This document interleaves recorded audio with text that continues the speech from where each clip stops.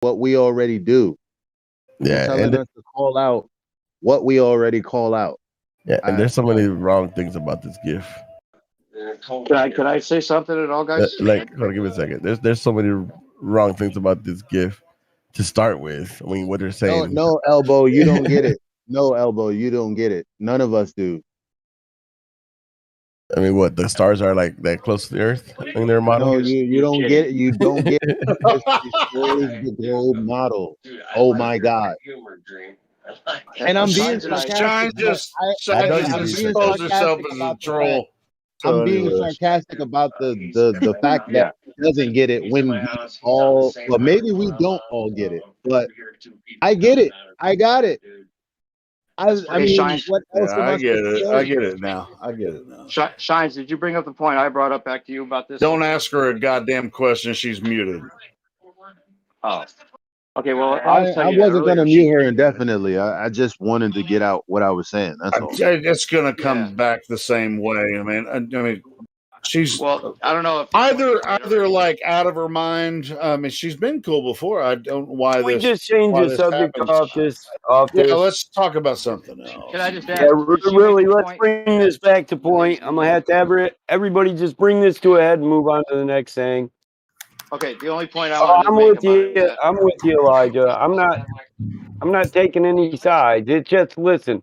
It shows the relative universe, and she's saying it shows the relative universe doesn't work. That's pretty much it.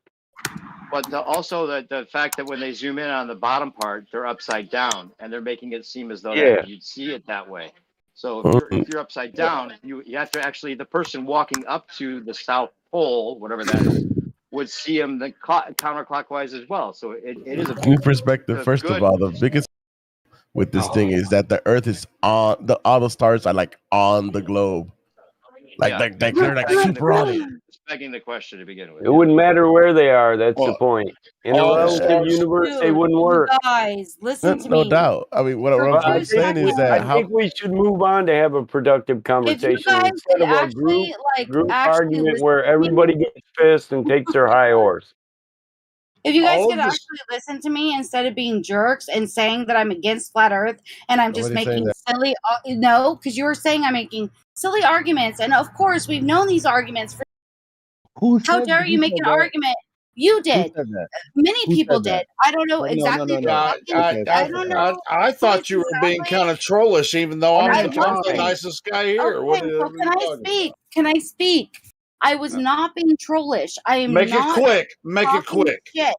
This GIF is literally an end-all, be-all of what they think the globe model is. I don't care how long it takes for you guys to look at this. Look at it, study it, and no matter how you fucking view it, they are fucking wrong. And it doesn't matter how far out you make the stars. Hey, okay, I agree with you.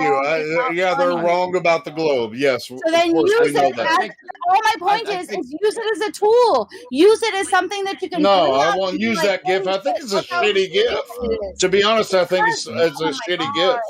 Oh my God. Well, I mean, the first law of thermodynamics is the heliocentric and all cosmology that they're putting forth killer.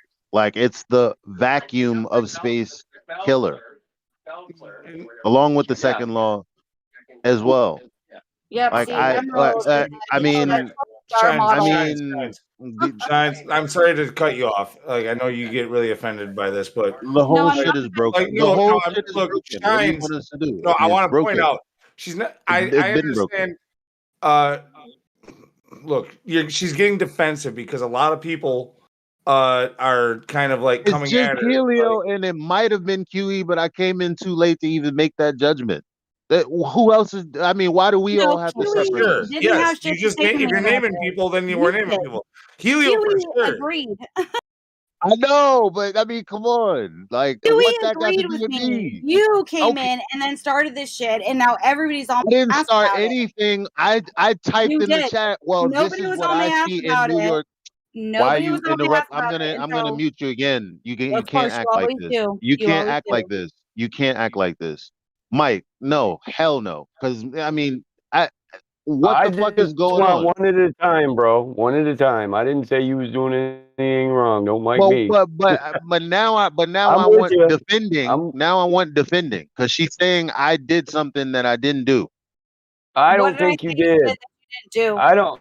I I don't never think he said was anything that belittling you, hon. Listen, people are getting offended. That's why I was just wanting to move on about this. We I can never talk about said it in anything. small groups. There's really no Elijah, reason for flat Earth to be against flat Earth. We got people here banning flat Earthers just for disagreement with flat Earthers, just because they're mod and the other flat Earthers not. So okay, exactly. I'm really not liking where the community's going in the last week or so. So I'd rather just change the subject and just keep it productive. I would actually battle if you would Roger be okay with this. I would rather Roger me says and we got a Elijah. Glober in here. I would me and Elijah. I would rather me and Elijah work this out if this is okay. Because Why don't we just go Elijah, to Well, another hold room up, then? let me just say this. yeah, Then let's go yeah, into a Elijah's different room. right. Let's me and you Yeah. go into a different room because that is what is necessary. Because this is out of Okay. control and this never needs Yeah, to go 'cause where it went. I really At don't all. think he Okay. he wasn't belittling you, hon. He was saying, "I I get didn't think it." he was belittling me. I didn't think Okay, that all at right, all. I thought that he was all right. cutting me off and not listening to what I had to say. And that's all I thought that was happening. I didn't think that he was doing anything out of any kind of rank other than that. Like I just want to be heard. I want Just my In thing five to be heard. seconds, I'm gonna That's move it. you guys down to another thank room. Let's you. just go I into think another room, Elijah. we just got enough drama to deal with the Globers. That's all I think. Elijah, I'm not mad at you. Helio, I'm not. I just wanted to calm this down. I wasn't pointing fingers. I would I'm really mad. appreciate it if Elijah or Elbow as I'm just well. fucking I I'll would around. like go. both I'll of you go. to I'll go to go. another room. I'm just messing I'll around. go. Oh, wait. I'll It would go. be No, really cool if you guys except went to another room. El Bruca, fuck him. He ain't around enough anymore. Yeah. He's part time. Fuck him. I'm just joking, bro. I love y'all. I can't see y'all. I can't stand to see y'all at each other's throat. That's all. It's just not worthy of that. It's not a worthy topic. It is valid, but it's just not worthy of us going at each Yeah, other like, like children. I slap 5 kids out of the front room if they were acting like this. No offense, guys. No offense. No. But I would. They'd all get a knot on their head. I think we can all agree that it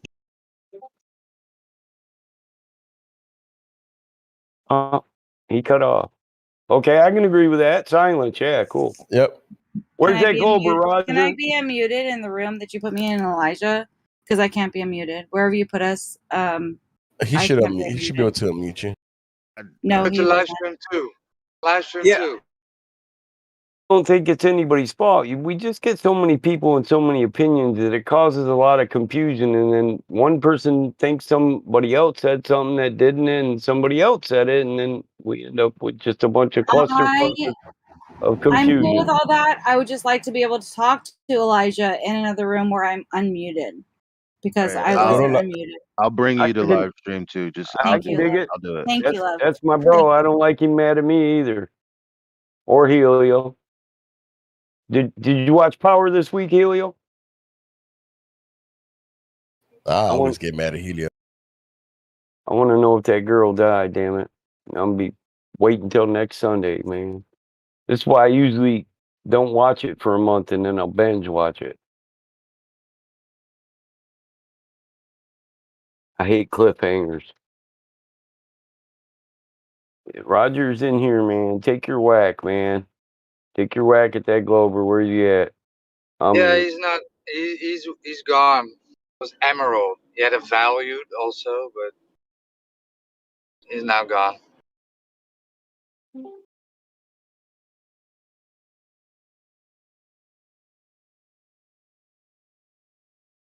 Where are you at? Why you mad? Talking about the Glovers.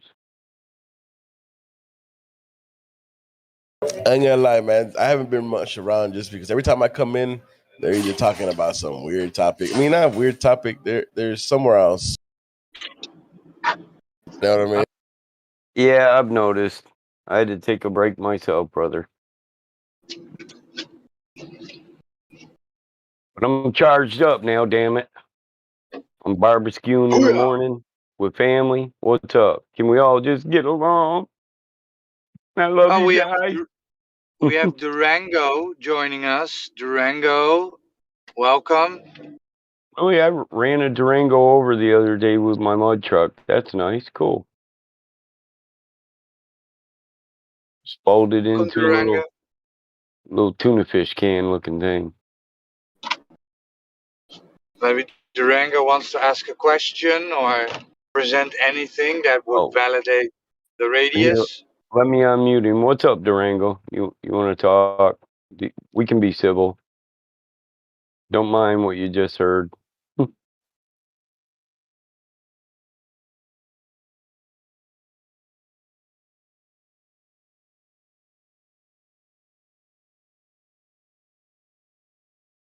Yeah, we couldn't hear you, Durango. Sorry about that. I had to fix my microphone settings. Testing 1, 2, 3. Yeah, maybe a bit louder. Turn it up a bit.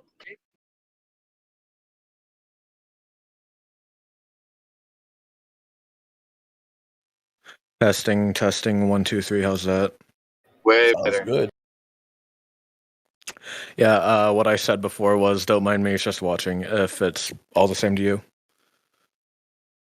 Oh, sure. Can't make you talk, so. Yeah, I don't have the energy in me, I don't have the energy in me right now. Okay. That's fine. You have the ability to join the conversation whenever you want. You sound cool. Don't make me regret that. Thank you. I'm gonna I'll let you try. keep that. I'll try. Thank you.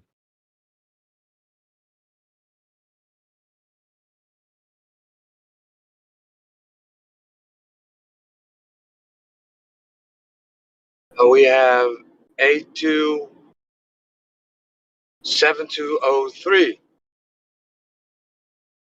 What's up, 827203? Hello. How are you doing? I'm doing good. Yeah. What brought you here? Just to listen, learn. Listen and learn. Uh-huh. How did you find us? Well, I was actually here before on a different account, but Discord, locked that account, so I made a new one. Yeah, you just made it. Yeah. Okay. And have you done any research into the topic? Yeah, what's the name of your old account? I got a good memory. 923. 923. But didn't you had VC verified? Did you have anything else? I don't think so. That was all he had.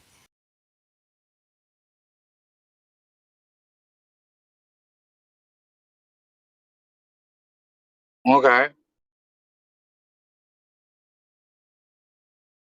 Have you done any research in the topic?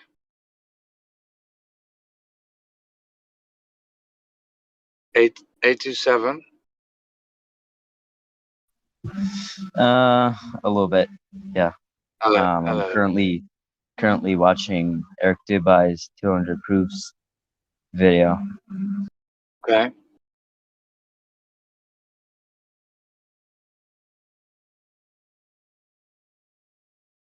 And what made you look into the topic? I first found it on YouTube like almost a year ago. Don't exactly remember how, but I was watching these videos and just clicked. It made sense. Okay.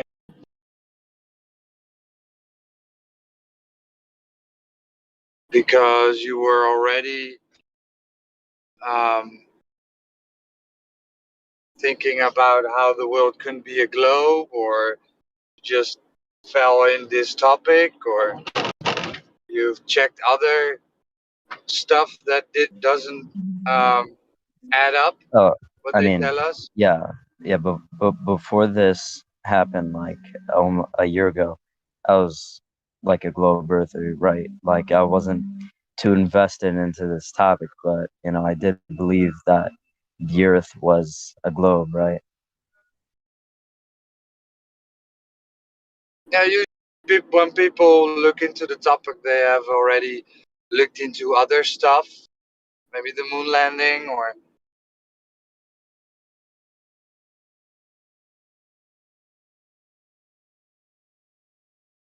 You looked into the moon landing? Just a little bit, but the moon landing thing is like pretty big, like a lot of people believe that it was fake. Well, a lot of people know that it was fake. Okay.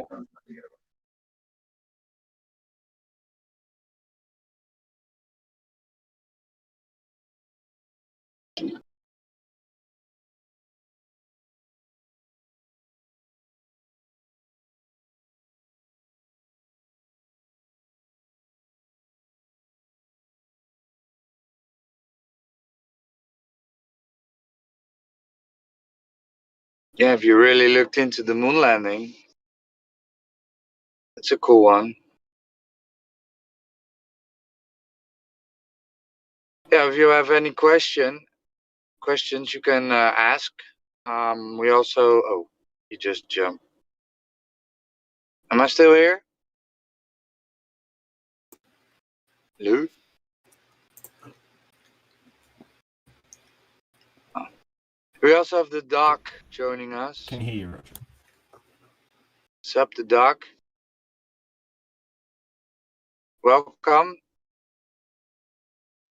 How are you doing? Hey, I'm doing good. Cool. So you're VC verified. You've been in this server for a long time now. Yeah. I just actually asked to be turned off, not VC verified because this gives me too much anxiety.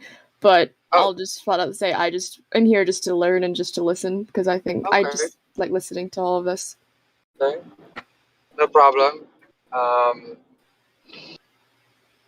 Yeah, we can give you a listening pass. I mean, that would mean that you can't unmute yourself. Yeah, that would be greatly appreciated. Hey, if you're a little nervous, we're here to learn and listen as well. It's not like we're all on the same page here. I guess it's more of where like I think it's funny seeing how I just like listening to the like whenever you guys listen to like Globers and like how how you guys debate over it and then you just destroy them. I think it's completely hilarious. Oh, so you're a flat earther then? Oh, I'm open to the idea. I'm also open to the idea of ground Earth. To be honest, I don't care what the Earth's shape is. I'm more of just like, I just like listening to the podcast. Well, not podcast, but the conversation. Like I said, whether or not you think that someone knows everything that there is to know, which that's impossible, we all are here to learn and listen as well. We're teachers and learners. We're teachers and students here. So when it comes, this is primarily a flat Earth learning group, I guess. Where someone here's a weird thing. Some people say, "Well, flat Earth." Why would you ever look into the flat Earth? I mean, Earth is obviously not flat. Everybody knows it's a globe because we've all been taught the same thing from birth, right? So why would you ever talk to a flat earther? They're obviously dumb and they don't understand science and all this kind of stuff. Well, I think it's more of because I have a huge friend group. They joined your Discord and then just to spam you guys, and I felt kind of bad. But they all believe that you guys are crazy and everything. But I'm always I always try to keep an open mind for all of this stuff because we aren't godly beings. We don't know everything and everything. We're just human beings trying to understand how the world works, and that's what I'm trying to get both perspectives so that way I can come to a more unbiased conclusion. Cool. Well, I mean, actually, at the end of the day, you'll come to the conclusion that you have no choice but to be biased once you understand both sides. So, but that's for you to decide. It's not for us to convince you of one side or the other. But you found your way here, so we can present both sides, and then you can come to your own conclusion. And so that's kind of where we stand. We don't judge you for believing one way or another. Not a big deal. Yeah, and yeah, so, but I'm more just here to listen to everyone, and while I'm playing my video games, because I just think it's calming to listen to other people have discussions and stuff. Because I've always been the one that just likes to listen and not. Well, how did you find us? I originally found you through a friend of mine who said, "Hey guys, let's join this," and then spam them and then get banned. That's originally how I joined, and originally I did also spam, but then I was also like, okay, I'm a little intrigued. I won't deny it, because I never dug deep into the idea of I never dug deep into the idea of flat Earth, or like if the Earth is flat or if it's round. I more just was just there and just kind of just considering, okay, maybe they have a point from everything I was hearing. Everything that I read a little bit from like seeing all your everything you guys had said in chats and stuff. So I was like, okay, maybe they're not crazy like my friends kept saying they are. They're just people that they aren't like basing it off of like these crazy conspiracy theories. They're basing it most of them are basing it off of of facts. So I was like, maybe I'll stay and listen and see how this goes. And ever since, I've just been kind of just sitting in the back. Right, so you joined us with some other people, and they decided that we're just crazy conspiracy theorists, but you stuck around. Because I also think I also am interested in conspiracies. Yeah. But I also just like learning as much as I can from everything around me. So and just like I said, you can look at both sides of the argument, fully understand it, and make your own decision. You don't have to follow the crowd, So yeah, that's boring, anyways, to follow in the crowd. Yeah, so. It is. Yeah, it is. So yeah, good to have you here. It's nice to meet you. Thank you. All right, I'm gonna head back on mute now because I don't know what else to say.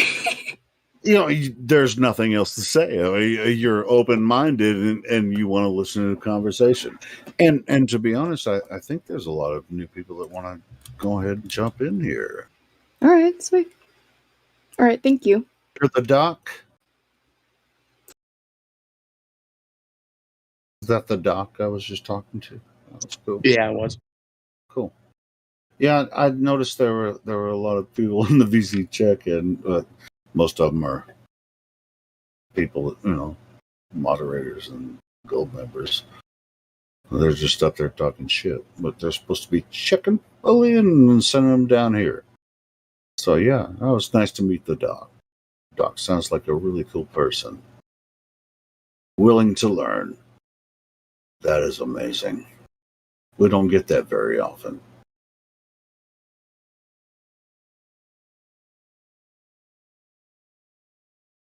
Knowledge is power. Yeah, and with I was about to do the Spider-Man fucking thing. With great power comes great responsibility. Without it being cheesy, it's true. That's a good quote. Why are you laughing at it? Because it's it's just it is what it is.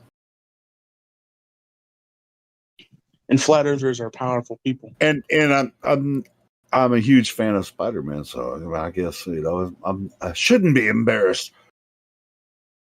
I'm wearing a Superman shirt right now. I thought you were about to say you're wearing like a Spider-Man outfit right now. No, I do have a Spider-Man mask that I was gonna wear, for the sake of the mask shit.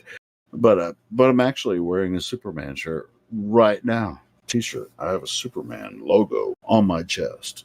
Right. I've always thought you've had like a Superman voice, like a Clark Kent kind of voice. Have you guys watched Superman and Lois? It's a new series that just came out. It's pretty badass. You got to watch it, man. It's freaking cool. Does anybody else want to praise Helio on his voice or no? I'll praise him. I know. To be honest, I actually get tired of it too. Lou gets tired of it. I know you hate it. I know you hate it. Where'd I put that there swing blade? Let me tell you about the inner spectrum of the diverse. I reckon you ought not talk like that. I'll tell you what. The closer I get to my microphone, swing blade. You should make a channel and have it like a flat Earth ASMR. That's what you should do. Where'd I put that swing blade? I'm gonna kill that there motherfucker. I reckon. I do declare. I'm tired. I'm tired of that there voice. All right. I'm gonna swing blade it. I'm glad you guys are pissing around in here right now. It's my time at night to piss around. Well, hey, Flutter, dude, can you get us some freaking globies in here to talk to? Hey, I'm done pissing. You want to shake it for me? Shake it more than twice. You're playing with it. No Globers in here, man. It's honest, dude. This Come is on, Globers, get your ass in here. He don't like sausage. That's a good thing, I no reckon. Globies to be found. There's no Globies anywhere because everybody lives on a flat Earth. Yeah, well, man, there are people that believe that they're on the top of a ball everywhere, like Huey was in earlier. It's like this Indian thinks he lives on the top of a ball, and so do the Australians. They live on top of a ball. Every single They direction. all float down there.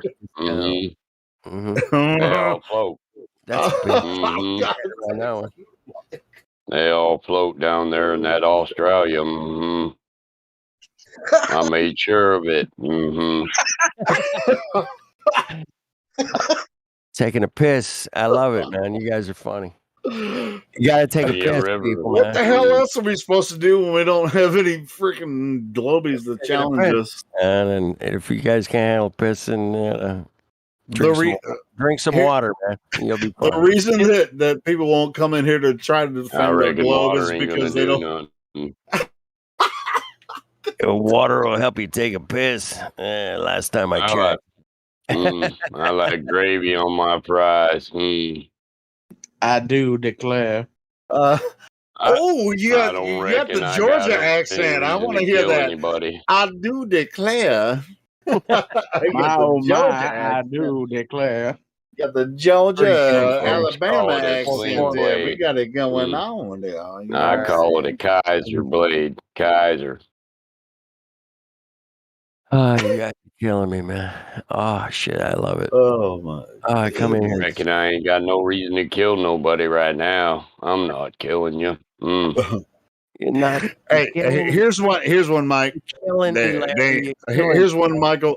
Ain't no gas in it. Ain't no gas in it.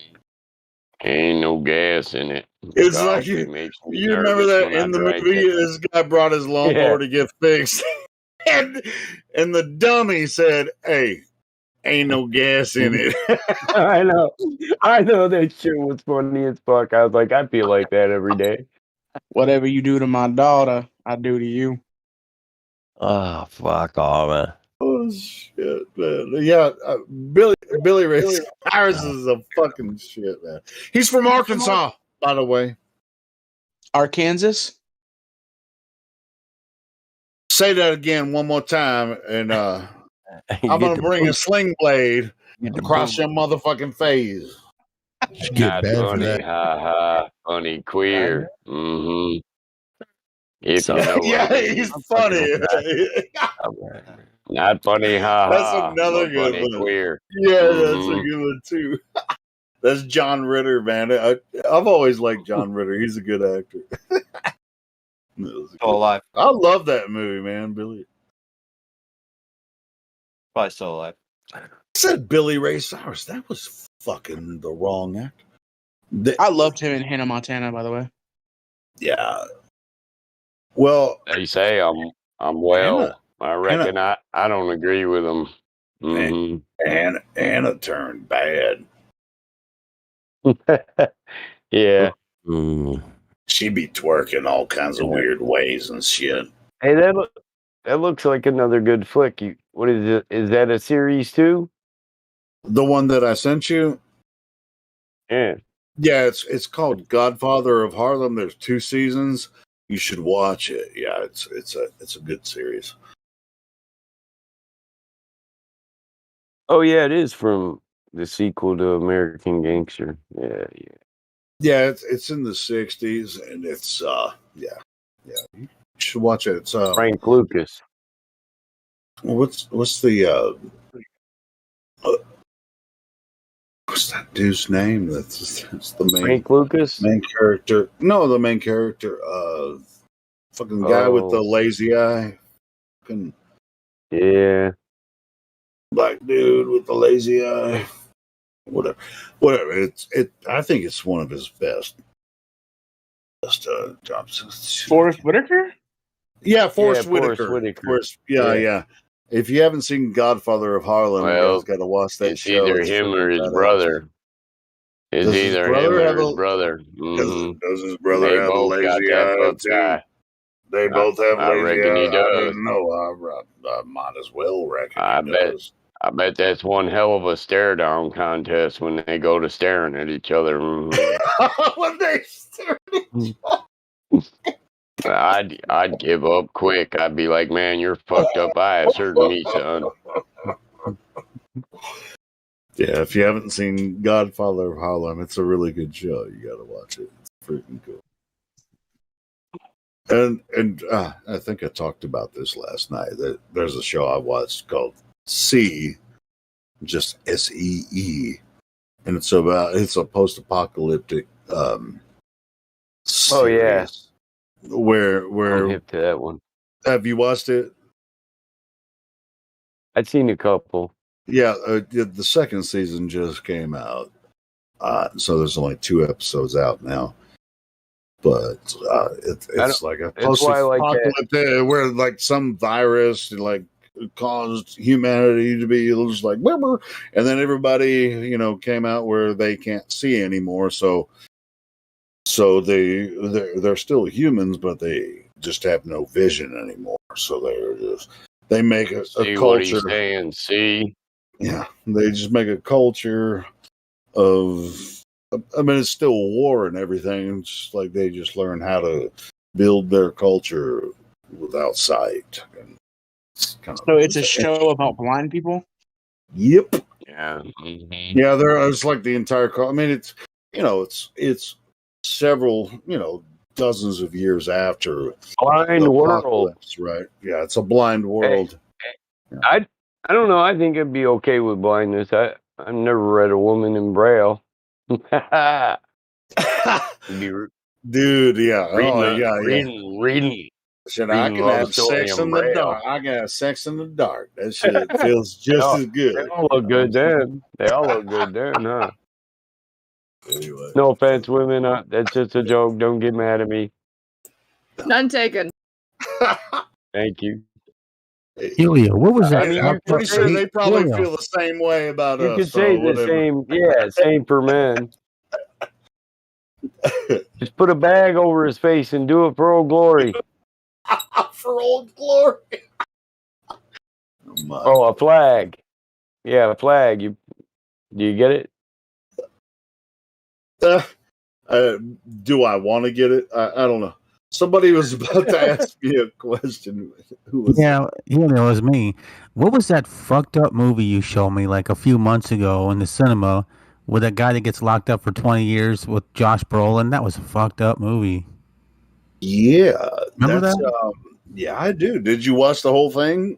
Yeah, I watched it with you. Remember?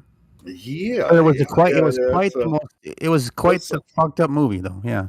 yeah, it's Old Dog? called Old Dog. Yeah, yeah, Yeah, it was just yeah, weird. yeah. No spoilers. No If you haven't spoilers. seen it, No, Yeah, watch Old it. Boy. Old Boy. Yeah, that's it. That's a good Yeah, movie. oh Oh boy, boy. oh boy, oh boy. Yeah, yeah. Watch it. No spoilers here. No spoilers, man. Isn't that a remake though? Like they remade it. It's like a No, Japanese yeah, film or yeah. something? It's made from a yeah. It's a remake of a Japanese film, but yeah, yeah. With Josh Brolin. Yeah, it's pretty fucked up, but I'm not going to tell you. You know, yeah, it's fucked up. Yeah, it's a crazy movie. Yep.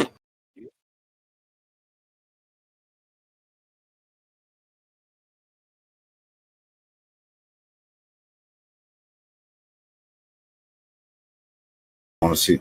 I mean, I can post. I can post it. So today, link if you want to watch Old Boy. Hey, I watched a pretty good movie called Z for just Zachariah. It was pretty good. If you ever saw that one, it's like apocalyptic movie, but Z for Zachariah. It was pretty cool. Oh, I haven't seen. Hey, watch that one. That's kind of fucked up. It's on Very Soap for bad Today. things. Soap for Today is a pretty good streaming network. If you get on there, you can watch a lot of stuff No, for free. you better capture it while it's still up. Well, yeah, while it's Yeah. there. Yep. Because yeah, I can pretty much watch everything on there, on that S2D free. I mean, they have several links. I don't know where they're based from, and I don't think anybody else does either. But it's like when new shit comes out, it's out on there. You don't have to subscribe to, you don't have to pay money to Stars or HBO or anything like that. You can watch that shit on there. Soap Today. Yeah, that's right.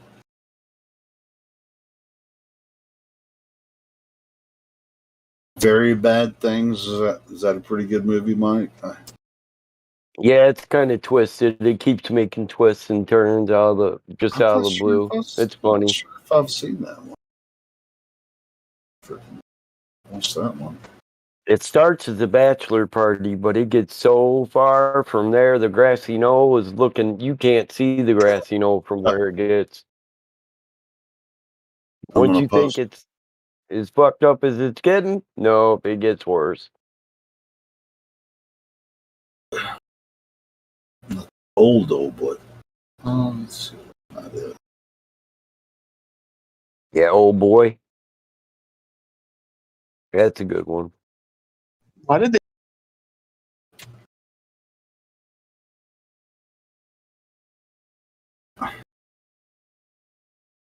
Oh yeah, this is the one. All right, cool. I'm gonna post that one. Yeah, if you haven't seen this one, which D said he already watched it, but if you haven't seen this one, it's gonna blow your freaking mind. But it's pretty twisted. What the fuck is? Oh, I'm pushing the wrong thing. That's why.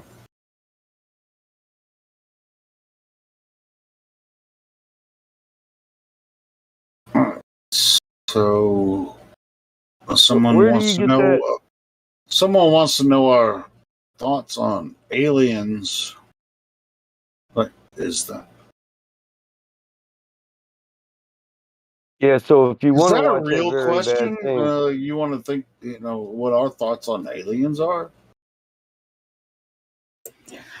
Okay, so yeah, I'm asking this. So the reason being, so my uncle, he worked for NASA for about 8 years, and then he worked under the government for about 3. So he tells me a lot, and then I've asked him what he thinks about aliens, and he thinks that they're definitely real. But I also want to get, what do you guys think on it? Like, and it may sound dumb, but like, I don't know if you guys have different opinions on it, No. or you guys like, I don't know. It's not dumb if you yeah, I mean, don't be nervous about it. You said you were nervous when you opened your microphone. Just I want you to be comfortable, having a conversation with us. We do this all the time, and you can be comfortable with this here. Now, as far as like the alien idea, flat Earth is a new thing for a lot of people, right? So, me personally, I've never thought of the Earth, with the Big Bang Theory and evolution, all that kind of stuff. I've never been in that vein where, with the, with the time frame, 4.5 billion years of Earth and, all that kind of stuff. So the time was never an issue for me. But the evolution idea requires time. So that would be the same thing for every other so-called planet in the universe. So this is where the idea of aliens comes from. So I might not be the person to talk to about this, because I've sort of always known that Earth is, the creation. Even though, I've never thought that there could be aliens, even though I'm a huge fan of science fiction. But as far as in physical reality, the science fiction authors and stuff that, with the magic of the Big Bang and everything, I've never thought that was reality. It's not because I didn't understand the math. I just thought it was implausible. So aliens, have you seen something that has convinced you that outer space aliens exist? Okay, yes and no. Because with the thing when it comes to video evidence, I think a lot of people can agree on the fact that if you don't believe something and then you show a video of it, you still don't believe it because you think it's automatically fake. You think it's faked. That's what I've always thought of, is like, I can't believe videos because people always can fake it, but I always ask, where's the evidence? So it's like, no matter what, I'm still iffy on it, but I still want to believe it, because truth be told, in my opinion, and this is just an opinion, but if humans can be created, why can't aliens be created? Why are we the only things around in the world? Why are we the only thing in the universe that's existing? There's got to be something else out there. Hold on, though. How about the creator actually exists? It created this place as a gift to you and me. Now, why would you see? This is the dichotomy, right? It's like either Earth exists and humans exist and there's nothing else, or we have this idea about space and the Big Bang and whatever happened here to create humans, accidentally, which for the most part, I believe that these atheists, that means a non-creationist person, so they believe that just this shit happened on accident, and so they're trying to look for other places where this might have happened, but they're trying to do it from Earth, where creation actually did happen. And so it's like, and then they make the story up about the stars and the heaven and galaxies and everything, and all this spinny stuff. Gravity knows how to do this, and it's just creation, man. It do what it do. But to counter your point of, going off of your ideology of the creator, because I personally am atheist. Not atheist. I believe all religions are possible, because why not? Sure, yeah. to go off of your notion, though, if there is a creator that created for us, why not? Why wouldn't they also create it for someone else, for something else? Why would they create it everything just an open blank space when wouldn't it be more interesting for the creator to make not just us but someone else to make so we can work together as like a more unified? I think, yeah, I see what you're saying, but I think it's more interesting for the creator to make Earth. And this place is awesome, isn't Earth awesome? It is, but it's also the fact of like over time humans have kind of hurt our Yeah, well that's man. That's yeah, people. but like, but Earth is like awesome. the Earth is gorgeous. I love seeing all of the beautiful colors and all of the oceans and the trees and the skies, all of that. I think, yeah, and I completely agree with you on that. Earth is amazing. Cool. So now we don't have any physical evidence that there's anything like Earth besides where we can actually study and live on it. There's no physical evidence that we have that there's any place in the so-called universe besides this place, Earth. Mm-hmm. All right, so cool. I mean, in fiction, we can throw our imagination now around everywhere with these, aliens and all that kind of stuff. Maybe they're somewhere out there, beneath the panel. Someone's thinking. No, that's actually an wonderful singing too. Wonderful singing. I know I'm a good singer, but anyway. But yeah, there's these just universe or galaxies just thrown out there by, what we might or might not expect to be, and then here's the idea: it's evolution, it's time, Big Bang, balls spinning around. Over time, they coalesced together and created life. I mean, this is billions of years, which they have no evidence for.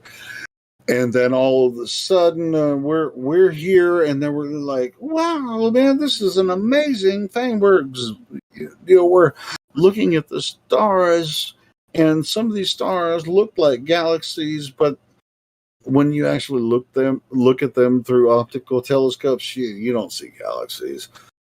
But with radar telescopes, then you're going to have like a team of CGI people that are going to throw a galaxy together for you to look at. You don't really see galaxies in space with optically.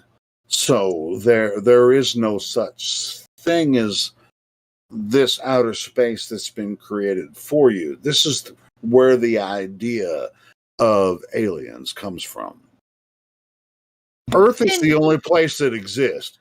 In my mind, you can call me you can call me whatever you want to, but in my mind, that's where that's how they sold you the idea. But anyway. And yeah, and I get where you're coming from, but it's also where it's like, and you also have to realize that aliens doesn't have to mean like these creatures that can has like extreme technology and everything. It also can mean like small little organisms or like tiny little bacteria, and those are classified as aliens because they're a form that have not been on this earth.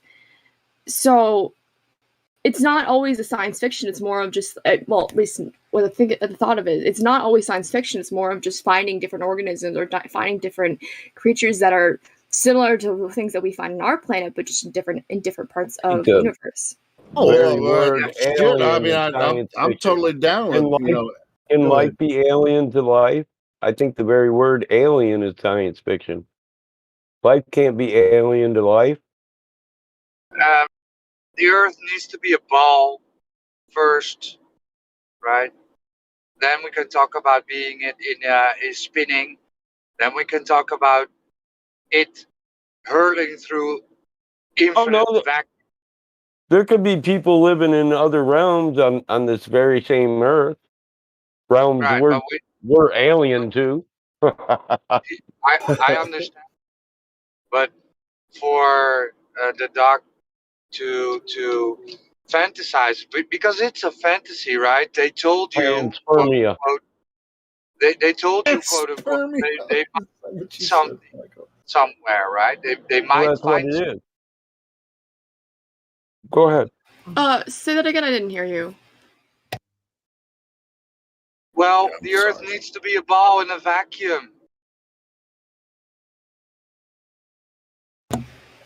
I don't. Again, I keep going on. I don't care what the Earth is shaped like. Maybe like you're right. Maybe there aren't aliens out there, but it's also the notion of maybe there's something more. That's what I keep thinking. Is maybe Hey, there's something more. It's I'll tell you what, the flat Earth. I can't speak for every flat earther here, but I definitely think there's more. But it's not in outer space.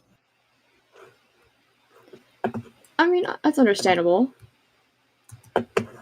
I'm more on the notion of is there. I do think there's something more. I don't think it's just us. I feel like there's something more Earth. up there. Yeah, it's Earth. They're definitely hiding land. They're hiding land. They're hiding spirituality. I mean, they're using politics and religion to divide and conquer us. There is so much more to our reality than anyone can ever understand with the limitations that they put on us. So yeah, there's much more. And it's not in outer space, it's right here. Because Earth is Earth, always has been, always will be. And that's a phrase that I came up with a couple years ago, and I'm going to keep repeating it. There's nothing else. Earth is Earth, always has been, always will be. And sun, moon, and stars are patterns that are moving across the sky, just like the Bible describes. As far as what that means, that's how they built religions, right? So those patterns of the sun, moon, and stars, that's where the religions come from.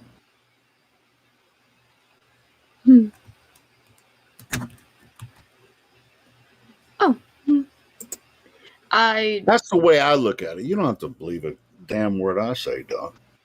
Oh no, and I'm taking your word into consideration. I have a troubled past with religion, so I'm always a little iffy on it. Oh, I was raised Catholic, and then I was in the Assembly of God for a long time. So yeah, I was partially forced. Kind of had religion forced down my throat when I was young. So like, I wasn't forced. I went full force into it. I'm quite familiar with the Bible and a lot of other.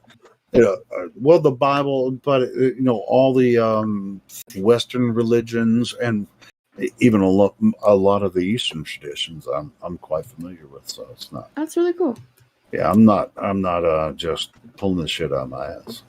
I'm not. I don't think you are. You sound like you're a person who's really well grounded with what they're saying, and I just have trouble believing anything that involves religion. I just don't exactly trust it. That's why I'm more based off. I shouldn't say that because I'd be a hypocrite then, but like I was gonna say I should base it off more on feeling, or more on facts. But then I also say I also had the in my opinion kind of thing, so it was me being in my how I felt. But I don't. No offense, but I don't really trust religion on that kind of stuff. No, I no get offense to you. No, I definitely think you should take just read the Bible. I mean, you don't have to necessarily take anyone's word for it. The Bible has a lot to offer, And it has some good lessons in it, and I won't deny that. Certain things that I don't understand on the whole aspect of a few of them. And I'm just saying, if you have time, just take a look at Yeah, I probably will. Yeah, just crack it open. Doesn't matter where you open it to. Just read some of the verses. Yeah, you'll see what I'm saying. It'll make a difference. Could be. All right, were we? I interrupted your entire conversation about Spider-Man, or this random movie you guys were talking about. Oh, now you're deflecting because we're getting into spirituality. I'm just messing with you. Oh no, I'm actually just. No, I didn't. I I felt got like tired. I got interrupting. tired of talking about movies and shit because I'm a huge fiction fan. So anyway, I talk about that stuff all the time. But yeah, Doc, if you get time, just take a look at some of the Bible. Just take a look, and like I said, I'm not a quote unquote Christian, but there's a lot there's a lot that you can learn from it, and I mean even with the Quran too, you can look at that, or Eastern culture. There's a lot to learn about spirituality. That if you totally discount it, then you're missing a lot. If you just say, "Oh, well, I'm just atheist," and the Earth created itself, which is, in my mind, the most ridiculous thing that anybody could say. Yeah, when people bring out like the Big Bang Theory, I'm always just like, so we were created out of the middle of like just randomly. I don't know. There are so many things that just confuse me with everything, because I like listening to you guys and your opinions, but I also have like my uncle who I trust to death on his facts, because he worked with NASA, and you guys might think it's crazy or something, or like he's like lying to me or anything. I don't know. I shouldn't assume what you guys think. we don't accuse people of anything. Every one of us have been through the same system. So yeah, go ahead and tell us what your uncle told you. I just I remember this one thing, because I remember I took a video I recorded it. I asked him once, so the reason, because there's some things he's not allowed to talk about, because he says like they're classified and everything. And I said to him, do you not tell us people about classified things because either you are used to not saying it, or because you're afraid people are watching? And the creepiest thing was that he said both. So, but he has this giant telescope, and I've been able to see like the moon close up and everything, and different stars and planets, and I think it's really he took cool. you there? He took you? Oh, cool. So you got some really cool looks at the moon, right? Mm-hmm. Oh, that's awesome. Sorry, I don't know that one. Shut up, Alexa. She's listening. She can hear everything. I know. Selling our souls to the Amazon devils.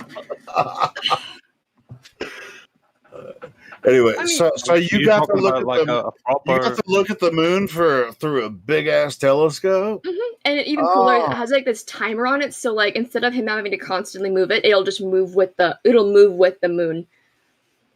Oh, it was really cool. Really? Mm-hmm. Oh, that's awesome. But what did you see? What did you see though? It was just this. It was. Did you see Tycho Crater? Yeah. I don't know all the specific words for it, but I just saw like a bunch of craters, and I always like. I remember as a kid, people would be like, "Oh yeah, there's the man in the moon," and I'd be like, "Where?" But well, that's then like referring to the shape of some of the craters and how they. Yeah, but I always like the moon was pretty. That's awesome though that you got to look through one of these high-powered telescopes. Mm-hmm. That's awesome. I've never seen that. He also, he was the first people that were recruited into NASA, is what he told me. Is so like when he was in college. Oh well, someone said in the live stream that boring. So I feel like I should shut up now. Fuck him. No. Who said that? That was Battlemind. Well, fuck you, Battlemind. No. I bet Battlemon never got to look at the telescope like that, so fuck him. All right, so when It still doesn't prove anything about the shape of the Earth. No, and I'm sorry. I just went off on an entire tangent there. I apologize for that. I think my uncle is a really a cool person, so I just like basically Yeah, more than ranting about him. likely. And Can I ask a question? Yeah, just wondering how much have you actually researched about flat Earth? Like you literally just heard, you only just heard about it, and kind Me? of joined here. Yeah. Oh yeah. So like, I have Like, do you know the arguments? no. I don't know the arguments between the Earth is a globe, between like what science classes told me and then why the Earth is flat from what people have said in the lobbies and stuff. I don't really know much. I haven't joined in like a few months, so I've been kind of just blanked on it. But I remember this one video that this guy had shown me where it was where a coin, if you were to take a flat surface and you would trace a coin back, it would slowly disappear, as in like that's why people think that the Earth is curved, because like they would think the curvature had made things hide, but in reality that's not how it works. I remember seeing that, but pretty much that's all I really like retained information, because that video, that's all I retained though, because I have a horrible memory.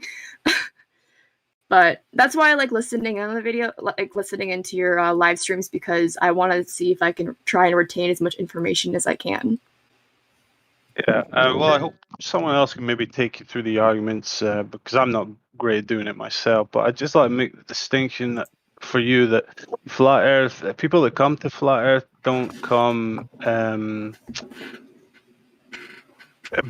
based on come from like a religious point of view. They find flat Earth, and then that brings them back to their spirituality and makes them relook at scripture and such, and ultimately does kind of bring them back to the Creator. But people are primarily coming to flat Earth because of the objective measurements and observations that can be made demonstrating the Earth to be flat, level, and immovable, and moving. So I just wanted to clear that up for you, because I was getting the vibe that you were thinking it was just all about religion in here, when it's not. If that makes any sense for you.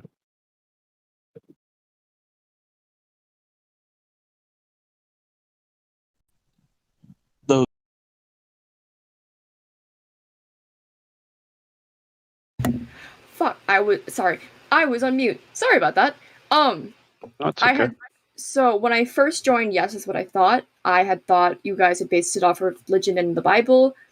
Because I remember hearing something about where it says in the Bible that there is like yeah, the Bible supports the observations and measurements. Yeah, and so you have to lend credence to the Bible at some point as you come to this understanding. And yeah, originally I thought you guys had said it out of because of religion, but then I remember I joined one of the VCs and I asked the question, "Do you guys base it off on religion?" And you guys had said no, or one of you had said no, and so I was like, "Oh, okay." Actually, I think it was Roger that said that, because I remember, I distinctly remember his voice during one of the conversations of him talking to a person who believed in the globe. I distinctly remember where he was talking about that, and so I remember asking him or someone else about it, and both of them told me that like that's not what it really is. It's more of just like the actual facts of it. So yeah, it just depends who you run into. Some people will just stick strictly with the science supporting our side, and others will tie in scripture and such things too. So yeah, it just depends who you speak to, really.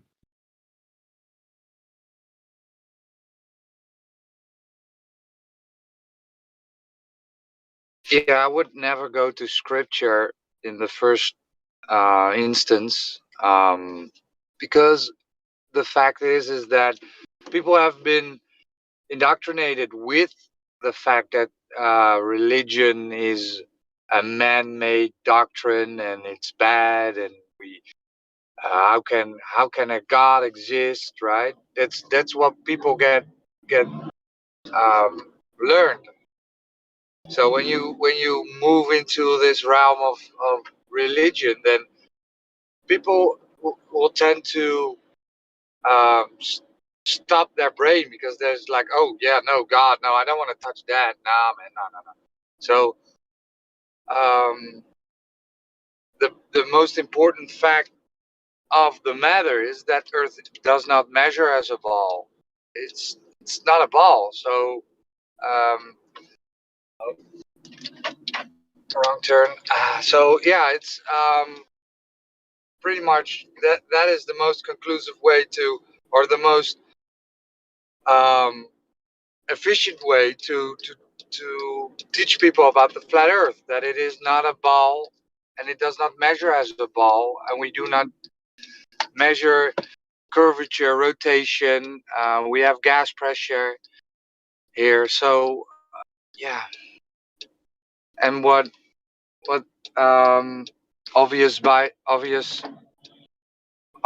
be, so sorry to butcher your name, but rightfully mentioned is that after you come to the understanding that the Earth is not a ball, after you've done your own observation, your own uh, uh, tests, then a lot of doors open, right? A few close, but a lot of doors open.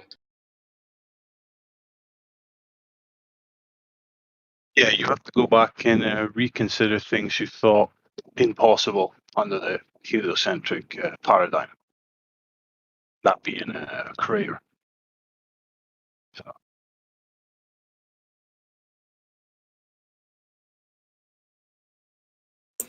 All right, well, thank you for that. My voice hurts, so I think I might just stay silent for the rest of the time, if you guys don't mind.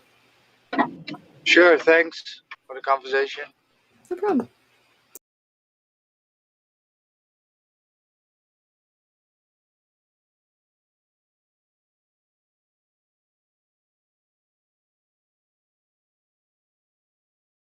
Who the hell's that Brad guy? Who gave him mod?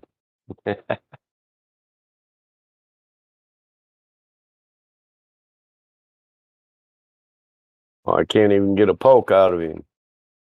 Prick. Hey,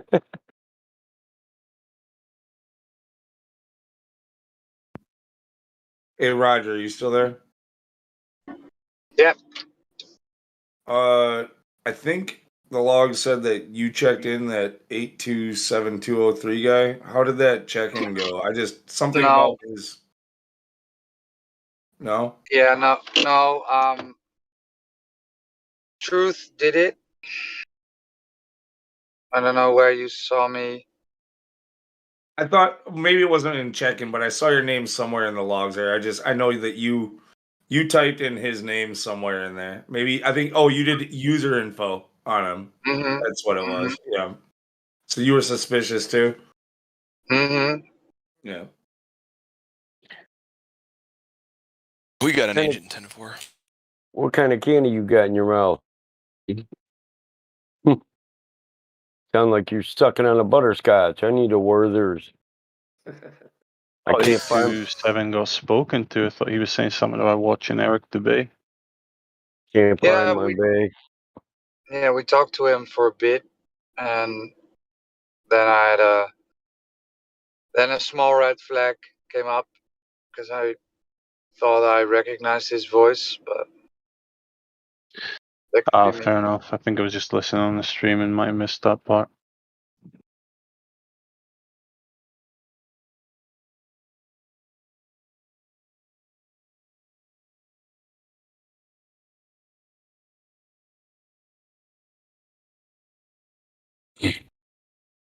Yeah, we got a lot of observatories in Michigan, man. Our skies, once you get past the mid-Michigan, it gets darker and darker and darker. They're more densely or less densely populated. When you get like the entire top of our state is a national forest. nature preserve. The skies are dark up there. You guys would love it up north. When I go deer hunting, we see the aurora borealis. We sit around a campfire. Well, I'll get up and get away from the campfire in the middle of the night and go out in the field and just look up at the stars because they look so much more different than they do from a city or even a farm area. It gets dark out here on the farm, but there's still bleed over of light from people's fields and stuff, you know. You gotta have certain lights. Everybody's trying to rob the farmers, so we gotta have lights on everything, so we're not just shooting at what the fuck ever, you know.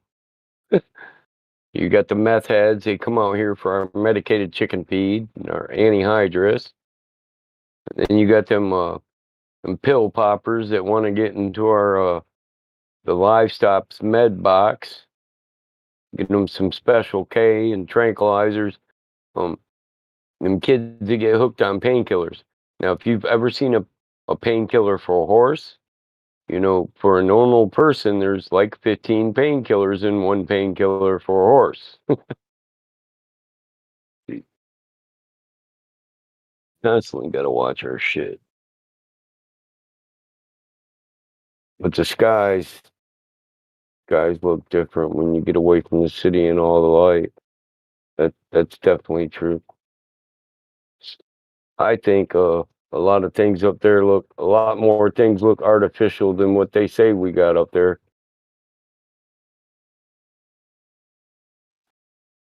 Oh, yep. Oh, Elijah. You know, Elijah and Shines are still going at it.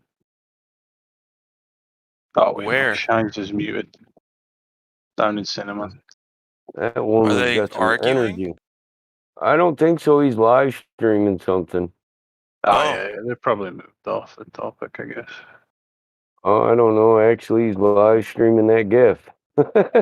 They're all Yeah, watching that's that what I GIF. thought too. He's live streaming. He's live streaming the YouTube channel. So probably going back to what they said and stuff. To be honest, it's a good point that she has there, but what people are taking from it is we're going to straw man all glow birthers. No, we're not. She's saying it demonstrates that a relative universe and relative stars don't work no matter where you place them. And that shows it. What the hell, Helio? Your battery's going dead, bro? So what she was saying is they made a gift that demonstrates that a relative universe doesn't work. She wasn't saying straw man people with it. She was saying use it to show them that you can't say they're all moving relative to each other because this shows it wouldn't work. Period. Okay, well, maybe I misunderstood. You know, it's all good. I was out smoking. I just got back. Oh, well, I thought your mic was going dead or something. It started doing static. No, I'm back now. So. Yeah, but she wasn't saying we should straw man all of them. Like, look, you guys built a model that wouldn't work. No, she's saying that it shows that the relative universe doesn't work, no matter where you place the stars at, right up on the damn planet, or thousands and thousands of light years away. And it's a real good point. I just don't think she's really good at delivering it home. Or maybe before I got here. No, I get that. I frustrated. get that, and that's why I ask leading questions to to kind of suss out where someone is in the understanding. It's not. I don't try to take the piss out of someone, when I'm asking these questions. Specific about what she's saying, but what she is saying is a relative universe doesn't work. Relative movement, relative stars, moving with a relative rotation. That shit doesn't work, and that's a prime example of it. Yep. It's not just that it's not just that this model doesn't make sense and we should beat all Glovers over the head with it. No, it shows that their entire model doesn't make sense. I got it as soon as she said it. Because it doesn't matter how far you project those out. They're still not going to work. You talking about the doc? Did she leave? Doc's still here. No, I'm Oh, not we're talking talking about about the doc. shines. We're you were talking talking about we're shines. talking about shines and Yeah. that GIF. Yeah. Yeah. No matter how far out you move, all them stars. See, they're doing concentric Yeah. circles right on top I of the damn wasn't sphere. misunderstanding it. I wasn't misunderstanding it. If you pop those out equidistant, they still won't make sense. 360 degrees and omnidirectional. It still won't fucking Well, make sense. my point of it was clockwise and counterclockwise. Well, yeah, it demonstrates because it just means you're looking north or south. Yeah. Yeah. So that was my point, and Shines was just a little charged up. That's all. That's all I was trying to get. It's just a cartoon. Yeah, and that was my point too. I mean, it was a cartoon. Well, and yeah, that's it's just my a mistake. gift, but you're just skipping around the point there, and I'd get a little pissed off too. The point is, it shows a relative universe doesn't comport with what we observe in reality. Fuck the GIF. Address the point. Well, the Earth is obviously I'm not the a girl. globe, I'll beat you over the head with the fucking point if I got to. Well, I mean, the Earth is obviously not a globe, so it's really kind of Obviously, and this demonstrates that a relative universe we don't exist in. Yeah. If you can't see how, then I really can't take you by the hand and lead you to it. Yeah.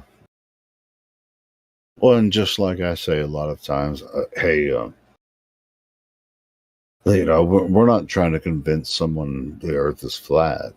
You have to find that for yourself, not us. But yeah, I mean, Right, but I wasn't disagreeing necessarily that that's a good point. Well, I mean, we could take either celestial poles. If you take those celestial poles and you push them out 3,000 light years, right? The movements they're doing are going to be bigger, and would they comport with what we observe? No, they wouldn't. Well, they can't, because this, what they claim is Sigma Octantis. We don't really have a record of that the same way that we can record it in the north. It's not observed as often as they act like you can see it every night. As often or ever? Well, it's hardly ever seen. Hardly ever or never. That's kind of my point. Where is this Sigma Octantis? Sigma Octantis is something. There's something there, but it's not observed the same way as the Polaris thing. Listen, you don't need a telescope to see Polaris, but most of the year you do need one to see Sigma Octantis, and there's only a few times it's visual to the eye. That's what I'm saying. They'll say it's predictable and it keeps coming back to the same spots. Yeah, I know what they say. Exactly, left lobe. Yeah. Yeah, when I was a young Boy Scout, we used to make star charts, observations. I've been doing this since I was young. My dad used to hate lugging it up north when we go deer hunting, but like I said, it's fucking dark up there, dude, at night. Fuck, I'm going to my blind at 4 a.m, dude. I never understood that. Why that old motherfucker woke me up and took me to the blind at 4 in the damn morning? I can't see shit till 7. I end up going to sleep.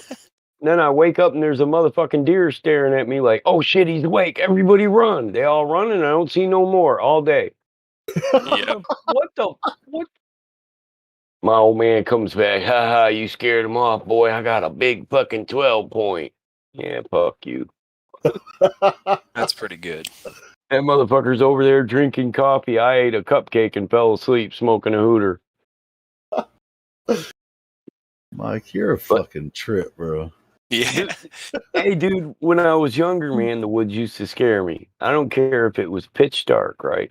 I always felt like I was being watched. You'd hear coyotes screaming like fucking babies dying off in the woods and all these other noises and shit. I get high and just look. Yeah, I get high, look around, close my eyes, like, yeah, I'm just gonna nod for a minute. I'd wake up, sun beating down. I mean, I swear to God, at least 20 times I can remember perfect in my mind. I wake up looking right at a big ass buck. He's like, oh fuck, he's awake now. I'm wondering, is this motherfucker coming up to steal my cupcake? You know? Probably. He's Yeah, like, because oh, this human smells like shit. yeah, this motherfucker's sleeping against a tree. My gun's leaning against a tree. You wake up, see a deer sniffing on the barrel of the gun. You're just like, God damn it. I woke up one day and a black bear had my box of fucking cupcakes. Now, I'll give him this. He didn't fuck with me at all. He came in the blind, he sniffed them out, he found him, he took the box, and he was walking out. And I woke up and just moved my head and looked at him, and he looked at me, and he just kept walking slowly. And I didn't say shit. So once he got clear of the blind, he just ran. I was like, That's okay. awesome. All right. To be honest, bears, I mean, there's a lot of black bears in our. I haven't experienced anything like that. For the most part, they don't want to fuck with you, man. Hell no. Oh no. He just wanted the food. He could smell that shit. He was so hungry, it was so cold, he could smell that shit through the wrapper. Hey Helio, I ripped that section for you. How do you want me to deliver it to you? The robot chick thing. Yeah. Well, like I 5 mean, gig. yeah. How big is the file? It's like 5 gigs. I could probably put it on my Google Drive and then DM you the link. Yep, do that, and then I'll upload it to YouTube. Thanks, man. Right. Yeah. Cool. It's the rendering now. I wasn't able to stop it in time, so I have to trim off the last bit of dead noise. But it's rendering now, so after it gets done rendering, I'll upload it and then DM you the link. Cool. Yeah, I'll check it out, and then if it's all good, I'll go ahead and upload it. Michael, we're talking about the when India was talking to the robot chick the other night. Were you listening to that one? I think I heard some of it, but I remember. People I have remember been listening asking to about it. I've been trying to get the clip. My daughter was bugging. My daughter was bugging me. I think I ended up going down and making her some grilled cheese. And I came back and he's saying, "So you want to be a fucking robot?" And then, like, what? I think I just caught the end of it. Yeah, it's a Twitch streamer that caught our stream, and she was like streaming,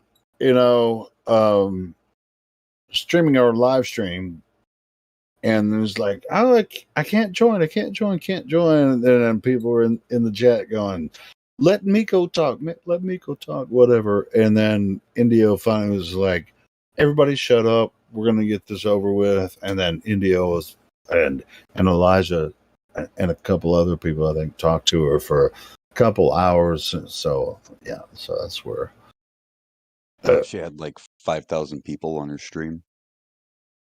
Yeah, 800,000 subscribers. Oh shit!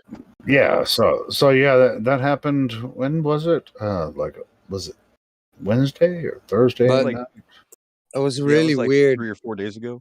Yeah. Have you looked at that live stream? I mean, people really watched Dude, that. I went back to her Twitch channel and that video's not there. Wait, what's your name?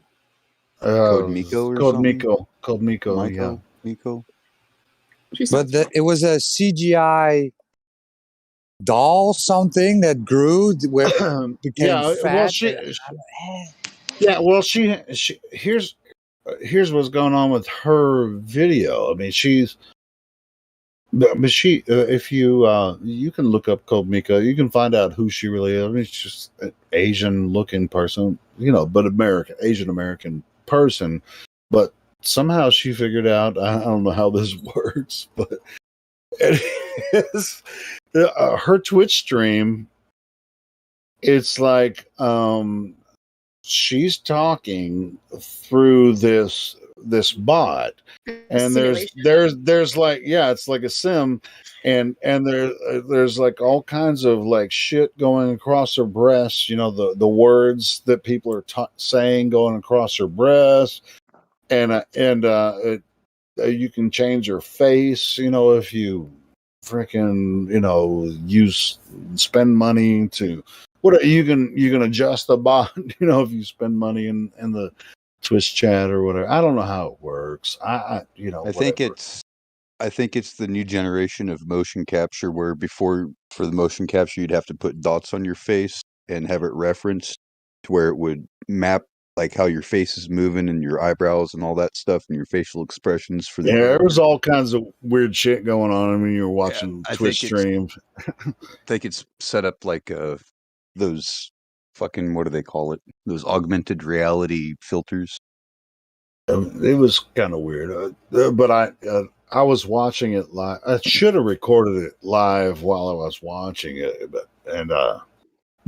the reason I didn't record it live is because I didn't know if it would last very long, but it did. It lasted about a couple hours. So anyway, because Indio came in, he's like, "Let's just get this over with." Everybody wants to talk to. Everyone says.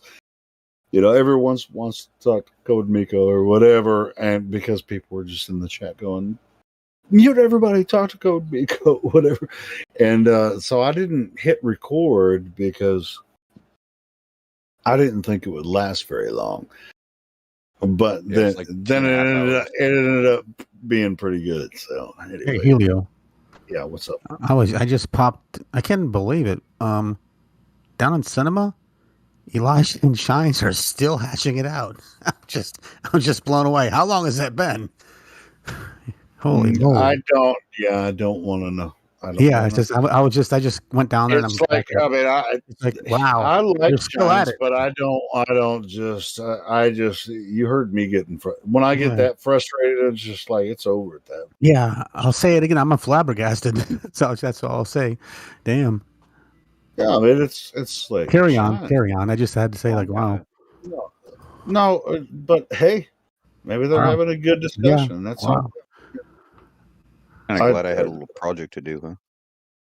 But yeah, I mean, I still think Shines is great, but yeah, that was. Oh yeah, she's great. it's just that weird was a little too going much on for it's me. never ending. I can't do that. It was like I can do it for a little bit, but I can't do it forever.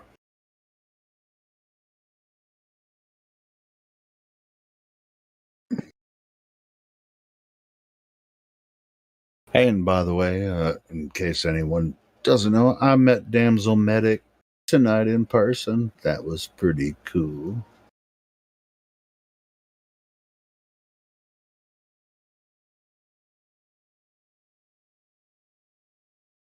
She's probably back home now.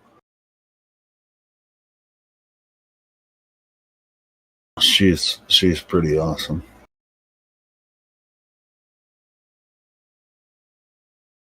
Right on. So what'd you guys do, like karaoke or something? No, we had a we had a meetup. Like I don't know what the... No, not just me and her. It was other people. No, I know it was a group of you guys, but I was wondering if, there was like a karaoke contest or something. No, it was fucking Olive Garden. It was so loud in this place. The Olive Garden was so fucking packed, and we could hardly hear each other talk. Everybody was so freaking loud in there. We had to freaking scream to talk to each other. It was crazy. But it still went pretty good. There was like there were 8 of us there, and we had a good time. I would have told the hostess that it's your birthday. Oh, I should have told the hostess that it's Damsel Medic's birthday. That would have been freaking cool. Or any of them. I could have just roasted them. Oh, it's so-and-so's birthday. And I'll just be like, come out with the fucking birthday song. Oh, yeah, I got it. Next time I'm going to do that at whatever restaurant. Or I'm thinking the next time we do a meetup, I want to do it like in a park instead. Maybe we can have some like order ahead and just have freaking wings or some shit out there. For the most part, we're not there to eat. We're there to actually meet each other. If you meet in a restaurant, it's like, hey, what are you gonna order? Like the waitress interrupts. It's like, it's just too much. I'd rather meet in a in a park, to be honest. Yeah. So I think next time I'm gonna set it up where we're in a park, and then we can do some catering or something. Look, fuck that. If me and you meet up, you're taking me somewhere I can buy you a fucking steak. We're eating. Okay, well, I don't even I didn't even eat tonight. I ate a little bit of salad, and we were at Olive Garden, so I ate some salad and breadsticks. But I don't want to eat. I just want to talk. I don't want to fucking eat. I can eat anytime. I don't have to fucking. You can watch me eat a steak. All right, I'll watch you eat a steak. It's the act of sitting down together and communing. Okay, well, I just don't see it though. It's whatever. Yeah, communion. I guess. I don't know. Yeah, I mean, I get that, but I'm just not a eater. I don't. I'd rather just talk. You meet up at a park and have a big session. I did eat. I ate some salad and breadsticks. You know, we were at Olive Garden. I eat salad too. You got to put a lot of chicken in it, though. Damn it. Put some chicken in my salad. I want big chunks of chicken in my salad. Yeah, you need like a burger and some buns to go with that salad. Hell yeah. Hey, I ain't gonna lie. I'm not saying I don't like to eat. I'm just saying, you know, when I'm in a social atmosphere, I don't really concentrate on the eating. I really more concentrate on the. Most people like pickles, but my favorite thing on a hamburger is raw lettuce, raw onions, and raw cucumbers on a burger, and a big slice of cheese. Can't be you that. Put raw cucumbers on your burger? Hell yeah! All right. I'll put thinly sliced or thickly sliced? No, I try to thinly slice them. I'll use an old school grater. A mandolin. Are you talking grated cucumber, not sliced? Well, they're sliced. They'll come out in round circles. You know what I'm talking about. You've never seen the grater that's got 4 different sizes of slices on the side? Yeah. You can chop I know them. how graters work. Anyway. So they'll be circles, but they'll be real thin circles. Yeah. You wouldn't want to put a thick cucumber on your burger. Yeah. I have, but it's a little more crunchy than you want. Do you what did you say, Swiss? I like Gouda. It's gotta be I mean, there's all cheese. kinds of different cheeses I like on It's got to be real cheese. I just can't do that American slice bullshit. You know. Do American every once in a while if I'm in the mood for it. I prefer real cheese. I like cheddar. Makes the burger. Do the white cheddar. Have you ever had Cabot white cheddar? That stuff's good, man. It's from The more it smells, the better it is. From Vermont, freaking Cabot white cheddar. That's good stuff. I ain't gonna lie. We get a lot of Wisconsin cheese in Michigan. Yeah, I bet you do because it's right next door. It's right next door. Something like that. I use a slicer. It's an adjustable slicer. Yeah. You can slice meat with them things too. You know. Oh yeah. Take a turkey breast and just chew. But if you don't have the handle like they got there, like I got 2 of them, no handles for them. So you got to be careful with your fingertips. Bro, I grew up in the house where we had the big square graters with the handle and the circular grater. You believe me, I know. And I love hash browns. Yeah, when you get a little bit of blood in the cheese and stuff, you just pull that part out and then put a band-aid Oh no, on my it. grandma would be get the fuck out the kitchen. You're getting blood on the hash browns, damn it. Rinse that shit. Get the hell out of here. Just get out of here, boy. Don't throw that shit away. Wash that shit off. Fucking we ain't wasting food in this house. And it was when I was like 6, 7, I would look at my dad's hands and my grandfather's hands, and I'd be like, man, they got some rough hands, you know. By the time I was 15, calluses from the farm, calluses from cooking, calluses from renting. Calluses from playing guitar. Yeah, I just look at my hands and I think, okay, that's how it's supposed to be. It's like, it's like, like the women. I don't know why I'm bringing this up, but women, man, when you have rough hands and you touch them, when women touches me, it's like, oh, it's silky smooth. And when you touch a woman, they're like, if you have a silky smooth touch, they're probably gonna be like, this nigga ain't touched a tool in his life. Right. This here's a cupcake princess sauce, motherfucker. Here, you better have a lot of money, bitch. You must be a banker. Yeah, he must be a banker. That was a good one.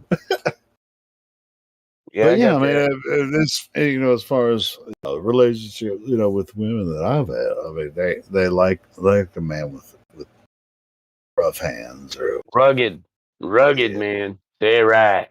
Mm-hmm. I reckon they love me. I reckon they Normally, I love don't a like. rugged man. They usually say they usually don't like hairy men. That's not true either. I know. I was like, what are you talking about? Men are supposed to be hairy. That's why they always play with your chest hair. Yeah. Yeah. They don't like hairy men. Mm-hmm. Yeah. Okay. Then again, I always make him shave my back. Can't reach that shit. How the fuck am I gonna shave my back? What the fuck? Big long back scratcher and some duct tape. Hand him one of those freaking what the hell are they? Muscle shells? And be like, do your worst. Like what? I actually shave my back did. with them razor clams. I'll tell you what. I mean, this was just a fluke kind of thing, but I did let my ex-wife freaking wax a portion of my back one time, and yeah, fuck that shit.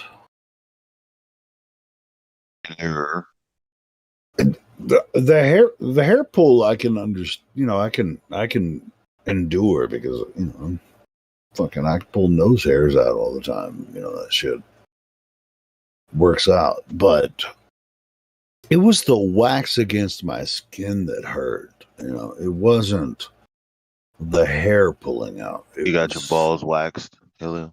No, I have. Have you? No. Holy shit! Makes for the yeah, I don't make porno. I don't make porno, so I don't have to. I use get my balls. I use Magic Shave. Once Shit, upon I got a some of time, I that. did. That shit But is I wouldn't- magic. Bro, my motherfucker, tell me I that wouldn't shit put that didn't shit on my burn your junk. ball sack. Hell no. Yeah. Magic. I got that shit. I I wouldn't don't put that even shit know on my what junk. that shit is, but it No, sounds they dangerous. got different strengths. They got sensitive. They got extra strength. What is it? Dissolve Yeah, your I hair? got the Bro, blue. that Yeah, shit it's like an air. burns. That Oh, shit burns, bro. Don't put What? that I shit got on the your blue one. junk. Don't put that And the shit gold on your one. ball. Are you I got talking the about powder. I Tiger don't have Balm? no Magic Shave. Oh White my people God. can't use Magic Shave. No, it's meant for your head, anyways. Oh, I made it work. I've made it work before. Is this my Bro, fault? Is the this burn my was fault that we're talking excruciating, about man. men's The balls? burn was I don't know. excruciating. Oh my goodness. Memories. Hey, Memories. listen. Memory. My wife's sister and her husband were fighting, right? And my wife's sister was staying at the house. We had extra rooms. I kept telling her to sleep in my sister's old room, but because it had all my sister's old stuff in it, she wouldn't sleep in there. She slept on a couch. So one night, me and my brother were getting drunk in the barn, and I said, "Let's go in and get some stuff to eat." And my brother goes into the bathroom and he comes into the kitchen and he's giggling his ass off. Well, my sister-in-law had a little bit of a mustache, right? And I said, "What the fuck's so funny?" He said, I put Nair on your sister-in-law's lip. I was like, what? No, you didn't, man. You're fucking around. He's like, yes, I did. And I go out there. What? While I was sleeping? While he was sleeping, he put Nair on her lip, and he was just gonna leave it there. Like, dude, she'll wake up with that shit burned. So I go out there and I dab it off, and then I get all paranoid, and I'm like, man, I gotta put some aloe vera on that bitch. That bitch is gonna wake up dead in a motherfucker. Yeah. Put aloe vera on it, and I stepped back and I just looked at her, and she sat up and looked at me, and she said, Oh "What's up?" my! She said, You "What's guys. up, Mike?" I said, "I Go thought I ahead. heard something. Is there somebody down here?" And she said, "No." In the morning, this bitch at breakfast was rubbing her lip and just staring at me and my brother like she wanted to kill us both. I was like, I was just staring at my plate. Oh Like, my god! Yeah, because once blaming you this put that on shit you. on and leave it Just for when I like, thought Michael didn't have another good story. Holy shit! Hey, there's no, it's endless, bottomless stories. as soon as my brother left, I blamed it on him too. I said, I know what you're mad about. My brother did that shit last night, and I wiped it off and put some lotion on it. She said, well, I'm glad you did that. I was like, So I'll be in the that was the barn. end of it. She didn't fucking punch him in the mouth. Put that Oh shit no, on her lip. she got my brother back. I bet. And what? How That's did she great. get him back? That's great. That's another story for another time. Look at that old shit, Joshua. He asked her to get a beer once, and she got him a beer and put this hot sauce all the way around the fucking tip of it. That was just joke hot sauce I had. We didn't use it on anything. This shit was hot as fuck, and it was fun. Devil milk. It was funny. This Oh, shit yeah. burns the shit out of my skin. I bet it does. I don't use that shit. Fuck, I'll shave with a razor first. I think I used it twice. I tripped my buddy out because I was shaving with a spoon. He's like, "How the hell are you doing that?"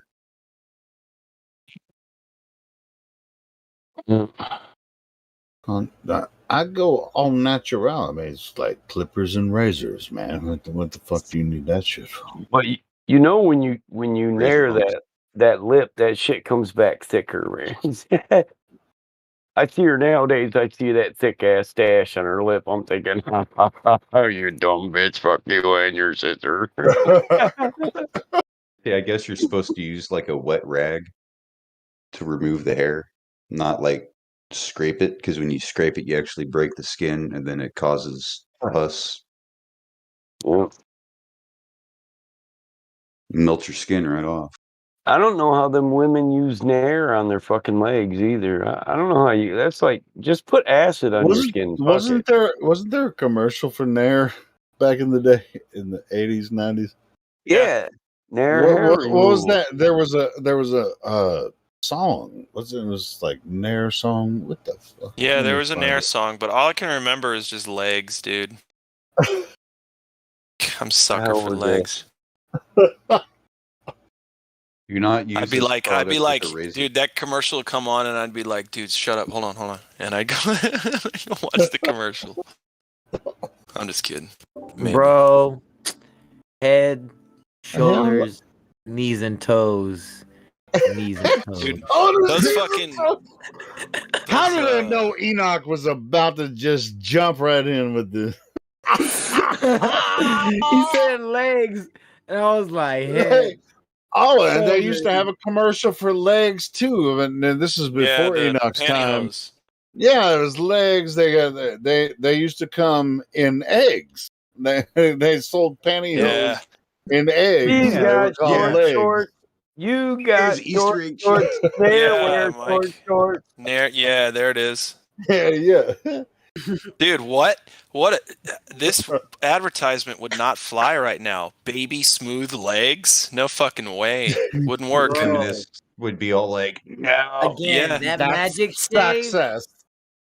Don't you dare wear shorts and Nair wear shorts. Yeah, that's Dude, the tune. That's the the one tune. in the yellow it has a bulge. Look at this. Bro. Dude, Wait, I got a gift for that. Oh no. Oh my goodness. Almost looks like the one in red does too, god damn it. This is horrible what I'm seeing. Wait for it. Where's the penis? gift? Oh, that's the penis. That's the penis. Oh my god! Look,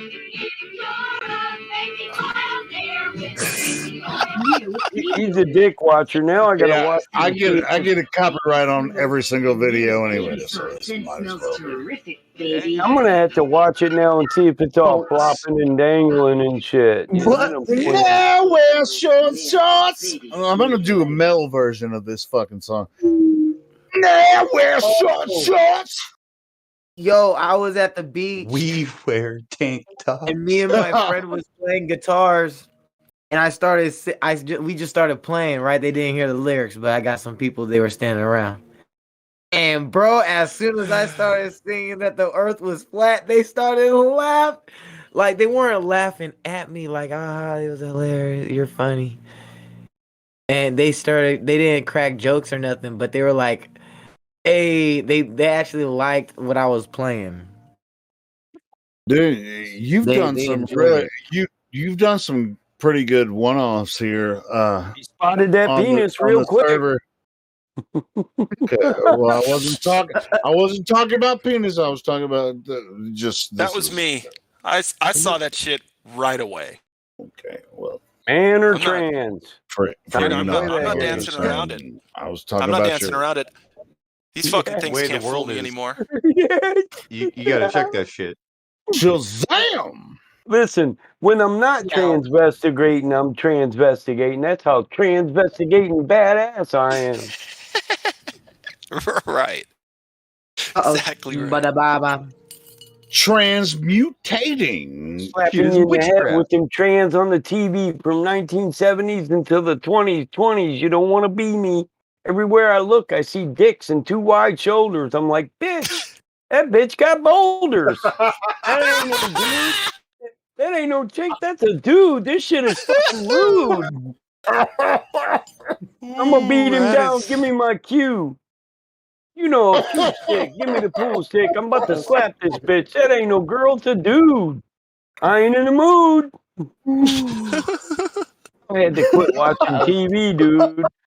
The first time I seen one where they went all the way back to Marilyn Monroe, and I was like, wait, hold the motherfucking phone. I've been a hustler, penthouse, faithful motherfucker since the 70s. I was like, no, I went back and looked through it. I was like, no, I didn't. This motherfucker here could fit. Look at them broad ass shoulders. This motherfucker got bigger guns than me. Look at this linebacker, son. I know. I was like, man, fuck Hollywood. Hey, you know what though? You know why it makes us angry is because we do appreciate the female figure, the true female figure. So when we see these fucking monsters, it pisses me off, man. Yeah, that's a good point. Yeah, it pisses me off too. Yeah. It's like, why is her ring I had to finger realize longer than her index finger? Yeah, I had It's to a realize man. Hugh Hefner was not a pimp. He was a queer. Oh God. Oh my God. It makes me nauseous just thinking about the parties that they were having. Oh, dude. Well, to be honest, a lot of these sex people, I mean, it doesn't, they're not hetero, in that way. They're just they're everything. They're they're trisexual. They'll try anything once. Keep your dog locked up. Yeah. I'm telling you, dude, like 3 people in Michigan done been in the newspaper for going to prison for having sex with their dog. I'm like, what? What? Yeah, and those are only the ones that are getting caught. Right. I'm outright telling motherfuckers that work on the farm now, you catch a motherfucker having sex with the animals now, you beat the fuck out of them. I got your bail money.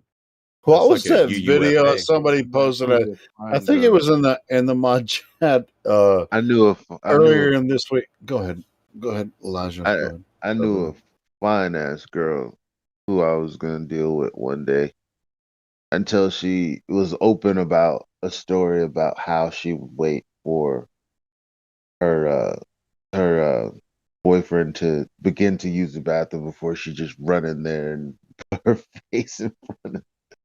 And I was like, that's kinky as hell, but she's pretty as hell. And it wasn't until she was like, I had a dog who I would let, lick. And after that, I was like, oh man. And that was like one of the first times outside of uh it being on the internet. It was the first time I was like, oh shit, there's really women out here like in proximity that really fucking do this stuff. And it blows my mind, man. Like it's so if they could go that far, then it's like, well, actually, what about the animals that don't want to do it? That's fucked up. Yeah. People are just taking Hey, advantage. that's when them nasty bitches get out the peanut butter. I've heard stories. That's why the Hey. Israelites were commanded to wipe out the Amorites. As I was at the beach today, I mean, not only did we play guitar and everything, but I confronted this guy that was taking photos of the sun. And I started asking him questions. I said, the curvature of the earth? And he just started giggling, bro. He just started laughing straight up. He's like, no, I don't. I said, oh, it's 3,958.8 miles. And he says, oh, okay. And I was like, so when you look out there, bro, he's like, yeah. You see the curve? I said, look in all directions. Look up all over there, all over there. Do you see any curvature, water bending? He says, nah, it's because of gravity. I said, gravity? I said, which gravity are you talking about, man? And then he started talking about mass attracts mass. So he's talking Newton's law. And then I started explaining him about it's Newton's theory. And then I said, well, then I said, No, big people should have it's their own. Newton's dreams. That's what it Oh, was. it's Newton's dream. Fever dream. Might as And well bro, be. as soon as I started talking about gravity, I'm sorry, Helio. No, But as soon as I started talking about gravity, bro, this dude, and I went off on him about gravity and Einstein's theory. Like, I just started talking about it. He got so, like, he looked at me weird. He was like, all right, man, I'm about to go. This is time for me to leave. I was like, oh, he was so mad. And he started like looking at his phone and started texting. I was like, dude, this guy got angry. And I was like, oh man. Yeah, at the end of the day, here's what people like that. I mean, I'm not saying that dude is the same as everyone else, but no. This idea of gravity, I'm going to say, well, it looks flat, even though it's not, because of gravity. What? I know. I was like, don't get me started. Don't start talking about refraction. I know. Well, I mean, they're going to make excuses after that, but that is the ultimate excuse, right? I mean, even though the Earth looks flat, it's not because of gravity, and that's and then they can make every other excuse beyond that. So, Hold up. What's that song called? Took the step to the left, and do you know what song I'm talking about? Hold up. It's it sounds familiar. Take a step to the left and take a step to the right. Put your hands on your hip and do the pelvic thrust, and then put your No, I don't know that one, but I know it's called that the time warp. Time warp. No. Let's do the time warp. No, I was thinking of the hokey pokey. I was thinking of the hokey pokey, but anyway, it doesn't matter. I'm just anyway.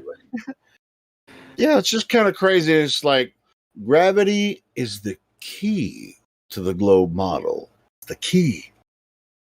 Right. And I was trying to get at the time warp was the gravity that he was trying to talk about.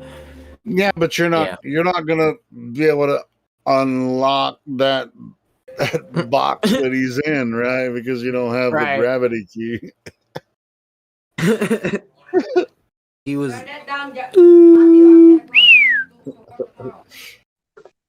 Fucking Mana. Hey, damsel medic. Hi, Helio. Hi, What's Demsy. happening? Did you get home okay? I'm good. Well, we're here now. Chilling like villains. We had a good time tonight, didn't we? We certainly did. Hey, Enoch, did you know I met Damsel Medic tonight in person? Nice. No, I haven't. Okay, well, now Hi. you know. Have you ever Hi, talked to Enoch. You ever Hello, talked to Demsy. Damsel before? You guys have I talked to before, haven't you? believe we have. Came across each other before. Yeah, we have. We've talked off and on all the time when together in groups, I guess you'd call it. Yeah.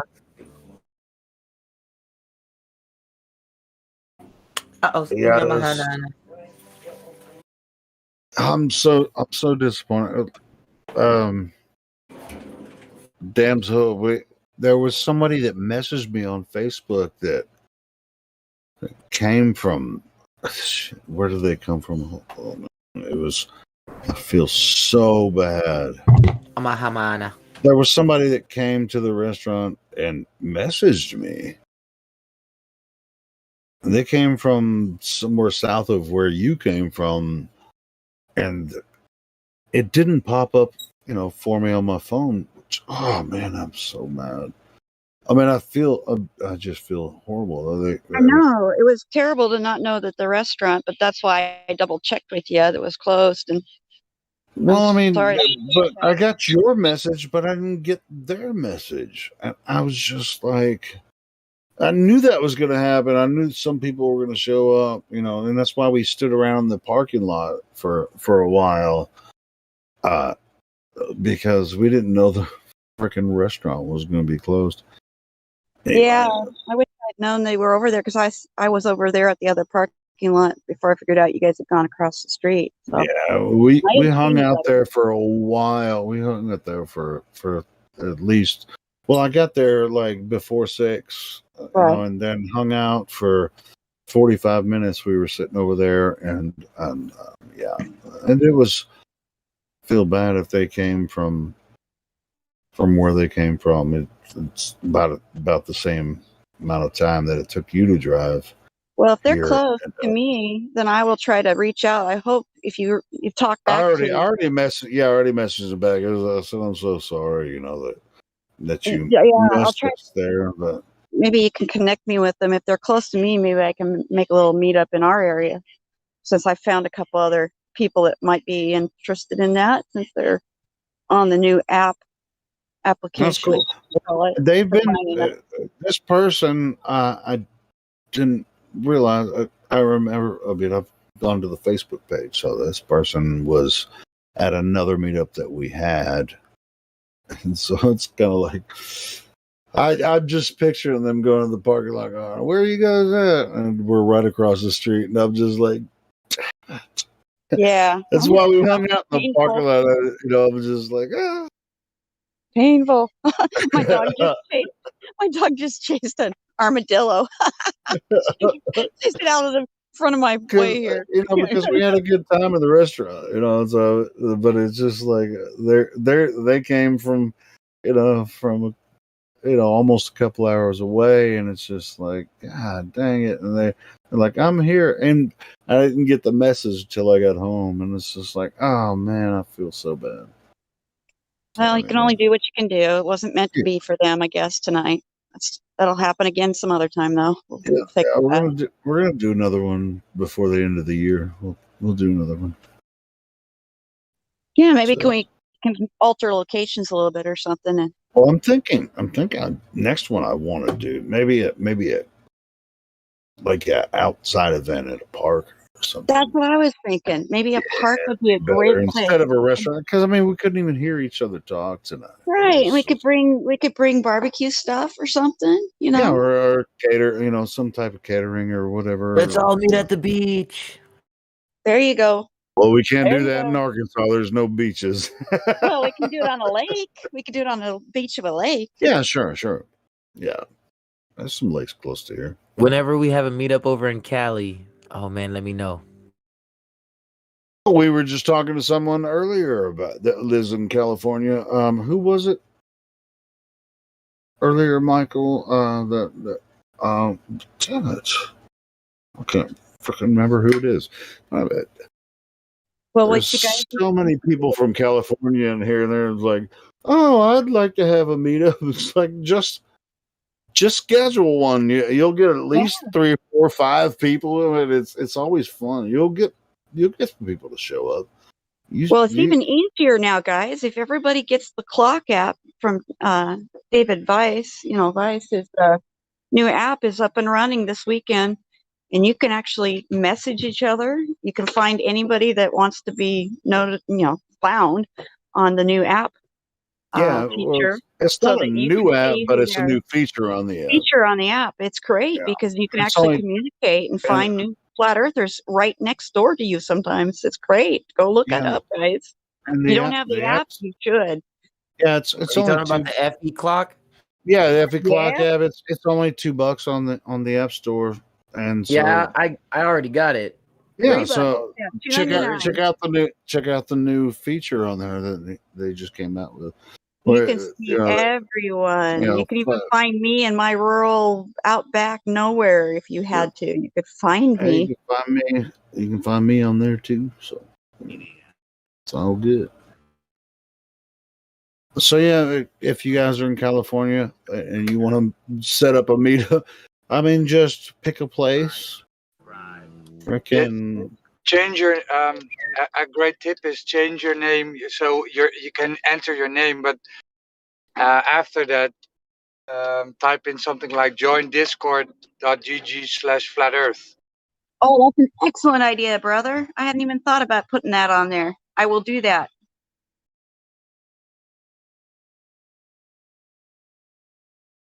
Yeah, that's what I advertised- did. Yeah, I They're advertised tonight. Somebody that was at the meeting didn't even know about our Discord group, so I was talking to a new lady that she hadn't heard of us, and see, none of those guys know about. They don't know. Well, Randy knows about our YouTube channel and Discord, but but the other people didn't. They don't necessarily listen or follow the Discord. Yeah, it's not a bad idea to go ahead in that'd be a the great idea. name. Just go ahead and put the Discord. Is that what you're talking about, Roger? Yeah, you can put in a new name on the app feature. You can go in and change your name, so you can use your screen name. You can use your real name if you want. You could put a detail like the Flat Earth 24/7. That'd be great. I think I'll do that. Yeah, I just have like Roger and then space join join discord.gg/flat earth. That's my quote unquote name. So that's in your name. Yeah. In Netherlands, if I scroll in, and zoom in on there, it's going to be Roger, and it's going to have discord.gg/flat earth. Maybe, yeah. I need to turn it on. So I'm now turned on. So the app is turned on. So yeah, you might find me. Well, I mean, when I looked it up this morning, I actually saw a lot of people in the Netherlands. I was kind of looking for you, but it's now on, so you could. I can't wait till the whole plane turns blue.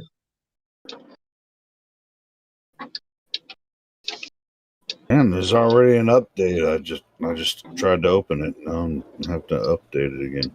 Yeah, I've got to update mine again, and I don't have my locator on right now, but I'll do it again. Clicking update, and it keeps going to update.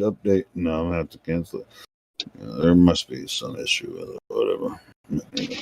So I'm gonna go to Netherlands to look for Roger. Yeah, I'm close. I'm close to Breda now. That's in the southern part. What's the name of your home? Town? No, I'm now driving in Breda. How do you say that again? I can't quite hear what the pronunciation. Breda. Verda? Breda, yeah. Breda. Breda, yeah. Breda. That's where I'm I would just say it's Very bro cool. your mama. Let's just call it bro your mama. That's what I would say. Us poor Americans. It kinda, I'm just playing with you, Let me Roger. make a screenshot where I'm at. Hell just happened.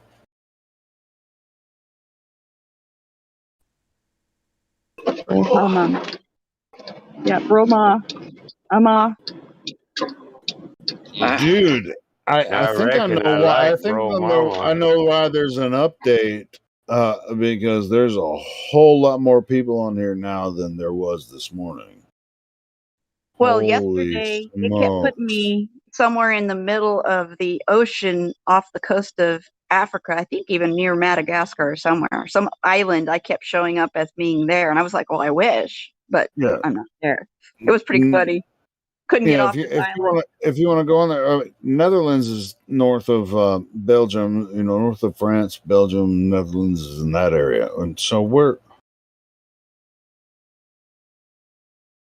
and there's a shitload of people in the Netherlands. Which one are you, Roger? Like I said, I can't wait till the plane and all the continents and everything go blue. Can you imagine what it'll be like if it spreads like wildfire with this kind of an application feature, and we can start seeing how much flat Earth is growing? Because that's one of the things that'll kind of be able to be seen visually. Unless It's better than the CDC spread of the TV map. we're all being welcome to my world. unless we're being tracked now. Oh well, you were anyway. So you're being tracked anyway. What the fuck are you talking about? So who cares? Are you already know. paranoid? He is, but that's okay. But it's already happened, so you can't stop that. That's not happening. Shoot, every time you use a debit card or you do anything in a store, you're being recorded and tracked. I mean, come on, guys. You can't get away with it if you interact. Shame on you. You tracked me twice. You tracked me again in the third time. He's still tracking me too on the fourth time. Oh, that was good. No, I don't know. I really was Can't excited track when me I heard again. him. Track me twice. I'm gonna lead you to slaughter. Say this. It's like technically this is like this is how we, it's a faster way of finding people that want to find you, and it's like you got the app right, Elijah? I don't have it, but I'm gonna get it though, just because of this feature. Yeah, it makes it worth every penny. For only $3, man, you can really reach out and touch somebody now. So you guys are on them hookup sites then, huh? We're on the what it is, right? That's how I feel. It's the Flat Earth Clock, Zodiac Clock app. It's awesome by Blue Water Bay. This one here is within 3 miles of you. Helio, I sent you a DM, Helio. On the app. No, I think on Discord. Oh, okay. I won't join them apps in case government people want to start rounding up, flat earthers. I'll kill a motherfucker they try to put me in a camp, but that don't mean I want to right now. They already know where you are. You can't get away. You're a farmer. They definitely know where you are. Oh, they also know the type of person that they could not control in a FEMA camp, right? That's right. And you would be one of them. I don't think I'd be a candidate for that camp. They'd come for assassination. It's just crazy. Ain't nobody in France on this app, but there's a shitload of people in Netherlands. You're Well, gonna put me. France for some reason isn't showing it then because I know several people in France that are flat earthers that have the app. There's a couple, but I mean, if you were in a military state of mind running the camp, would you put a combat trained and combat, baptized veteran in with a bunch of fucking Not unless therapists? you're stupid. It'll be like the Great Escape, man. That's what we're supposed to do. We're supposed to do that. Yeah, I'd break the first person's neck and then stab the rest of them with their neck bone, right? With a jawbone of an ass. Takes them all out. Go Cain and Abel on them. You're doing biblical on them, right? Hellfire and brimstone. I am my brother's keeper, Lord. Yeah. I want you in my camp. Please. Right, because we ain't gonna be hanging out long. Exactly. That's why I'm hoping we show up in the same one. That'd be awesome. Just can't see if they put this much thought into it, why they would even try to camp any one of us unless they thought they could dope us up, I think they were hoping. I think they were hoping that a lot. Like, what do you think all those vaccinations they made us take in the military were trying to do? Yeah. I see you, Roger. Wait. What were they? Wolf syndrome. What were they trying to do with that? You think? We were the guinea pigs for what you're doing now. What do you think? I saw some stuff as a medic that we gave that I can't even tell you what it was for or what it was. It just had a letter. Yeah, it's for the quick name. on the spot. You're gonna take it or you're not. Make your choice. You don't get a choice. You signed away your right to choose. It's either that or go into the brig or whatever they call your particular jail in your military group. Yeah, I was there when we first hit. There were a few that we had a choice on. Very few. Take the pill. My CO said, straight up, take it or you don't. I don't give a fuck, but I need a signature. Yeah, I told I didn't tell him officially, but I told him, well, I'm giving you this pill to take daily, but you can decide what you're doing. Just let me know that you've got the box that's signed off. That's all I cared about. Most of us didn't ever take them. I never took them. Yeah, that's why I don't get a check for Gulf War syndrome. I hear you. I get a check for Gulf War for this one. They're still classified as Gulf War for what I got, even though I wasn't in Gulf War particular. It's just the area or the region. Yeah, they blame it on the region. Yeah. They do. And it's still covered for all of us that were even over there for whatever reasons. But it's only the region because we're based and posted up in the region. Same with Vietnam vets for the Agent Orange. They have to prove they were in the certain regions. That's why the Blue Water Navy guys who were exposed through the water tanks of their ships can't seem to get benefits. They can't get their benefits. They won't give it to them because they didn't actually have what they consider a real exposure because they weren't in country, boots on the ground. Yeah, I watched that Eat My Uncle Inside Out. Kidney transplant, open heart surgeries, all the way to the what's that thing that zaps your heart every time to keep it going? Pacemaker. Yeah, pacemaker. And then he finally gets, a certain payoff and non-transferable payments. So if you die, you don't get no more. Your family don't get no more. So yeah, they rob you of your life, rob you of your ability to earn an income, and then won't even let you pass it on to your kids. Yeah. Yeah, for 25 days he enjoyed his benefits, and then he died.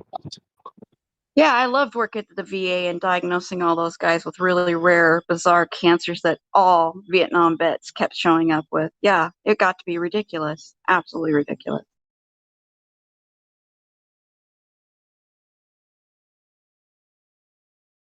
My damn dog wanted to argue with the cat.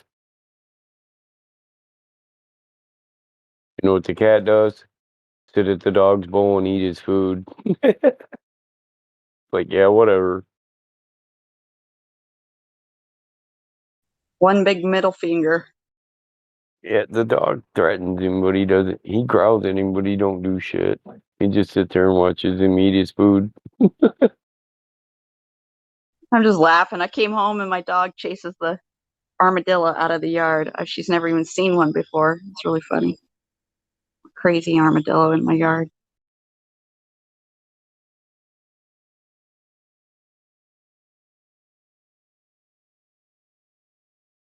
I played a Nair commercial thing from the 70s, and Glatphobe says, "Look, that one's got a bulge." A chick dancing on some stairs. Are you serious? In the Nair commercials? Boy, those I remember those. Those were like full of the ones that we made fun of. We made fun of those Nair commercials. I even remember, I think, the jingle a little bit. There was a jingle that everybody used to sing.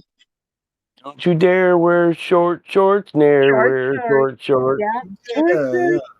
So here, I'll help you out here. Look, here, I'll screenshot it for you.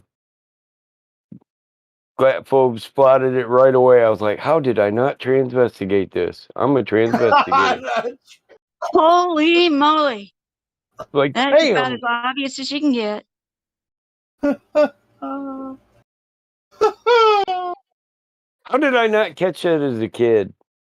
That's what I I'm don't wondering. know. I don't know, because I tell you what, those were real popular commercials. I remember in junior high, waiting for the next version Nair commercial come out.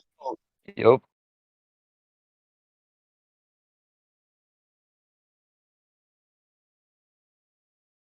And here we thought this was something new.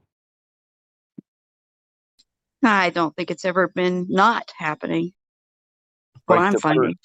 the first successful full surgery was done in the 60s. That means that, they were putting boobs on them and all that other stuff long before. Yeah, they had to do trials long. So that, that's usually a decade before they even go public with a surgery out of testing. It usually takes a minimum a decade. Yeah. So they at least that long. They had 20 years of playing God with the genders. Or more. What is this? What was the thing about the short shorts? If you dare wear short shorts, Nair for short shorts. I mean, really, it's the Nair would be more for bikinis, not short shorts. I don't No, know. I get. Well, it was more about the legs. I mean, not the. Maybe I'm overthinking it. I Hey, don't did you wear Daisy Dukes with them hairy ass legs you got? no, I never wore the Daisy Dukes. I was thinking about women. I don't. Well, never even wore women, those. it's not kosher, I guess you would say, to be showing off the certain hair. Yeah, sure, and that's what I was saying. Of course, women was shaving their legs. You can use Nair on that, but I don't know. I guess I'm overthinking it. Yeah, I was thinking about the bikini thing, whatever. But Well, they never definitely went mind. for the bikini. Oh, They definitely Lord. showed bikinis on their commercials. They did have several that weren't shorts. They were bikinis. Is Glatphobe in here? It's like, how close Here, do you look. want to Hold up. Nair? Do the chin check, Glatphobe. Here, look at these jaw lines. Chin check. 5 o'clock shadow. Tell me that's not a 90-degree slot right there at the top one. Yeah, I definitely think that is definitely not who they appear to be. Yeah, I agree. And I think actually more of them are. I'm looking at the front one and the back one, and it's like, Oh yeah, the last one. There's an Adam's yeah, apple. there's this. There. Yeah, the Boom, last bada one is bing. so obvious. It's funny. Yeah, see, I seen all this from the get-go, but I wanted to see if you would get there yourself.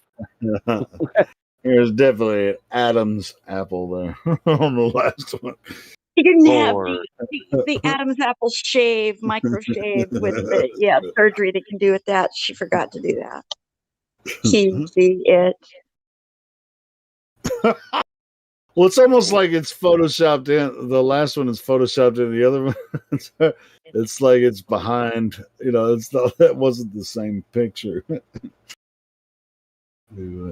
Oh, that's just it's a video. I didn't even watch the video. I'm just looking at the. No, it's a capture. There was I've taken care of. I've taken care of people who have chosen to alter themselves and want to be something else. I've taken care of actually quite a few patients that way, and I don't have a problem with people choosing on their own to do that. But to hide it, be deceptive about it, and then try to teach children that this is okay, it's such a wrong thing to do. And if you want to do stuff to yourself, fine. I don't care. But it never solves any problems. That's what I found. All those patients, not a single one of them were ever happy with what happened afterwards. They still weren't okay. They just weren't okay. They convinced themselves that change would help them fix their problem, and it didn't. Right.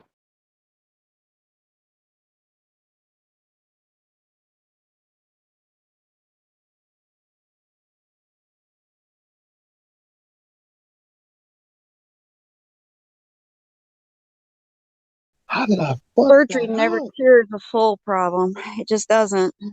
Just like drugs don't cure a slow problem. They just don't.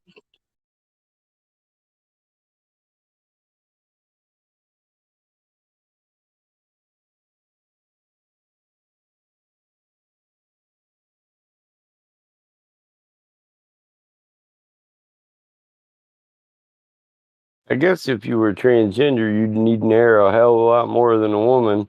I think that's what the commercial was actually for. Now looking back at it, brother. I know what I'm thinking.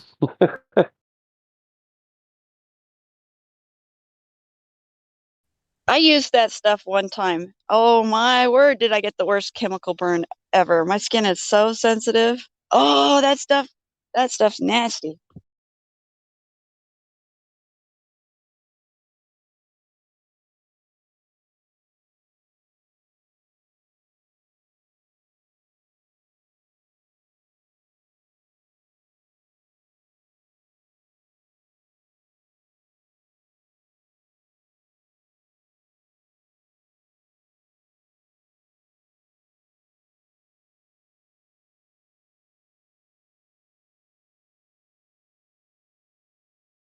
Another one was Neat. Remember that? NEET? Yep. I Saw remember that too. one. I remember that one. Yeah, neat. I think their spokesperson, what Dawn, whatever her name was, I think she was a tranny too. Dawn. There's the Pam, name. There you go. Pam, A name that goes both directions every time. yeah, Pam Dauber. That's what it is. Pam Dauber. Pam and Pam and Pam. Dawn is though. That's a two-way street there, isn't it?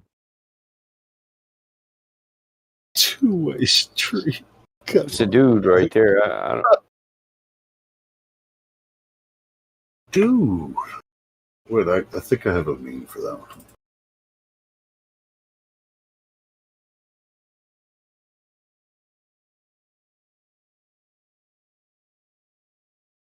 You can see. There's Daniel, and then there's Danielle. Michael and Michaela. George and Georgina. I don't know, but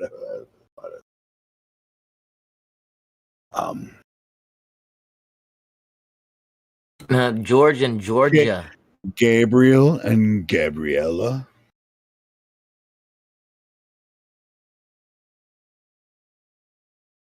I'm not touching the sexting guy. Somebody else tried to explain it to him. The last 4 people I've tried to explain it to, they just it's either the way I present it or What are you talking about? The or something sextant? else. Somebody's arguing against about the sextant? What? No, he's asking, can anybody explain to him how to use it? How to use a sextant? That's what I said. Yep. Yeah, well, you can You can Dang. you can fucking Google it. You can hold it in your hand, and you can look. No, you can't hold it in your hand.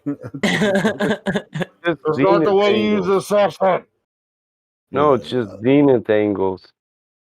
Yeah, yeah, exactly. Yeah, you just You know, sailors aren't always the brightest people, and they can use one pretty easy. It's really not that complicated.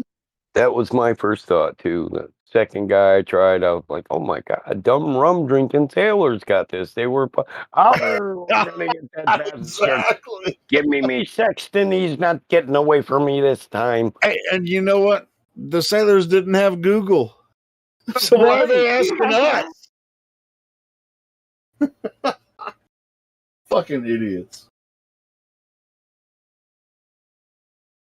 It's just 360 degrees with azimuth of whatever your, celestial object you're using for coordinates. You know the time, date, and month that you leave. You should know where each constellation is, where the Big Dipper is. Yeah, and I'll tell you what. Where the North Star is. If you can't see the North Star, Well, if you use a sextant, you're actually planning on traveling somewhere, right? Yeah. Ships don't use sextants anymore. That's kind of ancient technology. They use GPS. All right, so but I mean, it's important to know how to use it. If you're out there somewhere. There are some people that still sail about the world and use one. Sure. All ships have them on them still, and they are trained how to use them. If you're in navigation, Of course, you will get trained. You're definitely gonna have to learn it. Merchant Marines, yep. But you can actually learn it without being a Marine or a Navy. Merchant Marine isn't a Marine. You can actually just pull up the Wikipedia page and it'll tell you how to use a sextant. Yeah, they're not meant to be complicated. Do you need flat earthers to tell you how to use a fucking sextant? That's fucking retarded. You need to account on curvature when you use sextant. We got to What was that? remember too. How else did they navigate Do you the need entire realm? Do we need to account on curvature when we use sextant? It won't work on curvature. It wouldn't work if you tried to use curvature. You have to have a 90-degree angle. You cannot do it with a curve. You would actually be so far off your targets, you'd get lost. You wouldn't be able to find your way home. You'd be stuck. And sextant is using a flat plane. And that's the problem. People don't seem to realize that's how they navigated this whole realm way back. Not For just how at long? sea. And Not with it just at being, sea. yeah, they would have been lost. They would have never been able to get home. If you really want to learn how to use a sextant, join the Merchant Marines. Yeah. And I want to point out a Be on merchant those big marine is not a marine. They're mariners. They're just the workers on the ship. Well, there's civilian mariners. Yeah. They're just not in the Marine Corps. Right. They're just sailors. They're not in the Marine Corps. Yeah, it's not they can run a military. federal ship. Yeah, it's just not They're not a military. military Marine. No, they're a merchant. I guess you could always learn to navigate a sailboat. I think they call them schooners. You can learn to celestially navigate on land. You don't have to be on sea. Dead Reckoning. Oh, I know that. Yeah. On land, you have to worry about I learned it. Valleys. Shit. Well, yeah. But you also, it gives you your headings.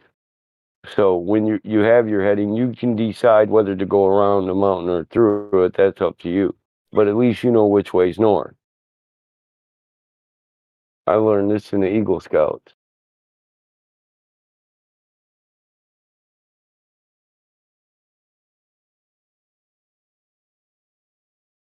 I also learned survival in the woodland survival in the Eagle Scout. People in the Marines are like, you're gonna take that jungle survival. I'm like, dude, I lived in the woods for a week as a fucking Eagle Scout. Hell yeah, I'm doing that. You're not, pussy. Eat a couple bugs. What? Really? What? Some grub's gonna kill you. You know they put earthal bait in most of the hamburger you get. Oh wait, you didn't know. Hope you like that summer sausage. That shit's 60% earthal bait. And salt. We say salt them crawlers up for you. Actually, they use red worms because it looks similar to beef. I always thought they used mealworms like burger. Yeah, red worm is a mealworm. Yep, you're That right. shit don't taste right. In reality, they're probably putting goyim children.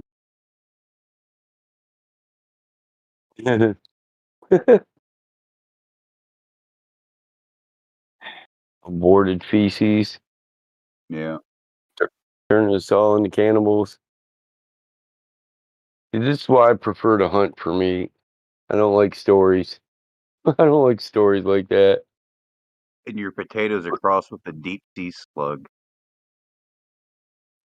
Your what? Potatoes are crossed with the deep sea slug. This was back when I was in grade school. So that they can grow it during the wintertime and not have to worry about it freezing the ground and destroying the potato, because the deep sea slug produces a type of what the hell, like an antifreeze called glyphosate. Coincidentally, it's also the same chemical for Roundup.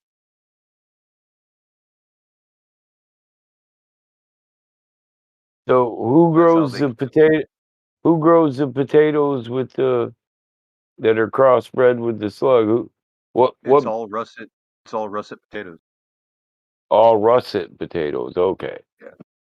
Like French fry potatoes. Yeah. That's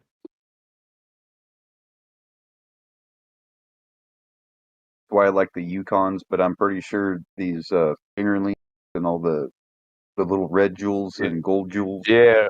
Those little potatoes, I think those are GE as well. Even though they say non-GMO.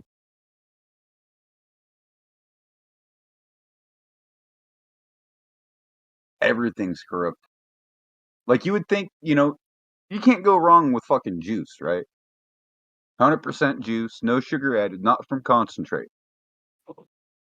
100%. It's only got to be. Yeah, it's only got to be so much pure to be called loaded with heavy metals.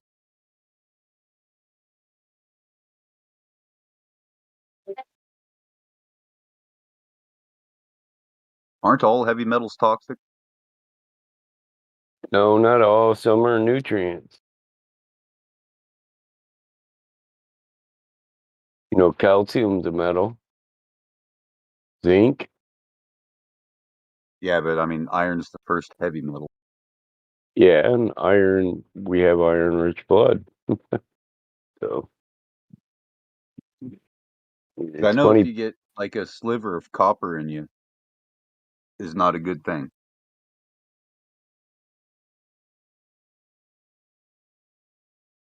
Actually, there's a disease that if you have an overdose of copper from a genetic problem, it can actually cause a ring in the eye that you can visualize, and that's how we sometimes can diagnose it before they even know they have it.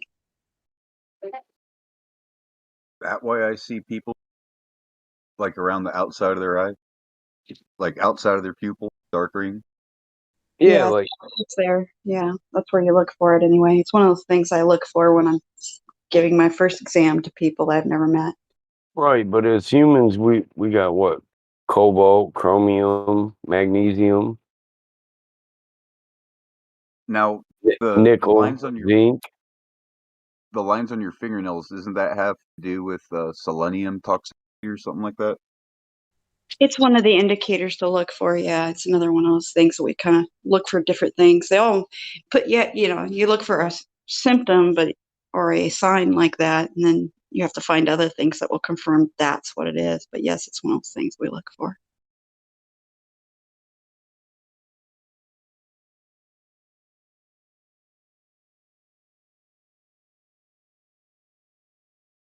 All I know is I got a cop my thumb. I was taking apart a bunch of air conditioners, scrapping that shit out. My thumb, my thumb swelled up like a plum. Shit hurt. I bet it did. Those are always all kinds of injuries. And it wasn't even that big of a sliver. Better your thumb than an eye, though. I hate seeing metal in people's eyes. That's always a bad one.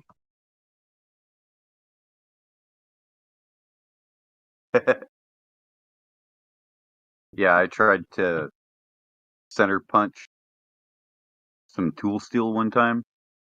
One word, no glasses, wasn't thinking about it. I fucking smacked that punch with a hammer. A piece of that hardened tool steel, like, sparked off and flew in my eye. The only thing I saw was the spark getting brighter and brighter, and it hit my eye, and all that hurt. But it didn't penetrate it. You were fortunate, but yeah, those eye injuries are extremely painful. Yeah, I'm real fortunate. I caught a BB on my forehead, missed my eye by about 2 inches. I have pictures somewhere of a guy that I took care of in Iraq that had a miracle injury. He was an EOD tech, was hiding behind a Humvee, and they were setting off some munitions that had been found and were destroying them. And they were more than 800 meters and behind protection. Somehow a piece of shrapnel got around all that, and he was hit in the glasses. We were lucky. We were all deployed with Wiley X ballistic glasses, and he was wearing them, thank God. Scratched the glass right where his eyeball was and cut his eye above the frame of the glasses, or cut his eyelid, I should say, and missed taking his whole eye out. And he even still had the piece of shrapnel. I got to send it off with him because we were supposed to actually keep every piece of shrapnel, and he had part of it stuck in him, and we're supposed to not give it back to the guys. We're supposed to send it in for study. It's really stupid. So I gave it to him anyway. I took pictures of it because he wanted me to take pictures of him and his face, and the glass is all scratched and mangled and shrapnel. But I got the pictures somewhere. I'll have to look up and see if I can still find them. He wanted to send them to his family, his wife and such, to show her how lucky he was.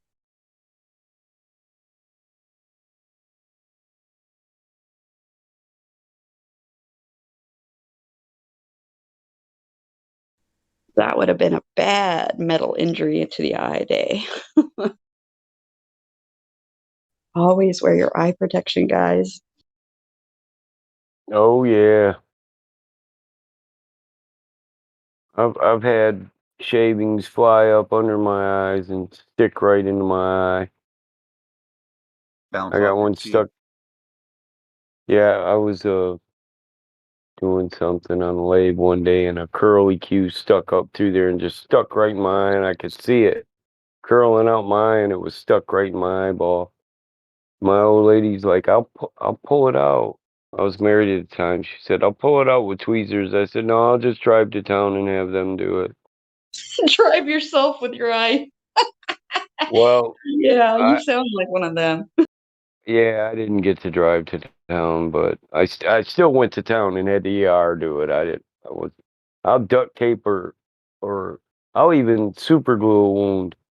You know, yeah, I'm one of them guys, Yeah, I can tell. I'll steri strip it. Yep, I'll steri strip it and glue in between, and then once I think I got it thick enough, I'll take the strips off and glue where they were. But I made Take her about drive me a to town. 15-minute break and then go right back to work. Yeah. Well, when you pull something from your eye, you can rupture a lot more vessels than you need to. So I didn't want to do that and have blood lines through my eyes and shit.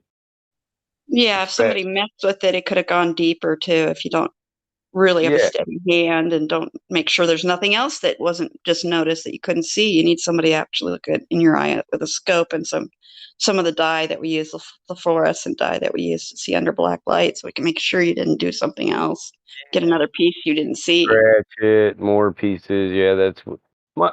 I mean, my old lady could have probably done it, my ex, but she wasn't in the medical industry. Damn it, she was the secretary. She run my business. You run the business well. We got insurance. Let the insurance do what it does. You know. I mean, I burnt my Look eyes at your welding. eyes. Your eyes are, I mean, do you really want to mess with your vision? Never. Never. It I've can got be great. I've got terrible. great vision. Yeah. Uh, I had shrapnel until I had my first MRI done in the States.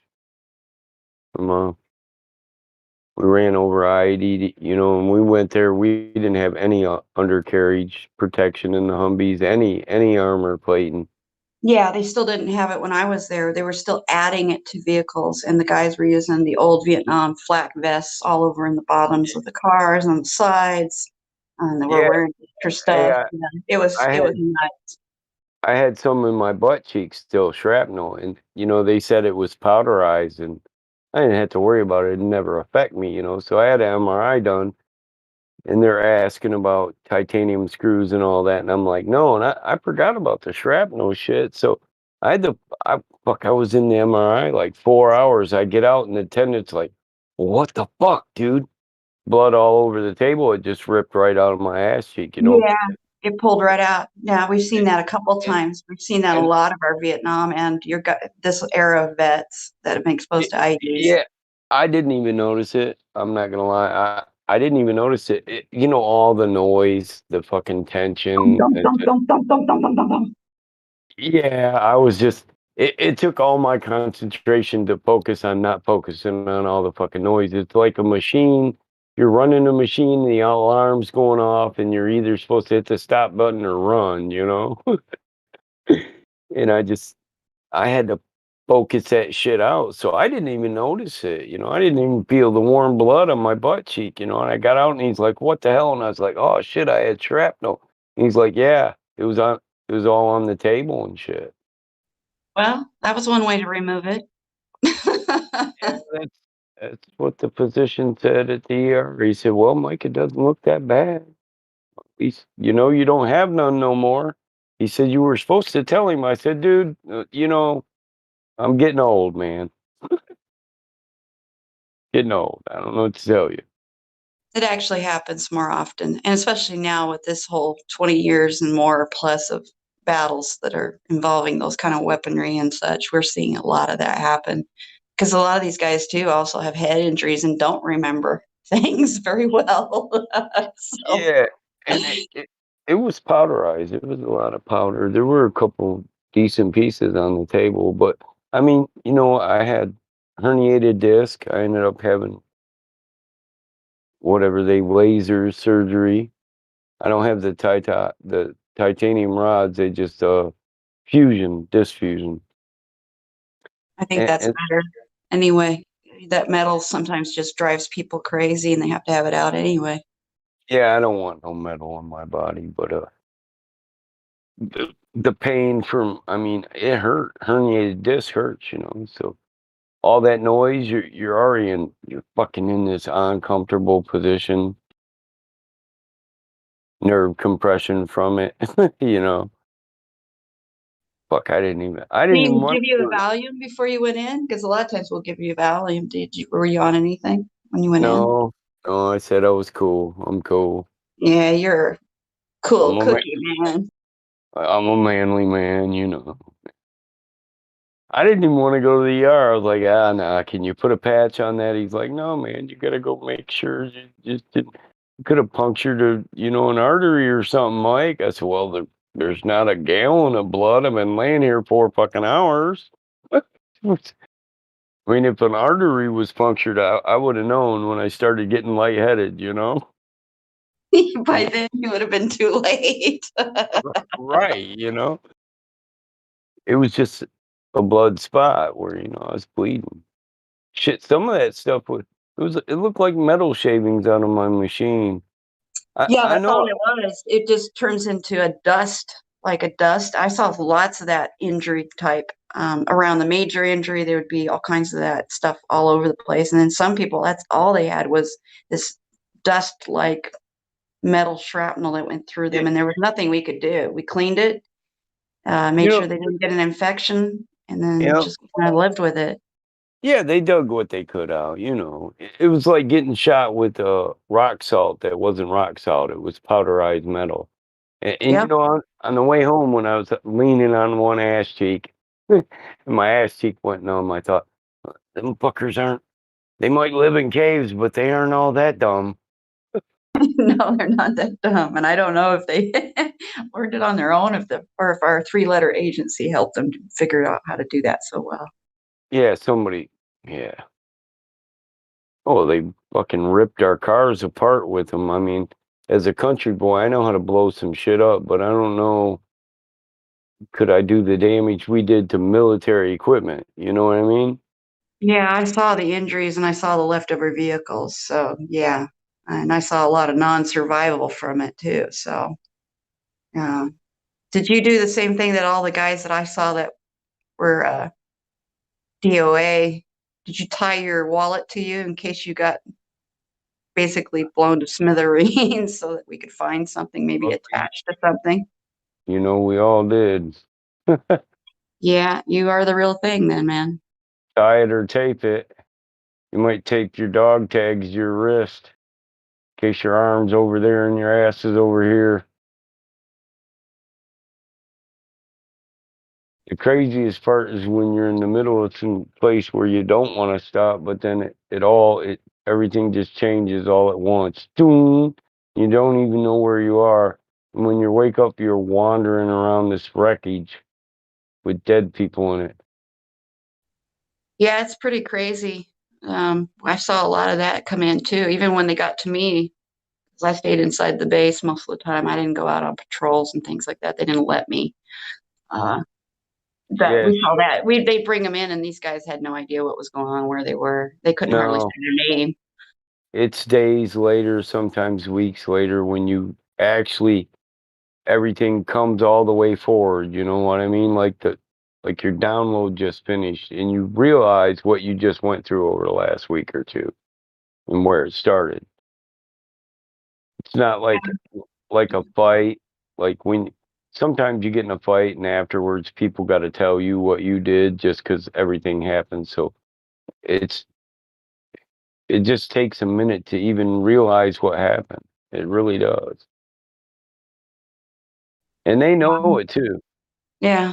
No, it's just pretty traumatic. Those injuries and those kind of those battles, well, they're not even battles, they're just boom and you're in it. You know, there's nothing you could do. You can't plan for it. It was craziness. I hated those mass casualties when I had those come in. I had one guy come in. He was sitting dazed for days in my clinic, in my ER, in my tents. He couldn't leave. He was just sitting there because he was the only one that survived in his vehicle, and his buddies were all done. They were gone.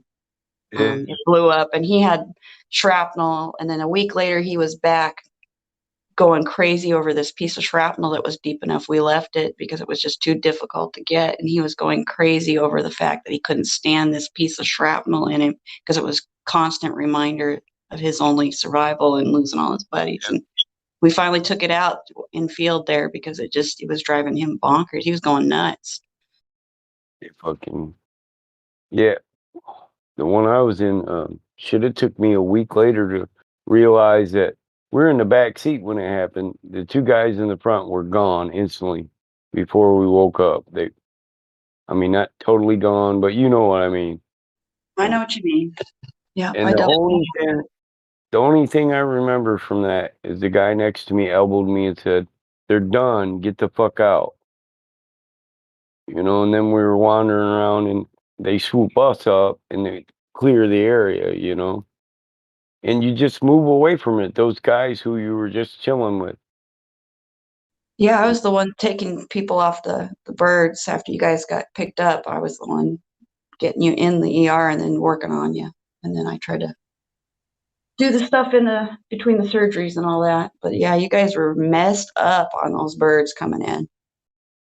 Yeah, and people don't know what they don't know what you go through in that. You don't know you're in there. You don't know whether you just want to get out of the medical and go back to it or never get out of the medical again. Or no, doc, just give me a big bottle of pain pills and I'm good. Most of the guys were like that. They just wanted to be back in it. And I felt that way when I left the country. I wanted to go back all the time. It was crazy. Had this huge desire to go back and felt like I wasn't finished. It was the strangest drive. It's a weird feeling because I never experienced that before where I wanted to go back into something that was not good and dangerous because I felt like I needed to be there. I was young. I couldn't even grow hair on my lip when I went there. At 18, I didn't have a mustache. I remember when I woke up, when I finally went back to detail, my first thought was, what the fuck am I doing here? Why am I even going back to detail? I was considered an old lady. They called me grandma a lot of the times because I was in my early 30s, 32. So, but yeah, you could 17, 18, 19-year-olds, a lot of them. Yeah. Should I got a picture of that. But yeah, my mom was proud as hell. But when I look back at it, I mean, I don't hold nothing against my parents, but I think my first thought is I'll never send my kids at that age to do it. My oldest daughter, she did, and that kills me. That's my baby. That's my first girl. Daddy's girls, mama's boys. Yeah, it killed me to know that somebody's child had passed before they even did. I knew about people's deaths before their parents did, and as a mom, that crushed me while I was in the country. That was the hardest deal. I think that's what drove me to want to go back, is I wanted to be there, to be the mom of a lot of these guys. My mom was proud as hell, but my dad was always mad. And even on his deathbed, I didn't realize, why he was so mad until my first daughter said, well, I'm not going to college yet. I'm doing like you. I'm going to go in the Navy. I'm going to be a CB. I'm going to be a Navy engineer. Then I realized, like a week later, I said, my dad knew better than war. My dad was a full-blooded native. He believed in the Great Spirit. He didn't believe we should be killing each other. You're gonna go across seas, man. Those people over there ain't no threat to us. They're not here. They're not threatening our nation. Yeah, he's absolutely right. And that's what I found when I got in country. I didn't have any hate for anybody even when I went, before I got there. But I even felt that more when I met the people and realized how much they were not wanting anything to do with what was going on. They had never been involved. They were not part of it. They were just normal, everyday folk, just like us. And a lot of them were actually Christians around where I was at. We actually had ancient group near where I was at, Christians have been there all the time. And so they were so similar to us. It was like, what the hell? Well, it's a holy land, it's scattered with people from all kinds of religions, all walks. Yeah. Yeah. And they're just normal people. And I had no problem with them. And I don't think any of them had really cared anything about us, had no thought of us until we showed up on their doorstep, breaking their homes down in the middle of the night to threaten them with all kinds of problems in the middle of the night, making their wives and children scream and hide. It was so much fun to see that going on.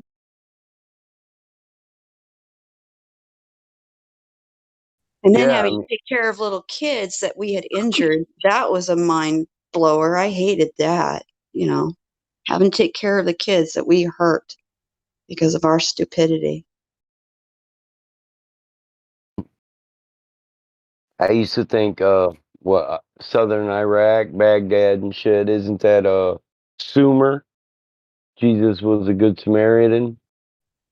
Well, there are a lot of Sumerian people there. Yeah, you wonder, was there a well around here? Would I ever pass past a place here where Jesus had walked? Honestly, I wondered that a few times. More than a few. Not even just Jesus, all the other, ancients that they talk about, Abraham and all these every one of them. It's like they were all over the place. They have family that was all over the place. That place is littered with evidence of these people moving around and biblical characters and battles that they fought. It's a crazy place. And I saw the Euphrates and the Tigris and all that. Yeah. It's like, My grandma used to talk about going to the Holy Land. And she was a devout 7-day Adventist. And I thought, yeah, I wanted to get here one day, but this wasn't how. But when I signed me up, too. Me too. I never thought I would be there for that reason. I wanted to visit for fun, not for battle. yeah, I wanted to be one of the few and the proud. I didn't keep up with political shit. If I did, I'd known we were going towards war, and I might not have signed up. I was young and I dumb. didn't think so either at the time that I signed up. I didn't think we were in that big of a hurry to get in the Middle East crap or any other crap anywhere. It seemed pretty calm when I signed up. Yeah. And my cousin's still over in Kuwait. Yeah, that day in September, which we're going to celebrate again here real soon, sure changed my life forever. I mean, literally changed my life. That moment, and I knew it the moment it happened. When it went down that day, I was like, oh my word, my life is never going to be the same because I was in uniform that day too. I was headed up to the base to do some work and I was on orders. And so I was on duty when it was going down and that was a little nutty. But I knew my life had changed that very moment. It was never going to be the same. And it truly was that way. My life completely changed at that point. I know, being who I am, it's hard for me to see people with box cutters taking planes from Americans, but I'm a militant American. I can't see one motherfucker saying, okay, I'll get up and take the first few slices. But once we get going, you all jam pile on him. You know? I'll take one for the team. A box cutter, come on. Yeah, well, I'm one of those no planer people. I don't think any of that even happened. I don't think so Any of either. it did because there's just too much stuff that doesn't make any sense. None That of it. separated your arm from your body. What good would that fucking box cutter be then? Yeah. Well, when you hear a phone call where somebody actually calls their mother in the middle of a traumatic situation and then says, "Hi, this is my first name and my last name," like your mom wouldn't know. Like your mom wouldn't know who you were when you called, especially in something like that. You would say your first and last name to let her know who you were. Yeah. I know that doesn't make sense at all. Bunch of BS. That's all it was. Wait, Lies, are lies. you guys talking about 9/11? Yep, and that's coming up again, isn't it? Okay, yeah, it always does, right? Is it? No, is it? Holy shit! It's the 20-year anniversary of it, right? Yeah, that's why I said it's a big deal. Yeah. It's I'm gonna kind be a of big deal. Yeah, anticipating. anyway. So, Even if nothing happens on that day. but there was the one thing where they were saying, were you guys talking about somebody got a fucking phone call on their airplane from is that what you guys were talking Yeah, I about? was talking about somebody made a call. He's very famous, and people would know his Hey, name if they said it. my He actually called his I'm mom. offensive. If I use the F word or any offensive terms, anyone can just discount them. But it's because I call bullshit when I see bullshit. So anyway, Bullshit. You don't say your first name and last name to your mommy when you call her, no matter what the situation is. I'm sorry, but that's just not normal. if there's something dangerous, you just can't help yourself, right? This, anyway. Yeah. What you guys were you talking about when this person supposedly received a phone call on the plane from someone that was on one of the planes? Yeah, he was on the plane and called his mom. Wasn't one of these people a senator or something? One of them was the wife of one of our, one of the I can't senators, remember the supposedly. exact, the name of the person. Yeah, I can't. I would be able to remember. They were secretary of something or other because she also had a government position. I can't remember exactly which one it was, but again, I just call BS on all of it. All of it. Well, they made a movie off of that. I know. And it's just a made up story. You start do something. If you ever really want to know how deep and this craziness goes and really how much we've been lied to, go look up the Social Security death records on those people. Just go look someday. It's probably still the same as it was back in the past. You're probably not gonna find much because You're gonna find out there's something very wrong. Just something very wrong. I mean, how can three towers fall by two airplanes? It's not just 3 towers, it's 6 towers. The third one fall because the other two fell. Shook around so hard. It didn't turn. It didn't do anything. The entire complex just be destroyed by 2 airplanes. Yeah, man, it's just fucking insane. It was like the fucking walls of Jericho, man. And the other two just a bam, boom, bam. Oh shit, I gotta fall. I got a song for that. Joshua fought the battle of Jericho, Jericho, Jericho. Joshua fought the battle of Jericho, and the walls come tumbling down. You remember that one? I certainly do from church. Yeah. There you go. It is. Joshua fought the battle of Jericho, Jericho, Jericho. Joshua fought the battle of Jericho, and the walls come tumbling down. There it is, right there. Beautiful. 3 what? The whole complex, 7 buildings come tumbling down by 2 airplanes. Amazing! What an amazing feat! How great thou art. Amen. Hallelujah. Don't get me started on the how great thou art. I love that song. How great, dude! I can do that operatic all day long. I bet you do. I bet I can. I like that. I have to pull the lyrics up. I don't remember it. How great thou art! I like In the Garden too. Dude, that was my I grandma's forget favorite about the song. How Great Thou Art song. I love that song. It gives me goosebumps while I'm fucking singing it. I love that song. But this 3 towers and 7 buildings. I mean, two airplanes and 7 buildings being destroyed. That shit gives me goosebumps too. Yeah. It Oh should give you Lord, more my than that. God. Oh yeah, don't get me started, Michael. Don't get me started.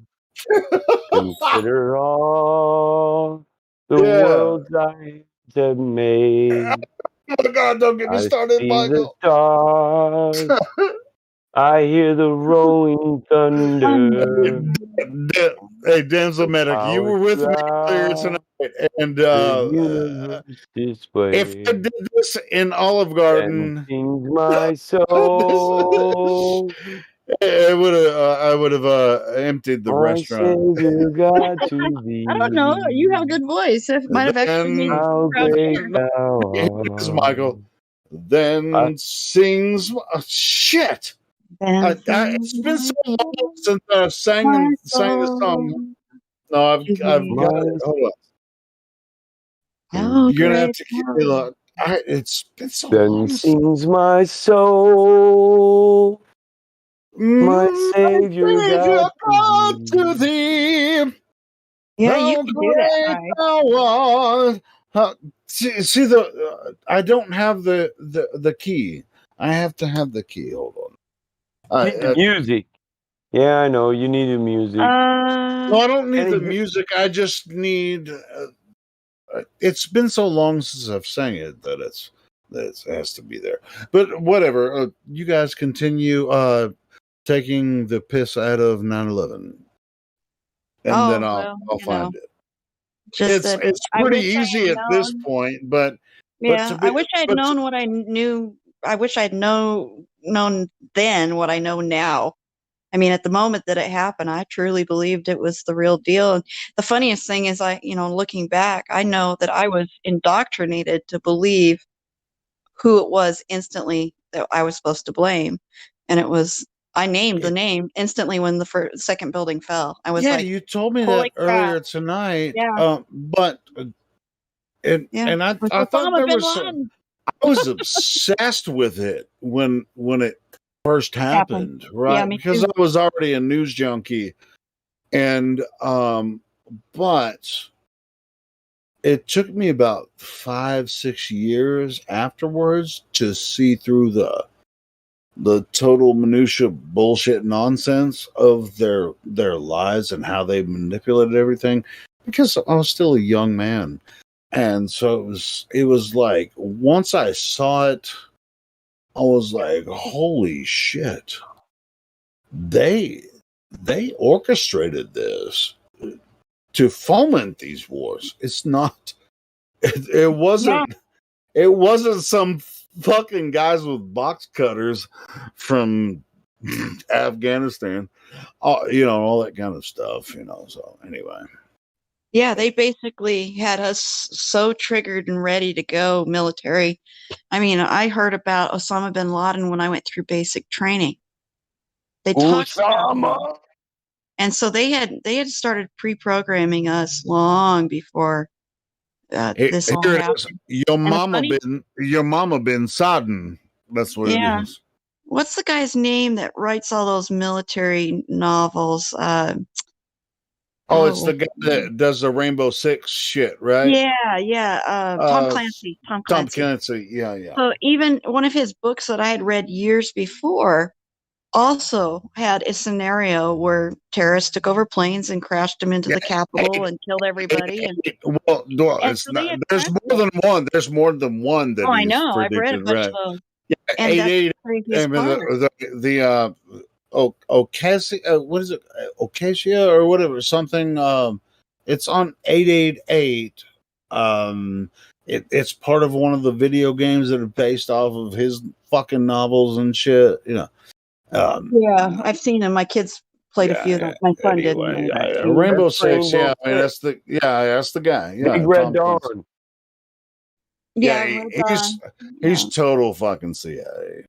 Oh yeah, but that was all just. It's funny now that knowing what I know now and looking back at my entire education and my military, I can see where we were programmed every step of the way to get where we are even today.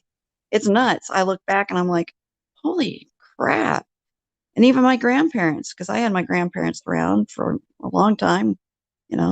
My grandmother just died, 2 years ago now, and she told me about stuff that was on when she was a kid, and I can see that they were planning stuff then too on those folks via radio.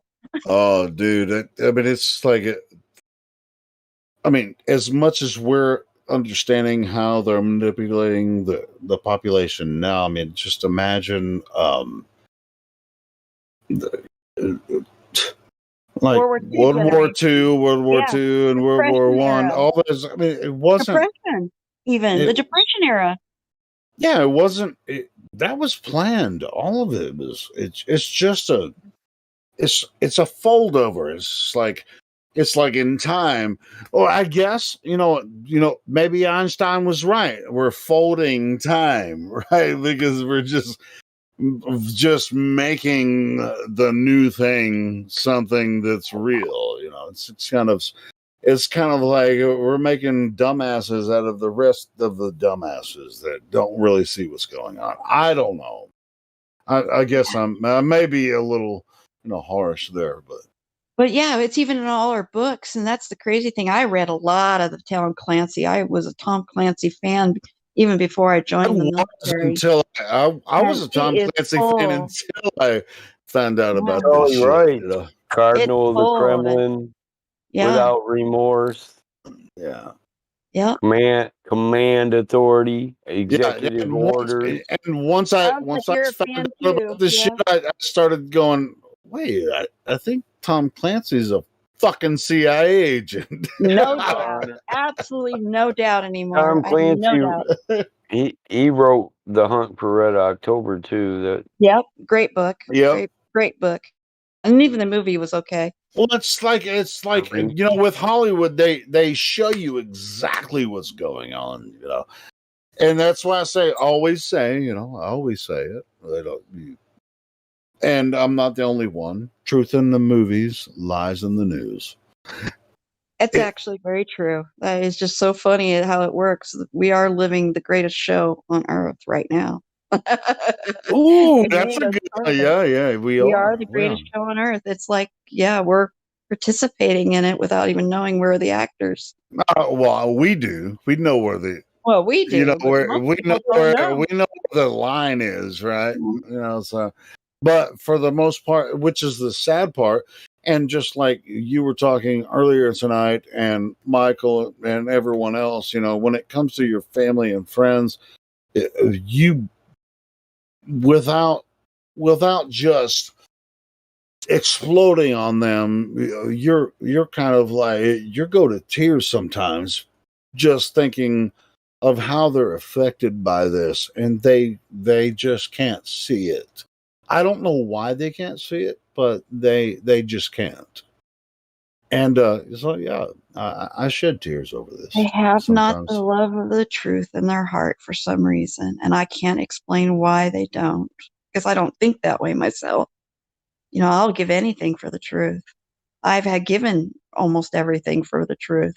Yeah, I have Nearly as died well. for it, but Yeah. it's worth it. I mean, that's to me, the truth is the most valuable thing I can have. Yeah. In this realm.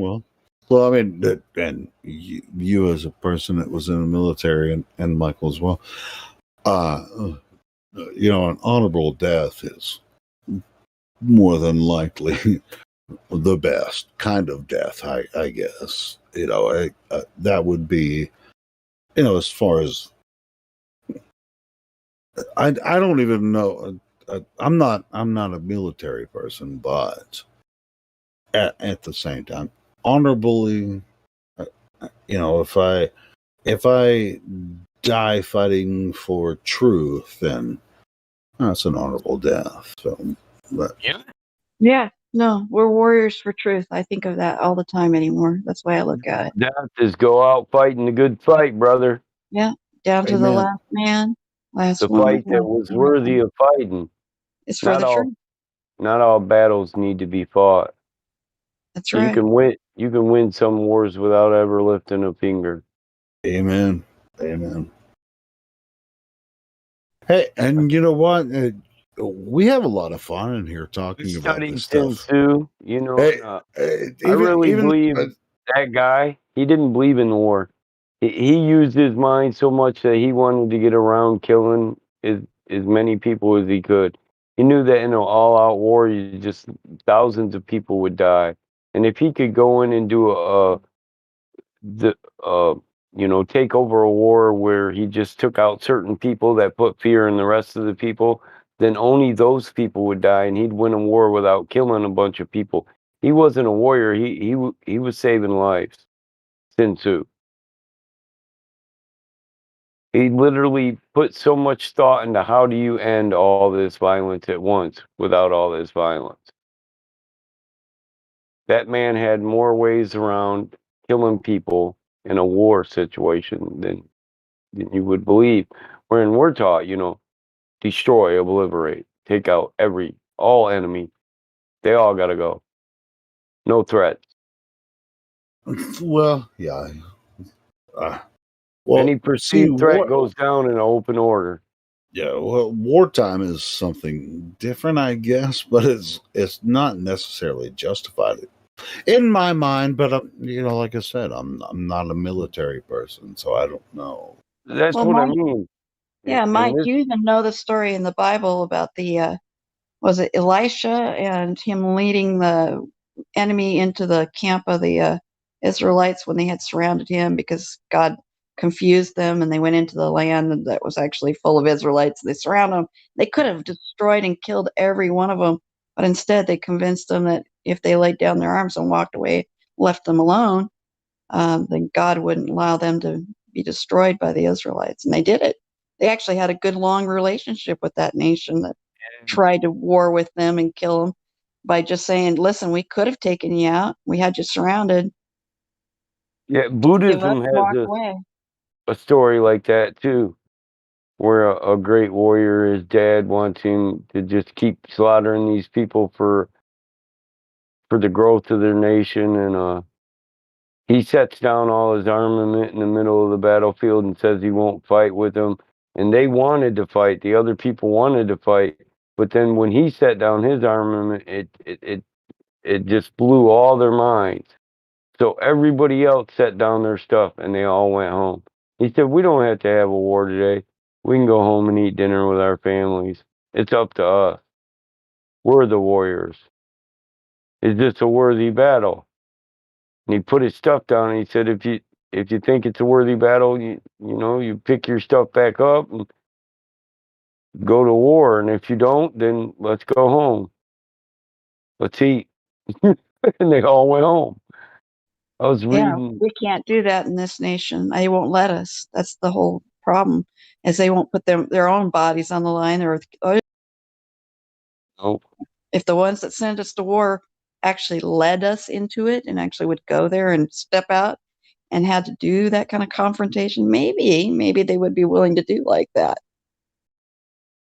Did you see Biden leading a battalion of Marines into a war front? Come on. Yeah, right. Somebody would Or look back. Bill Clinton, or Obama, or even George Yeah. Bush. Yeah, 1 mile into the run, somebody would look back on him with pity, and he'd get one of them M4 rounds in the forehead from a distance. I'll save him his suffering. Yeah, there you go. Yeah, a little bit of troop on troop taking care of stuff. Yeah. We need a new commander in chief. That one was deficient. He was misappropriated. You got lost somewhere in the shuffle, buddy. Yep. That should actually be the way it works, though, is the ones that want you to go to war should have to lead it and be at the front, Like the very Patton. front. Yeah. If you're not going to do that, then you don't have the right to tell me I should go. But it's Yeah, worthy. I just sent you a video that you should watch objectively. It's not. I'm not going to say what it's about, here on the live Yeah. stream. But anyway, I liked what you sent me watch last time, so I'll watch it, brother. You know I will. I enjoyed the last one. I may have sent it to you before and not remembered. But Michael, if you haven't seen it, I'll send it to you too. What is it? I'm not going to say because it's very controversial. Well, if it's the one you sent me before, it was really controversial about, let's just say, World War II issues. And it was really yeah, good. it's the same one. Did you watch any of it? Yeah, well, remember I wrote you. If you read back in the messages I sent you, I discussed it with you a little bit. You just don't remember. That's okay. Don't worry. I wrote it. So go back and read what I wrote to you.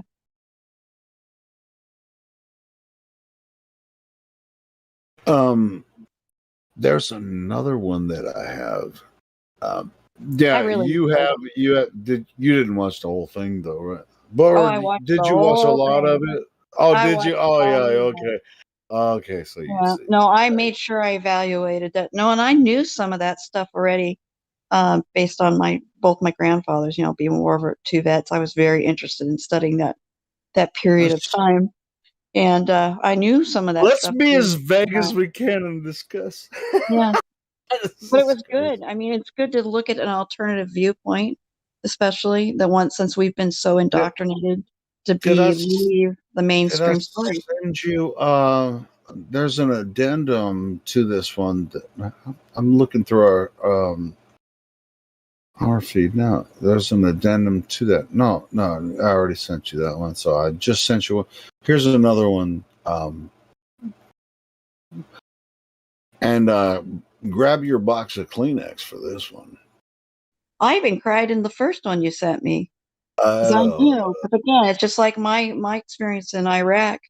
I felt incredible sorrow over what we were doing to the local people and the children there. And I had to deal with that because I was involved with them. And I it's did like medical clinics for the the locals. heroes in these stories are really the villains, right? So Yeah, and that's and, the sad part. It really is the victors who rewrite your yeah. history, and who you Let's think make is it the good this guy, one. not always On good. this one, you're going to need 2 boxes of Kleenex for this one. That'll be good just before September 11th. I need to get it out of my system.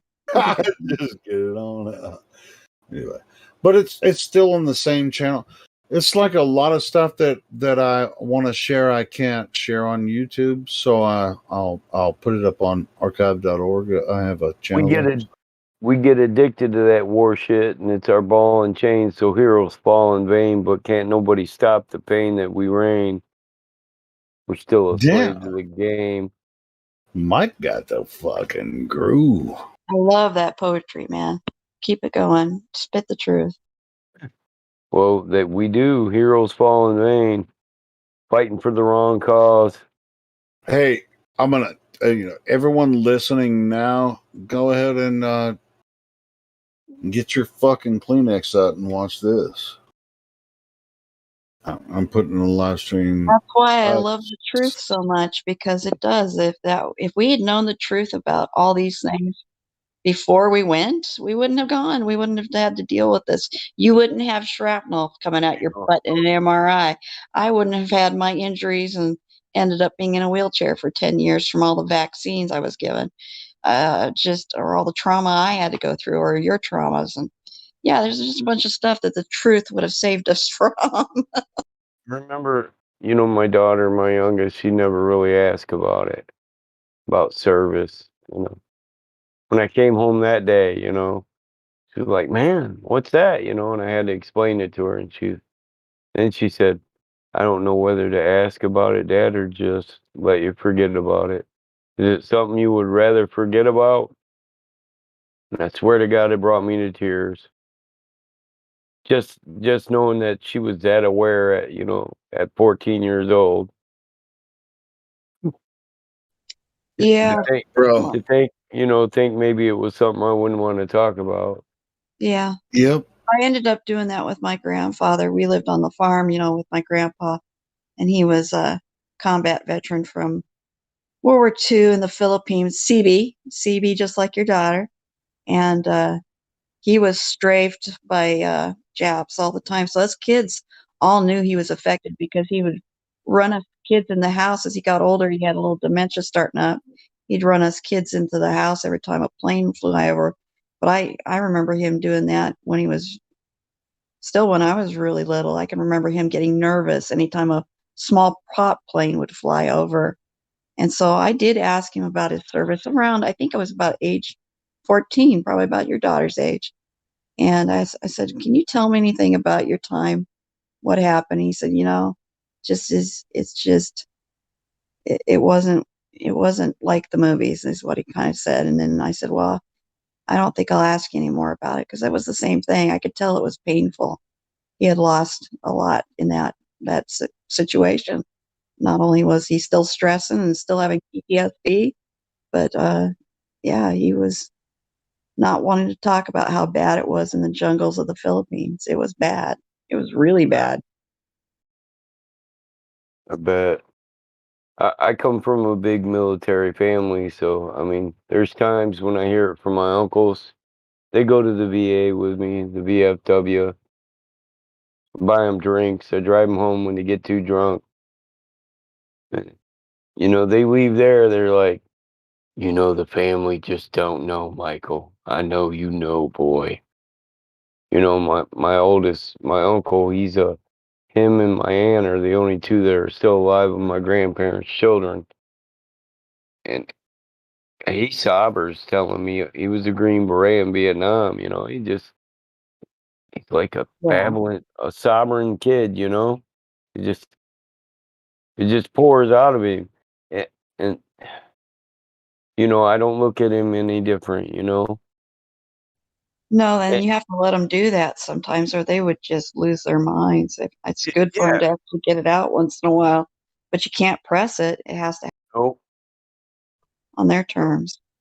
Yeah, I liked working in the VA because having the combat experience made it easier for me to treat the patients that I was seeing that were vets, combat vets, because they needed somebody that That's actually what. understood what That's they what. were talking about. That's what my uncle used to do as part of his therapy when he was done. He would go back and talk to other people and do for them whatever it was he thought helped him, you know? And that was part of his therapy. Yeah. Therapy for me to take care of the other vets, and I was there for them. I didn't think about it as myself when I was doing it really much, but it was therapy for me. Kept me from going insane, especially when I was still so much wanting. I still had this crazy desire to go back into combat. I wanted to go back because I felt like I didn't finish. It was a Yeah. complete. I left people there. It was like I left these guys. Yeah. I used I to was feel like dedicated. I left something or it wasn't over. But you know what? You even get that feeling that you're not home. You're not really all home, but with every child that with every child I had, I was a little bit home, a little bit more. Like them kids were my best therapy.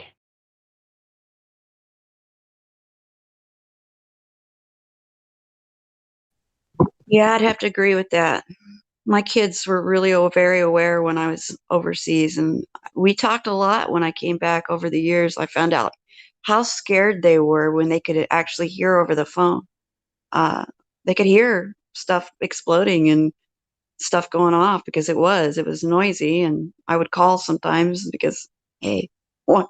I got a chance. I'm calling even if there was a lot of activity going on, and I didn't realize they were hearing it. And they went and looked for my will and read my will while I was gone to see if I had figured out what would happen to them, who would be taking care of them. Because at the time I was divorced and didn't have hadn't remarried at that point, and there was nobody that they thought would take care of them if something happened to me. So they were scared, and I didn't realize how scared they really were when I left. That time, that I had gone many other times to places, but not combat in that regard. My jobs were sometimes real dangerous, and they don't know about those other times that just happened to be things I was doing. But overseas is, there's always danger involved when you're dealing with No, aircraft and traveling and going to that would places that are scare me wacky. as a kid. And it scared them. They were both, when I was over there, I would think they were, they were 12 and 13. So they were quite aware, and they were really terrified if I had been damaged or didn't make it home. And I just didn't know it at the time how much it affected them. And so that became something we actually talked about as I dealt with my stuff coming back home. I found out they had PTSD a little bit from what they had dealt with the fear of losing me. And hearing it, oh my God. Yeah, and enough fun. constant Hell, explosions going on. It was crazy because it was never hardly quiet. And I lived on the airfield, so there was always helicopters in and out. Yeah, it was nuts. I bet. Fuck! Should have bought 2 bottles of water. My bad. You should have got some Jamerson, damn it. Hey, I had Jameson. No, I was just thinking about. I was thinking about tomorrow because it's a Memorial Day or Labor Day. Labor Day. Oh, you can't buy liquor tomorrow? No, I can buy it, but I just don't know if I can get there to go buy it. So, But anyway, I'm listening to you guys, and it's like we're all sad. It's like, oh, which is, dude, it's freaking disgusting what they've done, to humanity. And I put my tour videos up there, which can actually bring you to, if you want to cry for hours on end, watch the videos on my archive.org channel. And you will definitely just lose your shit if you watch those videos. Listen, Helio. This is when I was a kid. I was gung ho. I was like, "Oorah! I'm a fucking Marine," you know. And I was just reading this quote. I'm running out of vodka. That's why I was This just Patton saying. quote. But anyway, It go ahead. says- Go ahead, brother. The Patton quote. It says, "May God have mercy upon my enemies, because I won't." Now I remember when I left, I got deployed. My grandma said, "I'll pray for you," and I said, "Don't pray for me, Grandma. Pray for my enemies. Could God rolls with me. I'm coming home, but they probably won't." And I know it broke my grandma's heart, but that's how I felt. If he stands with me, who then can stand against me? Damn it! I'm about to cry, Michael. Damn. The hell? I'm just fucking with you, bro. No, But that's how I felt as a young, dumb kid, you know. I mean, I still feel the same way this day. Oh, it's not dumb, man. I mean, it's good for a man to cry, man. It means you really give a shit, you know. Anything I do in faith. I just love how angry you get over it, Helio. That's why I laugh. No, don't love it because I'm just kind of out of control. It doesn't. Don't worry about it, brother. No, I used to be that way too. That's why I joined up. I was a gung ho medic. I wanted to be in the thick of it and save You people's wanted to lives, help even people, when there's right? Yeah, I wanted to save lives. I'm not a life taker. I'm a life saver. That's what I do. But I wanted to be in the thick of it. If I was going to really save lives, I wanted to be close and right there. And you can't do a good job if you're far away. And so, but no, it made me sad what I saw going on. Though I can't lie about it. It's a pitiful thing to be in war. There's no need for killing people. Hey, but here's the hard part is that you can lie to people and they'll just believe you. Yeah, too bad we can't convince them all we don't need to fight wars. No. I'm talking about the people that I know, the just government. believe lies. Well, I mean, yeah, I mean, but it's so. Once you figure out how easy it is to lie to these suckers, you can just tell them whatever they want to fucking believe. Which I'm not a liar that way. So but if it's this easy to convince billions of people of some type of truth, it's like, holy shit, I'm probably more powerful than anyone else. I can just tell them whatever the fuck that they want to believe, then I can just lie to them, and they'll believe anything that I want to, want to say, Gotta make it sound good. You ever saw a vacuum? Hey, I'll tell you what though. I mean, here's another thing. A lot of people say they like the sound of my voice. So what if I just decided to go ahead and lie to the entire world, just using my voice, You I could could just tell them some idea that they might or might not believe. I'm not that type of person, but apparently my voice, people like it. I don't know. It's just really weird. I mean, it doesn't have to be a voice. It's really kind of more of an influence that they have. They already believe it, and I think with this, should I have to really? Well, I mean, with the globe. Well, let's just go with the globe. It could be anything, right? Or the red blue thing. Or anything. It could be the globe, the red, blue. They already believe that what they're saying, what they're seeing on the news. I mean, it's just like they're very easily influenced by these, by whoever is the, the nightly news guy or whatever, the teacher from school or whatever. It's I can't get inside everyone's head, as they're at school and what they might understand, but I can generally understand what they think is happening by seeing what's going on in the world, right? So But how can I see what's going on in the world when I don't watch the news? The reason is I don't watch the news. It's spirit. It's spirit. It's spiritual energy. I can just walk around and watch how they act. I don't necessarily have to watch the news to know what's going on. But I do watch a lot of fiction, and listen to a lot of fiction. So the fiction is actually telling the truth, because this is the way that culture is moving. It's not because of the general news. The way that culture is moving is predicted through the fictional stories, but they're not actually fiction, they're predictions. Does that make any sense? Yes, it does. Yep, I understand that. Yeah, I like the Psalms.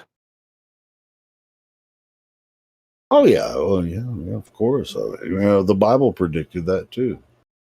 That might be a fictional book, but it's very very accurate.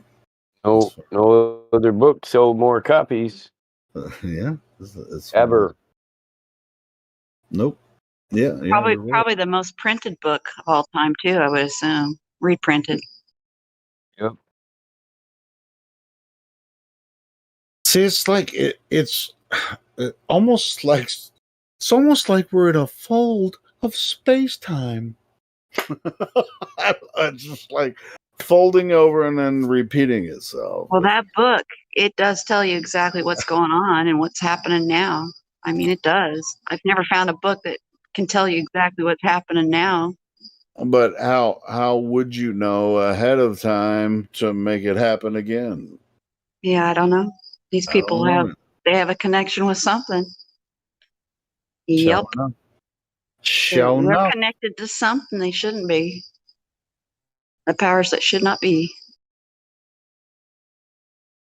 I mean, it's kind of like I just want to feel it out, but at the same time, I can be affected negatively. Like I can be imprisoned for for almost nothing. Like I'm not going to mention some things, but yeah, I mean, it's just like a lot of people. I'm done preaching. That? You guys say something besides me. I'm done preaching. Okay, who keeps leaving and coming in and leaving? I don't know. Most of us could be put in jail now for what we think and say now. That's the problem. The truth will put you in prison chains nowadays. At some point.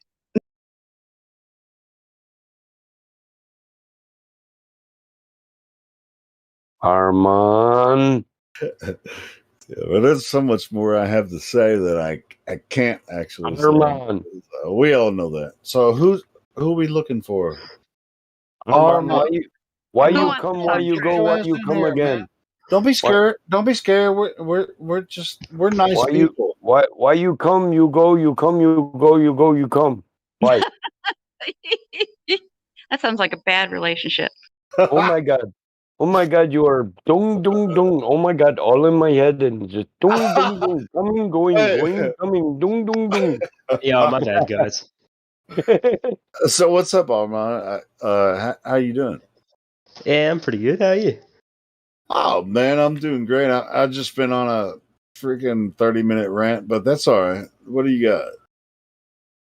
Yeah, not much. I was just listening. Good shit. How did you find our server? I was invited by one of my friends. Yeah, they said you guys are pretty interesting, so I joined up. We are very interesting. So Definitely. That's a nice way to put it. have you ever talked to anyone about the flat Earth topic before? Not really. I get shut down a lot, so I wanted to join this Discord server. Hold on, shut down about what? Yeah, they say I'm stupid and all that. Wait, so you like flat Earth? Yeah. Oh, okay. So I like flat Earth too. I do No too. way. So brother, you got to tell us. So, what is your opinion of what this place we reside in is? Give us a description and how you figured out your idea of it. What is this? Where are we? I could be anything. Could be a simulation. Who knows? Well, let's. When did you find out about people that think the Earth is flat? Let's start like from the beginning. Yeah, I want I the mean, beginning let's story. get without let's simulation topic, and that's a different thing. But yeah, All right. let's find out. Well, okay. Well, I tied in from that. Okay, so I guess it started off with like memes. I came across it, and I was like, you know what? First, I thought it was stupid. I'm not gonna lie. And then I kind of got into it, and I was like, you know what? Who knows? Like, who really knows? And that's where the topic of simulation comes in. If you think about it, video games 20 years ago were you moving, I don't know, like 2 blocks and bouncing a ball between them. And up to 2013, we saw like Grand Theft Auto, stuff like that. You know, like who knows what could happen another 20 years from now. So it's like who really knows what reality is, you know? no, we're not talking about. Hey, do you live on Earth? Yeah, I would say so. Yeah. Okay, so do I. We're not talking about video games, we're talking about Earth. Yeah. Okay, cool. So when you obviously you're from either New Zealand or Australia. Australia. All right, cool. So when you look across the ocean, does it look flat? Definitely. It looks, yeah, it's completely All right, flat. cool. So is it a globe because it looks flat in your mind? Look, even in planes at a high altitude, everything still looks flat. So why would it be a globe, you know? Okay, then why are you bringing up computer simulations when you obviously know that when you look across the Earth, it looks flat no matter what altitude you you go through. So let's cut through the bullshit. And how about you start to being honest with us? How did you come to the server, and what do you want to talk about? I was invited, and I just came here to listen. It's pretty interesting. Oh well, you I'm sharing came my to listen, opinion. but you're talking. Okay, but you haven't said anything yet, I don't know. What except do you want me to say?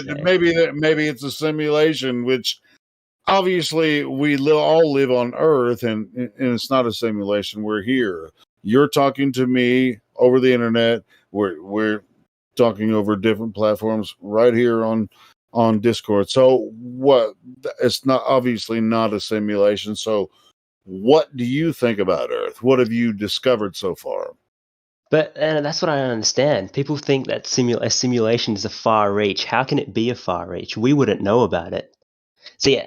What's the definition of simulation first? Why do you think the Earth is flat? You First of guys all, you handle tell me. this. Well, first, I just want to say you got to have a definition for simulation correct. Now, simulation means that you are copying something that's real. Okay, so that's a problem with the simulation theory is you're coming up with this idea. Well, where does it come from? Because it has to be a reality that you base a simulation on. That's how simulations are made.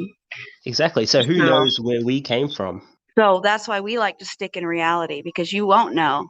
You can't know. You are dealing in reality. You live in reality. That's exactly right. No, And in so reality, it's you can being think it's a aware of what's simulation all you possible. want. Yeah, but then what is it a simulation of? Because that means it's coming from a reality. So you're kind of in a circular reasoning with this word simulation. It's kind of funny. But, if you live in reality, what is this thing, reality?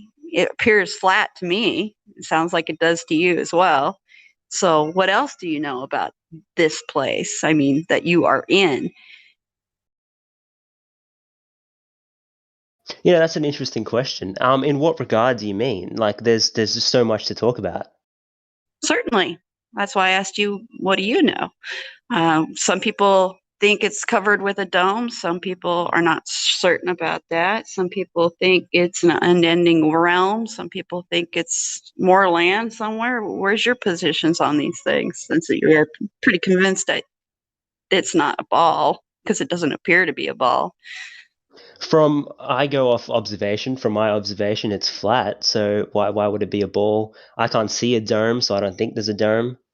So yeah, I mean, I just think it's flat. Well, good. So then we know that you're not sure about the dome thing. So I will ask you this then. How do you have air pressure? How do we have air pressure? See, okay, even if it is a globe, how would we have air pressure in that case if there was no dome? The atmosphere. Why is everyone silent? Because how do gases behave? What is required for a gas to even have a shape? The gas takes up the shape of the container that it's in. Ah, container. How do you get air pressure? Okay, so by saying that, you're saying that we're in a dome. Maybe the ozone layer could be the dome. It could be a different shape than a dome. I won't say for sure what shape that is, but you just told me right there the antecedent to a shape of a gas requires a container, and it will match its container. Do I know what that container looks like? No, I don't. So what about air pressure? You're breathing pressurized air. How does pressure happen? Can I ask a question, Damsel Medic? Oh, of course. Always, brother. When you fill a cubic volume container with air, will you call it atmosphere inside that container? Well, yeah, it's the atmosphere within the container. But it's a cube shape. Yeah, so. So why do you when call you okay, so when you're referring to a chemical reaction, right? No. What I'm referring to is that the word atmosphere is a paradox. How so? The atmosphere, it can be an atmosphere or Because anything. I mean, I'm sitting in a room, there's an atmosphere of this room. Atmos means air and sphere is a shape. Gases have no inherent shape. Yeah. So we call it atmos around here because of that reason. You don't know the shape. So that is another globe ism that they've given you. Yeah. Right. With the cube, he was telling you that the gases would take the shape of their container. So it'd be an Atmos cube. Yeah. You are far better to use gas pressure or So air you're pressure. saying, so you're saying atmosphere, right? A sphere is a round shape. It's a circular ball. A dome is half. So what? You're saying it's going to be an dome? It's an atmosphere. No, we don't say it's a dome. A ball. Okay, so what are you saying it is? I, for example, don't go with that. I mean, yeah, it could be a torus-shaped fountain, or it could be.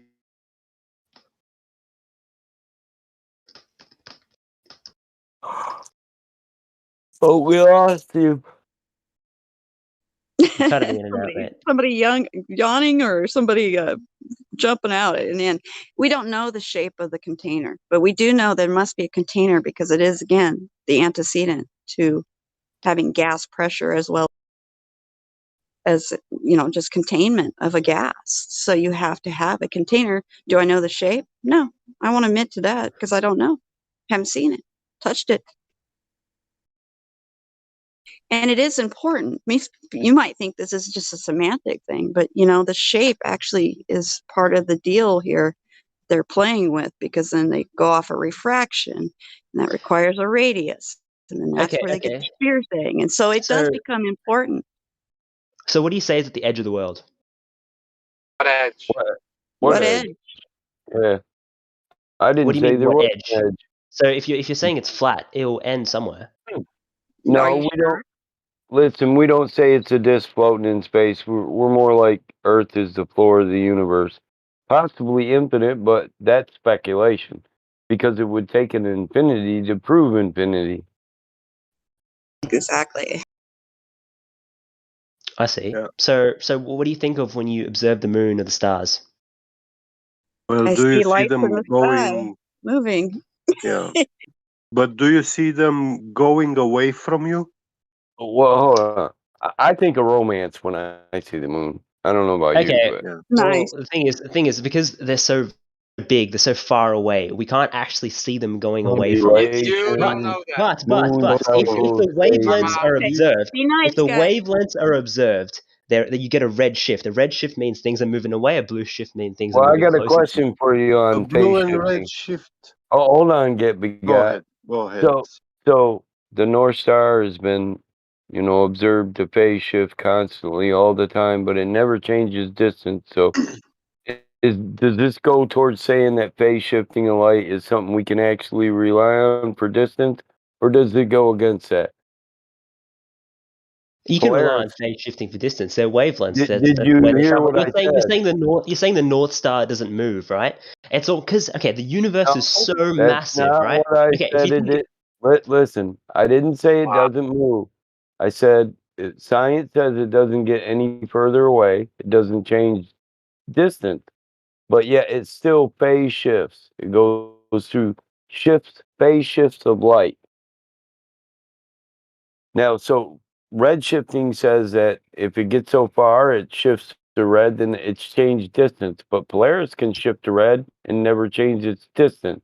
Not not its position. Obviously, we know it moves around. We watch it do it. yeah. So what are you trying to say? But it's not changing distance, yet it's still phasing. I'm saying that phasing could be of some other cause, but we can't experiment on it, so we don't actually know for certain if distance is the only thing that makes the light phase shift. And because we know Polaris doesn't change in distance, it actually goes against the fact that distance makes light phase as we observe it, or phase shift.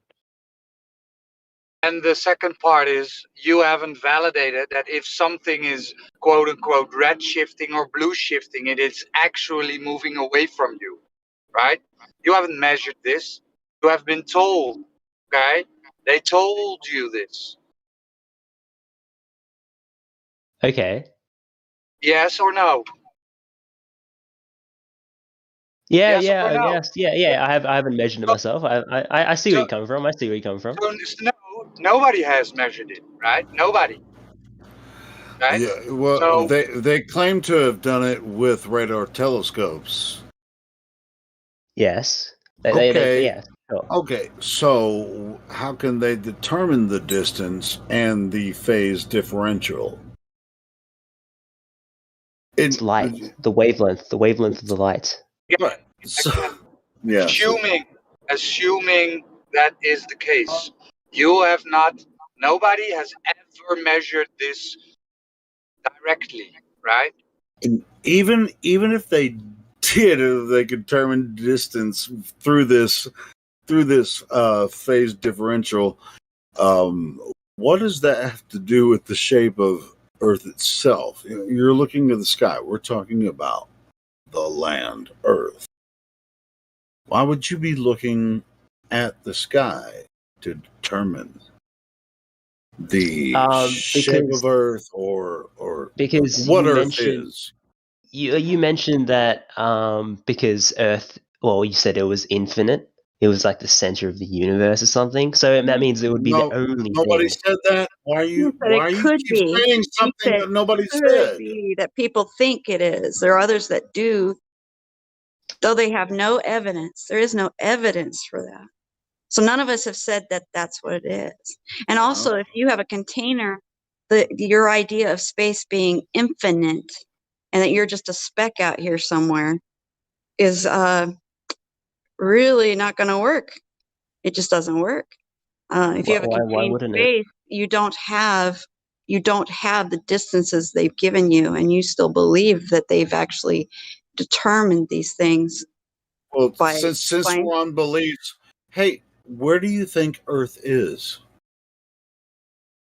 We're in the Milky Way. We're in the outskirts of the Milky Way galaxy. No, Earth. Where do you think Earth is? Like as placement. All right, so we're part of the Milky Way galaxy. We're the fourth planet from the sun. We're orbiting the sun. Actually, you're The wrong moon's about orbiting. that. Well, not if you're a flat pizza. Even that. Third Even planet, in the sorry. heliocentric model, you're actually a third planet from the sun. Third But planet. all right, so why are you so convinced? See, you said fourth when you don't even know your own Third. fake model. You know. Yeah, you said fourth, so he you said- didn't know. Okay. Yeah. Fair enough. Fair enough. So Fair enough. I'll take you on are you smarter than a flat earther? I didn't say that.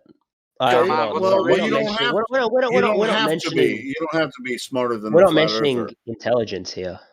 Armand, what's the radius? Why would I know the radius of the Earth? Right. Off the top of my head? Because there is no radius of Earth. Because Okay. Did you know? All right, you Space. said it. the You're space saying it's agency- flat.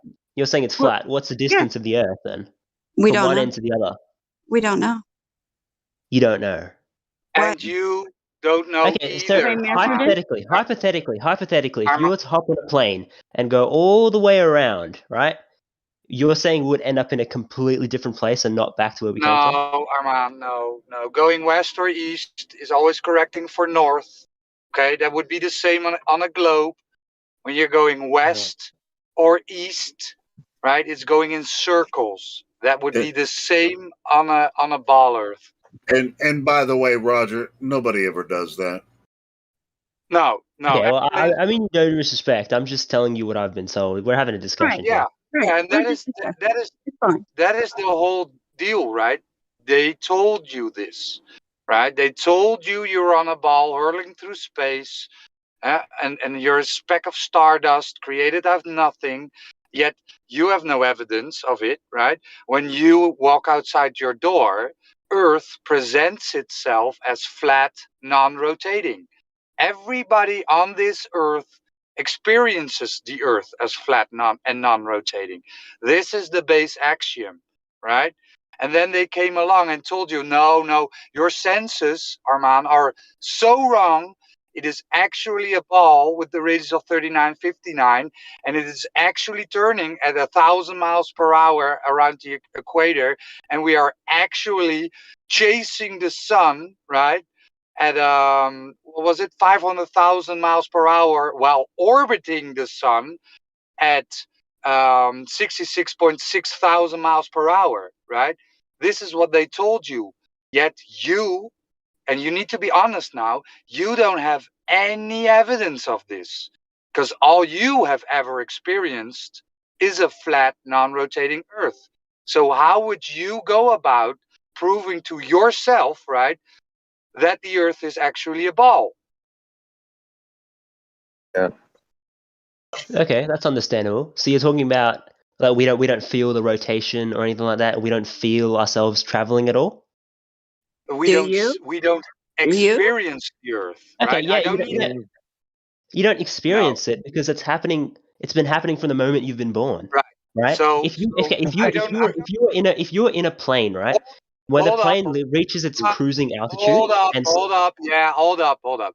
I don't need your explanation why you think something is happening, right? Because we all know the explanations here. We all know what the heliocentric model proclaims, right? In a train, in an airplane. Oh, we all know this story, Armand. Believe me, right? That is why I'm telling you, how did they prove it to you? Not with some story about being in a plane or in a train or whatever, right? Being born on this. Planes, trains, and automobiles. Right. We all know the story. How did they prove it to you?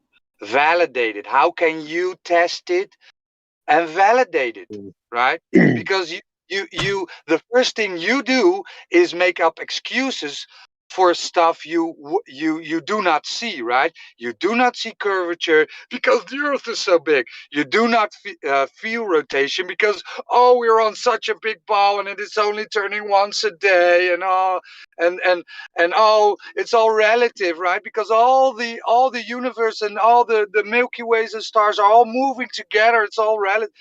We know the stories, Armand. So you're basically telling us, yeah, we can't prove it. We can't prove it, but here's the story why you can't prove it. Correct? Okay, I'll be honest with you. You'd be able to prove it if you were in the field. Now you're Oh, not in the really? field. Then provide your proof. We were You in give the us your field. absolute Yeah. What? best Who have proof. you worked for that is No, it's able? We've not What, about. have been you in the We're not done? going to Have field. you claim done? Have you We've done? authority. Have been. you done your own Sorry, sorry. research? Yeah. You're committing a fallacy of appeal to authority or majority, and that is not a correct way to go about any kind of proof. You need to provide your best proof of any of these things, and you have to have validation by evidence, experiment, and you don't have any of those unless you've brought something to the table that you have. Because right now you're What? just telling us a bunch of stories. Yeah, What he have told us a you story about experimented? circumnavigation. That's all he's brought so far. But what Yeah. have you So experimented? How have yes, you come Armand. to this? Armand, You've let me. experimented from your own observation, and that's it. No, we've measured. You've We measured. You've also know measured the what laws of exactly? thermodynamics. Do you know the second law of thermodynamics? Okay, you're asking me for my opinion first of all, right? This No, is I'm based on No, asking you, it's do measuring. not you an know the opinion. law, second, No, no, no, second no, law no, of no. thermodynamics? Thermodynamics is not an opinion. That's not what I'm saying. This conversation is based off opinion, right? Now you're No, it's questioning me. not. Yeah, now you're questioning me about my intelligence. What No, for? we're not questioning your intelligence. We're No, it asking you was for an honest evidence. question. Evidence of Yeah. what? Evidence of your globe and your Positive infinite space. claims. Your positive claims Yeah. have to be backed by validated evidence. We have Yeah. evidence that your claim is false. We've measured it. You've measured it. You've measured what We've exactly measured and it. Yes, how? we did. Yeah, Laser Earth, tests. Earth, yeah, we've done it. You've measured what? I don't understand. You The measured surface Earth. Earth, of the How Earth, earth have you measured Earth. Earth? by We've using measured. known distances and knowing what you guys claim, which is 3959 radius miles. We've been able to falsify that claim. Show me that. What's your Hey, research? we You got can. that. You want to see Oh, that? It's called the cool. Black Swan. Somebody please post that. Yeah, Black Swan's a good one. Let me see if I got. With the modus tollens, please. Let's see if I think I have it.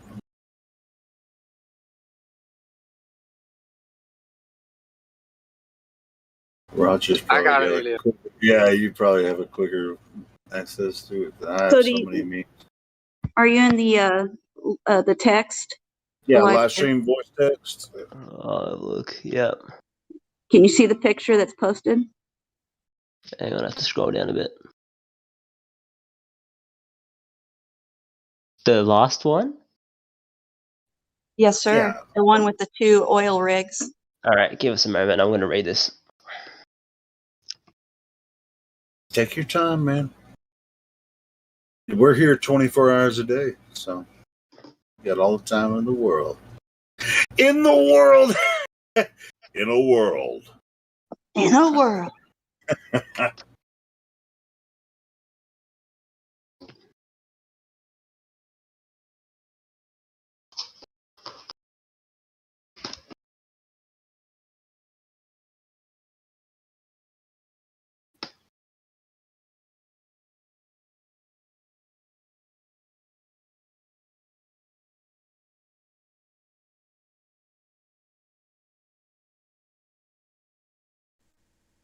So have you read the top?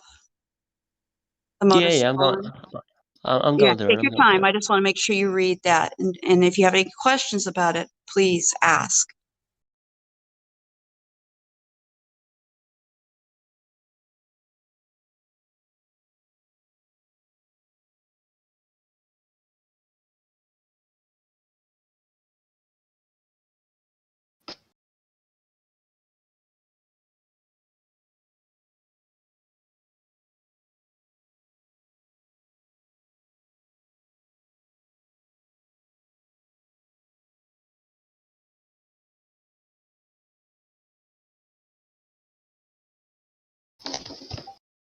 Are you ready now? I mean, it's really not that long. Are you ready now to go through the Black Swan? All right, I'm having a look at it. While I'm looking at it, can you explain what it means? What it means? Just have a look.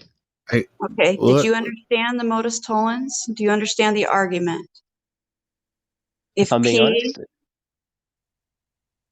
Yeah, you go know on. what it says above. Yeah, and do you need someone to read it to you? Because it's right there. I mean, someone here can actually read it to you and then go through it. I mean, you can read it for yourself. I mean, what do you think about what you're reading?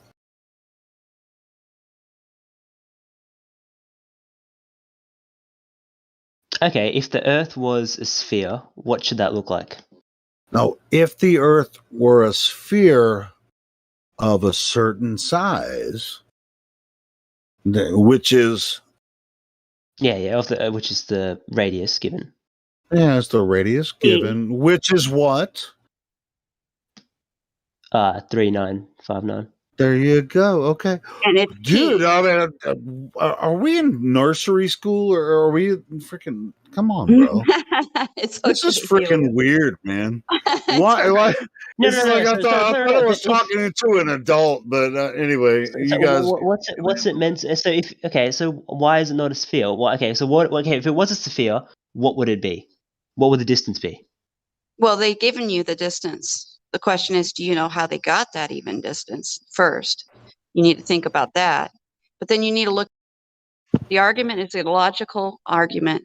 Okay, so modus tollens is written right there for you. If P, then Q. If it's not Q, therefore not P. So the claim is that the radius is 3959 miles radius, P. That means that every horizon distance must, there's no way around this because this is what the claim size is, must be that distance, which is the square root of the observer's height. Okay, so that means if you're 1 foot tall, which the picture below is from a position of 1 foot or even less, actually, because when you see the guy on the video, this is from a video, by the way, at a known location that you can look at maps and find it and see it. You can go to it yourself if you live in that area, which is California. That you Okay, can I understand. actually then have now keep in mind those oil rigs are just a marker for distance so that we can confirm the distance. That's all they're being used for. All right. Okay. Don't make it about the oil rigs because it's not about that. It's about the That's fine. horizon. No, that's fine. That's fine. I've Horizon. read it, understood it. Okay, if you can Right. explain So to me, if you can explain to me one thing, sure. one thing, I'll believe you a little bit more. All right. So then, why do sunsets and sunrise happens at different times according to the He's just longitude? gonna totally deflect. Oh, No. Listen We're to not me. going to Listen to go me. there. We're going to stick with this No, argument. no. We're going to Why finish aren't through. we going there though? Why aren't Because we it's going there? important that you understand the argument and why it falsifies your model, and I've it got completely a falsifies message. your idea of space as well, I've and you gotten a just don't message realize from it. someone named I'm sure you do. Jazzy. I'm I've sure gotten you a do. message. Can you listen to me for a sec? I've got a message from someone named Jazzy. They're telling you to unmute him. He wants to say something. I don't know who that is. But Does anyone have that power? He's in the chat. He's messaged me. well, He doesn't know who to message. he can wait for just a second. We're going through this with you. It'll happen. Somebody will take care of it. The argument, though, what about the picture and what about the argument? That's where we have to go with this. This is not something you need to deflect from. You need to actually go through it and understand whether you want to believe there's a globe or if it's flat. You need to understand why we know we falsified the globe. And this is why it happens. Is because we can see should not be seen based on your radius. Your radius of 3959 is a set horizon. It is physical. If you are standing on the top sphere, you're going to look around 360 and there's always going to be an obstruction as the sphere drops away from you, correct? Okay. Like a corner. If I was standing and just looking out at a building or standing at a corner of a building, can I see around a corner? Okay, I understand what you're saying. Give me a Okay, moment. so this is here we go with the argument. So the picture below is a set distance with those oil rigs being the markers for distance. We know the observer's height is 1 foot, which Yeah. means the distance to actual physical horizon on a sphere with a radius of 3959 can be no further than 1.22 miles, period. That's your physical horizon at 1 foot observer's height based on your globe statistics and math and whatever you want to call their claim. Amen, sister. Amen. Keep it on. Okay, and I understand what you're saying now. All right. So Okay, this is now where I my want you to confusion look at the comes in. picture. I want you to look at the picture with me, and I Okay, want yeah, I'm having a look you at the picture. to tell me where is the horizon in this picture. Tell me where it's at. Where do you Okay, see it? give me a moment. I've figured out something wrong with this. The distance to the horizon, right? It depends on 1, the observer's height, right?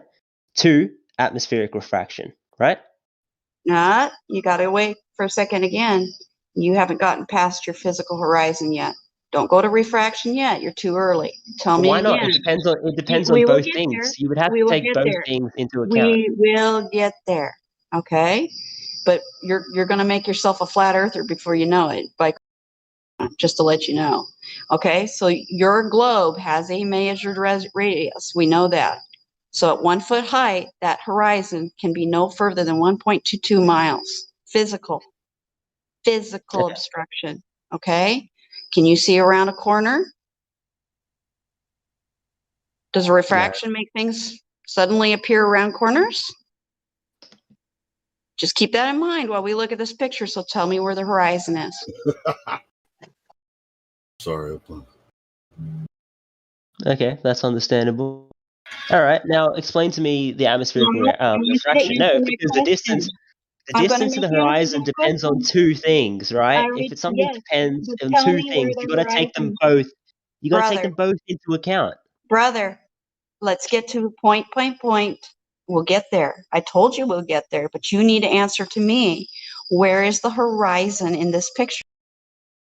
What you see, where is it? Behind the oil rigs? In front of them? In middle of it? Where is it? Hang on, let me get the picture up again. The globe is behind, very behind. Yeah, stop stalling, okay, bro. it's behind, It's obviously behind them. Come on, man. Okay, yeah, it's behind. It's behind. All right. So the distance to the last oil rig is 9.41 miles, which means that horizon is much further than that. We say it's probably around 10 or even further. We can't tell. There's no way to distance mark it. We don't know. Okay. Do you understand that at 1 foot height, that is 10 times further than you should see it? You should be obstructed. You should be obstructed by a corner. Okay, yeah. Or this is a horizontal. Here's what the really funny part of it is, like, what the obstruction is supposed to be is the ball water thing. You know, their horizon in the physical ball model is like the oceans, like making a ball, right? It's like ball, horizon, curvature of water, right? I mean, this is this is their claim. It's not ours. You know, we can obviously see the horizon. We think water can't curve around a ball, so we don't actually think, or at least me. I can't speak for everyone.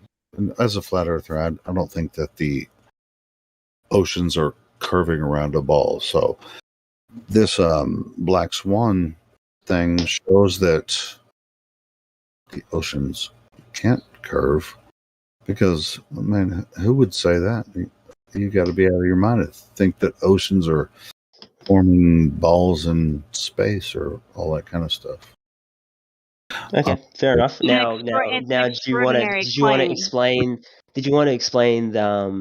the variability in the reaction, how it can make the horizon appear in front of an object at times or behind it? I've seen from the observer's height. Sure, the That's horizon your looks like job. it's fine. That's your partly it is your job. No, That no, is your no. But job to I explain. want you to. Okay. From a higher refraction, you're looking directly ahead from the curvature of the Earth, right? The horizon will appear in front of an object, correct? Here's the deal. I mean, you asked me. Here's the deal. Sometimes that horizon, if you know, on a different day, you might be able to go look at those oil platforms on a different day and see the horizon before the oil rigs. But that's not the argument. If you go there on a day similar to where that video was taken from, if the Earth is a globe of said size, that's the argument. It can be no more than 1.22 miles. That's the argument. But in that video, the horizon is way beyond the second platform. It can be closer due to atmospheric conditions, but it can never be more than 1.22 miles from a 1 foot observer height. Do you understand that now? Okay. But you're looking at Physical one image or geometry. one video. You've literally cherry picked the moment where the weather conditions are. No, listen. We You have cherry so picked the many moment more, where but the doesn't weather matter. conditions are perfectly favorable to your Stop. claims, right? You don't understand the argument. If you look at something from a lower refraction, I the understand you're horizon's going to triggered. be in front of He's the I object. just understand pissed you're now. triggered, and you have to defend what you believe in. I understand that, but let your belief go for a minute. Okay. First of Right? all, Let's go with what if you want to think about it logically, No, provide me with we another aren't. image. No, we don't even have to. So All right, listen that's to fine. the You don't have argument. to. Stop. Then Stop then for a refute. second. Okay, that's fine. Stop. The argument is if you claim all swans are white and we show you one that is not white, then all swans aren't white anymore. The problem is you're assuming that just because one picture that we don't have more. That's a bad assumption. You think it's just on a cherry picked day. No, actually you watch that video that happens and throughout that day it changes multiple times. The horizon is not consistent. Your globe claims a physical horizon. You guys claim boats go over curvature. That's what your claim is.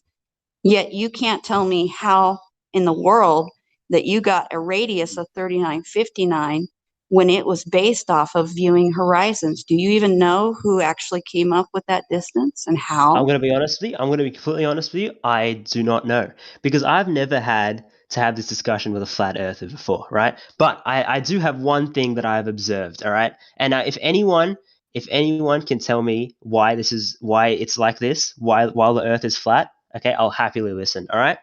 If you're in a different part of the earth, right? Listen to me. Let me finish. You have an ultimatum that you'll listen only if we can answer one question. Oh, well, I guess that's okay. All right, okay. Man. All right. Sunsets, right, and sunrises. Now he's going back to the sky again. No, this is yes, I'm going back to the sky because that's what's related. No, listen to me. Are you going to listen to me? Are you going to listen to me? Finish, guys, please. Let him finish. You're trying to stop me. Okay. Explain to me. No, we're not trying to stop you. Explain to me why sunsets and sunrises happen at different times depending on your longitude. Why does that happen? Why is there for 6 months of the year? Why is it always sunny up north, right? And 6 months of the year, why is it always dark in Antarctica? Tell me why. Hey, check this out before anyone else answers. It's not that way.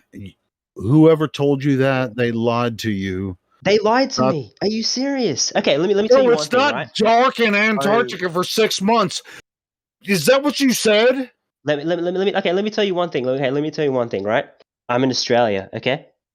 I'm down the south side. You're south down under. Right? Oh, go ahead and say it. Down under. All right, cool. So, exactly. And you know that hold on. You know it's dark in Antarctica for 6 months. Yes. You know why? Do you There know is why? no video No. footage, First, no. 24 hours footage I of can dark actually night. Actually, there in is. a Actually, there heartbeat. is. All right. Listen No, to me. there Are you going to isn't. listen to me? Is anyone okay? Are you going to listen to me? If you can be quiet and listen to me, I'll say Hey, what I have to don't say. start Yeah, you're. demanding. Don't start demanding. You are here to participate in a conversation, Anyway, and it doesn't require you demand. made a claim, and you're going to tell me why you know that it's for 6 months. It's dark in Antarctica. Tell me why. Okay. I'll tell you exactly why. I'll give you. I'll base it off my observation. Tell me how you know. How you know? I'll base it off my observation. All right. Okay. So I live in Australia. I live in Australia from the months of around, I'd say October, November to about March. Right. Our days are significantly longer. Listen, sunset happens around 7, 8 o'clock, but around the months from March to October, I so thought that's we were around winter. talking That's about around Antarctica. that's yeah. I'm gonna get to Antarctica, but listen to me first, right? Based on my observations, all right. I'm kind of lower down on the longitudinal scale, so I can speak for myself.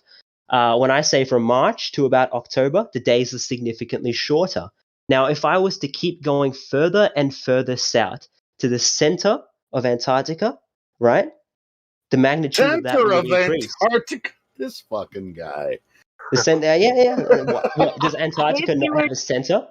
do you notice how Is you're that telling us a story again? That it's not your personal experience, that you're just you telling us a story that we have already heard. You do understand we do know the No. model. I'm not telling you a story. Yes, you are. You're telling us I a live in story. Australia. Anybody hear me? No, you told us you're part of hold on. Australia. All right. Yeah, Tell me why days. No, Tell me why days are shorter in winter and longer in summer. Tell hold me. on, Damsel Medic and homeboy from Australia, Miggy. Is that you? Yeah, that's me, bro. You want to take this? Yeah, just kind of hang back, everybody, for a second. Let me have a quick convo with him, if I can, if you may. Yeah.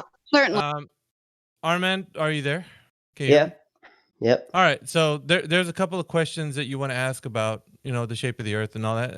That's respectable coming in here, but if you allow me, 3 simple questions that I can point to you, and if you can answer them, then you can have every indulgence in the globe you want possible. Okay. But you haven't answered my one question. Right. I understand that We you will you get do to it. listen. You do have questions. No. and Listen. You don't want to Armand, answer. You no, Armand. listen to me first. Listen to me first. You don't want to answer my questions, right? Because you want to get me listen, stumped. Armand. on 3 of your questions. You don't control this conversation. Why not? Because I'm a This is- moderator, and so is Miggy, and you're going to have to listen to him and follow the conversation here. Yeah, That's not how it works. Yeah, that's how it works here. This All is right, our that's- house. All right. So, It's your house. That suddenly just makes it bias. No, you want to have an unbiased conversation? Then listen to me first. It's because you're being a dick, man. So I'm being a stop. dick. How am I being a Yes, you dick? are. Yes, you are. Now just How am I stop. being? You're refuting. You're You're coming literally into deflecting. our house. You are talking over literally people. deflecting. Armand, Quite a lot. listen. Everybody just calm down. Okay, so look, nobody's jumping in. Simply, I know I came into the conversation late, and I apologize, but I do want to have just a quick convo with you because it's important. There's some foundational things that we have to establish before. I'll answer 3 of your questions if you answer 1 of mine. Go Absolutely. ahead. I asked you the question. Answer it. Absolutely. But let me just shoot these 3 to you, and then you can do whatever you want. Like I said, honestly, we'll answer every question you want. But first, you have to get through these foundational questions. The first But one. I asked you one question before, and you couldn't answer it. No, we didn't have the foundation again, to answer it, brother. You're not giving the once again, conversation time. hang on, Damsel. Hang on. Everybody just hang back for a second. Please hang back. So one of the things that I need to establish here is the knowledge that you know about the Earth, right? That's the first thing we got to establish in this conversation. They're foundational, so we need to establish that, right? So I need you to answer 3 questions. They're foundational. How, when, and where was the curvature of the Earth measured, right? Now listen, how, when, and where was the curvature of the Earth measured, right? I'm just going to give you these 3 questions, and you can answer each one, and you can just let me know. How, when, and where was the curvature of the Earth measured is the first question. How, when, and where was the spin or the axial rotation of the Earth measured? Okay, how, when, and where was axial rotation of the Earth measured? Okay. And the third question is, how can we have gas pressure without a container? They said that the Earth is said to reside next to the vacuum of space, right? We have pressure here on the Earth, and then the vacuum of space is right adjacent to it. So if that's true, how is it possible to have gas pressure without a container? Because the Earth, as you understand it, being a globe, is an open system, meaning that rockets can leave to the moon, and you got satellites in low Earth orbit and such. So we got to know that these three foundational questions are answered to establish any further questions that you might have about what we know the Earth to be as flat, right? So just really quick, okay? The first one, once again, is how, when, and where was the curvature of the Earth measured? That's a very simple question that you should be able to answer, because there's a lot of further questions that we're going to probably get into and more questions that you have. How, when, and where was the curvature of the Earth measured? Okay. It was measured. Okay. Now, first of all, no one butt in if I say anything wrong. No, Let me you go ahead. finish. You go All ahead. right. It was measured about 2 millennia ago. All right. And how it was measured, it was around the time of the Alexandria. That's right, the Egyptian city. Okay. And I don't know the name of the nearby town off the top of my head, but in a nearby town, in midday, the sunlight shined straight down to the bottom of the well, of like deep wells, right? Indicating that the sun was directly overhead of that town. But in Alexandria, the sun never reached the bottom of those wells, but instead it fell on the sides. Okay? And I'm not sure of the exact math, but that's how they figured out the circumference of the Earth. That's how and when the circumference of the Earth was figured out. Is that a good enough answer for you? So with this answer that we need, there needs to be specifics followed, because here's what we're going to get into, right? We're going to get into globe math. Globe math gives us like the circumference and the radius. And for you to have established already in your mind that the Earth is a globe, like absolutely 100%, like all of us are ridiculous for thinking otherwise. You need to absolutely know with 100% assurance, which I didn't hear in that answer. You need to know absolutely 100% with assurance that the Earth is absolutely a globe with math to precede that. Now, if you don't have, right, hang on 1 second, Armin. If you don't have that, there's gaps in your knowledge where you might be mistaken, right? You might say, wait a minute, okay, I didn't give the correct information exactly, like where I could tell all these guys who are going against what I know, this information that's rock solid, that I know 100% that the Earth is absolutely a globe. So that's why I'm saying with this answer, you need to be hyper specific, and you need to be on point with your answer, because you're disproving everybody who's saying everything against the globe, right? So just with this answer, like you said, it's somebody that did a test 2 millennia ago. So now we need to get into exactly what was being done. So Okay. I'll tell you. Sure. I'll tell you what was tested. Okay. Okay.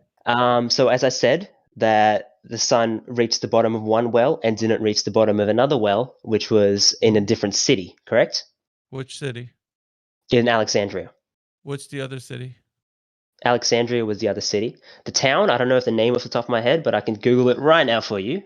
No, this is okay. So, and the reason why we're doing this is because the burden of proof is the one who makes the claim of what the Earth is, right? So if the Earth is said to be a globe, the burden of proof lies on those who make the claim that the Earth is whatever it is.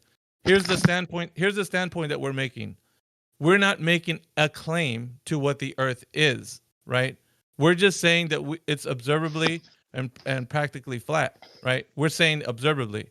But as far as like overall what the Earth is, no one knows, right? It's a question, it's a mystery. But the claim with the globe, not you, Armin, the claim with the globe is that the Earth is of a set size and dimension.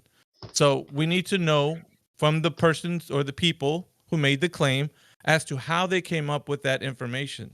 So the burden of proof lies with those who make the claim, right? I'm not saying you, but because you believe the Earth is a globe, you need to have the said information that is required to make that established knowledge a reality. So it needs Okay. to be on point. Go ahead, Armin. But are you not just saying that the Earth is flat because you observed it to be flat? Okay, the Earth is locally, right, and measurably flat. That's how we observe it. That's how it's practically used in everyday functions. But if it's anything else, like a globe, well, that needs to be that information needs to be verified. Okay, that word is very important in everything we're going to be talking about in future questions. Verification of said information. So if Okay, it but is so if it is a globe, all right, based on what you said local. So you can only claim that the local part of the Earth is flat around you. How can sure. you claim that the entire Earth is flat? Nobody made that I don't think anybody here has made that claim, but here's what we do know, right? If it's locally flat, if it extends outward farther, right, and then it does become a globe, then that needs to be that's all I'm Okay, saying. I'll verify it for you right now. All But right, I'll get we're into specifics. I'll yeah, get but into we're specifics right now. yeah, I understand you're going to do that, but we're still with that first question, right? We Yep, got to I'm on the always first remain. question. All right, so All right, I'll, if I'll you explain may it with the first question. yeah, if you may go back to the specifics of that first question. All right, I got a little more information because I wasn't sure of the cities' names off the top of my head. Yeah, There sure. were two cities. There was the city of Syene and the city of Alexandria. Okay. Now, when at a certain time, the sun shined directly to the bottom of the well in the city of Syene, but that exact time, it didn't in the city of Alexandria. Okay. And okay, what I'm saying is I'll provide the information later. The difference in the angle was due to the curvature of the Earth, right? So what he did was he measured this angle. Okay, the angle was found to be I think it was 7 degrees off the top of my head. Now, if you give me a moment, I can Google the distance between Syene and Alexandria because this information I don't know off the top of my head. All right, I can Google this information and I While can you find get it. that, I'll give you just a moment while you collect that information, Armin. But in between that, I'm just going to go and explain the reason why we're asking for specifics is because the claim is very bold. Okay, it's a bold claim. The claim is that we see the Earth to look and experience it as a flat stationary plane. Now, the claim is opposite of that. The claim is that it's not flat and it's not stationary. That is exactly the opposite of where our observations are. So if that is true, then that bold claim needs to be verified. So we're now onto the place where you're actually going to collect some information right now with the whatever search on the internet that you're going to do, and it needs to be said whatever the claim is, right? With the metrics of the globe need to be verified. After you tell me all that information, I will then ask you, did you verify that? So followed by all that wonderful collection of information you're going to do, I will ask you, did you verify that? And truthfully, you need to respond. And if you have not verified, which we can probably get to at this moment, if you have not verified that information, then you can't say with 100% assurance that the Earth is measurably a curve. All right, I Does just that want to make say does one that thing make sense? before I get Does that started. That make makes sense? sense. Okay, that makes sense. I just want to get through one thing before we get started. Sure. I myself haven't measured the curvature of the Earth, so Okay. I don't know why the burden of proof it lies on me. Not Okay, you. you yourself have Not you, not Armin. seen that the entire Earth is flat. You've seen it locally. I don't understand why the burden of Not proof you. is not Not on you. you. Because here's the thing. You and me, both of us can walk outside into a like I don't know. We can go to the ocean or whatever, and to us, it looks flat from our perspective, right? And Locally, everybody can agree with that. I mean, you can, I can, everybody can. sure. But then there's a point where it stops looking flat, and then if you actually, according to, I mean, NASA and all them, the further you go up in altitude, you increase altitude, and then you start to see the curvature or whatever. It starts to become visible, right? But what I'm asking you is that it's important for us to establish the point where it stops looking locally flat and starts becoming a globe. That's Okay. important information. That's to us right now. That's important because it needs to be verified that it's not just said to be a globe. It needs to actually be a globe. Do you understand? Okay. Like that's why we wrestle with this information because a lot of people they're making these claims, but they don't have no verifiable information. So if you're telling me at set distance it looks like a globe and it can be verified as such, then we're gonna all say, okay, now with that information, we're gonna verify it for ourselves. But I tell you what, I've been doing this for about 8 years now, and nobody has come forward, not any PhD, not any person that's come through the Discord and tell us that the Earth is actually verified as a globe. So it's good that you have this information that you think that it is a globe. That's good. It's great. And you can look it up and you can tell us, but it ain't gonna do us a lick of good if you can't verify it, Armin. That's important. The step that we take in here is verifying this information. We put everything to the test. And any information that gets brought to us, we're going to make sure that the Earth is absolutely a globe by verifying it. And if it's not able to be verified, then maybe you are incorrect. Because if you're taking a belief so strong that you're not willing to be open-minded and say, I could be wrong, let me go and check. If you can't verify this information for yourself, because it sounds kind of crazy, right? To say that people think that the Earth is not a globe, and it's contrary information to what you know. But what we're letting you know is that if it can't be verified, then we can't absolutely say that it is what it is. Everybody can make claims like what the Earth is. You can make a claim that the Earth is a cube or it's a octagon or whatever, whatever shape you claim it is. That's fine. Or a globe or whatever. If you're making this claim, you or anybody else, then it needs to be verified. So, and I didn't say you, Armin. I didn't say the burden of proof lands on you. I said the burden of proof is with those who make the claim that the Earth is something other than what we observe it to be. I don't observe a globe whatsoever in my day-to-day activities, and I surely don't observe the Earth to be in motion. So if the claim is that it is, and that is everything contrary to what I experience, then that information needs to be verified. I guess with that, I if you can, like you did answer honestly that you haven't verified that, there's a step in your thought process that needs to connect where the information you know is actually verified. But it's, like I said, it's great that you have a lot of information to tell us, but if you can't verify it, then honestly, this conversation is going to be more of speculation and what you think or information that has been secondary that you've received that you just believe to be true. It's a belief and it can't be verified. Can you see the distinction of where I'm going with this, Armin? Like and it's not any slight against you, but this information has been ingrained in all of us. Collectively, we've all been fed this information that we've all just taken for granted. None of us have been, when we were growing up, have had the critical thought to be like, oh, wait a minute, I'm 10 years old and they're telling me the Earth is a ball Earth and it's a planet and all that. That's great. But if at some point I can't verify it, then it just becomes, stories. It's just a story that they told me that it is, because it's not reality. Reality is something I can go and empirically verify for myself, or anybody can. I can tell my friend, hey, this is how you know that the Earth is a globe. But if it's something like it's out of your reach, okay, and I'll give you an example, something that's out of your reach.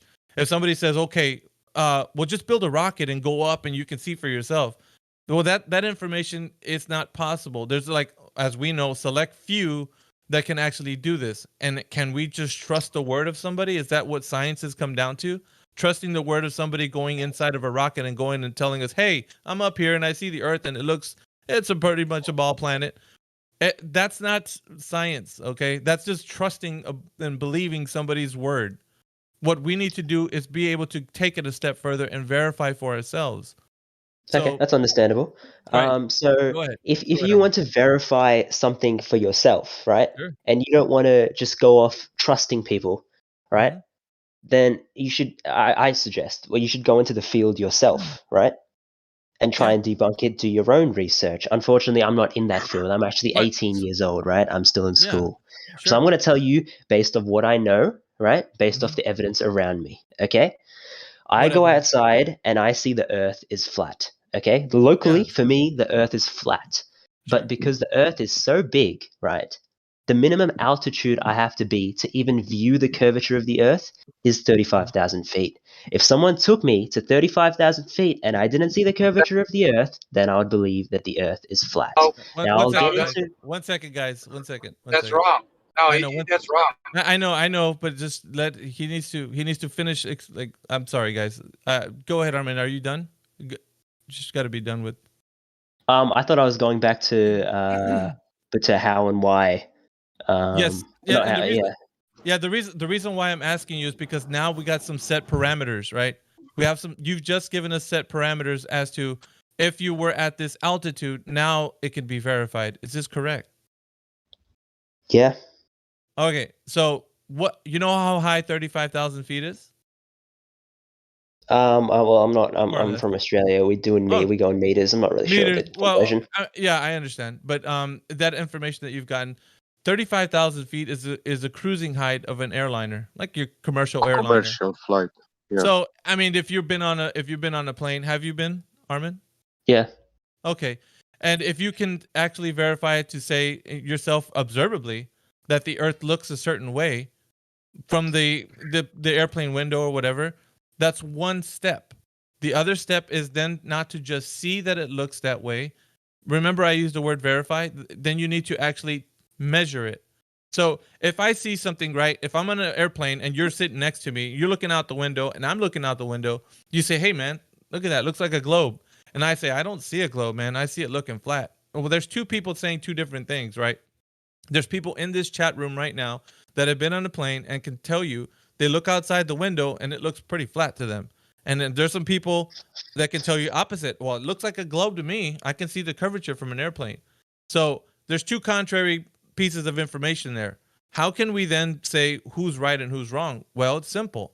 We measure a certain distance on the Earth. And if it's possible that with that measurement, we can come out to say that, yeah, there is slight curvature on whatever distance, then the person with the observation from 35,000 feet can coincide with the measurement to verify that it actually is.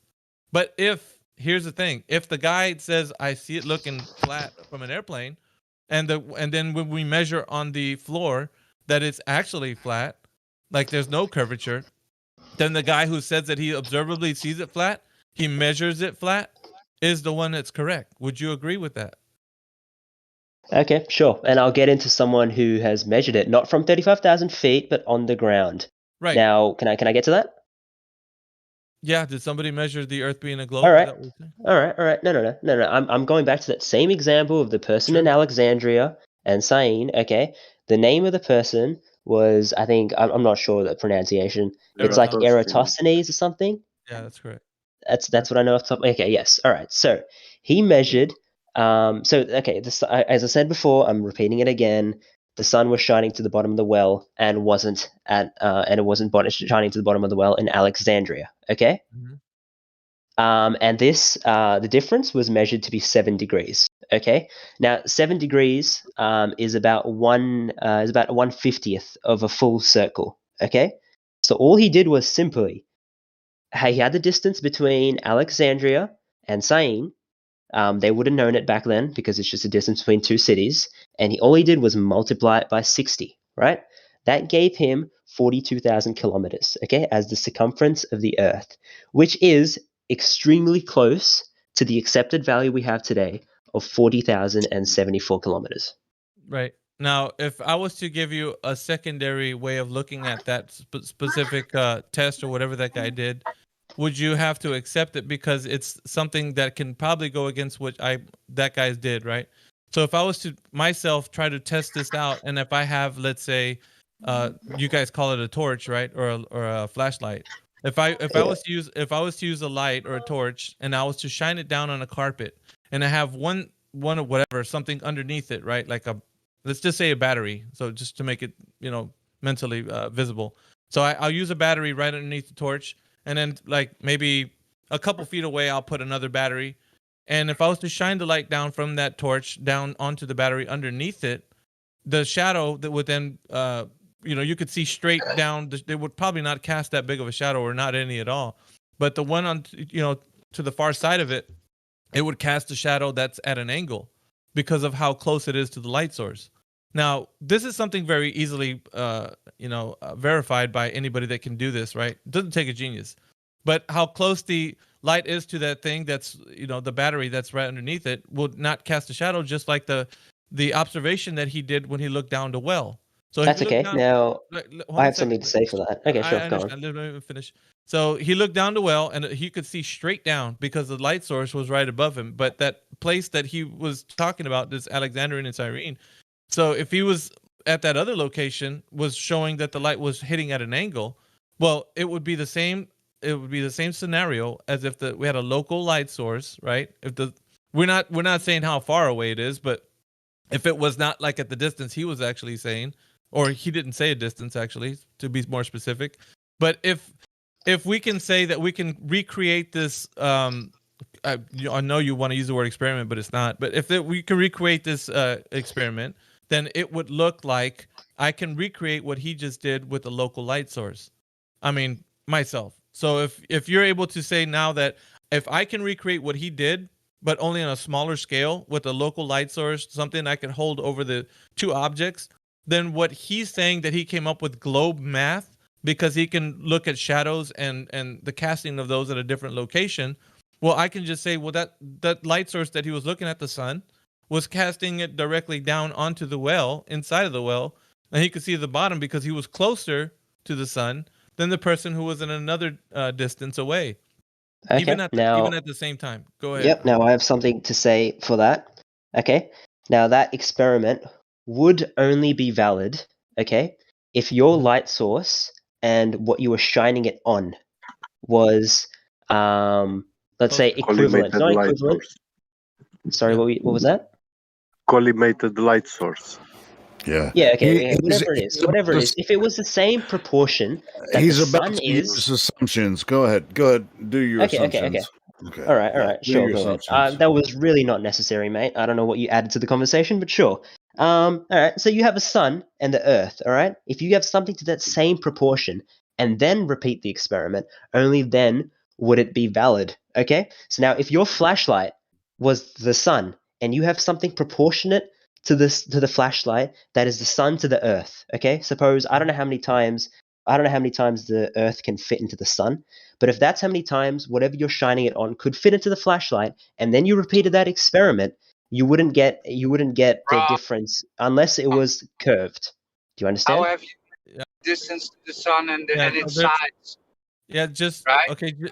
Just with the information. If okay, all right. If the Earth was a similar size to the Sun, sure, I could agree on you there. But I can't agree with you on your experiment if the size of your light source and whatever you're shining it on isn't to the same proportion of the Sun and the Earth. Right. Here's what you're not understanding. If you start then interjecting with things like maybe or could be's or maybe possibly, they're not maybes or could be's. They're the same proportions. So you need to have every variable exactly the same except for one in an experiment. That's what makes an experiment valid. Every variable needs to be the same except for one. Armin, here's what we're getting, right? We're getting with whoever did this test 2 millennia ago, that they're making the assumption that they know what the sun and the earth is. They already know that the earth is a globe, and they're just verifying that it is. That's what we're getting. No. At this time, they didn't know the earth was a globe. This person verified. This person realized that the earth was a globe. He didn't know before that the earth was a globe. One second. That he had information previous to the information that he already came in with the presupposition that the earth is a globe. Armin, do you know Okay, how? and you're coming in with the information that you think the earth is flat. It's the same thing. No. Wait. But here's the problem we're having. Okay, the problem we're having is that because of the fact that he presupposed that the earth is a globe and he just wanted to show people that it actually is. The thing is, before him was Aristotle, right? There was a lot of people that came before those who were making these assumptions. So you based the globe, well, not you. The globe based its knowledge that this guy was the one that was saying that he is the one who's verifying that the earth is a globe. Now, before him, he had previous information coming into this that it is, and he's just verifying that it is. So it's not that he measured it and said, aha, it is now a globe. He already thought it was, and then with that information he took, that presupposition that it is a globe, then he inserted that, yes, because this is happening, it is a globe. But if I told you something contrary that I can actually do myself, to show that if I have a local light source over something that's looking down right on the light and then further away, I could recreate exactly what he did. Then that I could show you that on a flat surface, I could do the same thing he did on a quote unquote globe. So if I can recreate both scenarios, one on a flat surface, one on a globe, on a round surface, then we have a problem. The problem is that the information he's giving is solidifying the Earth being a globe, and the one that I'm giving is solidifying that it's not. But So you can only recreate that if you have a light source the size of the sun or the same proportion that the sun is to the Earth. Why would You you? need something. Why would you think that though? If Because I showed because you, if you don't have two things to the same proportion, suddenly you're changing two variables in an experiment. Once No, you it's start changing two variables, you don't know what affects what. You need to This change is not one an variable in an experiment. experiment. This Wait. is an experiment. What else would It it is. be if it's not an experiment? it's not. So give me the hypothesis of Aristophanes with his IV and DV. Give me. What was His his? hypothesis? I think okay. Armin's 18 years old. I don't know if he knows too much about. I mean, I have basic knowledge off the top of my head. Okay, the independent variable. Yeah, you do know. Is literally okay. What's he changing? The position. Okay, where he's standing or where the light source is shining. Right. Where the light The source is dependent. Yeah. Okay. And the dependent variable, what changes is the angle of it. Yeah. The angle of the shadow. Okay. And what other variables are we using? Because Every other variable from there is controlled. It's exactly the same. That's not a scientific experiment. You need to know What do you mean? What does the scientific experiment entail? Detail what a scientific experiment must have. You need Hypothesis. an independent variable, you need a dependent variable, and you need controlled variables. Yeah. Right? I've told you what the independent and dependent variables are. Everything else is the controlled variable. What was the hypothesis?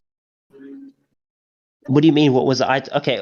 Honestly, I'm not this dude. I haven't conducted this experiment. I don't know what his hypothesis was off the top of my head. I have shown you what his experiment was. If you can if you can tell me why that's wrong, if you can get me a light source and something to shine it on, which is the same proportion, as the sun and the earth, then I'll believe you. Would you be slowing down a little bit and not be so intense? I know you're very triggered, and it's okay. It really is. We're not trying to convince you of anything, by the way, brother. You're here to talk about the discussion, and we're trying to show you there's another way to look at things. No, definitely. So we will provide sources for everything we say, but I first want to make sure you understand what an actual experiment needs to have. And the first thing is a hypothesis. If you don't have that, you don't got an experiment. You must. Because I haven't done this experiment myself. If you want to go on Google, and search up, if you want to search up what his hypothesis was, that's sure. He definitely had a hypothesis. You don't seem to understand. Yes, you do. This out. You are here making the claims, the positive claims. Exactly. If you're going to make positive, stop. You're making the positive claims, which means that you need to provide the evidence of the hypothesis that you're claiming made this an experiment, because you're not seeming to understand that is your burden. Yeah. When he told you that this world looks observably flat and non-rotating, that means that you have to provide the evidence that it's not what we see and feel. I did. Because that's what everybody. No, you didn't. I just did. I cited research. No, you just told me you cannot provide the hypothesis. That's because you. Oh my goodness! All right. Okay, lady. I don't know who you are. Okay, understand one thing. You want to find his hypothesis? You can Google it. I'm not this Greek dude. All right. Check this out. Check this out. At the end of the day, this test, Aristophanes test, it's you can't apply the scientific method to this. Why not? So, because it's. You want to tell him why? Yeah, you don't know the size of the variables that you're using within it, so it can't be qualified as. There's missing information, right? Bits and pieces of the thing that's pertinent to what an experiment would be. So you're saying that because of the size of the sun and the size of the earth, we need to have two things that size. You're already making the assumption that you already know the size of the sun and the earth.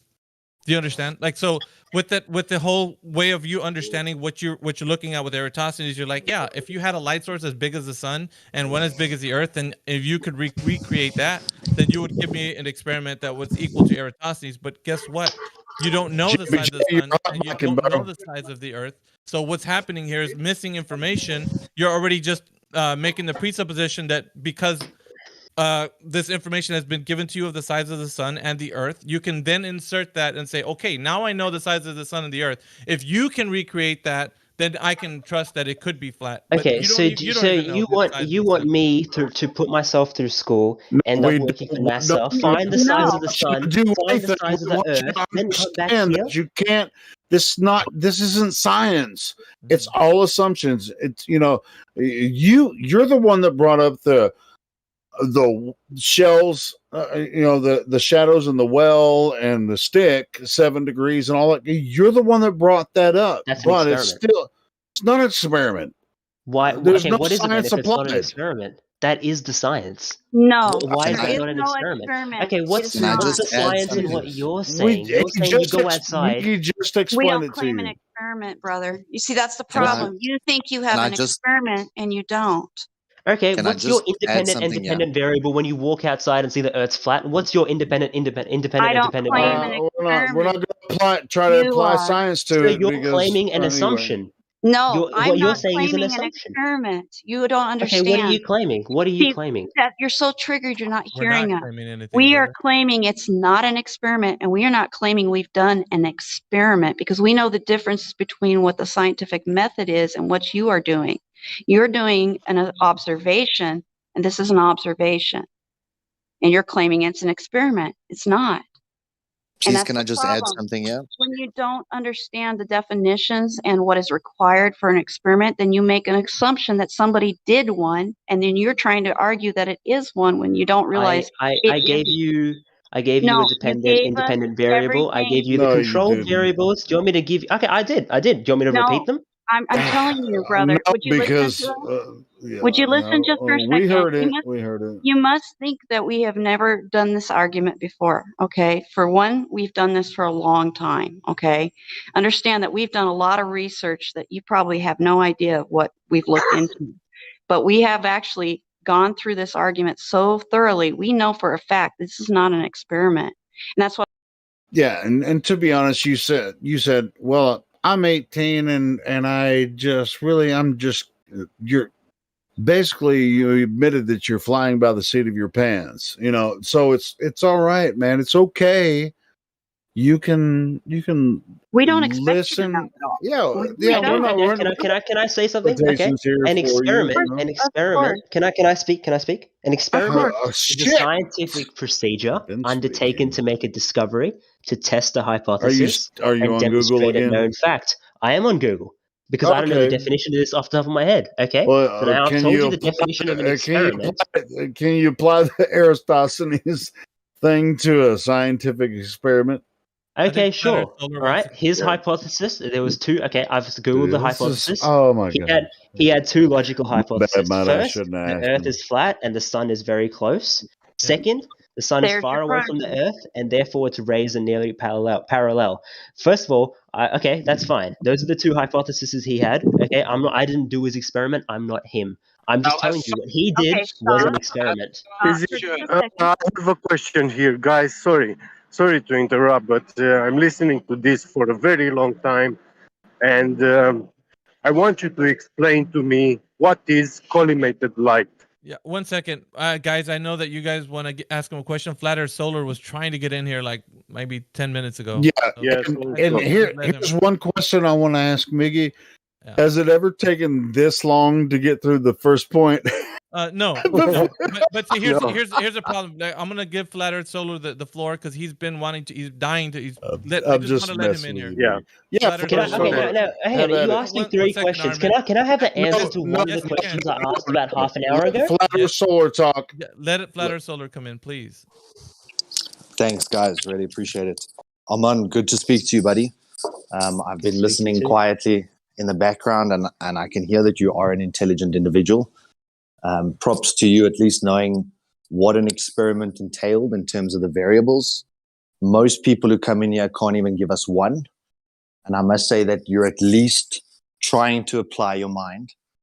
The way that Miggy was trying to explain to you about the sun being large and far away and the earth being curved versus we see the earth being flat, we see a little orb come above our horizon, there's really not much assumption when you assume it's flat and it's a small local light source.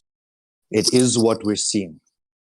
The assumptions come in when you start to presume the Earth has to be gigantic, thereby making the sun have to be even more gigantic than the Earth.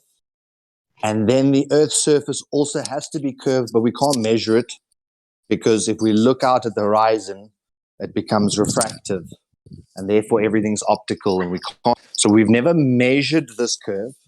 We've never measured that that little orb that rises on the horizon is actually 800 times or 800,000 times larger than the Earth. We've never measured those physical things. So the globe side has three set assumptions. The Earth is curved, the light source has to be gigantic, and then those lights are coming in parallel. Then on our one, we see a little light rise on the horizon. We see the Earth present itself as flat. And if I use a light source, like Miggy described, above an object and with another object off to the side, they're going to cast two different shadow lengths. That's a known thing for all of time. If I have a little fire and I'm made a fire and I stand right close to it, I can cast gigantic shadows behind me. And if I walk further away from the light source, I can cast much smaller shadows. But I can also cast them in different directions based on where I'm positioned around that light source. So any assumption that measuring a shadow angle or a shadow length, and then like Miggy said, he had to determine a circumference and a radius, those are assumptive. You're now presuming it's so spherical that you can work out the circumference and you can work out the radius. So when it comes to something like this, a scientific experiment is cause and effect. We're not looking at why is the Earth flat or why is the Earth round.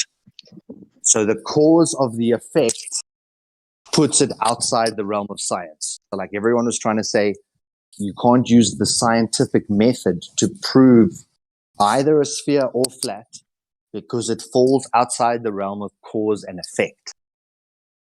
So just on those 2 points, on that the ball Earth side actually has more assumptions and that the scientific method is cause and effect. Thanks, Mickey.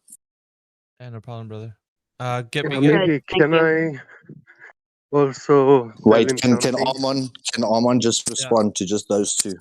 Sure, go ahead. If you can, please. Yep. Well, what did you want me to respond to? What he said.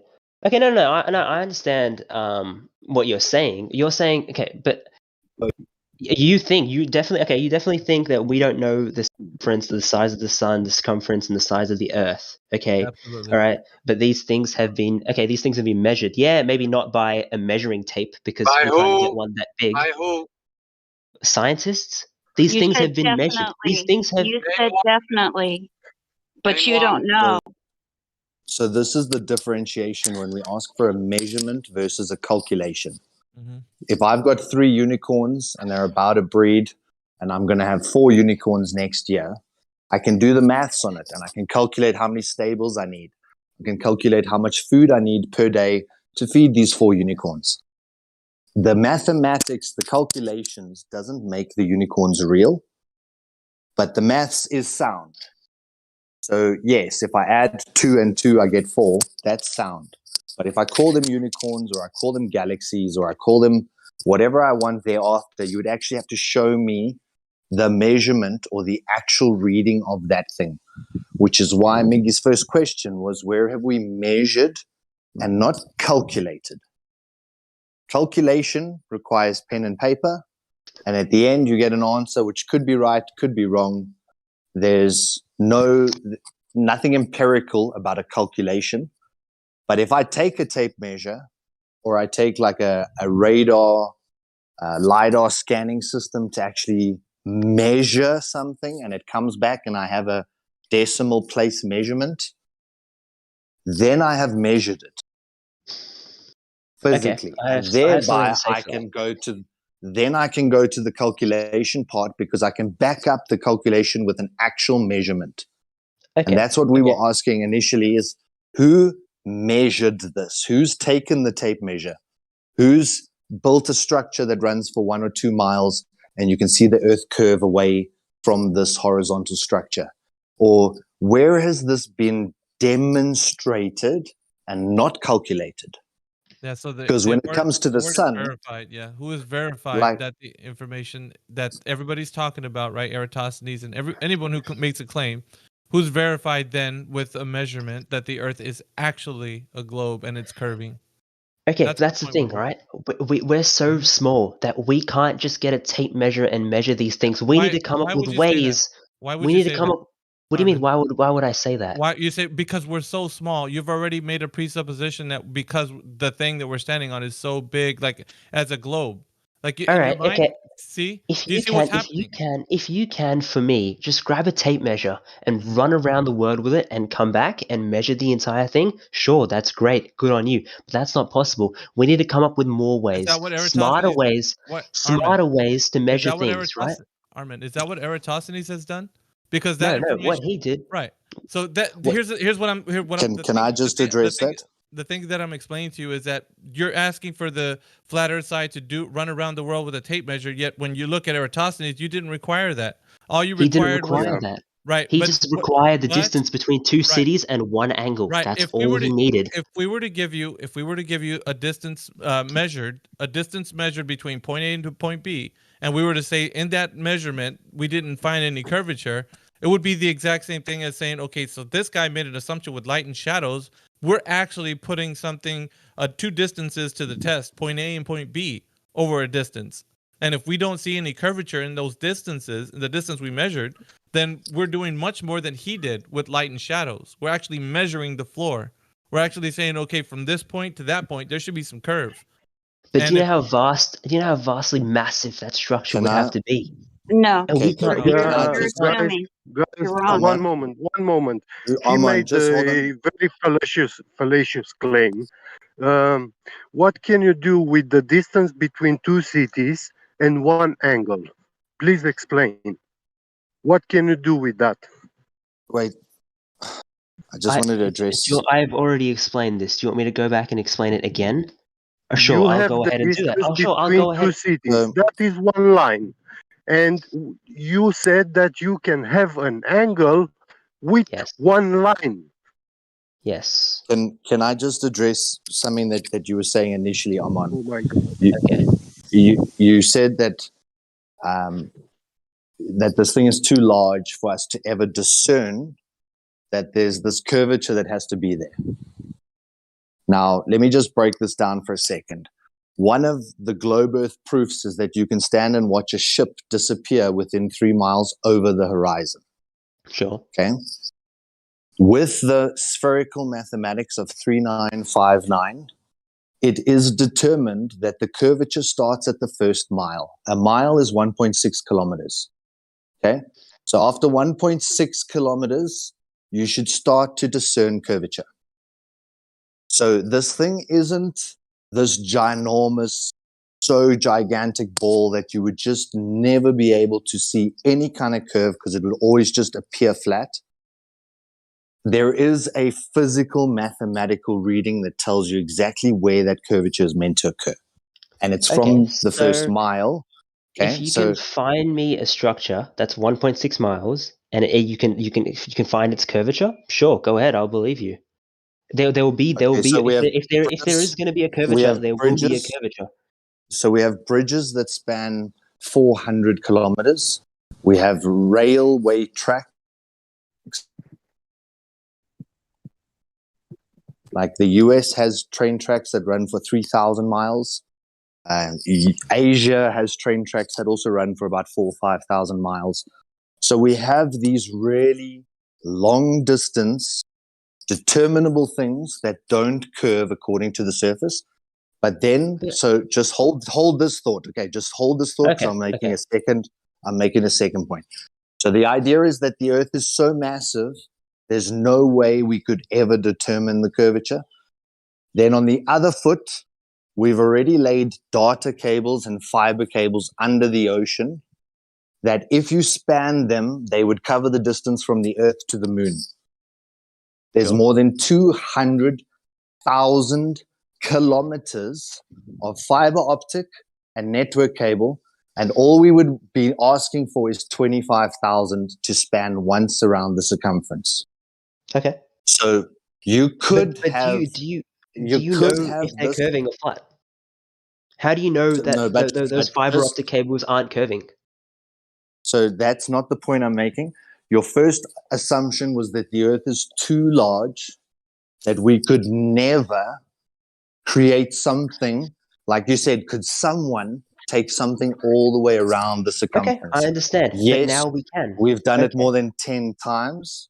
Sure, we And can. the Okay, I Earth was is wrong there. not I'll that agree that. large, and that the Earth has to curve from the first mile, because if it's a sphere, it curves away from you in every direction, and that mathematics can be tested, and that's how we've disproven the radius, because it doesn't curve by what it should be curving by. So have you gone under an ocean and measured the curvature of a fiber optic cable to tell me that it's flat? No, you're missing. You're Did you missing it. hear the No, point? you're missing it. He didn't say that you could measure with the cables. That's not why he brought the cables up. The reason why he brought those cables up is because the claim is, why can't you flat earthers take a tape measure and go around the earth? So he's using the cables as a way to say that, yes, they've already wrapped around this earth that you think it's with cables 10 times over. So Okay. there's no kind of like saying that, it's curving or not. He's just using the point that, yes, they've already, laid that stretch of distance away with cables. Sure, but Go ahead. what does that say about the Earth? Nothing. What does that say about the Earth not being round or being round? No, it's to tell you that the claim has It's not too anybody large to measure. Okay, Yeah, sure. that's the All claim. right, then it's been measured. Well, are you going to say No, that the By Earth's who? It's not. By whom and when? Because your only example was 2 millennia ago. Okay, so So- all right, I don't know about okay, I'll So have to if find we something. if we were to present you with an actual British ruling whereby they allowed a structure to be built, but everyone said that there's going to be curvature of the Earth and that this couldn't be achieved. And when they actually built it, they used a bunch of guys who assumed it was flat, built it as such, and after that, they actually amended the rule that curvature would never be factored in. So, for example, with railway tracks, they butt. You dropped off. 80-degree connection. You might want to repeat what you just said. You You dropped dropped. off flat Earth. Sorry. So with railway tracks, they ensure that there's always 90-degree connections.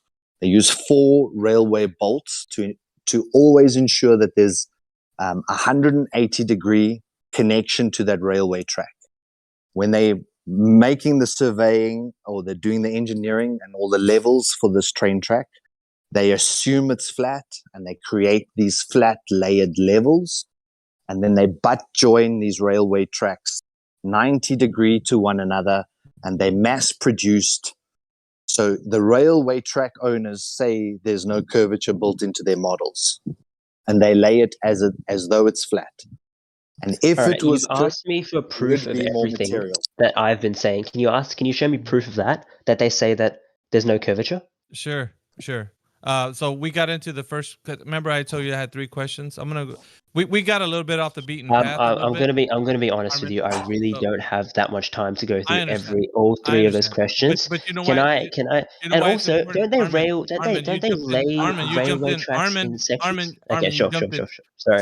So the problem, I know you don't, and you probably have to go here in a moment, but the reason why it's important to us is because if we can't get through the first question, how are we going to answer the next 2? So I only propose 3 questions that should be simply answered by anybody that understands the Earth to be a globe, right? So they're pertinent to the foundation of a conversation like the one we're having. So the reason why I asked you how, when, and where was the Earth curvature measured should be easily demonstrated by anybody. You that. I understand. I've told you that. Yes, I understand, Armin. You've given me information secondhand, right? That you understand the Earth to be a globe. But at this point, it's just a belief because, like we said, you got to put that thing to the test. Like anybody and everyone should. But because Can you see the voice text? But because of the fact that can't be done, right? It cannot be done by anyone, not a single soul living on Earth. That can't be verified. because if it was, then you'd be able to say, okay, I'm going to do exactly what that guy did, and I'm going to prove it to everybody because he's already done it, and I'm going to do it too. So if you can't verify it, it's just going to stay in the realm of belief in your mind. You're only going to protect the belief because you've been taught it. You haven't been shown it. Okay, you've only been taught, you haven't been shown, which is fine. You can believe that the earth is a globe and go on your merry way. That's okay. I don't have a dog in this fight when it comes to that. But you need to understand, critically think about every piece of information that you receive and say, okay, you're telling me it's a globe. I'm reading on this book and on my schoolwork. It looks like it's a globe by what you're telling me. Now I'm going to go and test it. Can I do that? Because if I can't do that and you're just telling me, oh, just take me on credit that it is, that's not going to work, bro. You need to actually take the information and then put it to the test. And that's what we're telling you here is the information you receive. You think it's a globe. Wonderful. Now put it to the test. And if it is a globe, then it'll be a globe. Voila. You don't have to worry about it. But what we're telling you is 8 years of me being here, I have never heard anybody provide evidence that it actually is a globe. Only that, oh, I showed you the information. It's a globe. That's fine. That's great. You have all the secondhand information at your fingertips. Google can give you every resource to know that in your mind, it becomes like this globe in your mind. But now go and verify that in reality, go out into the field and test that it is a globe. That's what we're saying. If that can't be done, it's just a belief, brother. That's all it's going to be. Okay, that's all right. But you wanted me to answer the question. Now, when you wanted me to answer the question, did you want me to go outside and start doing measurements at the same time? Because if I had to answer the question, I have to give you secondhand information. Yeah, I can't get out there and start. So I gave you the secondhand information that I had, and I don't know what's wrong with that. No, it's not. There's nothing wrong with it. What I'm saying, there's something wrong when you can't actually verify it. So yeah, you can continue to have a discussion in here, but if you can't take that information that you've learned and apply it to reality, then it's just a story. That's all it'll ever be. Well, You let me understand ask this. Hold on, if I may Armand? interject. No, I want to interject. I just posted my proof for him just to look in the live stream. No, that's fine. You know, whatever the proofs or whatever, we've been posting shit all night. No, this is relevant to what I was discussing all right, with him. cool, but check this out. I mean, this 18-year-old kid, whatever, we can, say whatever. And he might or might not take anything we say seriously. We don't know at the end of the day. We've spent a lot of time talking to this kid, right? So do you really are you just kind of like here just not really thinking that any flat earthers are taking any of this seriously, or are you just wasting our time? To be honest, I'm asking this for everybody listening and everyone here that is trying to take this kid seriously. I mean, and I hopefully, you're really being serious, but I just really feel a bit of dishonesty in your spirit. So where do you feel like you might get with talking to us flat earthers? I just want to understand. I don't want to waste any more time if you're not willing to just at least consider some of the things that we're saying. Oh, I've definitely considered what you're saying. I looked at the thing you sent me. I went over it, even though I understand it like the first 3 times. I definitely stuck to it and tried to understand it, and then I offered my opinion on it. All right, and now I'm still going. You see, Okay. 3 hours ago when you came in here, you were genuinely interested and curious what we have to say. Yeah, he's a bullshitter, man. He's a bullshitter. I can tell. It's fucking. I know. I'm getting sick of it, man. And now you sort of degenerated into a globe defender. While one second, guys. Okay, hang on. Listen to this. Can I please speak? Can I please speak? I know. I haven't spoken a lot. I think I can speak. Sorry, Armin. I'm sorry. I came in before you, but the reason why I'm saying this is I know that everybody wants to jump in here and say things because Armin is 18 years old. He's learning these things. But the way I see it is like none of us have a dog in the fight. All we're telling people to do is to critically think about the information. No, it's not about his age, Ricky. It's because he's a bullshitter and he's just taking the piss out of us. I know, bro. But here's the thing, though. If we give people that are listening right now a chance to actually hear what he's got to say, and then we respond in a kind manner so that others can understand what we're saying, then they could say, okay, I've heard what Armin has to say. I've heard what Helio and Miggy and Flat Earth Solar has to say. Now I want to check this out for myself. So the audience is listening as well. So what I want people to understand is that, yes, Armin has given us some answers. We have told him what we know. Now it's going to be time for everybody to make the judgment for themselves. It's time for people to now, instead of just talking, to go and check it out for themselves. So now that you guys have heard what Armin has to bring to the table, he's had information about what he knows about the Earth because he's learned it that way. Now can Armin verify it? That's going to be the next step that he's got to do. So after we're done with this discussion and he goes off into wherever he goes to, it's going to be in the back of his mind, okay, either I believe the Earth is a globe or I can actually check out and verify that it actually is. So everybody, whoever's listening, it doesn't matter who it is. So whether people think he's bullshitting or he's actually here honestly is irrelevant. So it's all for the I listener. think he's for honest So reasons. it doesn't matter. It doesn't matter if he is dishonest or if he is honest. Like that's irrelevant.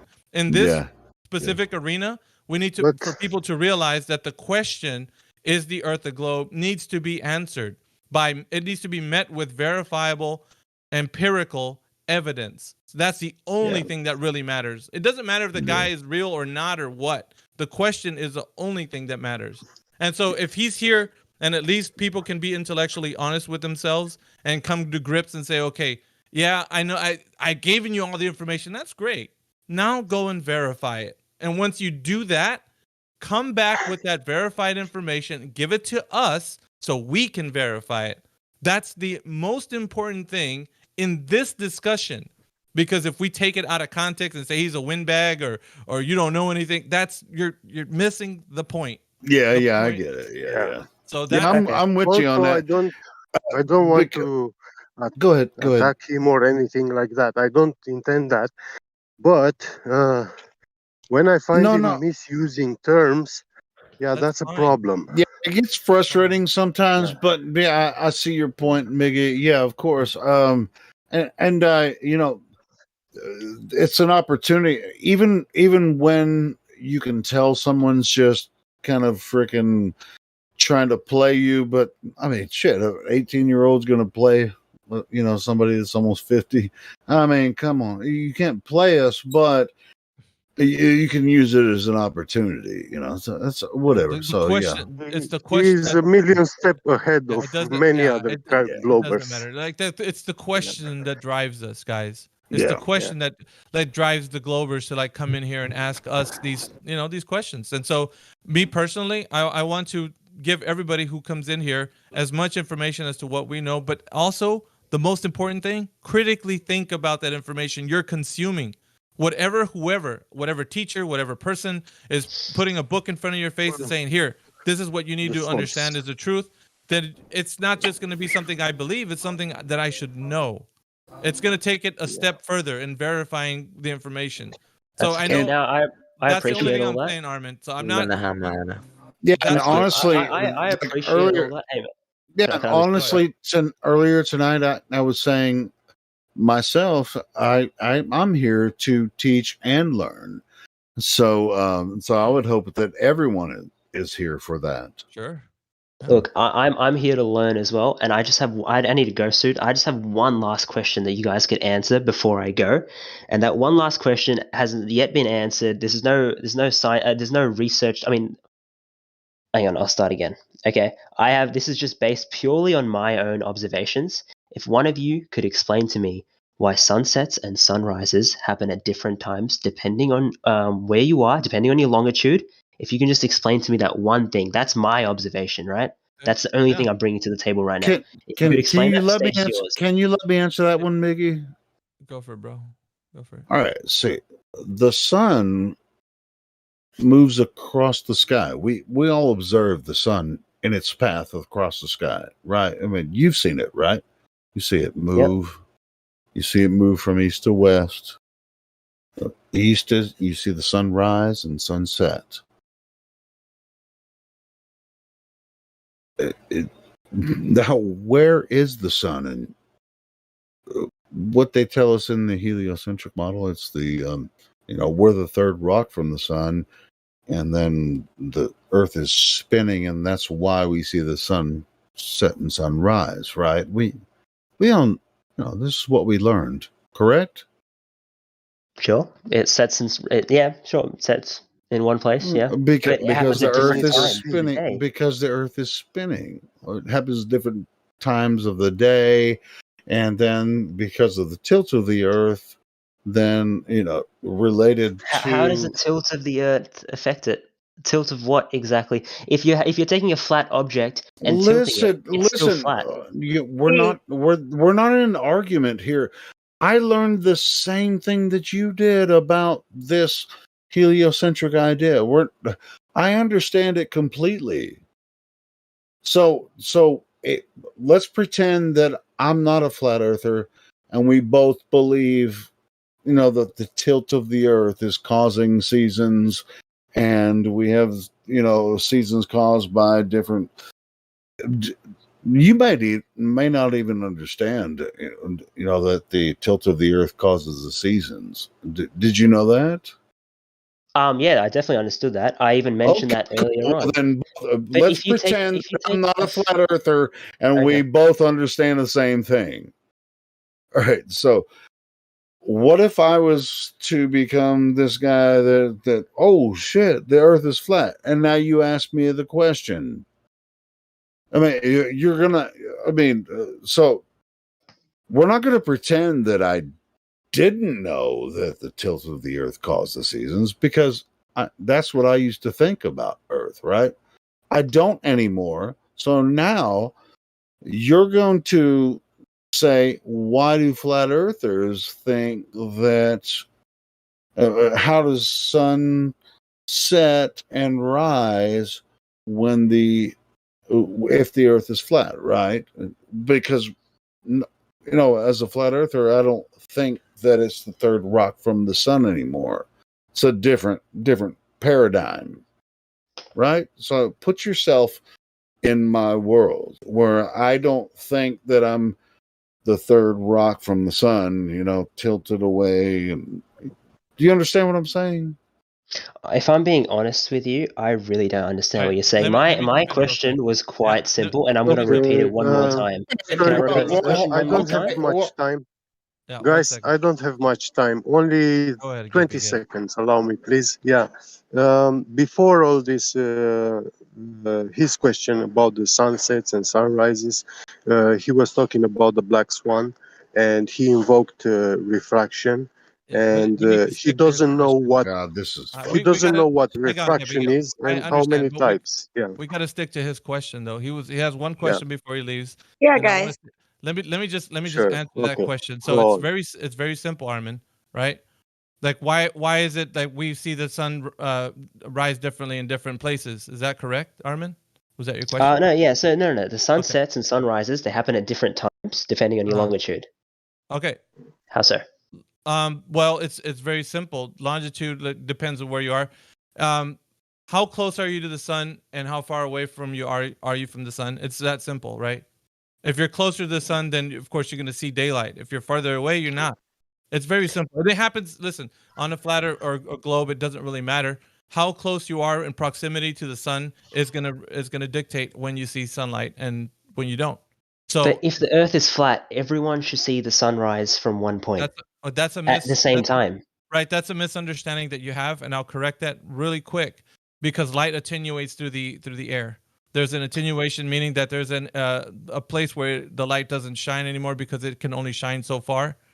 So because of your proximity to the sun, there will be a maximum amount of distance that the sunlight can actually reach. So it doesn't go on forever. This idea in your head where you take like that flat Earth map and you shine a lamp over it. Like I know you've probably seen that meme, and it should shine on the whole flat Earth. That idea is bogus. I don't know why people even put those things. So it's your proximity to the sun, how close you are, and how far away you are. That's simple. But it also has an attenuation through the air. So if you noticed in twilight, like there's kind of like layers to where the sun's actually getting brighter, and there's some images being put to you in the live stream voice text where you can actually see how the sun is actually getting brighter and where the darkness starts. So light does attenuate through the air. There's an extinction of light, and we understand this because of the medium that it's traveling through.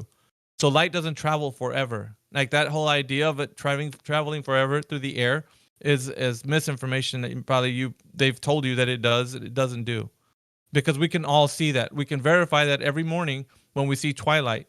We see it really dark, then it starts to become like in levels getting lighter and lighter. So if it was like to shine like the way they say it did, then it would only be super light or dark. There would be no in between. But we see the light gradually getting lighter and lighter until we see the full light of the sun. But it's the proximity. That's your answer to your question. It's the proximity of how close you are to the light source. That's all it is. There's no magic or something that flat Earth is gonna tell you. It's the same, bro. Like if you're on the globe, it's the proximity to the sun. You're closer to the sun because the Earth is rotating, and you're closer. And so if it happens the same for people on the flat Earth, you know how close you are to the sun because the sun is moving closer to you. But that idea has no relevance to like what shape the Earth is, right? There's no relevance. But it's just to tell you the proximity to the sun is the answer.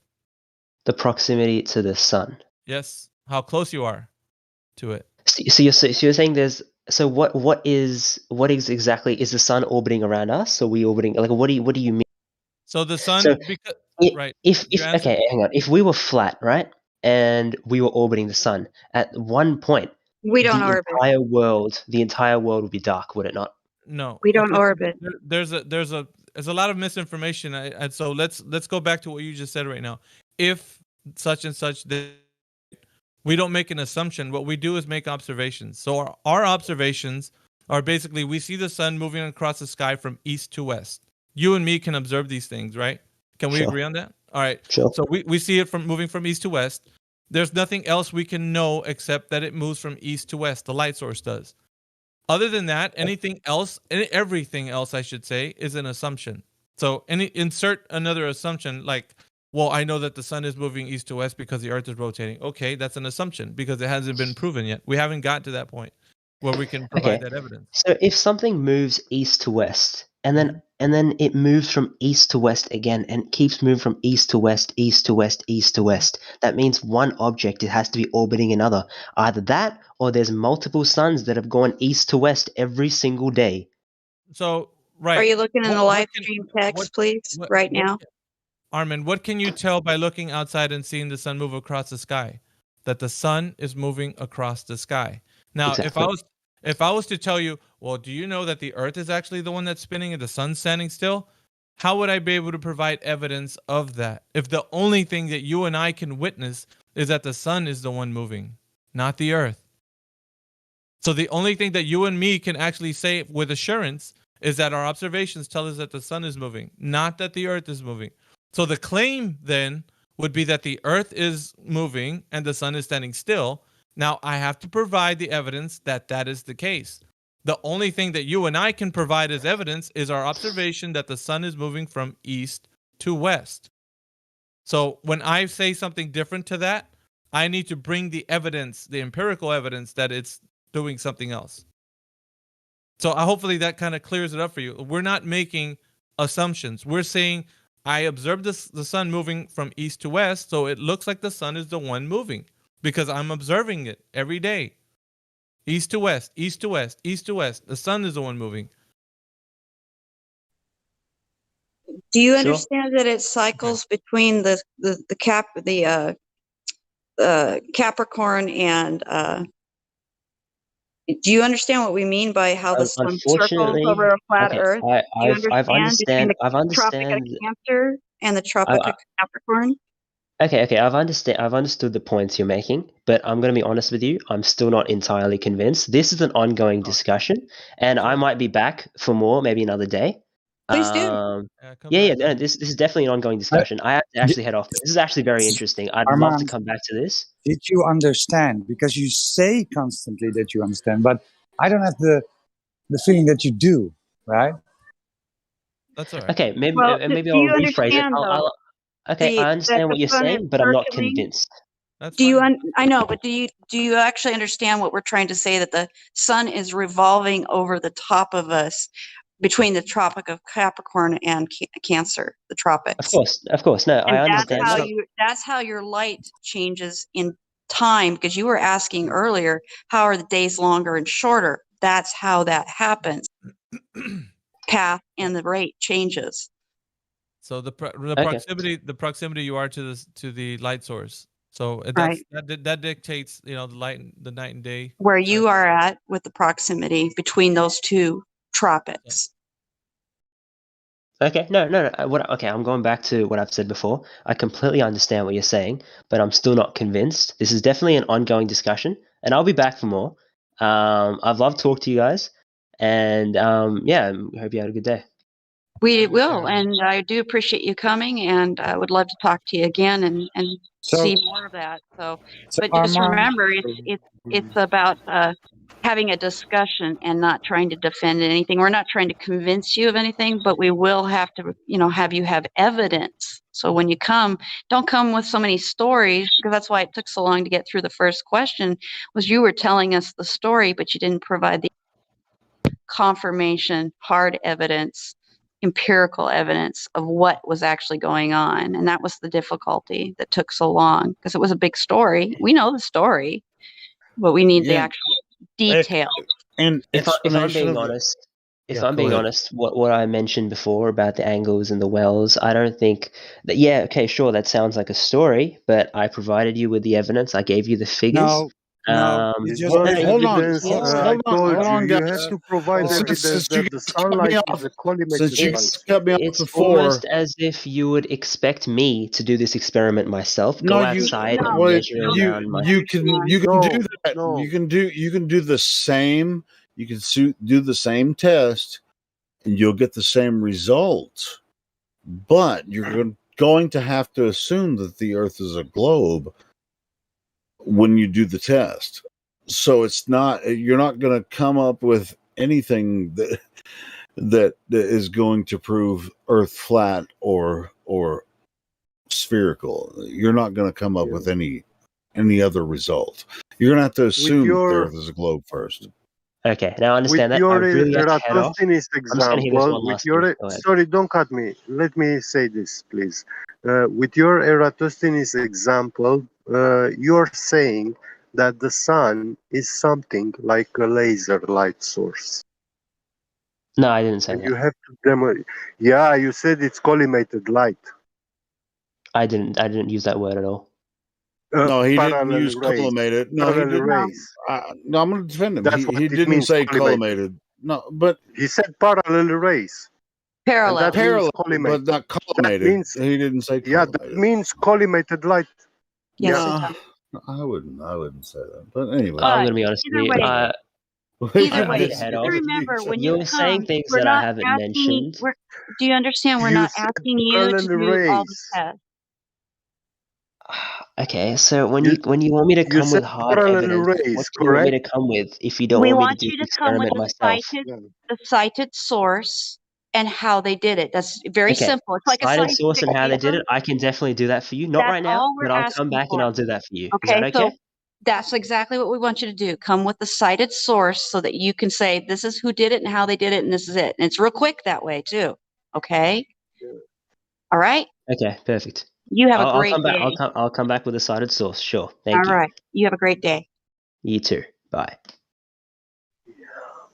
Just And- whilst the exits, just want to give a massive shout out to that damsel medic girl. She was talking about the distance to the platforms, and she didn't get distracted by the argument about refraction. That's the way to argue Black Swan. I just want to give kudos for that because it was perfect. I already gave her a shout out too, in DMs. Yeah, she did a great job on the Black Swan. Thank you very earlier. much, guys. She did. Who is that? And you know what? Sleeping Warrior, I actually met her face to face tonight. Oh, you met her face to face tonight. Yeah, we had a meetup. I met her, man. Yeah, it was really cool. Cool. Yeah, Isn't we had it a really flat earth cool? meetup. It was great. Isn't it really cool when you meet someone on our side face to face? There's just like zero anxiety, stress, or nonsense, and it's just like we're on the same page, guys. It's Yeah, so good. she killed the Black Swan tonight. That was freaking. Yeah, awesome. she nailed it. She nailed it. That's how to argue it. I sent her a DM as well because it just needed to be acknowledged because that's how to do it. I hear so many people getting lost with the distraction argument of refraction, and it was just beautiful to listen to her nail it. It's like she's been learning from somebody really good there. I don't know who that was, but kudos. I've been listening to from all of you being in guys. here. I Yeah, follow you it's all. from being in I here, follow. man. I follow all the other channels too, and I've listened to Shit, you, Sleeping Warrior. I actually listened to something you were on tonight. I think it was with who was it with? Is it Matthew from Australia, or is it? Yeah, Mitchell from Australia. Mitchell, Yeah, Mitchell. I had a really bad internet connection for some reason. It kept kicking me out. Yeah, But you yeah, kept dropping, brother. That was terrible that you're having that problem. But I listened to that earlier before I came back on here after the big meetup we had. We met. How many people were there, Helio? 8. There were 8 people. Yeah, I think it was 8. great. Yeah. My first time 3 meeting days. other flat earthers that weren't one of my family members who is also on the side of of what I it's believe. brilliant because, like, on the ball earth side, like, they don't get that same, like, I'll use the word euphoria intentionally because it's so normal for everybody else to think that we live on a globe. But for us, when we meet up, it's like, hey man, it's so cool that we think the same thing. It's just such an overreactive thing that you can't help, but it's brilliant. Oh, I had a great time. I was anticipating it all week. I was looking so forward to it. I was just all keyed up. I had to drive an hour and a half to get there, and I didn't care. Yeah, I didn't care it is how real. I far. love it. Yeah, it was good. It's a good time. But I thank you for your Lucky you compliment. guys. No, Lucky I really you appreciate that. guys. No worries. Shout out to Miggy as well. I've not heard you on this channel for ages, Miggy. Where have you been? Yeah, I've been all over the internet. I'm more into crypto at the moment, but yeah. Wow, you're super quiet, man. Can you hear me? Test 1 2. Is it me or is he dead quiet? No, I can hear him fine. You might have to check your can hear him. levels. I can hear him fine. Can you guys hear me fine, or is it? I do. I Yeah. do. That sounds good to me now. So it was a little quiet there for a bit. Let me go and find him and turn him up. Mic check 1 2. We can hear you loud. 1 2 1 2. Mickey. Now, Check, you're check, like 3 out of 10 for me, Miggy. Are you serious? Yeah, and you're on 200% as well. Maybe. Let me check some. Dude, he sounds fine to me. Like, dude, I don't want to turn it up because then No. I'll be blasting Helio's ears out. Yeah, you don't need to turn it up. It's good. And on this side, let me check the live stream and see. I don't know. It's good on my side. If you guys hear me not speaking up, Hi, Enoch. Hello, how you doing? Doing really good. Couldn't sleep. No, I heard the discussion. You did amazing. You did awesome. I think I could have gotten. If he had more time, I think I could have gotten further with it. So I don't know. I think he did just fine. He's gonna come back. Sometimes they can't listen and won't listen. It's like I was arguing in chat. Literally, you guys started saying the exact same words I was arguing in chat with a typical ball earth troll who was arguing for science and then citing things like Einstein and Newton for gravitation, and then pointing out to them that there is no science for these claims. These claims are all based in mathematics. They're not based in science. And then you guys started talking about independent variables, and I was like, they're literally talking about it right now. It was beautiful. Oh man, it was ace. Awesome, cool. All right. Well, that's what we got to do. We've got to stick to the facts, just the facts. Yeah, they don't like it when we cite their science against them. They think that we don't understand it when we start citing independent variable and stuff like that. It's brilliant. I love it. Especially when you start telling, like, when you're out there at the beach and you're telling them and you're showing them as you tell them, look at the beach, look at 3,958.8 miles ahead of you. Does that look like there's a curvature all sides of the direction on left to right now? Can you see that there is curvature? Do you see water bending? Oh no, that's just gravity. The gravity is what's keeping it so that you can't see the bend of the curvature of the earth. What the heck are you talking about? It's not because of gravity. That's just like I didn't. Maybe I was going too long on with the guy that just left on the sunset or whatever. How does the sun set on flat Earth? I mean, it's a difficult question for a lot of people, and so that's why I was like going, hey, bro. I used to think the Earth was a globe too, and or rock from the sun, and I was like, yeah. And once I really took a look at the sun, There's no way the sun could set on this globe model. Not the way that we see it, And so that's what I was trying to get at. Even if I was going too long, my bad. But no, he has been given a long leash, but that's because he knew the scientific method, unlike other well, you don't have to use a scientific method. Really, I was trying to lead him to the local sun instead of like thinking we're the third rock from the sun. So, but if I was going too long, I guess you guys all jumped in. I was just like, you know what? Fuck it. You guys got it. Whatever. If you want. Yeah, I'm curious. I'm curious because some guys here said that I was placing words in his mouth, and when I said, I mean, he's an 18-year-old kid. I mean, what the hell are you gonna do anyway? So whatever. Well, when that's I was what I meant when he invoked parallel rays. That means he's referring to collimated light source. So yeah, but no, but with the parallel light beams, that's not collimated. No, but and I'm not going to argue with you out about. Okay. Yeah, you are wrong. It's not about arguing, but I want to know where am I wrong. Yeah, because what they claim about the parallel light beams, it's because the sun is so far away. They claim parallel light. It's not collimated. Collimated means you can only have a collimated light source from a man-made object, from light. You collimate a beam, like with a laser. You use like mirrors inside a laser thing, and then you collimate the beam. Yeah, in nature, there's no collimated light source, and that's why I was. But I didn't want to, necessarily go through all that. But lasers are not collimated light. I mean, it's they not are collimated. Low divergency angle. Yeah, well, their claim is that the light source is so far away that the light beams are parallel. But they also have to presume that Earth is a globe, So it's just it's just crazy nonsense. But anyway, the setting sun was one of the key things that I struggled with when I was researching, because I was like, okay, let's go with the flat plane idea. Then how is the explanation? What is the explanation for the setting sun? And the best way that I can describe it is simply, if the Earth is rotating, causing sunset, right? Then it must be the case that all light rays coming in from the sun are parallel. They've got to be spanning 180 degrees of the horizon, and they've all got to be parallel, but we see crepuscular light rays. So that just instantly proves that claim can't be true.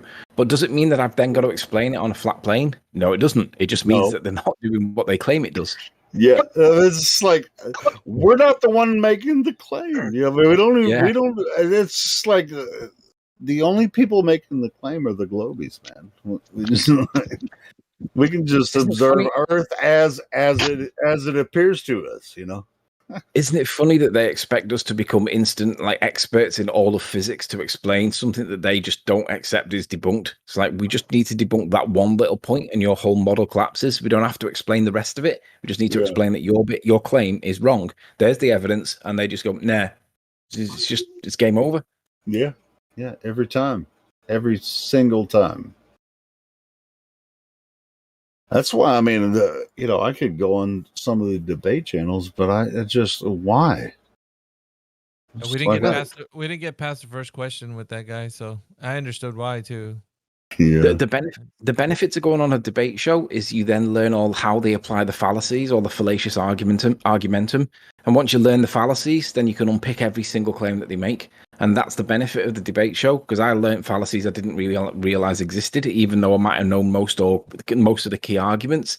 So you learn how literally you'll get them cornered, and rather than accept and concede defeat, they'll say, well, explain gravity then. And they'll just totally distract away from the point. And if you take that bait, you then lose the point that you've just won on, and then they've successfully obfuscated. And by going into the debate shows, you learn those tactics where they don't like getting cornered. So there is benefit to them. It's a dirty job, but someone does have to do it. Yeah, That's the way to tactics, do it. brother. That's what I've been learning. That's what I've been learning from listening to all you guys, going and listen to where you Yeah, guys it's a do dirty job, and I was someone's about got to to do say, it, and you've yeah, got I to was take your about hat to off to say the the same people. thing, Damsel Medic. I was about to say the same thing. Being in here, we not only do we, to be honest, it's easy to believe the globe Earth, whatever, and if you're really curious about it, I mean, you can understand it. And when people come in here and try to defend it, then you're gonna have. Then we go down lines of logic. This is what we do in here. We go down their lines of logic, whether or not their belief is logical compared to what they experience in reality. You know what I mean? And this is what we've been doing for a very long time, because the globe is illogical. Well, that's why I like going to Nathan's channel, QE's, Bev's channel, and who else do I listen to? Brian. I mean, just a bunch of people that are really good at making the arguments and showing the fallacies. It really helps. Yeah, QE. but the fallacies don't necessarily prove anything, but it proves that their belief in the globe is completely illogical, and Yep. it doesn't make any sense. And it doesn't mean that it's not true. It means But that it cannot possibly be true. what you're saying is absolutely true. Logically, a flawed logical argument doesn't prove the point, but it does prove the point that you're making is logically flawed, which means that it can't be true. And Yeah. that's the point. It removes the positive claim that they're making because it's illogical. Yep. Yeah, So that's why I support them and recognize when they're using them, because they will switch those tactics all over the place. And most of them don't even know they're doing it. Some of them do. Some Oh, but at don't the even same know. time, it doesn't matter how much shit they talk about us. We can stand on the side of logic and know that we're right. What I mean? But I mean, I don't want to be right. I want everybody to see the world as it is, and that's my goal. I'm not going to speak for everyone else, but that's my goal, is to let people have at least the opportunity to see the world for what it is, instead of believing the bullshit nonsense that they're selling everyone. So, sleeping. Yeah. You know what they do now? Ruhif was in the comments of Mitchell.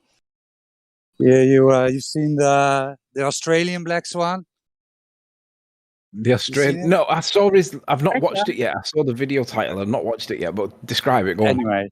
Anyway, Ruhif, the guy that told us that definition, they have Words no don't have meaning. right? Yeah, Right. yeah. So now he goes on making a new one, and then call it the unrefracted horizon. And nobody cares if you can see it or not. I just posted it in a live stream. But the unrefracted horizon. So he's basically saying every horizon is refracted, right? And you don't see the unrefracted. So he kind of does some magic with words. Instead of the geometric horizon, he calls it the unrefracted horizon. You know, So they're this shooting is themselves in the foot that way. Even if man. they say that's the truth, they're shooting itself in the foot with the argument. Yeah, he's making it worse for them He's because, making like, the it worse. horizon is meant to be geometric on their model, right? Yep. So if the minute they accept refracted horizons, call it whatever you want, game over. They're toast. Yeah.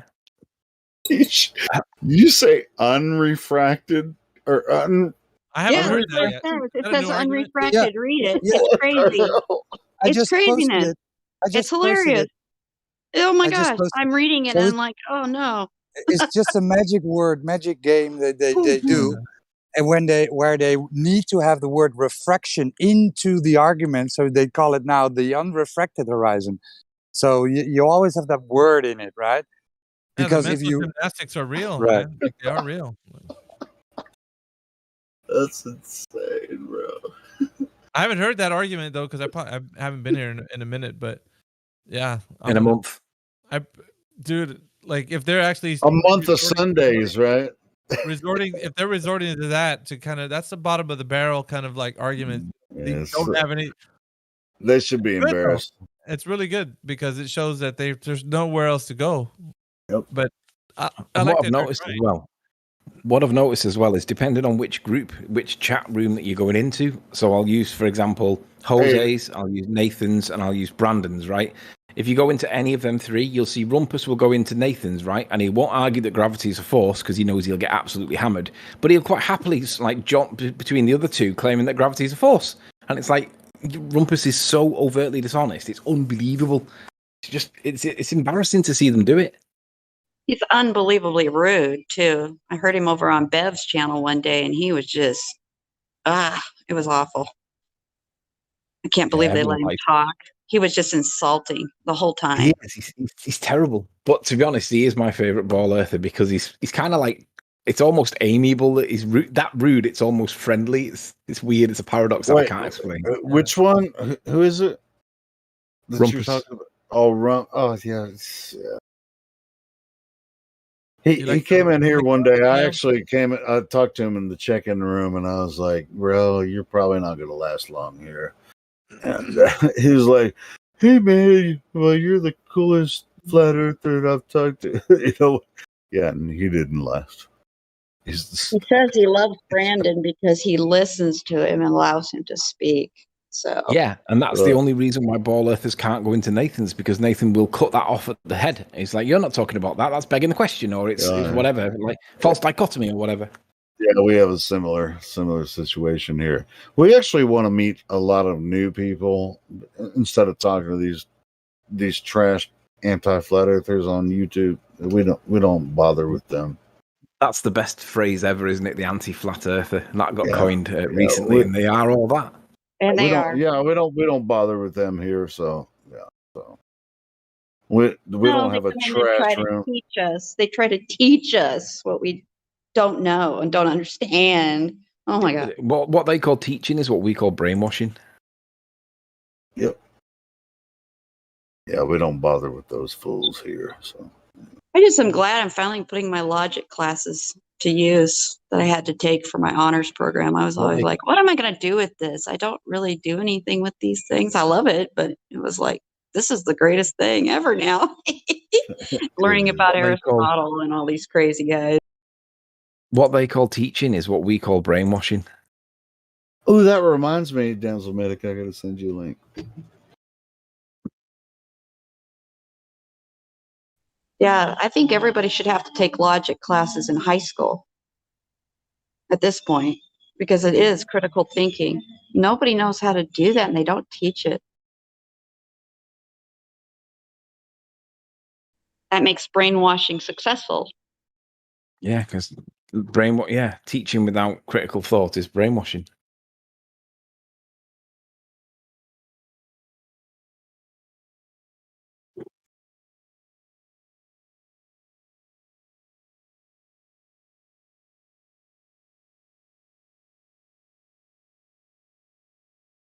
Yeah, but we learned something today, right? The unrefracted horizon. Unrefracted? How is that defined? How would you define that? Unrefracted horizon. Geometric in their model. That's not a problem because definitions have no meaning. Super according to Luke. Lewis. Hey, Right? to be honest, even though there was an issue with Shines earlier, and I don't know if you were listening then, Damsel Medic, but anyway, there was an issue. But she had a really good point about like the refraction. She was talking about reflection, where like with looming, it's a reflection underneath where it makes it, it makes something appear to loom. Well, it's looming, it's kind of the same thing, right? So you have it's an illusion where the horizon is reflected against itself, I guess, basically making something appear. But I got the point, but then she. No, I missed that whole thing. I was on the road, so I didn't catch that one. Yeah, it was not. Did it get heated or something? Yeah, it did get what heated. happened? Was it misunderstanding or something? Well, no, I was, yeah. Well, I don't know. I got a little heated because she just kept going, but I'm not gonna go back through it again. But yeah, she, as far as I know, she's still good, you know. But yeah, it was. Well, hopefully it got worked out. Yeah, I hope so too. I think she talked to Elijah for a little while. Hopefully it'll work out. Because I appreciate both of them actually very much. They both have a lot to offer. yeah, but I was trying to calm it down, but I'm not gonna go back through it. It was on live stream, so you can listen to it if you want. Anyway, You know, things get that way sometimes, and as long as we can get past it and move on and learn from it, then we're all good. Hey, it all happens. I like Shines, man. She's great. So, actually, when I came in, I told her I met you, and she was like, "What?" You know, and she said you were supposed to call her. I was supposed to call her, but I just couldn't do it on the road today. I was just like, no, this road is too crazy. I thought I was going to have an easy drive, and it was like there was a lot of traffic. I was like, no, that's too dangerous. We've been trying to talk to each other for like 3 days. I called her once last week, and I guess her son didn't let my call go through. Just thought I was going to scam her or something. Well, call her sometime today, and tell her there's no bad blood or anything because we did get into it a little bit last night. Yeah, I'll be talking to her later this morning. Yeah, I like her. There ain't no bad blood. I have no hard feelings. Well, I hope there's no hard feelings. We gotta No, there's not. That's what I'm saying. Get along no like brothers and sisters. You know, sometimes we're gonna get a little heated with each other, but we still have to love each other. Dude, I always get in arguments with people I respect. So, I mean, at least at some point, I always get in an argument with somebody. He's just a troublemaker. I'm just some troll on the internet. But yeah. So I'm trying to find this playlist that I want to send you. It's damn it.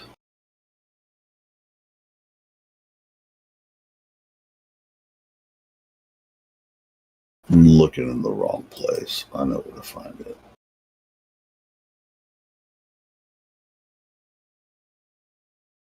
Here it is. Thanks. I appreciate the music. I really do. And like I said, I would love to go on a debate sometime, but I'd rather do it like I saw was it Witsit and was it Kai? Yeah. Yeah, like a tag team. Yeah, I'd rather do it like that. Yeah, me too. I like that too, where you can bounce off of each other. I don't think I need to do it solo the first time. I think you'll like this one. You see the link I just sent you?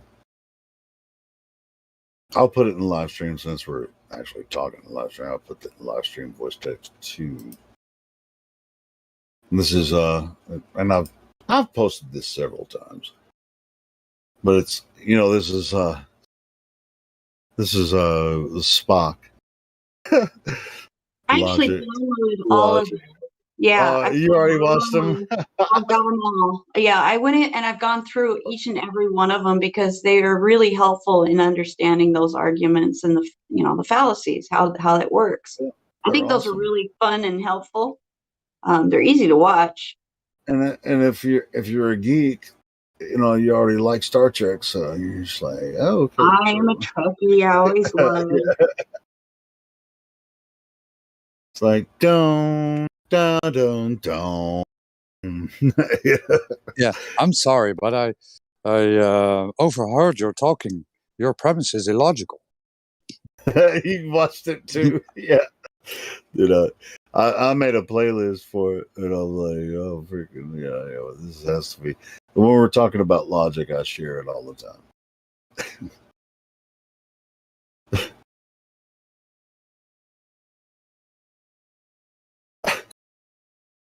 What do you mean?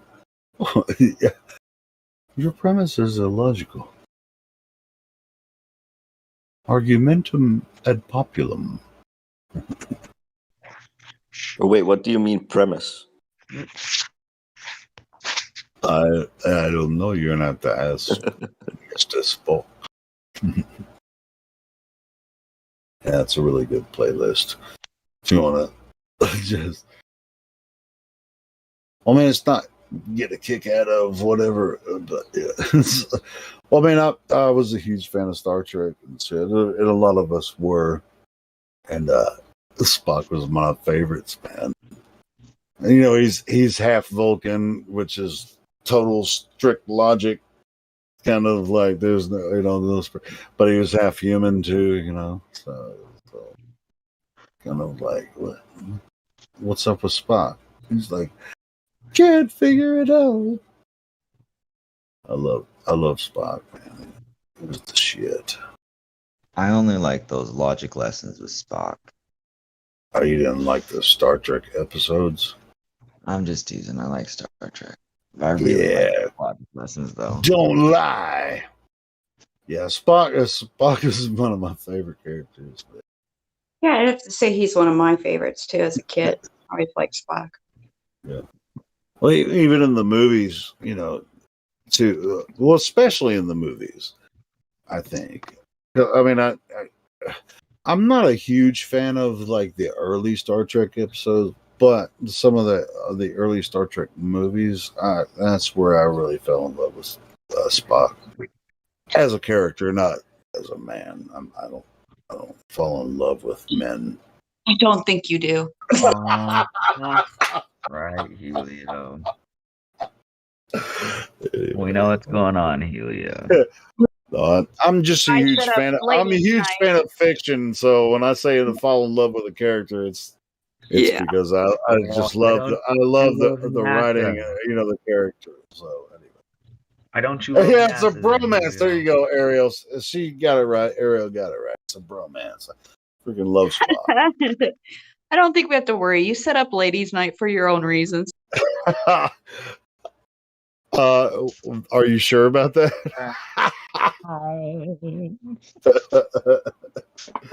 Hello, we'll see. No, I love Ladies' Night, and a lot of people do. Everybody loves Ladies' Night. It's freaking awesome. I thought about it like 3 years ago, and I was like, man, we need to do Ladies' Night. But I didn't know how it would ever work out because there's so many ladies from different time zones and shit. Hey, it's working out. It's working out. Except for, you know what? Ildeco's not there enough. That's what kind of disappoints me. What are you calling me out? Yeah, I'm calling you out. You ain't in the ladies not enough. But you know, I'm sure you're busy. Otherwise, you'd be there. Hours for me because I get a lot of phone calls exactly at that time. And I'm obligated, but I try to listen when I can, and they have my heart. They're very brave, those young ladies. Yeah, You know. yeah, I think so too. Awesome. Certain trolls wait for ladies' night to come in and attack. And that's what's so fun about it because they get destroyed when they jump in. Yeah, it's fun to watch them go into the lion's den. So they can't help but get destroyed. No, like the female sirens, you know, calling them into the cliffs. They're Come over here, follow me. Yeah. Oh man, It's a interesting topic about logic, you know, because math is logic, and math is often used as a proof of non-reality. yeah. Don't they use calculations for logic? Well, logic is a sequence of cause and effect.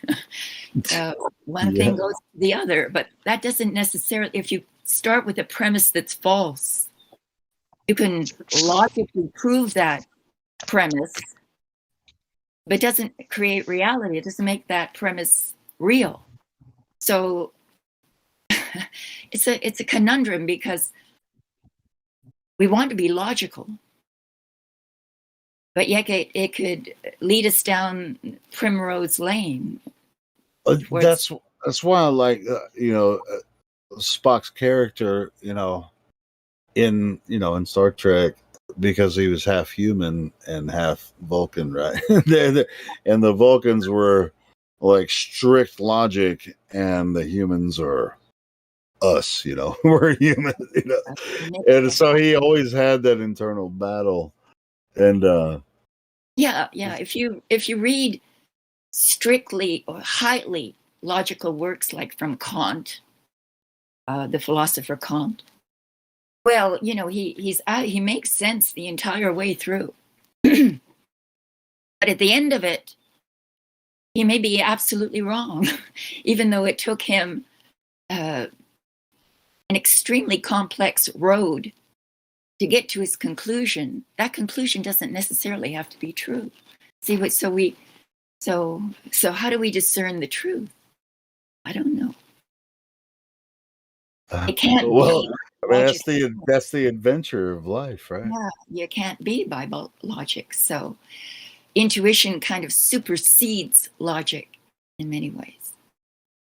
Yeah. Anyway. No, it's good stuff. Yeah.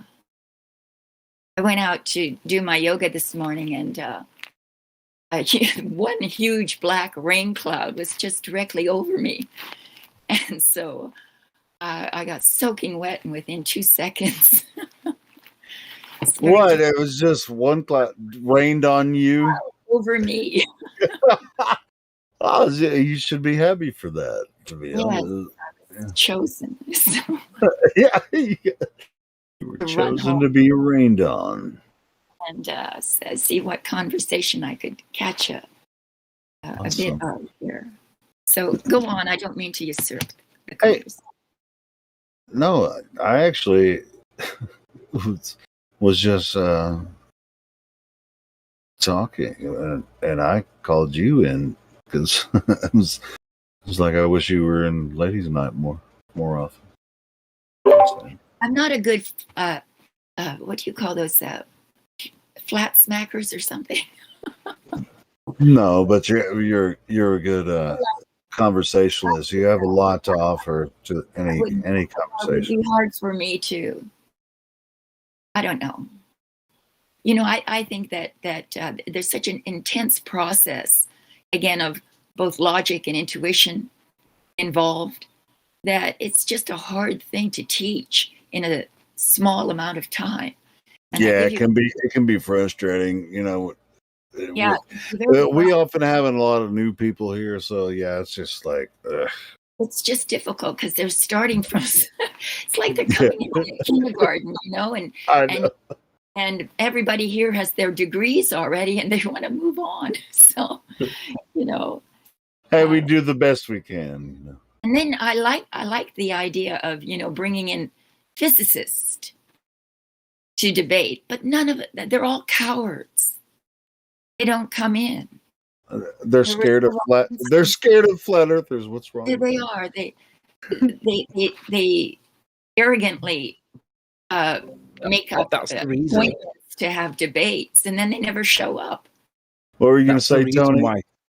That's the reason why Simon Dan and Co exist, because they are by proxy. They are gatekeepers, but not gatekeepers in the sense that they're stopping the story. The gatekeepers in the sense that they're stopping us from getting to the likes of, I don't know, Neil deGrasse Tyson or whatever. Because if they've got Simon Dan instead, they're quite happy to let Simon Dan get hate videos because he gets encouraged by his own Patreons to get the hate videos because blah blah blah.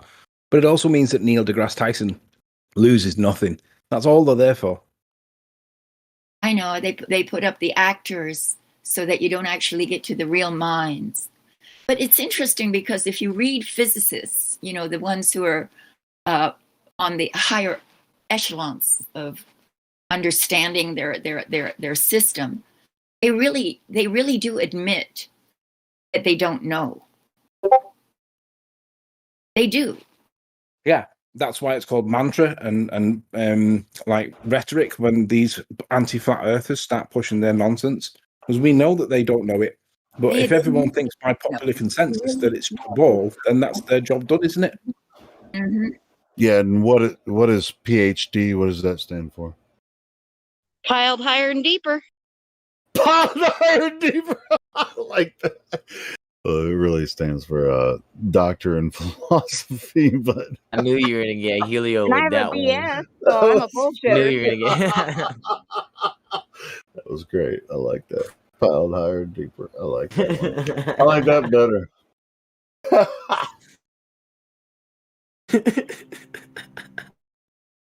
Oh my goodness, that was funny. Love doing that.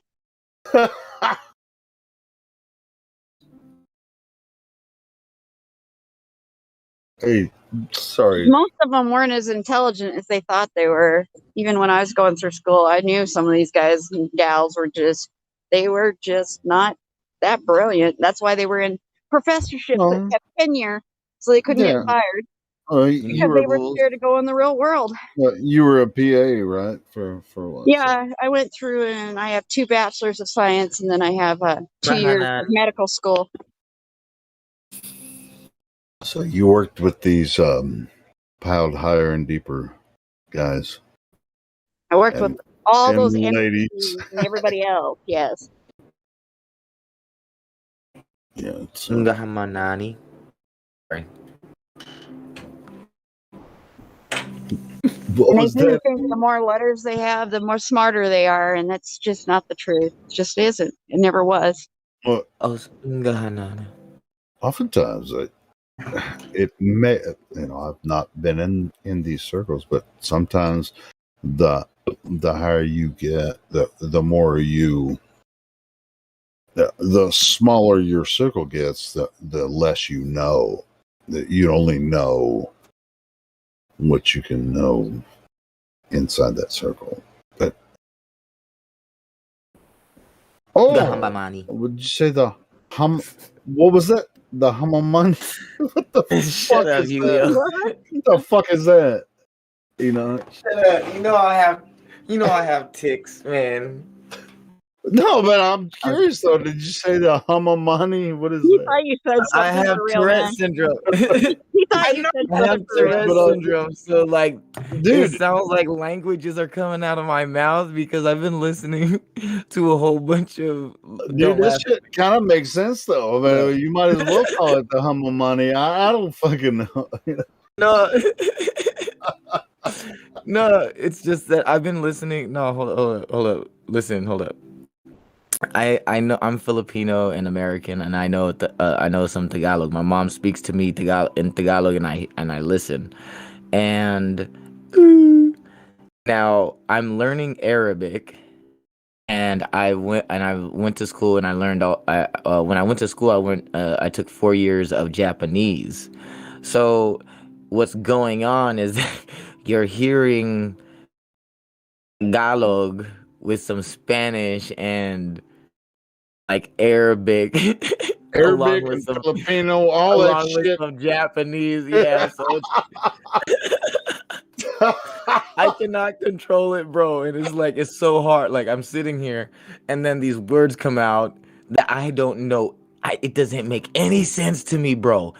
And then like somebody Dude, would say, humamani made sense to me, so I was just like, yes, that sounds right. That's all I'm saying. I don't know what the fuck, what it means, but it sure, like, it felt right in my spirit. cut the shit. I don't 432 HZ. What do you mean? We're gonna start calling them the humamanis. We're gonna do The that. Hamananami? Hamananami is that what it is? No, it's hamana. Yeah, that's what I said. That's what I said. Hamananami. Yeah, Hamananami. Hamananami is the PhD supposed intellectuals as the Hamananami.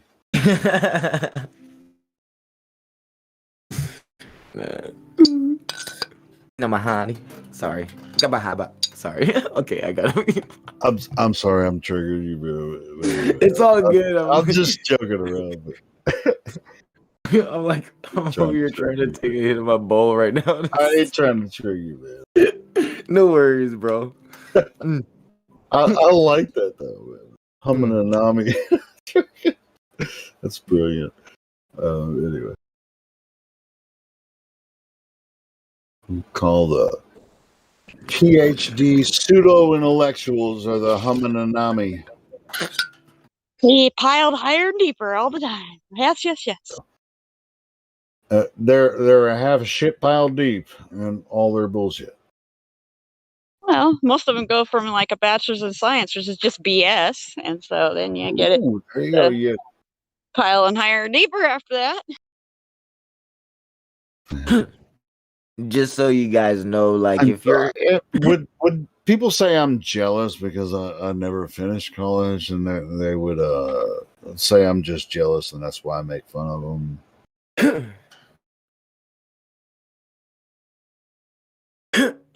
Just saying, if you guys ever, all you smokers out there, make sure you clean your device. I know some people they don't clean their tools after using it after like a while. It starts to look all dark and gunky looking. Talking about the vapors?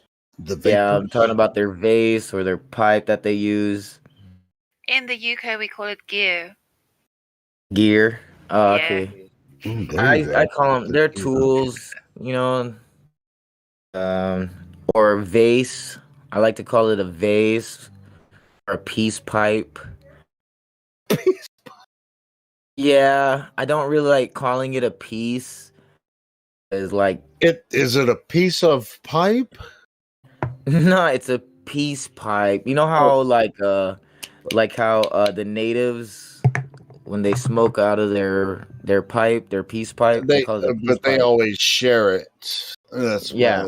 why it's a peace pipe. They share it. Yeah, exactly. Are you sharing it right now? I have a vase, and no, I'm not sharing my vase right now. Damn. I wish we could share it virtually. Maybe I get me some.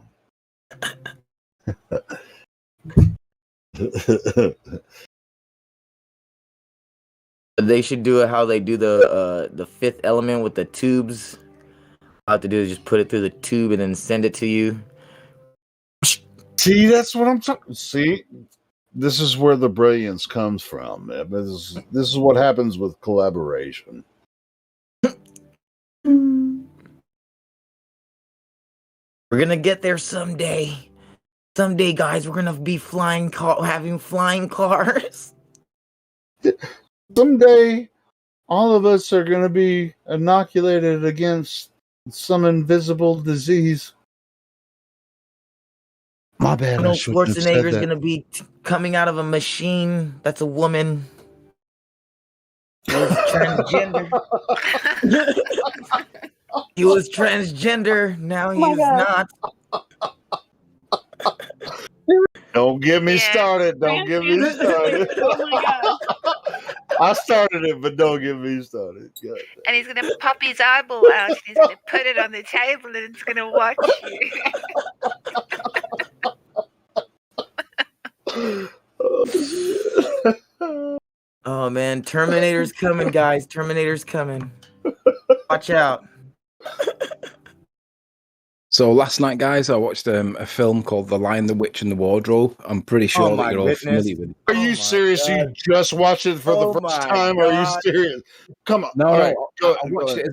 Obviously, I watched it as a kid, but I wanted to watch it back as an adult with different spectacles on, so I could see different angles.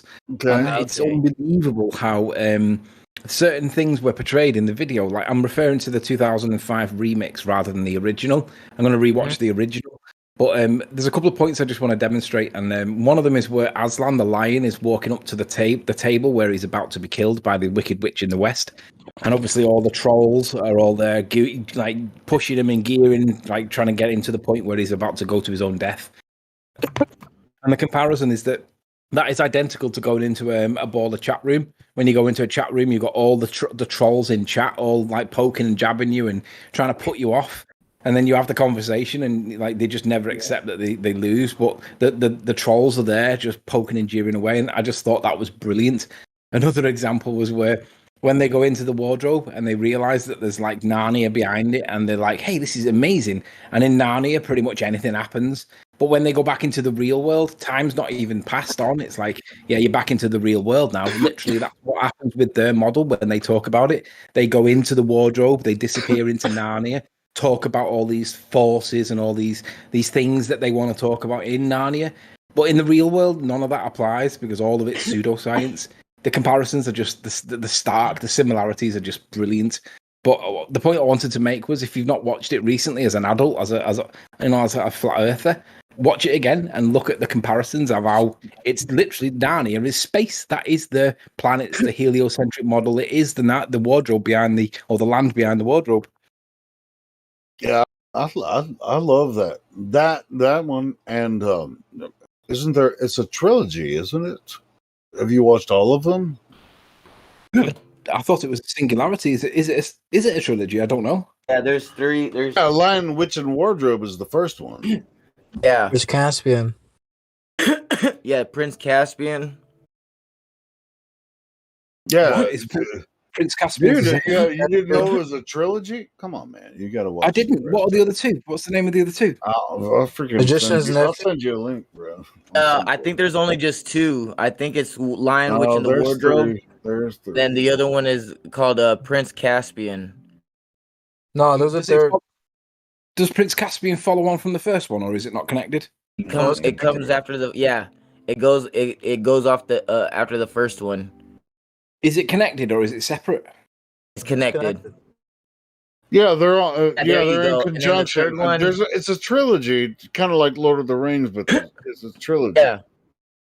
Yeah, Lion, Witch, and Wardrobe is the first one. Then I think it's Prince Caspian, and then something King. I can't remember the name of this third one. It's when the boys are fighting to. I think one of them is fighting to become king. Somebody knows. There you go. Yeah, there's 3 of them. Yeah. Breaking Down Wall of Lies just posted it in the live. There it is. Yeah, the third. Yeah. There's 3 of them. But I'm gonna try to find a link to the trilogy. Ooh. I'm not sure if you can watch it in England, but here's Bahamama. here's the link that I have. It's not. Yeah, it's kind of backwards. The way it's on the website here, it's backwards. You got to watch the, Lion, Witch, and Wardrobe, and you already watched that, and then Chronicles, Prince Caspian, and then the Voyage of what's the Voyage of something. Okay. But anyway, here's the link. You can watch this. Subscription. You don't have to subscribe to anything. It's a free link. They might end up busting us for sharing all these videos that we do all the time with the soap today.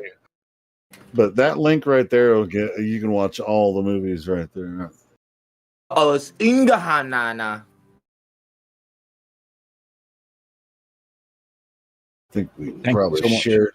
Yeah, we shared too many of these links, these Soap Today links on there a lot. And is this safe, Helio?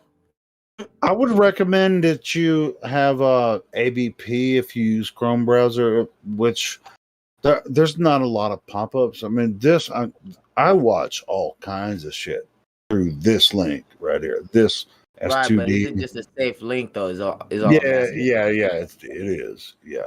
Okay. I watch every single day. I watch everything through that.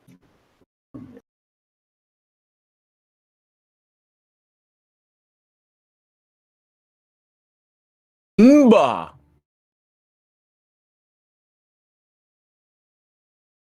Yeah, Can you all find three of Lion those King on here? movies. Which Lion King? The new one. The I new wouldn't one. recommend anybody watch the new Lion King. For reals? That is shit. That is the Oh most. no, I my tried feelings to are hurt. watch it. It's total shit. I can't even. I couldn't Oh even get through it. man, The old Lion that hurt. King is way, way, way better. That hurts my butt. That hurts my butt. Yeah, I can't even watch the new Lion King. Ouch.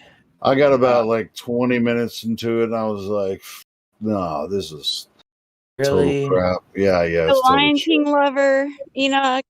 Yes, Even with all the propaganda in the Stop it. Disney one. No.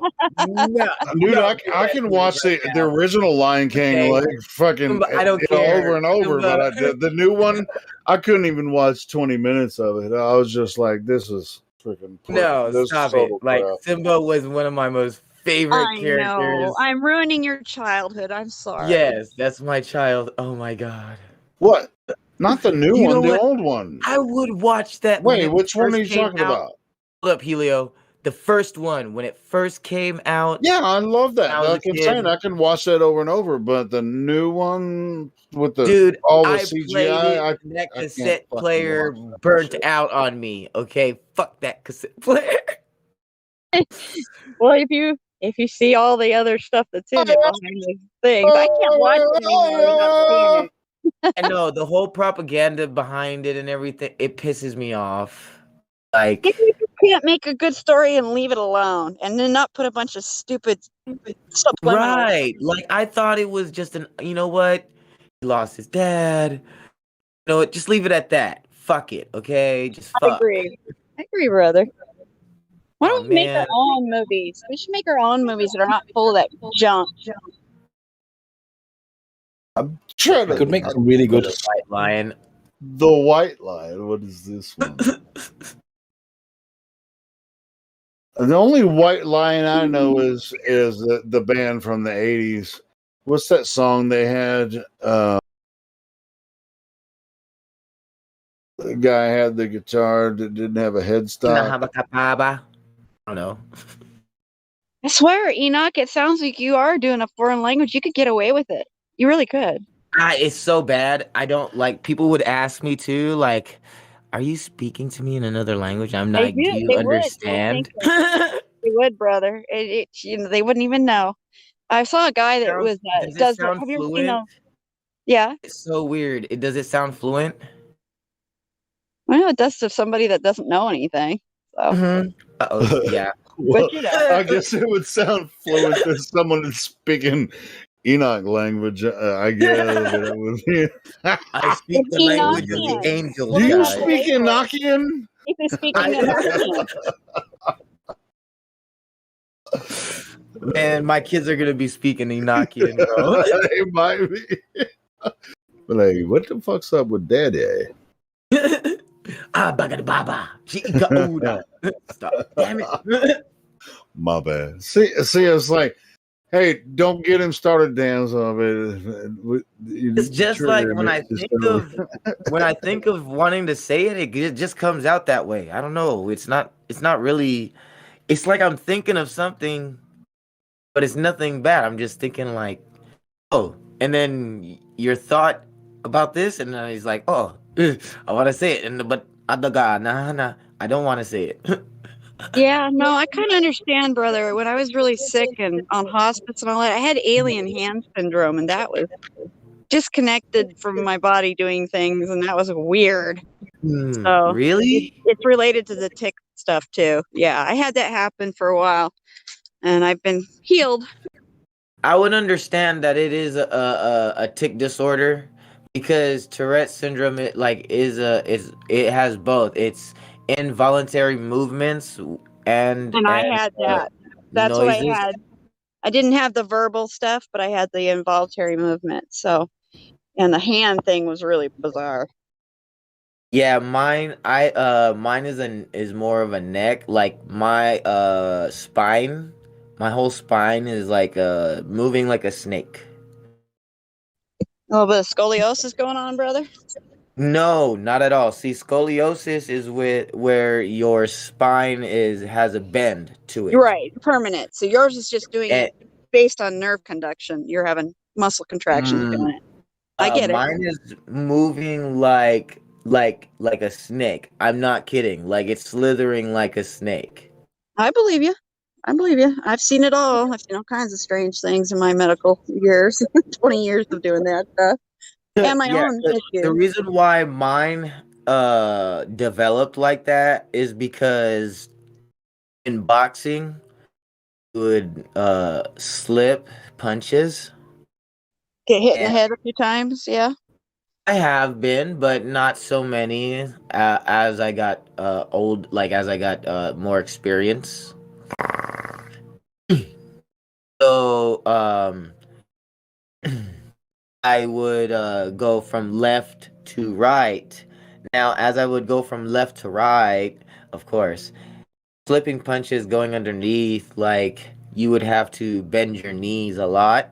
Yeah. Yeah. I've seen And those guys do that, where they do under even a pole, not a pole, I guess you'd call it a rail, where they practice bobbing rope. and weaving. Or Yeah. rope. Yeah. I've seen that. I know what you're talking about. So I would practice doing that a lot. And got to a point where I was telling my coach, like, I see this formation that I can just do like this figure eight if I just keep doing this, right? And he was like, yeah, okay, dude.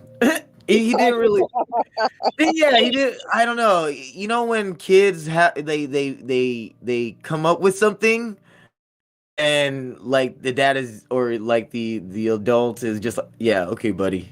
Yeah, I know. I've done it with my own kids. I've done it a long time. I've been in your shoes, dude. I got it. Yeah. And I'm just like, okay, cool. I thought I'd just share with you. Yeah. So I kept doing it over and over and over. I would practice it in the ring. And I would imagine Mike Tyson every single time. And it would help because the bending of the knees of how he would do it would like if you've seen Mike Tyson when he does it, yes, I was like, oh man, I gotta do that too. So I I know would what you're talking about. Yeah, I've watched his yeah. training videos and his fights. Yeah. Yeah, so I would sit there over and over. I would practice day by day throughout the whole month. And for me, as time goes by, I didn't care about time because time wasn't of the essence. Sorry, I just had to say that. Like I was just concentrated on learning boxing. And Bruce Lee was my inspiration, and Muhammad Ali was also my inspiration. I didn't know that it actually came close to the fact that they were gonna fight each other, but because of Bruce Lee's health, they didn't really. They were really afraid to fight him. Yeah. Because like as far as Muhammad Ali was, he's just a bigger fighter, and I think people already knew because of like the weight conditions between two fighters. Like in that era of time, Bruce Lee, like size doesn't matter. You know, David defeated Goliath. Really doesn't. You know, Yeah, like he is the ultimate showing that. Yeah. so like when I do imagine Bruce Lee, if he really wanted to like hurt somebody, like stop somebody's heart with a 1-inch punch, well, he could do that, and you can like literally stop somebody's heart with like hitting somebody's heart like that. Oh yeah, we call it the chest thump to restart, but you can also stop them too. That's why you have to be careful doing it on somebody that still has a heartbeat. Oh, yeah, that's why like I study martial arts and I meditate a lot, and Bruce Lee when I watched studied and seen. I mean, you can watch a movie and just see how, because the whole point is just to capture the character that was to portray person, right? It wasn't him, but when you actually were to see how everything got to Bruce Lee and got to his head, you can imagine like how where his position was at. So a lot of people mistaken Bruce Lee to be this very how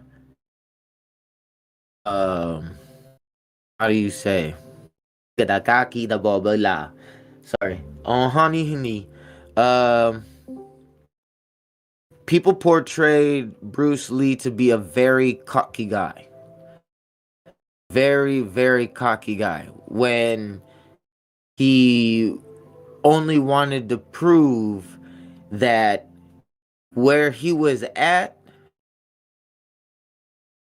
can be very dangerous. And it's not that he wanted to.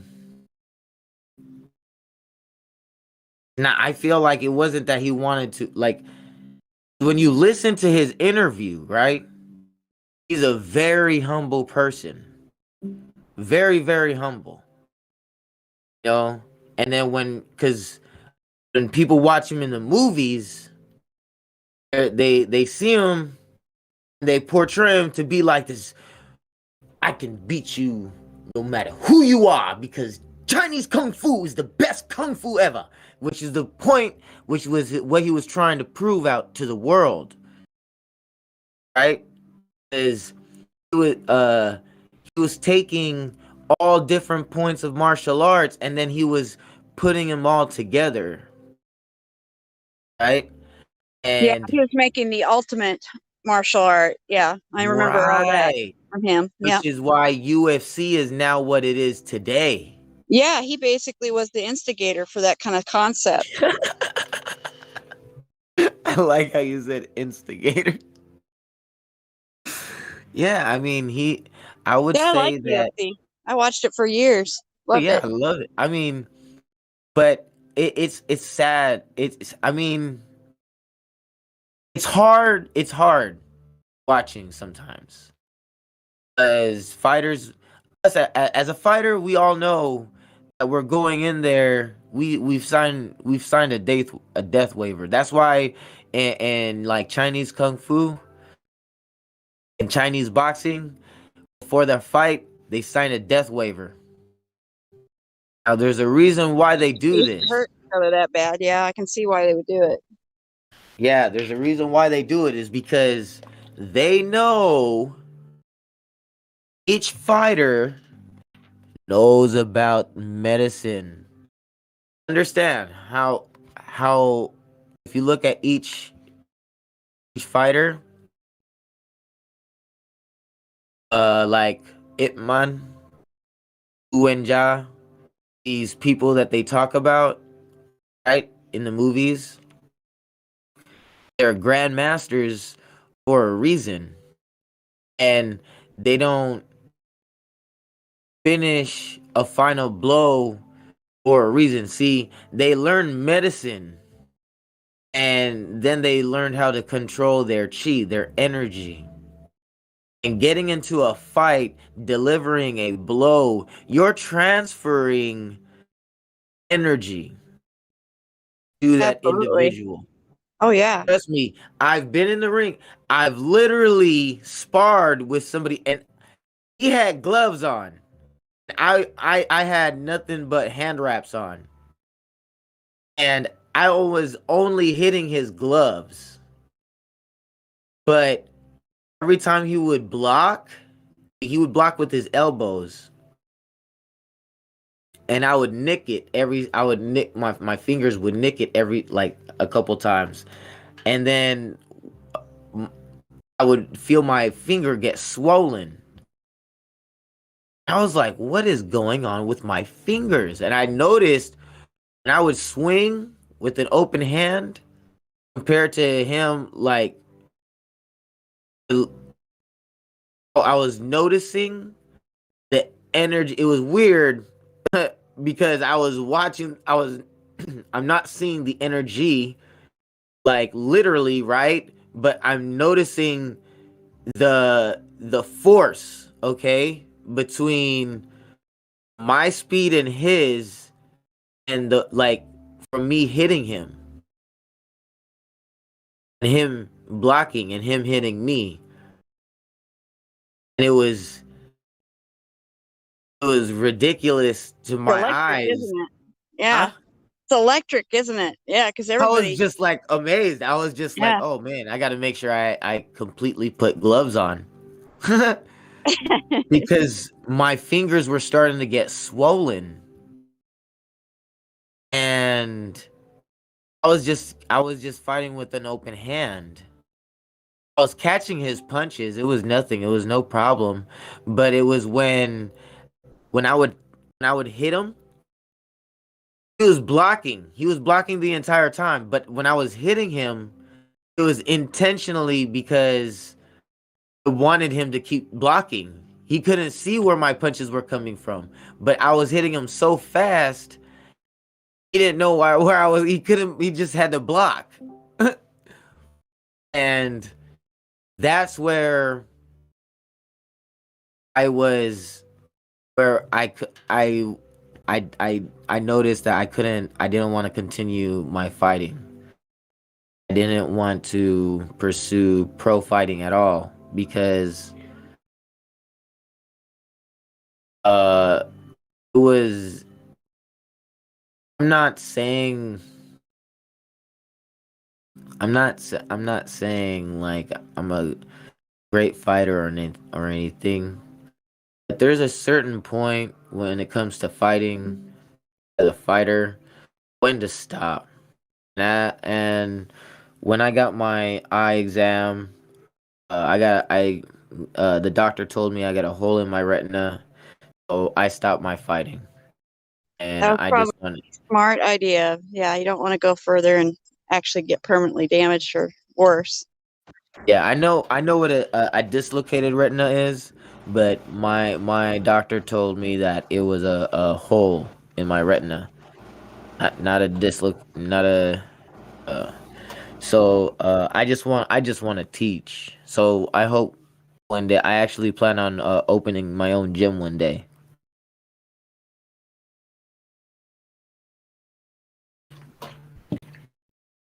I was,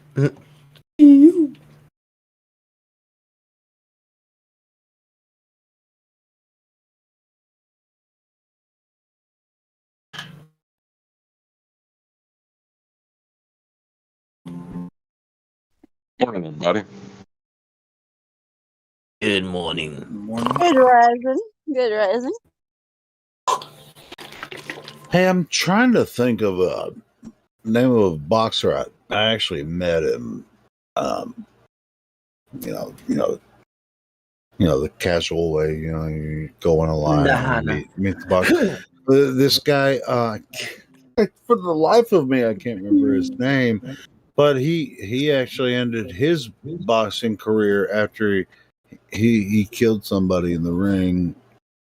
Oh, I know what you're talking about. It was It's lightweight. I think Hispanic guy. I can't freaking remember his name. I'm trying to look it up right now. This is all we got to talk about since R is not happening, right?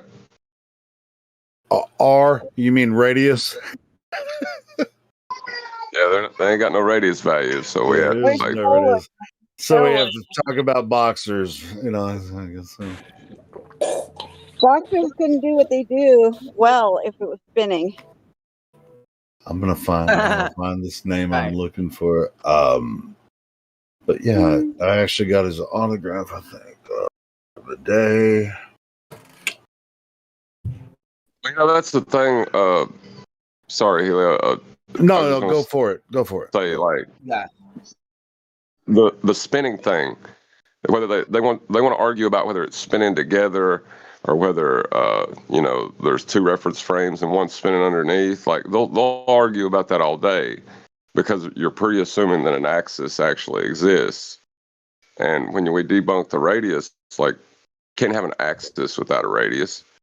So like, you can't, you get, well, when it comes to the reference frames, you can't have a spinning globe without a spinning globe, basically, because the Earth is not spinning. right.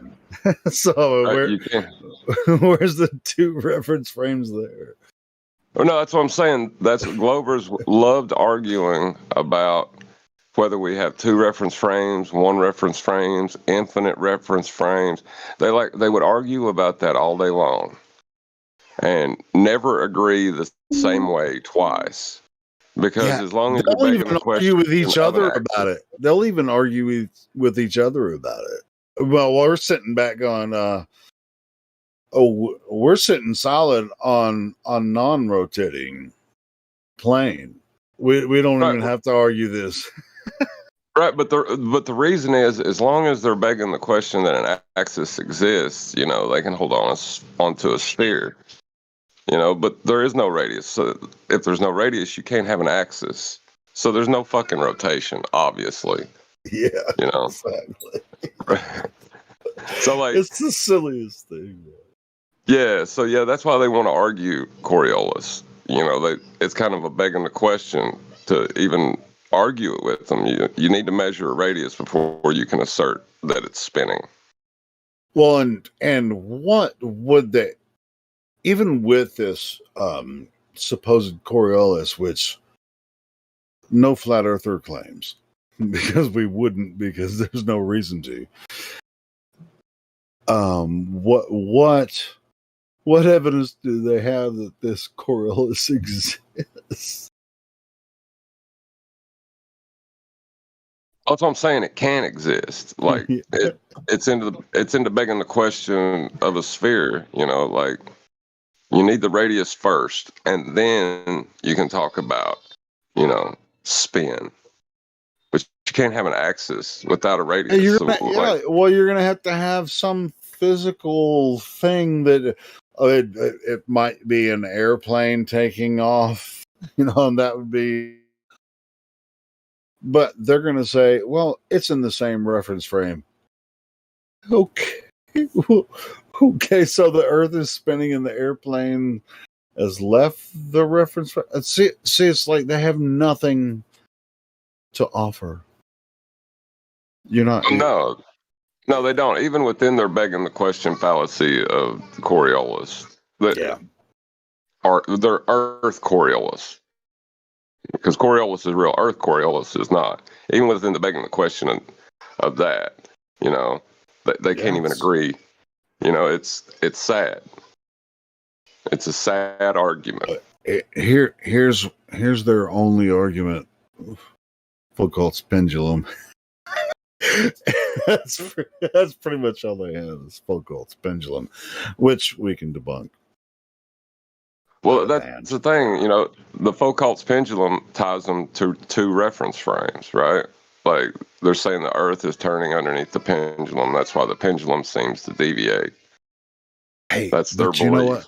Hey, don't tell them. But the pendulum's attached to the Earth, so just don't tell them that. Because could you imagine that might break their paradigm? Could you imagine actually standing on something spinning? Like nothing would ever hold still. You know what I mean? Yeah. Like that pendulum. Yeah, not stable. There would be nothing stable. Can you imagine trying to build or live on it? Yeah, crazy. Yeah. If you wanted to pour a glass of water, you'd have to aim a foot to the left of the glass and pour. You know what I'm saying? When you start thinking about it, it's just nuts. It's nuts. It's like, hey, let's try to live on a spinning ball and see what happens. Yeah, but that's one of the things, though, is they like arguing that, because they would rather argue about the conservation of momentum and slip their R in again, Yeah, exactly. But we need R. That's really what's, and I think that's why they're like stopping all fucking contact with flat earthers, because Yeah, we're demanding that we. But with the R comes all of the other minutia, right? With it comes gravity, centrifugal force, centripetal force. All of that has to be balanced to make it appear as a level stationary plane, even though it's not. It's not even that. Like, R is so fundamental to their argument that I don't even think they recognize it. You know, like if you look at all their mathematical questions or all their mathematical formulas, they're all built on R, every single one of them, because the initial assumption, right, was if Earth's a sphere, we can measure its geometry. And then that's what they said they did with the dip angle. So everything else is built off that. And it's because Earth is a sphere after that. You talking about Biruni's dip angle? Right. Right. Okay. Everything was built up. That's the only thing that tied any of this crap to reality. You know, it was all tied to reality through that dip angle. And once they lost that by saying that the horizon's refracted like friggin' artards, you know. Well, we had a guy in here about 3 hours ago that was like sold on Aristophanes thing, and that, my opinion, it was a waste of time. Which, you know, whatever. Right, but see, that's not tied to reality. You know, no, you're pointing at the heavens and making claims about what you're standing on. That's not tied to reality. The only thing that tied them to reality was no. It was on Earth. It was shadows on Earth. So we have Earth shadows. Proof of R. Parallel rays from the heavens. Yeah. Uh-huh. You see what I'm saying? So. Yeah, I do. Yeah. There is no tie to reality there. We don't experience parallel rays. You know, the only thing that tied them to reality was that measurement, and that's debunked. There's no it's the assumption of the globe with the light rays. It wasn't the physical reality of the globe. Assume the globe is a thing, and then measure the light rays, and assume that the light from the sun is parallel. And yeah, right. that's See, why, like there's no tie to reality there. There's no reality there. I know. Like because it would have to be a sphere first. You know, if you can't measure it, it's not real. And we're like, where is R? It's like we keep asking for it, and it just gets quieter and quieter. Did you watch that debate with Whitsitt and Kai and McToon and what was the other chick's name? McToon had a that was sad. That was like the most tactically obvious bunch of garbage I've ever heard in my life. Hey, but if you go in the comments on under the video, I mean, McToon just destroyed Whitsitt in that debate. Yeah, you know, I swear every time I watch something like that, I think 500 years ago, we would have been standing out there saying, "Look, drilling holes in people's heads ain't letting out the demons," you know, and then there would have been people over there like making fun of us for pointing that out. Yeah, exactly, bro. Like, who gives a shit what the peanut gallery thinks? You know what I mean? Damn it. Where's this measurement? Like a lot of time. I mean, Whitsitt and Kai destroyed them, and but if you look at the comments under the video, Whitsitt got destroyed, but no, he didn't, man. I mean, did you see like the beginning of it? McToon brought out that freaking. He brought up the thing about the triangulation on a globe thing. And, God. Yeah, that was his first so argument. flawed. That was his first argument. It's like, I'm going to use triangles that have 3 straight sides to prove a curved surface without a dip angle. anymore. Well, and then But right after that, it's still he said, like, oh, in 1800, I can't remember the year or whatever. Well, they did this survey across the earth with these theodolites, and they measured this. Bro, they assumed a radius the entire time. So why are you bringing this up? That's our point, not yours. They assumed the radius for all of those calculations. So why would you right. even bring that up? Right, but the geodetic surveyors need a tangent plane. Well, the tangent's been debunked, I know. Well, with his argument, he was talking about doing it from high altitudes and stuff. But I'm telling you, what he's not telling everyone is that they assumed the radius. With right. every single freaking calculation that they did. Right, just because the horizon may, appear to lower by, like, what's that proven if it's not geometric? Exactly. You're going to make a geometric assertion about it now? It's not geometric. It's like it just means that you can't see far enough to see infinitely. Because obviously, if it was infinite, it would rise to it would rise to horizontal right in front of you. But because you can't see forever, you can only see as far as the visibility on the day. That is the dip angle that they then say it's the curve of the Earth, and we say no, it's because you can't see far enough. And they completely ignore that equivalence and say, well, yeah, that does make sense if it's a flat plane. They just say, no, you moron, you idiot. Yeah, because you're too dumb to figure out the radius, because it's obviously there, but it's not there. One of the things they slip in, and it's pretty clever in a dumb kind of way, is like they assume their horizon's physical off the bat, and then they say on a flat plane there would be no physical horizon, and then they assume the horizon they see is physical. It's like the most circular. That statement's only true if, when they say that there would be no horizon on a flat plane, that would only be true if convergence wasn't a thing. But convergence is a thing, and we all know that things rise up to the eye level because we don't see orthographically. We see like from first person perspective. They're just denying perspective when they say that. You're giving them way too much credit. They're saying that horizons must be physical because they'll hold up an obstruction in front of you and say, see, that's blocking your view, right?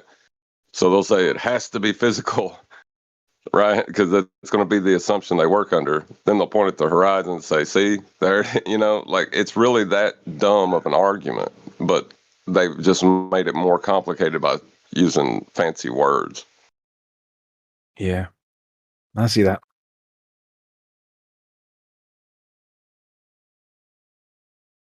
But every time they speak, they expose themselves, by using. Well, but they expose themselves to us, I guess. People they can. And they see. just refuse to accept that they might be wrong as well. They instantly and adamantly assert their position and double down, and completely ignore the fact that there is an equivalent interpretation. They won't even acknowledge the equivalence, let alone that it's right. Well, and for the most part, they're only right because everyone else believes they're right, because everyone knows the Earth is a globe. Yeah, argumentum ad populum. So they might as well be right. Doesn't matter what they say, even if they're wrong. They're right because everyone else believes they're right. Well, in their minds, though, that is truth. If everybody believes it, then it's true. It's crazy. It's like the craziest shit I ever heard. But they believe that. And how dare you? That's the world we live in now. I mean, it's shit. We have other shit that I don't agree with that's happening to humanity right now that we avoid talking about on here. But yeah,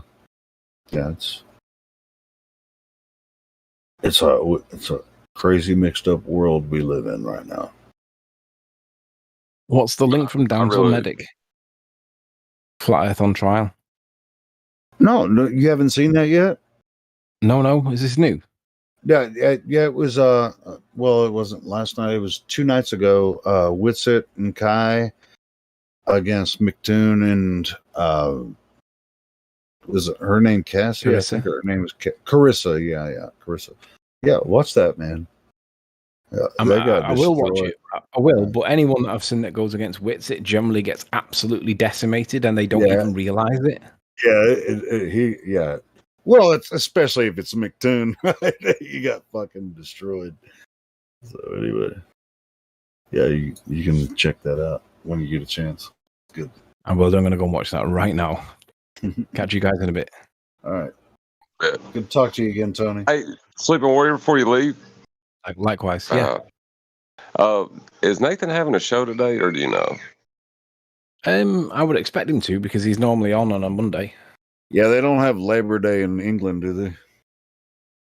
That's what I was saying. Like, Yeah. is today a holiday? We Yeah, had it's a no holiday holiday was here, last Monday, so I think he was on last Monday. But generally speaking, he's on a Monday, even if it's a bank holiday or a Labor Day.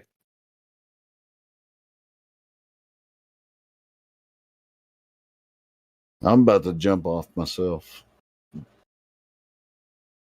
So I've been up all night. Yeah, go and get some sleep, man. Yeah. Right, I'm out of here. Nice speaking to you guys. I'll see you soon. All right. Yeah, if Nathan shows jumps on, I'll jump on there and listen.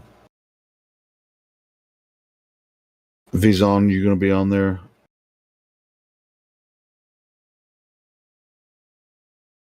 So he already left. And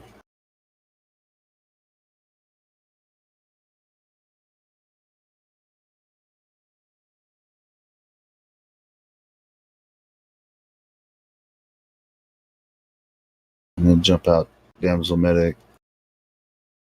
Been a fun night. And day, I guess. Anybody else?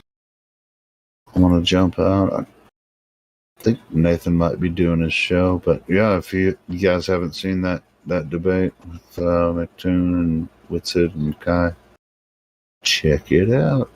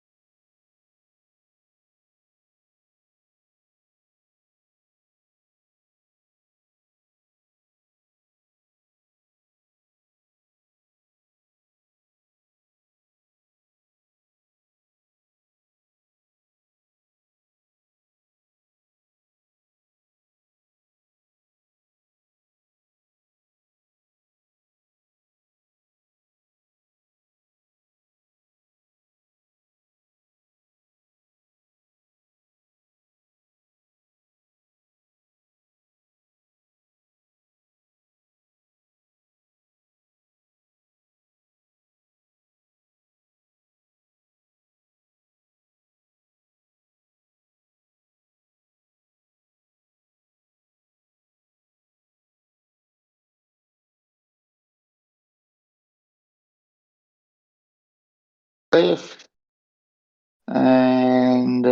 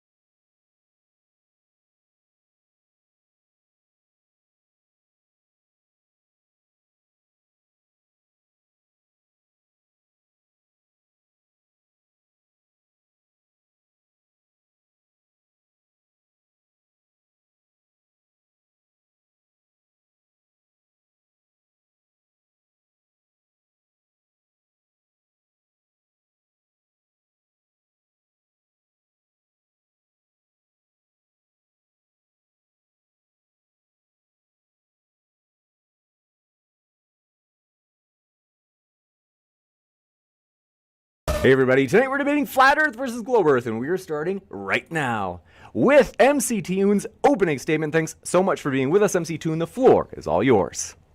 Oh, well, thank you very much.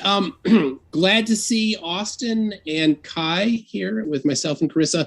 Austin, when you're through Minneapolis, I'm sorry we didn't connect. That would have been fun, but glad to be here. So I have a presentation here. I'm gonna send to you right here. All right. So let me know when you got that and people are seeing it, and I will. I'll go through it. All right. So what I'm showing is a test, a measurement to see if the Earth is flat or spherical, and it uses absolutely no assumptions, and that's the cool thing about this particular one. So there's just a small amount of math to start. Fortunately, you don't even need to do any equations to do it. On the surface of a sphere, a triangle always has more than 180 degrees. On the surface of a plane, a triangle always has 180 degrees exactly. So if the Earth is flat, then any measured triangle, every one of them will be 180 degrees. And if the Earth is round or spherical, a sufficiently large triangle so that the measurement, the precision of the measurement instruments can resolve it, there will be more than 180 degrees in any triangle. There are no assumptions in this at all, nothing. So right there is just a little description of how it's done. It's called, the amount over 180 degrees is called spherical excess. So if there's any spherical excess, then you know that the Earth is not flat. And here's a little more. This is on my website at mctoon.net/SE. All of this stuff is on there. So all my data is cited there. This shows a little bit with how the triangles work. Since the triangles are not in the same plane on the surface of a sphere, the angles are greater than 180 degrees. So there was a survey. It was published in 1900. It's a 900-page survey. It's called the Transcontinental Triangulation of the American Arc of the Parallel. I sent this to Austin more than a year ago, so he's had plenty of time to see it, to review it, to read it, to become familiar with it. I'm sure he has. They used these theodolites. These are 20-inch long theodolites, very, very precise, better than 1 arc second of precision in this. In order to site them, they set up temporary housing, temporary viewing stations on mountaintops, especially across the Rockies.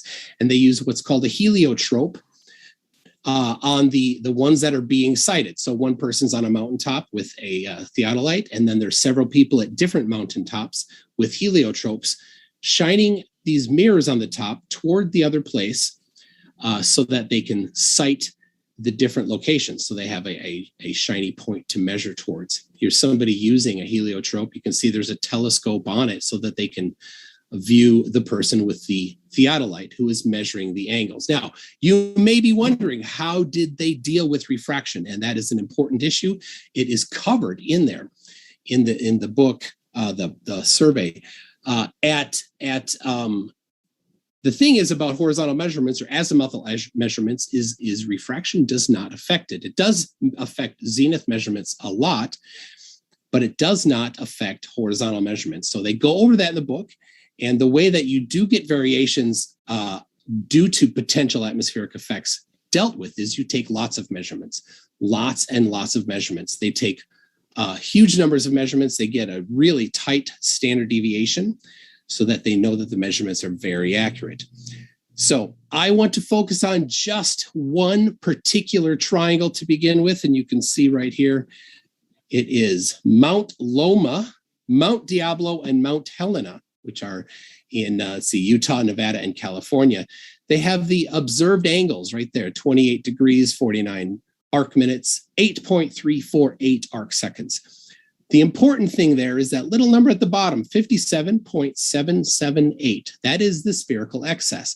That is the amount over 180 degrees that triangle summed to. There are no assumptions in this. It is just a horizontal measurement of these three angles from these three mountaintops, nothing more. it sums to more than 180 degrees. Therefore, the Earth cannot be flat. Now, the thing is, there are hundreds and hundreds of these triangles in this particular survey, just this particular survey, and I have 5 others linked on my website at mc2.net/SE. You can see here 50 degrees, 50. These are and it's over. So that is right there what I would ask anybody to explain. If the Earth is flat, how come all of these triangles do not sum up to 180 degrees? And if you think there's any assumptions in here, please be very specific in what you think they are. So that's mine. Thank you. Thank you, Melvin. Is it good for me to go, James? Absolutely. Perfect. So I think there are many scientific reasons for the Earth being round, but there are also many ways that we can observe the Earth being round just by using our eyes, using our senses. And that is why even before Christ, right, in 200 BC, Aristophanes actually measured the circumference of the Earth. He used the sun. There were many, it was very like accepted even like over 2,000 years ago. And there are so many things that we can actually just see and visualize and experience that will lend itself to a spherical Earth. So some of those things that we can see on a day-to-day basis currently is that for lunar eclipses, we see them at many locations of the Earth.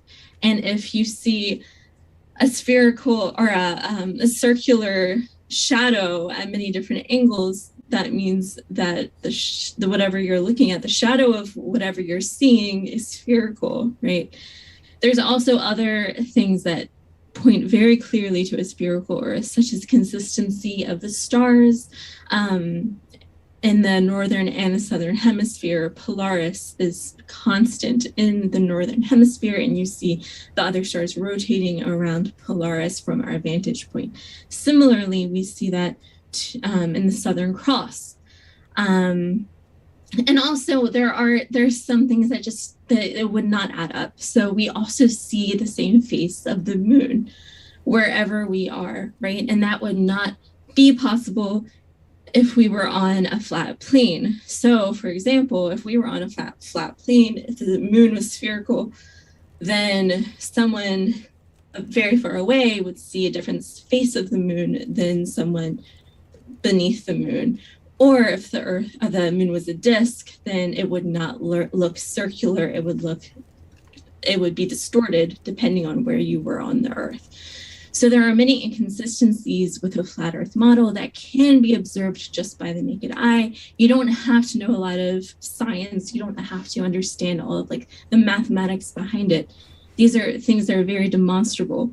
And those are just to name a few. There's so many things that prove that the Earth is spherical. But that's all I have, and I'm excited to hear the opposing perspective. You got it. Thank you very much, Carissa. And want to let you know, folks, if it's your first time here at Modern Day Debate, we are a neutral platform hosting debates on science, religion, and politics, and we hope you feel welcome no matter what walk of life you are from. Also, want to let you know, folks, if you have not heard, we are absolutely pumped for this upcoming debate next weekend between Apostate Prophet and Stewart on Christianity versus atheism. You don't want to miss it. Hit that subscribe button, folks, as we have many more juicy debates coming up. And with that, thanks so much, Witsit and Kai, for being here. The floor is all yours. What up? This is the beautiful Kai. Hello. And I am Witsit Gets It. All right, I'm going to try to share screen here. Maybe this will work. We shall see. Can you see it? Yep. Exciting. All right, we put this together really fast, but the Earth is flat. Don't make this weird, bro. We didn't lie about it. So anyway. So we're curious as to which one of these is the real curve of the Earth. Is it when we're at 100 feet or 10,000 feet or 33,000 feet or 7,000 feet or 128,000 feet or 1,000,000 feet? Which one's the real curve? Which one isn't the real curve? Blue crickets every time. So once again, here's the fisheye of the infamous Felix Baumgartner jump. And then this is a reality photo of a high altitude balloon, 121,000 feet. This is infamous astrophysicist, scientific communicator Neil deGrasse Tyson. Let's hear what he's got to say about it. Hopefully the audio works. And the dude who jumped out of a perfectly good balloon, what's his name? Felix Baumgartner. He would have been about 2 millimeters above the surface of this globe. That's his edge of space jump.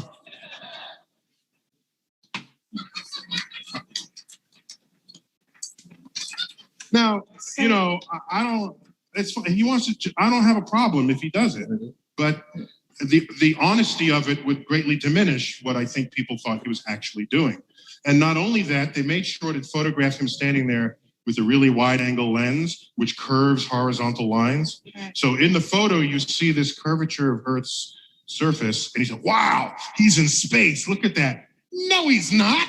At that height, you don't see the curvature of the Earth if you are 2 millimeters above this beach ball. You just don't. That stuff is flat. Interesting. Of course, the globe earthers literally throw this guy under the bus. They act like he's a complete moron, propped up astrophysicist, shown to the whole world. They have no choice but to throw him under the bus, which should be pretty telling, but let's proceed. So here's this infamous billionaire goes to space launch, right? And it shows you this crazy curvature. Then a little bit later, I took a screenshot. I guess the Earth went convex and then concave. It can't make up its mind. So very interesting. And then here's your boy Neil deGrasse Tyson talking about this as people ran their victory laps because we've been to space, you stupid flat earthers. People are privately going there now. Oh, by the way, you didn't ask, but I'm going to tell you. Do you know how high up above the Earth he was? No. So if you take a 63 miles. Oh, yeah, right. So take a schoolroom globe, and that's how high above it is he? So he's about 2 millimeters above the surface of a schoolroom globe. So nobody's seen the curvature of the Earth from that height. I just want to make that clear. Interesting. So no, you don't see the curvature, according to this astrophysicist here, from a plane. You don't see it from 128,000 feet. You don't even see it from 63 miles in the air. 63 miles. But why do they show this beautiful curvature here? And then, of course, you see that it's obviously not always curved. It curves up too. Doesn't matter. We'll just throw this guy up. So here we go with the infamous blue marble picture, right? Robert Simmons is the artist. This is for the people maybe unfamiliar with it. Here's a quote. We put it up here for you. Then we wrapped a flat map around the ball. My part was integrating the surface, clouds and oceans to match people's expectation of how Earth looks from space. The ball became the famous blue marble. So it's not a real picture. It was the default picture on the iPhone. But again, they're showing all these fake pictures of curvature, but it's probably because they're telling the truth. Here's all the different pictures of the Earth, and I guess the Earth changes from year to year. They can't figure out it has bipolar. The size of the continents are changing. The colors change. Yep. You know, well, we're crazy. You got to believe that these are real, or you are a conspiracy theorist. I like this. Okay, so again, they say that the Earth is a ball. One main proof that they have is things disappearing behind the curvature of the Earth. So they use like sunsets or ships disappearing over the horizon as evidence that the Earth is a ball. But you can see here that things in the distance converge with the horizon. You can see with the street lamps, the farther the street lamps are from you, they begin to merge with the horizon. It almost looks like the street lamps are setting. You can see the hallway as well. The further distance, it merges with the horizon. We have a couple pictures, a couple videos. The first video we have is a boat. So again, they'll say, oh, the ship is disappearing behind the curvature of the Earth. When you zoom into the boat, you can see it again. So it's not actually disappearing behind anything, because if it was being physically obstructed, then you couldn't zoom in with the camera. Just like you can't use a camera to see through a brick wall or a mountain, you can't have a camera see through a hump of Earth curvature. So the real reason that boats are disappearing is not behind the curve of the Earth, but simply it's just leaving your field of vision. We also have another video here. This explains how sunsets are working on a flat Earth, as the laser gets further away, it's not going behind anything. It's on a flat surface. It's just leaving your field of vision as it gets farther and farther from you. And that explains how a sunset works on the flat Earth. No, which of course they say, no, there's no way it wouldn't disappear from the bottom up. There's a laser doing it. So the second law of thermodynamics dictates pressure will fill the available space, spontaneously seeking equilibrium. This is, of course, a natural law, not a theory, not debatable. The globe Earth belief system loves to handwave dismiss the second law as if it's flexible or they can make it up or whatever. But here, I'll let you commentate this. But here's a little demonstration of the very simplistic idea of gas filling the available space. So you can see here gas inside a vacuum chamber fills the available space. And then once If you're able to just, it's really, I think that they maybe won't be able to hear you while the music's going simultaneously. All right, my bad. I turned it down. Here you go. You got it. Go ahead. Okay, so the second law of thermodynamics describes entropy, high pressure going to low pressure. You can see here that also that gas fills the available space. Inside a vacuum chamber, the gas is still filling the available space. And then once the lid of the vacuum chamber is removed, you'll see that the gas, high pressure in the vacuum chamber fills the available space, which is the surrounding air. The reason this is relevant is because we know we have gas pressure here on Earth, and they tell us that outer space is a vacuum, and they also say that the atmosphere is uncontained. So if the atmosphere is uncontained, then the high pressure here on Earth should fill the available space, and it doesn't. Yeah, and just to make it worse, as it's really funny that people laugh, but this is not even remotely close to the pressure differential of the 10 to the negative 17 torr vacuum of space people float around in. So this is hilarious that you think that something could be drastically greater with a pressure differential and just sit there chilling, going numerous different vectors, and pressure never fills the available space. The second law gets thrown out the window, but no big deal. Who needs natural law? We have cartoons. So here's the government telling you numerous times that the only way they can do anything with practical use cases when people's lives are at stake is to assume the Earth is flat. But the government's probably trolling with documents that had to be declassified and no one's ever read and they've hidden from the public. They're just trolling. They're just bored. Right here, propagation of electromagnetic fields over a flat Earth. This is actually how they engineer a ground weapon system, ground weapon towers, and they had to assume the Earth was specifically a dielectric plane in order for them to acquire the target or to have any accuracy of practical use. Here you go. They're talking about determining the brightness of the firmament, assuming a near sun and a flat Earth, and that the approximation for the firmament was proven correct in the bottom left. And of course, here we have the air trajectory model. The only way you can even design an aircraft is to assume the Earth's a flat, non-rotating surface, as do pilots when they fly them, or people would literally die. They don't assume that the Earth is curving down beneath them or spinning because literally they couldn't fly the plane. So there's numerous government documents. Here's just a couple of them we put together for you, saying that literally anytime that they design any technology or any practical use is used in the real world, the only way it works is to assume the Earth is flat, including electromagnetic propagation for ground weapon systems. Well, no big deal. Probably is a ball. They just have to act like it isn't a ball.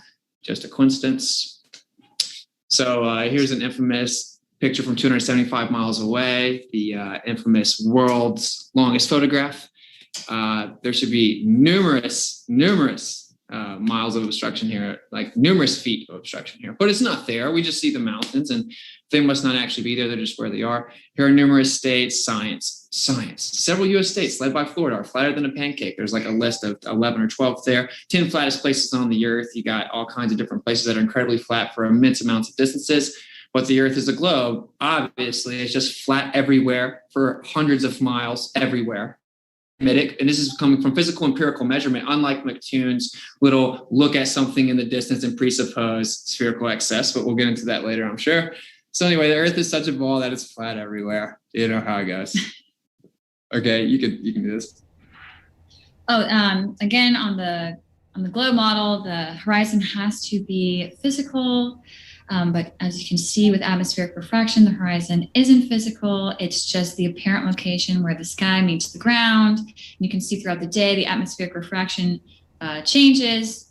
And it just confirms again that the horizon is not the curve of the Earth. It's just an apparent location. Yep. The globe Earth has asthma, so it's breathing in and out here. This is the curvature rate of the Earth, right? So like as we invoke this, people get triggered. This is the globe Earth math, bro. Like the Earth is flat. Don't make this weird. We didn't lie about it. This is what they said we live on, bro. You can test it. It's geometry. There has to be a physical horizon. That's what geometry says, right? So this is the math. This isn't the flat earthers math.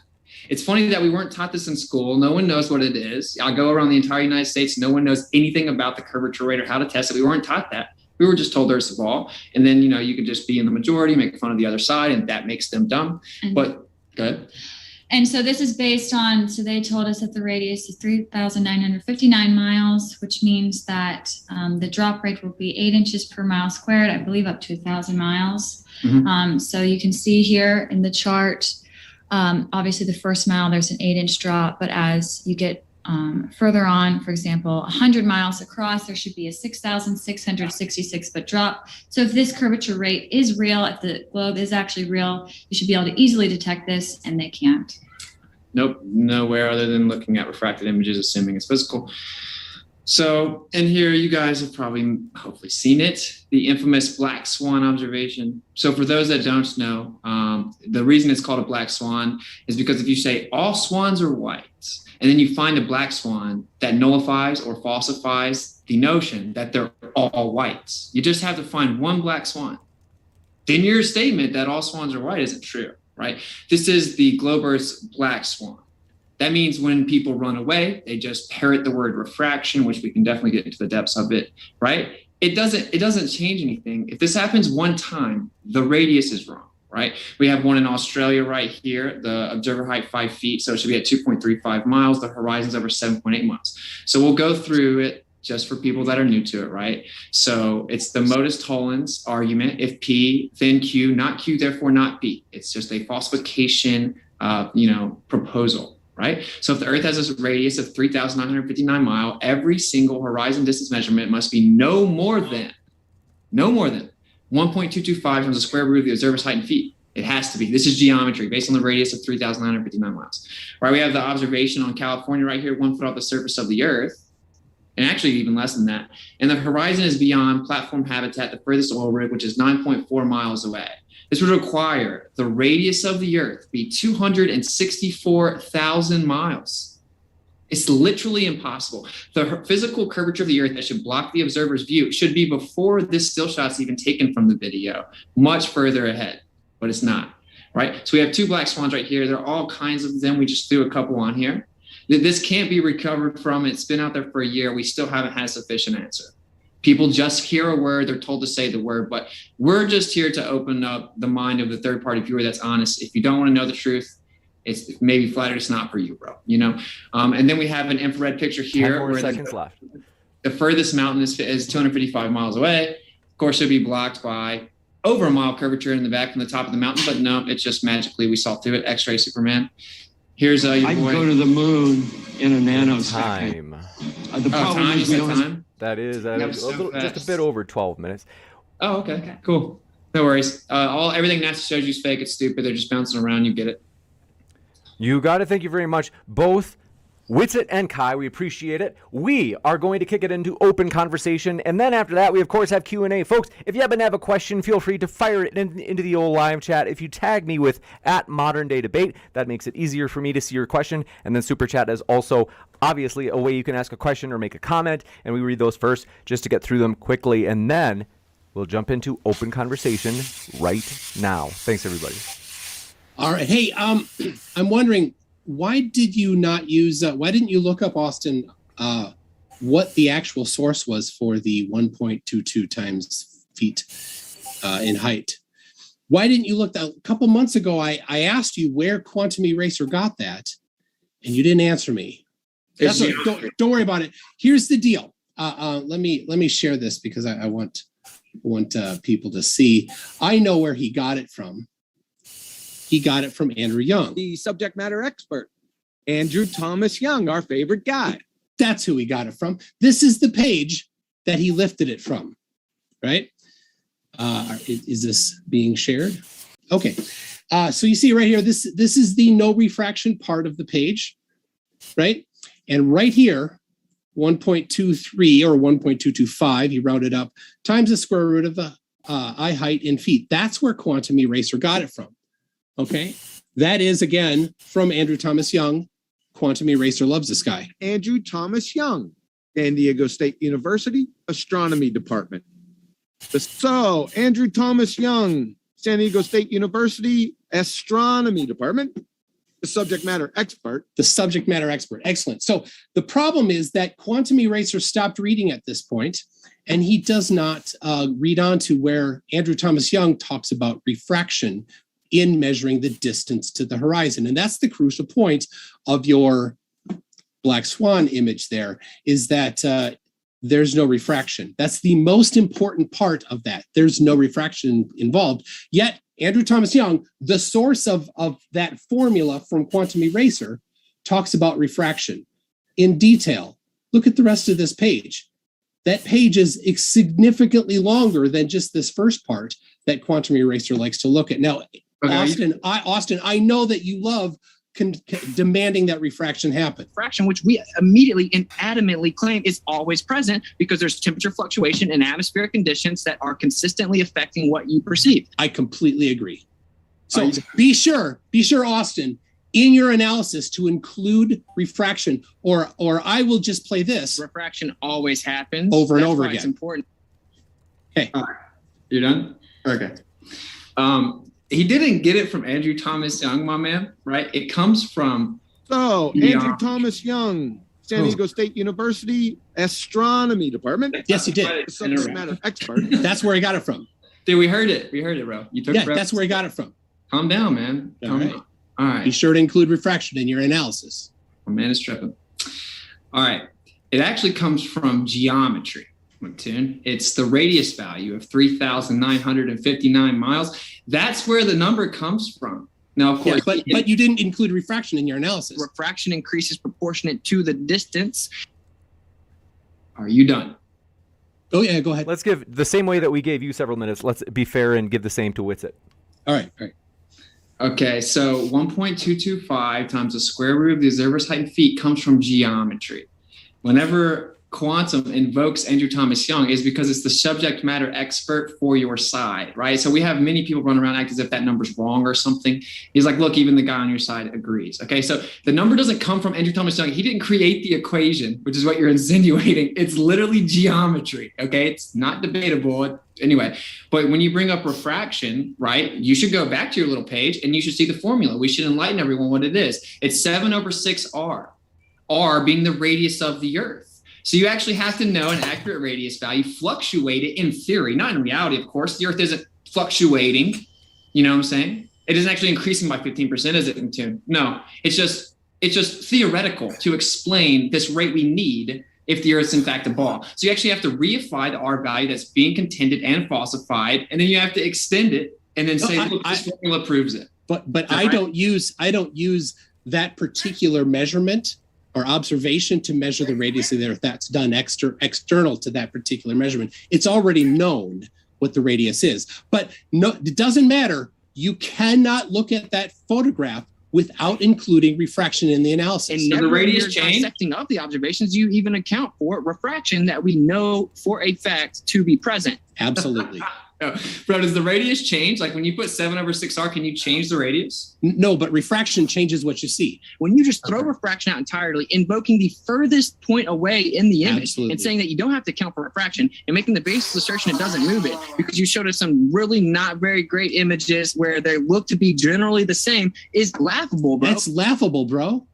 Are you? No, include the refraction in your analysis, bro. Okay, so, bro, my friend, I'm asking you, can the radius change? And if it can't, if you're not going to include refraction in your analysis, don't bother. I'm claiming that you haven't even actually accounted for all the variables and you're touting your trigonometry that literally hand waves dismiss one of the most important variables when it comes to perception, which is refraction. I couldn't say it better myself. Go ahead. Okay. Once again, bro, you can't actually fluctuate the R value. So they give this theoretical equation to explain how I'm sorry. You yourself demand that refraction be included in the analysis. So include refraction in your analysis. Go ahead. Okay, no problem. The horizon is nothing more than an apparent location that fluctuates based on atmospheric conditions, including refraction and the observer's heights. right? So it constantly fluctuates. You're making an additional claim. You're actually claiming it's a physical, actual location based on. I didn't claim. Well, this is your picture, not mine. So do boats go over the curvature of the Earth, McToon? Absolutely, they do get obstructed. So you do claim it's physical. Yeah. Thank you, man. Thank you for just contradicting yourself instantaneously. So if the Earth is a radius value of 3,959 miles, there's a physical obstruction. Flat Earth knows that the horizon is just apparent, constantly fluctuates. We showed that. I don't know if you were paying attention to the presentation. We actually showed a time lapse where the horizon constantly moves. Absolutely, yeah. That's why you need to include refraction analysis. But if your refraction, you made my point. If it requires the reification of the R value in contention, it is inadmissible, my friend. No. The radius of the Earth was measured external to that particular observation. So it doesn't use the horizon. When the measurements for the radius that I cite do not use the horizon. No. Right. It uses stuff like we can presuppose the distance of the sun, and then we can come up with some correlative response. No. Yeah. I will happily show you how to measure the radius of the Earth. Okay, but can we hone in on one thing for the audience, because some people are new to this conversation. Do you agree that on a ball, there has to be a physical curve that will block your view and you can't see past it? Yes, a physical curve that is affected by refraction. So you must include refraction in your analysis. So anytime you do this, be sure, according to you, because you demand that refraction be included, be sure to include refraction in your analysis. Okay, once again, that's all I'm asking. Hold on. I think what we're missing here is that radius is constant and refraction is a variable. So that might help you in answering Melvin. No. What will help me is if you know what the subject matter expert says, which is that you have to invoke terrestrial refraction and fluctuate the hypothetical R value to 7/6 stars just to get an idea of it. Then you must, in fact, invoke and reify the idea of light rays, which are just an unrealistic concept. This is all coming from the subject matter expert. And that you didn't have to ignore the fact there is no horizontal boundary. So you must assume the Earth's a sphere, assume the R value, fluctuate it hypothetically, which is a category error because you're talking about light over top of the Earth, not the Earth's terrain itself changing. And then you have to invoke light rays, which aren't real. That's what the subject matter expert says. So we're actually the R value. Here's the deal. According to your own demands, you've still not included the refraction analysis. I'm just waiting for that. Go ahead. The horizon's just an apparent location that. Okay, but if you're gonna bring up an image that obviously has heavy refraction in it, be sure to include analysis of refraction in the analysis. Go ahead. So you agree then that we always have to account for refraction when we look at the horizon? It should be, yeah. Definitely. Okay, so then you can never actually see the literal curvature of the Earth then, right? Everything we see goes through a medium. So everything we see is modified by that medium. So you just need to control for those conflating variables. So we can never see the actual curvature of the Earth then, right? You can never see anything that is just unmodified by the medium through which the light travels. So we can never see the actual curvature of the Earth then, right? You can never see actually anything because everything is controlled. Are you that stupid that you don't understand that if there's a medium? There's a medium. Live on a ball, okay? For example, a pregnant lady's stomach, right? When she's 9 months pregnant, her belly physically obstructs her ability to see her feet, right? Okay, but you're saying that on your in your reality, you can never ever see this curvature of the Earth. Now you say that boats are see it unmodified. You're saying that so boats stop are strawmanning me. Are you can never see it. No, because you're strawmanning me. I'm not gonna sit here and let you strawman me. You're making contradictory statements. Here's the deal. Everything you see is modified by the medium through which the light travels. You just need to take into account these modifications. Okay. So we never be sure to do that. According to you. I'm claiming that you haven't even actually accounted for all the variables, and you're touting your trigonometry that literally hand waves dismiss one of the most important variables when it comes to perception, which is refraction. Go ahead. Are you promoting my channel, bro? Include your own declaration that it's the most important variable. Go ahead. Include it in your analysis. If you don't, then you are contradicting yourself. It's the most important variable because the horizon is an apparent location. You're claiming it's a physical location. You claim that boats go over it. So you now have to admit intrinsically within your contradictory little worldview crafted to you by Jesuit priests that you never see the curvature of the Earth. That's what you never see it unmodified. Everything is subjected to the modification of the medium you see it through. So if we never see the curvature of the Earth, how do we know it's there? You need to, because you can then account for those changes because we know how it affects our vision. So you can account for those changes. So we have to assume that it's there. We never see it's there, but we have to assume it's there and then make up math to explain why we don't see it. Just all you need to do is control conflating variables. That's classic science stuff. If you don't like doing it, I understand, because it gives you the result that you don't like. We won't get into that. You don't know what science is, man, but you agree that you don't see the curvature of the Earth, right? You don't see anything unmodified. Right. So if you never see the actual curvature of the Earth, how do you know it's there, Mattoon? Because you can control for conflating variables. Like the atmosphere? Yes. You can, absolutely. You can control the atmosphere? Yeah, you remove the atmosphere? No, you can. Man. No, I'm sorry, you don't understand how controlling conflating variables works. No, please enlighten me how you control the atmospheric refraction. You don't control it. You measure it, you quantify it, you figure out how it is affecting your observations, and then you include it in the analysis. So you presuppose there is a curvature that you don't actually see. No, you are not presupposing curvature. You are using the known effects of refraction. Okay, and you're saying we never see the actual location of curvature, but since we know that there's you refraction, only see modified things, Austin. We stop straw manning me. You only see a modified view of everything. So when you do science, you need to. It's called controlling conflating variables. You take them into account. So if you know that refraction is happening, then you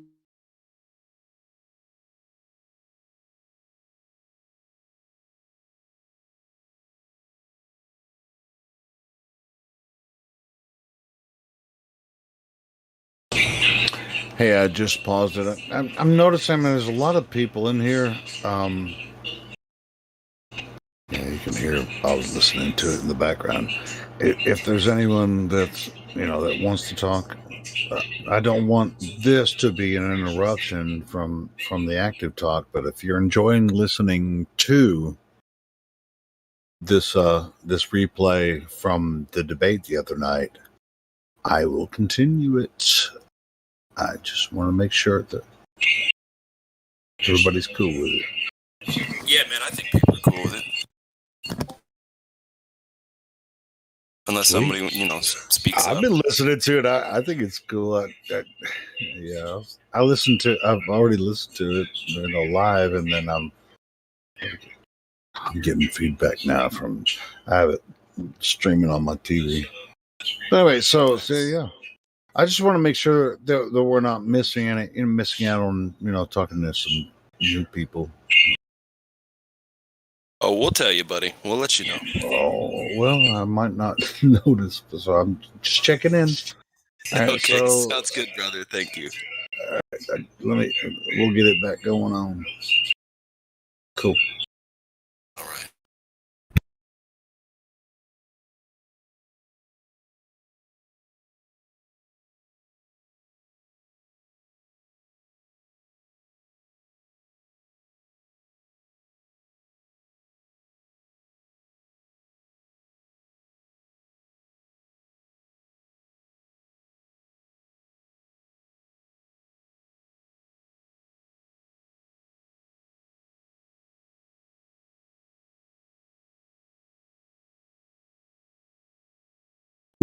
include that in your analysis. And if you don't know much about the refraction that's happening, then you don't have a very good observation.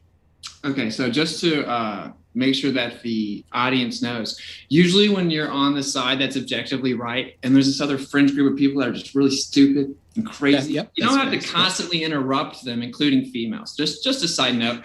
But my point here is, if you're going to straw man identity politics, your identity politics. What is it with his id poll? Aren't you like what the heck? Wow, He's like literally explaining you like the science, like how to actually. You're saying that like studies you actually have to like control whatever variable. What? No, you have to measure with it. You have to measure. You have to see the effect of it, and you have to like take that into account. That's all he's saying. And you are 100% strawmanning him. No, I don't think you understand the argument, Carissa. This is the issue. Is you said what you literally said you don't think that we can see the horizon. Go ahead, girl. The audience is gonna see you guys are imploding. You're interrupting. Let me know what woman. I'm sorry. That's too funny. Can she talk yet? Can she talk yet? Is it her turn yet? Can she talk? Thank you. Okay. Okay. The impulse is just too funny. No, thank you. Okay, so I don't think you necessarily understand the issue. As you said earlier, that with our senses, right, we can know that the Earth is a sphere. Here's the problem: there's a claim that the Earth is a certain size and there's a certain radius value. Of and course. If it's so obvious that this curvature exists, then we have to be able to measure it and detect True. it. Okay. Yes. But here's what McToon is saying. McToon is saying that you can never actually observe the curvature of the Earth because of refraction. That is false, because we can measure refraction and we can control for so how do you so if we never actually see the curvature of the Earth, how do we establish that it's there? So we can see the curvature, but it is as we were saying, a modified view. We can see it changing. You are interrupting a woman. Yeah, somebody just interrupted a woman. You're seeing the change of the curvature to an extent, and that's because of the refraction. But just because you see changes in it and illusions doesn't mean that the curvature itself is not there, right? So like if it's nighttime, and you know that there's a tree, where somewhere, and you're like, oh, I know that there's a tree there, and if you like shine a light there, you're like, okay, so how do you know? Because you didn't actually see it without a light. You're controlling for the darkness, which is a variable, by using a light. It's the same type of thing, that there's a variable that's impeding your measurements. So you measure that variable, and then you're able to take it away and to have an actual accurate measurement. What a terrible analogy, Carissa, because we don't know the tree's there. That's what's in contention. Is there curvature there? No, we know that there exists a horizon to an extent, right? You have to there's a separation between Earth and sky, right? Do you believe that there's at least at some point a separation between Earth and sky? Watch our PowerPoint. Do you not pay attention? So you think that it's the same thing? Of course, there's going to be a difference. The definition of the horizon is the apparent location where the sky meets the ground. Correct. The apparent location. But in the heliocentric model with the globe, the horizon is actually a physical location. Like I brought up with the analogy of the pregnant lady's belly, that it's a physical curve that's there. If it's an apparent location, it can't change. And it can't change in distance. If it's physical. Horizon is purely... So, okay, we can see the curvature of the Earth, and you're right that itself is static. We can see it through the medium of there's heat refracting off the Earth. There's many things happening that might distort our view of the horizon. But horizon itself, everyone's going to see a different horizon because people are at different locations, right? But that's so you can't necessarily say that like, oh, there is one definite. Of course, all horizons are based on your perception. That's the way horizons work. But see, Carissa, that's our argument. But that doesn't mean that it doesn't exist. The globe argument is that boats and ships and the sun is disappearing behind a physical location. And it's interesting. But now you're from saying the bottom that up. you're saying so there's the ball is a specific size and it doesn't change, right? Correct. It doesn't change. Okay, it's 25,000 miles in circumference. It doesn't change. But what you're saying is that we're seeing the horizon change in distance. And that can't work if the horizon is a physical location. It's not. Horizon is perception, and the Earth curve is physical. So when you look, when you see a horizon, you are viewing. Hold on, can you stop interrupting a woman? When you see a horizon, that was pretty funny. When you see a horizon, that is your perception of the static Earth's curve. So there's going to be some variables within that curve, right? That's affecting it and affecting your perception. We don't have like telescopic vision, and similarly, there are some elements. There's gases in the atmosphere. I'm sorry, that's just the way it is. But we can measure those things. We can measure effects that it has on our vision of the our vision, and then we can measure it and we can account for it, right? That's like literally how every single scientific study works, even if it's not observational. Yeah, but let's just recap, right? Because what you've said like 3 times now is, well, that doesn't mean it's not there. Well, I've never seen Superman, Carissa. That doesn't mean he doesn't exist. What is that? Your argument is, even though you why that straw man? That has nothing to do with it. Yeah, she said just because you never actually see it, that doesn't mean it's not actually there. Well, it means you can control. You can control for that variable. That's You what she control. No, you can't control the atmosphere. So That's not what she's saying. Don't straw man. 1 sec. All right, just to have order. Remember, folks, all four of you, people are excited to hear your ideas, and so you just want to be sure that there's not too much interrupting. So what we'll do is give you a quick chance to respond, Witsit, maybe a minute or two, and then we'll come back to Carissa and MC Toon for a minute or two as well. Thank you, man. So, like, what her analogy was, you don't see the tree, but you know there's a tree there. Well, we don't know the curve's there, hence why we're here. The Earth's flat, bro. Don't make this weird, okay? We're trying to figure out if the curve is there. We don't know it's there. We're trying to find out if it's actually there. And then you shine a flashlight on the tree. So you control for the variable of it being dark, and then you can see it. Well, you don't get to control the variable of atmospheric refraction now, do you? You don't get to shine a flashlight and see if it's there. The atmospheric refraction is outside of your control. It's just there. You actually try to measure different variables within it, presuppose a certain radius value, a certain curvature rate, and then a differential in the optics of what you actually perceive. That's why it isn't analogous. She continuously says, well, just because you don't see it doesn't mean it doesn't exist. And that's why I said, well, I've never seen Superman. I guess that doesn't mean he doesn't exist either. We need physical empirical measurement, and we need to know if we never see the curvature of the Earth, how do we know that it exists? It's very simple.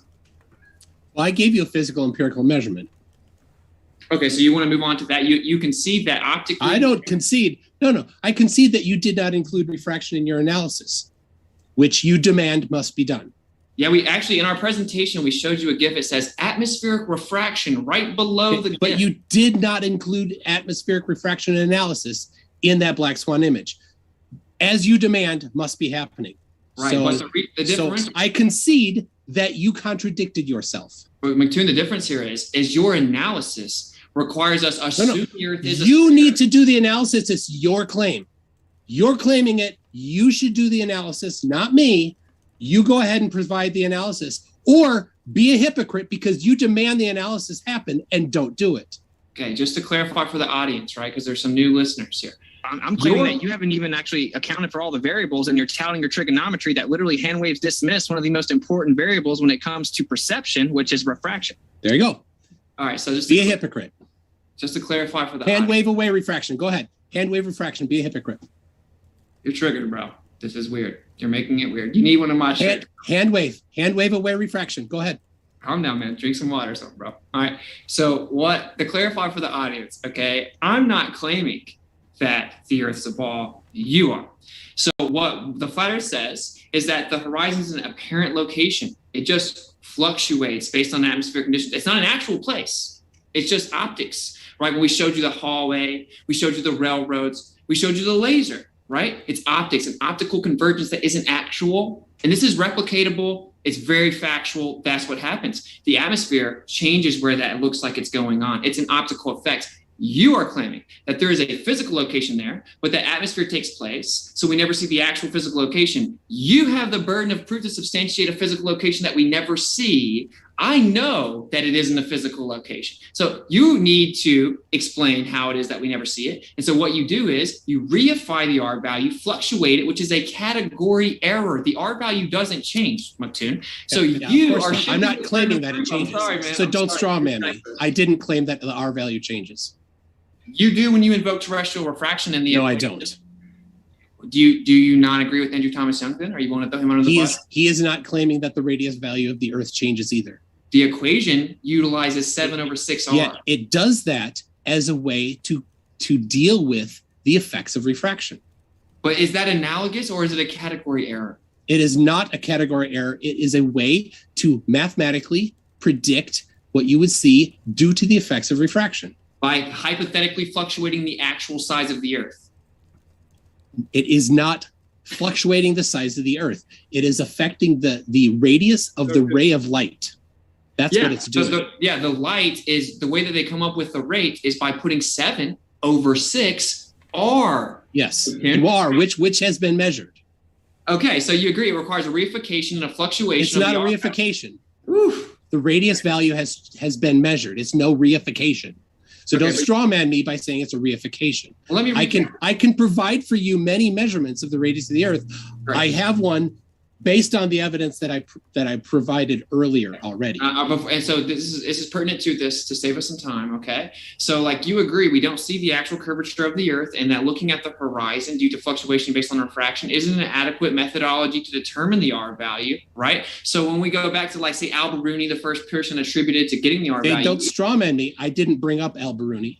Which is why you should stop interrupting, because what I was about to say is then you would agree that isn't actually a sufficient method. So we can throw that one out. They taught us that, but he was actually using an insufficient method because it doesn't matter. I didn't bring it up. I know. I'm just saying. Why are you strawmanning me again? How am I strawmanning if I'm asking? Because I didn't bring it up. You're trying to defeat Al-Biruni's measurement of the radius of the Earth, which I did not bring up. No, I'm trying to help the audience that may be new to this conversation so that they will know that Al-Biruni is the one that's attributed to originally coming up with the R value. Whether or not you want to talk about him or not, it's irrelevant. We're doing this for people that actually want to know the truth, Motun. The person attributed to coming up with the R value is Al-Biruni. He took a fluctuation of the horizon, made different measurements, and came up with an average, throwing out outliers that were too extreme of differential, correct?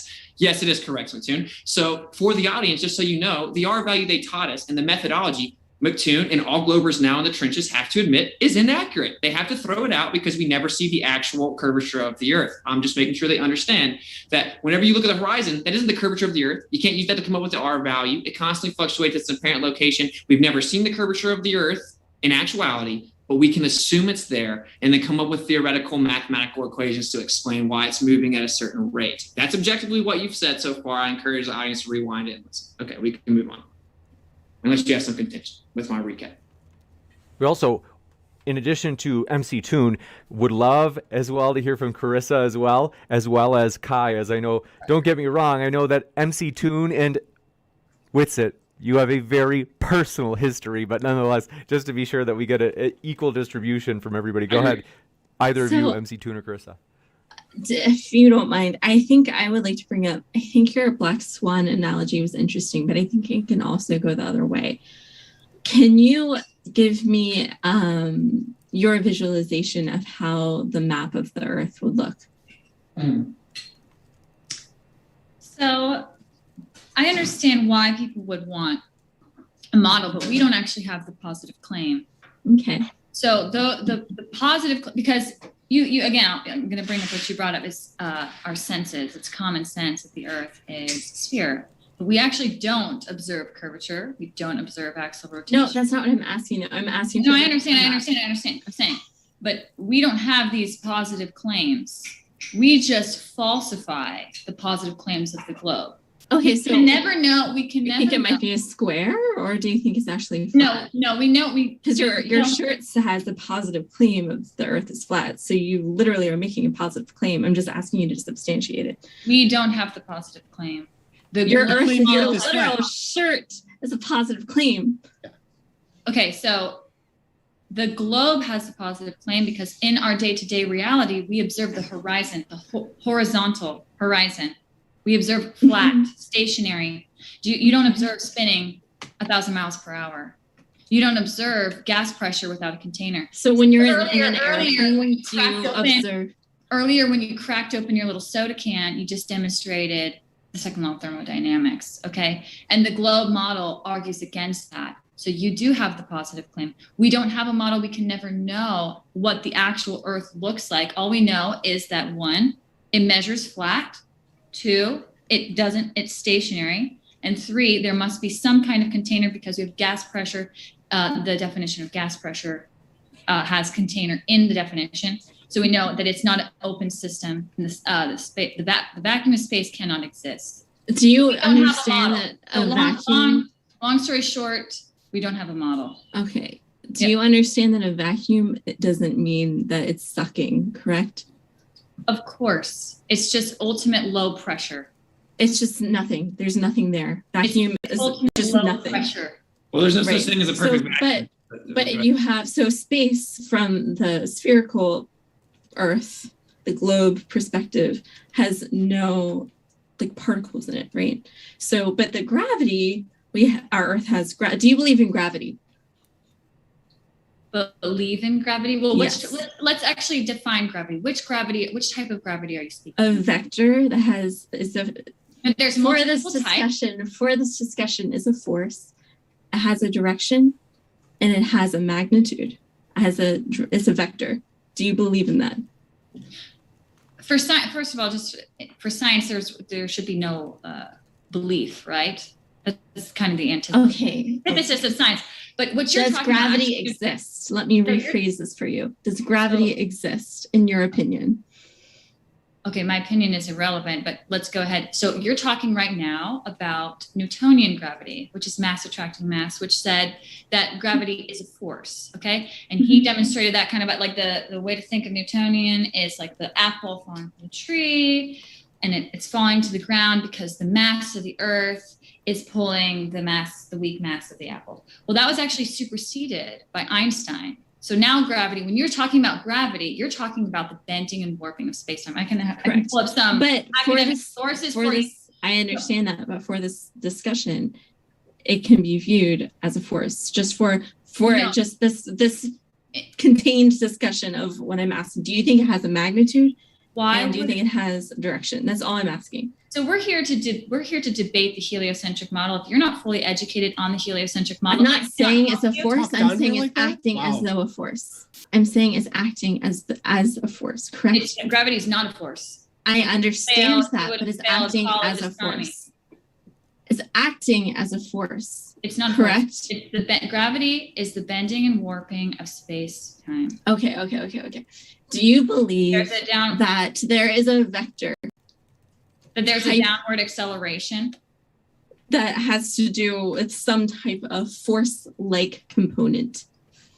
Obviously there's an observable downward acceleration, but here's the issue, is the established cause. You're saying that the heliocentric model says that the established cause is the bending and warping of space-time, which they have failed to validate through the scientific method. There's no way that they can actually use a scientific method and verify the cause and effect relationship. But we understand, so we can have very, very precise measurements of how fast something will fall, the density of things, and how so like in physics, we view gravity as like 9.8. It's literally viewed as a force to see things pulling down to a larger mass, as you said. And that's why I don't think you understand the gas situation. Of course, gas is going to be lighter than our atmospheric air, and that's going to dissipate, correct? But when there is something with no particles, then that gas, and that's why you see rain. That's literally why we see rain, is because water particles get so heavy and they condense together and they fall, correct? And that's because that's why literally gravity is like why we aren't going out into space, and that includes the gas. That includes literally everything that you brought up earlier. So gravity affects gases? Yes. Yep. So helium, I see helium rising. What's happening? Yes, because helium is lighter than the air around us, which is oxygen and nitrogen. Right now, so right now density. You have two contradicting statements. Right now you have two contradicting statements. You're saying there's no, I don't.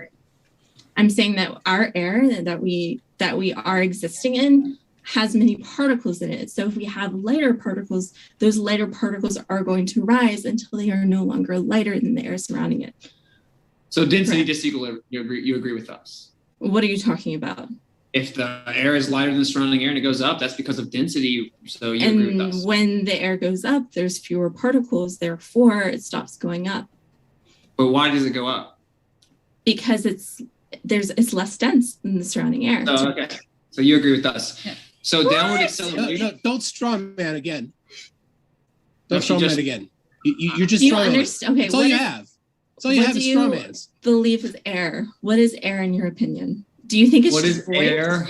Yes. Air. Do you think we need to make it simple for you guys. Okay, so here's the deal. We have downward acceleration on the Earth. It's an agreed upon average. Oh my gosh. Yeah, he can't just. He can't just answer the question. It's ridiculous. No, he can't. He just has. What is air? That's your shotgun. Word salad. Yeah. Is There's a combination of different gas pressures that couldn't exist adjacent to a near perfect vacuum 10 to the negative 17 interrupting me. Again, though. yeah. Go ahead. Now make sure you keep interrupting me. It'll make the Earth a ball. It'll make the Earth a ball, dude. So we have an agreed upon average of 9.8 meters per second squared of an observed phenomena called downward acceleration on the Earth. Now this is just an agreed upon average for intents and purposes. It's not agreed upon. It's measured. Is it always exactly 9.8 meters per second squared? No, but it's measured. Okay, it's an agreed It's not upon agreed average. upon. It's not an agreed upon average. It's a measured average. Okay. You don't know what a measurement is? You don't know how to measure the downward acceleration? It's measured, not agreed upon. It's empirical. Calm down, bro. So we have an agreed upon average of 9.8 meters per second squared downward acceleration on the Earth. That is the effects, okay, of things falling. Not everything falls, as she just enlightened you. Helium goes up, and as your teammate has said, it's because of density alone. That's her explanation. What is air? Another straw man. What is air? Tell me They think the that we look dumb on composition. The particles. Tell me the particles. What is air composed of? Hey, calm down, Chris. Can I finish my point, please? Can you answer my It was her very point. simple question? It's Air is just a combination of elementary. different Maybe middle gases. school. No, I'm sorry particles. that I'm you- talking about particles. I'm talking about You're- the you're out of elements. your league, The table of Chris. elements. The table of elements. Just tell me, okay, if I'm out of my league, then please just answer my simple question. What a dick. Okay, calm down. It's okay. It's okay. It's okay. The Earth's not a globe, but don't make it weird for a sec. Okay. So look, we have an agreed upon average of 9.8 meters. A measured average. Okay, McToon, calm down. So that's just an effect. Okay, it's just an effect. Downward acceleration. Gravity claims to be the causal agent of that. So when you invoke downward acceleration, cool story, bro. No flat earther says that some things don't fall to the ground. But actually, what you guys run around acting like is as if everything falls to the ground, even though things go antithetical to the singular vector down to the relative mass of the center of the Earth, right? Yes, they do because they're lighter than the particles. Welcome to Flat surrounding Earth, them. Carissa. No, it's welcome to 8th grade science class that we need to teach you again that you didn't pay attention to the first time. No, see, we know that density disequilibrium results in different directionality. Here's what you don't know. You don't know that multiple forces can act on the balloon at the same time.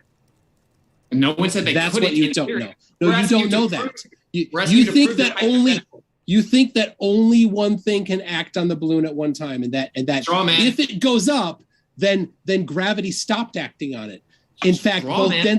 both buoyancy and gravity affect it at the same time. Just that the buoyancy is larger than the gravity, then it goes up. It's larger. Okay, so stop interrupting, my man. Okay, so we know that relative density disequilibrium result in directionality. Helium and hydrogen are lighter than the surrounding air, so they go up. That's antithetical to the singular vector of down relative to the center of mass that gravity invokes. When you have downward acceleration, as Carissa was enlightening us stupid flat earthers about, that's just an agreed upon average of an effect, right? You're claiming the causal agents, right? Now you're claiming an additional force is present that hasn't been isolated. You haven't manipulated the variable of space and time bending and warping and dilating. You presuppose it, right? You presuppose the causal agent, seeing the effect and say, look, the effect proves my cause. I don't have to prove the cause, but you do. That's what's in contention, okay? So whenever the only thing you can empirically verify is the density relationship affects directionality, and that's what we say. I can actually get much more specific, and McToon, I can guarantee you, I'm trying to give you a heads up here, you're not ready, bro. Okay, so she already handled Carissa and you very sufficiently. Would you like to acknowledge that you don't have an empirical evidence of the bending and warping of space-time, which is the current rhetoric of the heliocentric model? Not at all. Eddington 1915. 1915 proved space and time bend and warp? Please enlighten us. Eddington 1915 was the first empirical confirmation of space-time bending.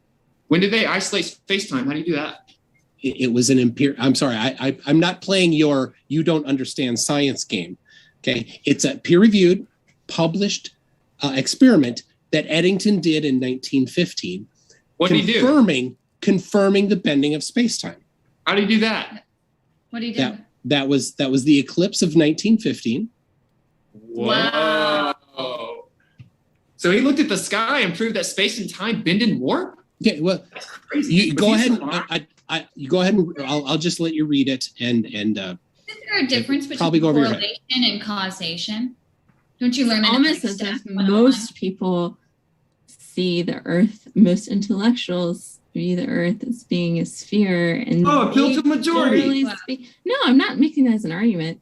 I'm saying it's been empirically proven in 99.9995 of any academic sources that are going to tell you that. I've not seen any academic sources saying otherwise at all. Because they're censored and people will be fired. But anyway, her turn. So hold on. I want to get back to my point. So I'm going to explain to you and to the audience what air is. So air is a collection of elements: nitrogen, oxygen, many others. And if you look at the periodic table, you see helium, and that is one of the lightest of the elements. Therefore, there is buoyancy and there's density. When something is lighter than other things, it will rise. But when it gets to a point in time where it is so high and there's not many other particles around it, then it will not rise any longer. Because it is heavier than the void, correct? Therefore, it stops rising because of gravity. Therefore, that is why all the particles on all the gases do not go all the way into space. It is really not that hard to understand. It just is how density and buoyancy and gravity interacts. And this is literally middle school stuff. So I don't understand why you have this smugness. It's like, oh my God, I can't even tell you what air is because I'm just so buff you. When you literally can't even answer a simple question. It's so sad. Okay, thank you. Thank you for explaining that. You're welcome. No one is disagreeing. Flat earthers do not disagree with relative density. A great example. Then you wouldn't have given your definition in the first place with the gas going up. Okay, Carissa. no one is disagreeing with relative density. And also, we are not disagreeing with the downward acceleration. What we are disagreeing with is the cause of the downward acceleration. Okay? It doesn't matter. Yes, it Carissa. does. Yes, it does. Okay? No, it So, doesn't. yes, because you weren't even That's not how- educated that's- on the that's not how law cause. works. You weren't even, guys, I haven't talked very much. It's my turn to shine. Okay? So this is the thing. You want to say that the cause is the bending and warping of space-time. The cause absolutely matters, Carissa. You weren't even educated on your own model. It's not massive. What are you talking about? I said it acted as a You force. don't I even never know. said it actually was What a are you force. talking What about? a straw man. Let me finish. So, okay. The cause, establishing the cause and effect, which is the whole purpose of the scientific method, okay? And what we want to know is how they actually establish that it's the bending and warping of space-time. Now, McToon brought up an eclipse. And I have a question for McToon. McToon, what is the difference between correlation and causation? What is the difference? Yeah, a correlation is not causation. Okay, thank you. So how do we actually know then if we're observing, just observing, right? Observing, because there's no manipulation going into the eclipse, right? We're just observing. How do we actually know then, because that's the key part of the scientific method, is manipulating the independent variable to establish causation. Just for the audience, a good example of correlation, the difference between correlation and causation is every time I see the sun rise, I hear a rooster crow. So therefore, the rooster crow is causing the sunrise, right? We're observing two things happening at the same time, but that which is correlation. But to actually know that the rooster is causing the sunrise, we would have to manipulate the rooster, right? We'd have to take the rooster out of the equation. Oh, the sun still rises. Okay, it's not a causation. So when you're just observing, how is an observation establishing causation? It wasn't just observing. They positioned themselves and waited to the appropriate time for the sun to position itself relative to the star. Did they observe it? Did they manipulate the sun and the stars? No, they manipulated Okay, so they their just local. observed. So Hold on, they're- I didn't finish Sorry, what go I was ahead. telling Go you ahead. that what they were manipulating. They were manipulating their position relative to the sun and the star so that they could see if it was bending around it or not. I understand, but did they manipulate the sun and the stars? No, they manipulated their position. So they just manipulated where they were looking and observing. Where yes, absolutely. But the independent variable, which would be Space and time, they did not manipulate. They just observed, correct? The independent variable is not space and time. Yes, it is. Space. Sorry. First of all, there's no and between there. It's space time. Sorry, space time. Okay. Space time. Well, actually, it's made up of space and time, so I'll say the and. Okay. Anyway. Sorry. Okay. So yeah, they here's the deal. You always go on about, because this you get from Quantum Eraser parroting him, that somehow this independent variable, dependent variable is absolutely required in an experiment. It is not, actually. Your only source for that is Quantum Eraser, and his source for that is a 7th grade How to Do Your Science Fair project website. So that is not the only way to do an experiment. I understand, and shout out to QA, love the guy. But I just wanted to know, because we're talking about the bending and warping. Okay, here's the deal. If you don't sorry. like it, I didn't realize that you were still talking. Let's just to be sure. I promise we'll come right back to MC Toon, but just to let the just to let Kai finish. A lady. Thank you. I'm so sorry. No, I didn't realize. I think McToon just takes really slow breaths, and I'm just not really paying attention. But I understand what you're saying. I read your website. I looked at your sources regarding the scientific method.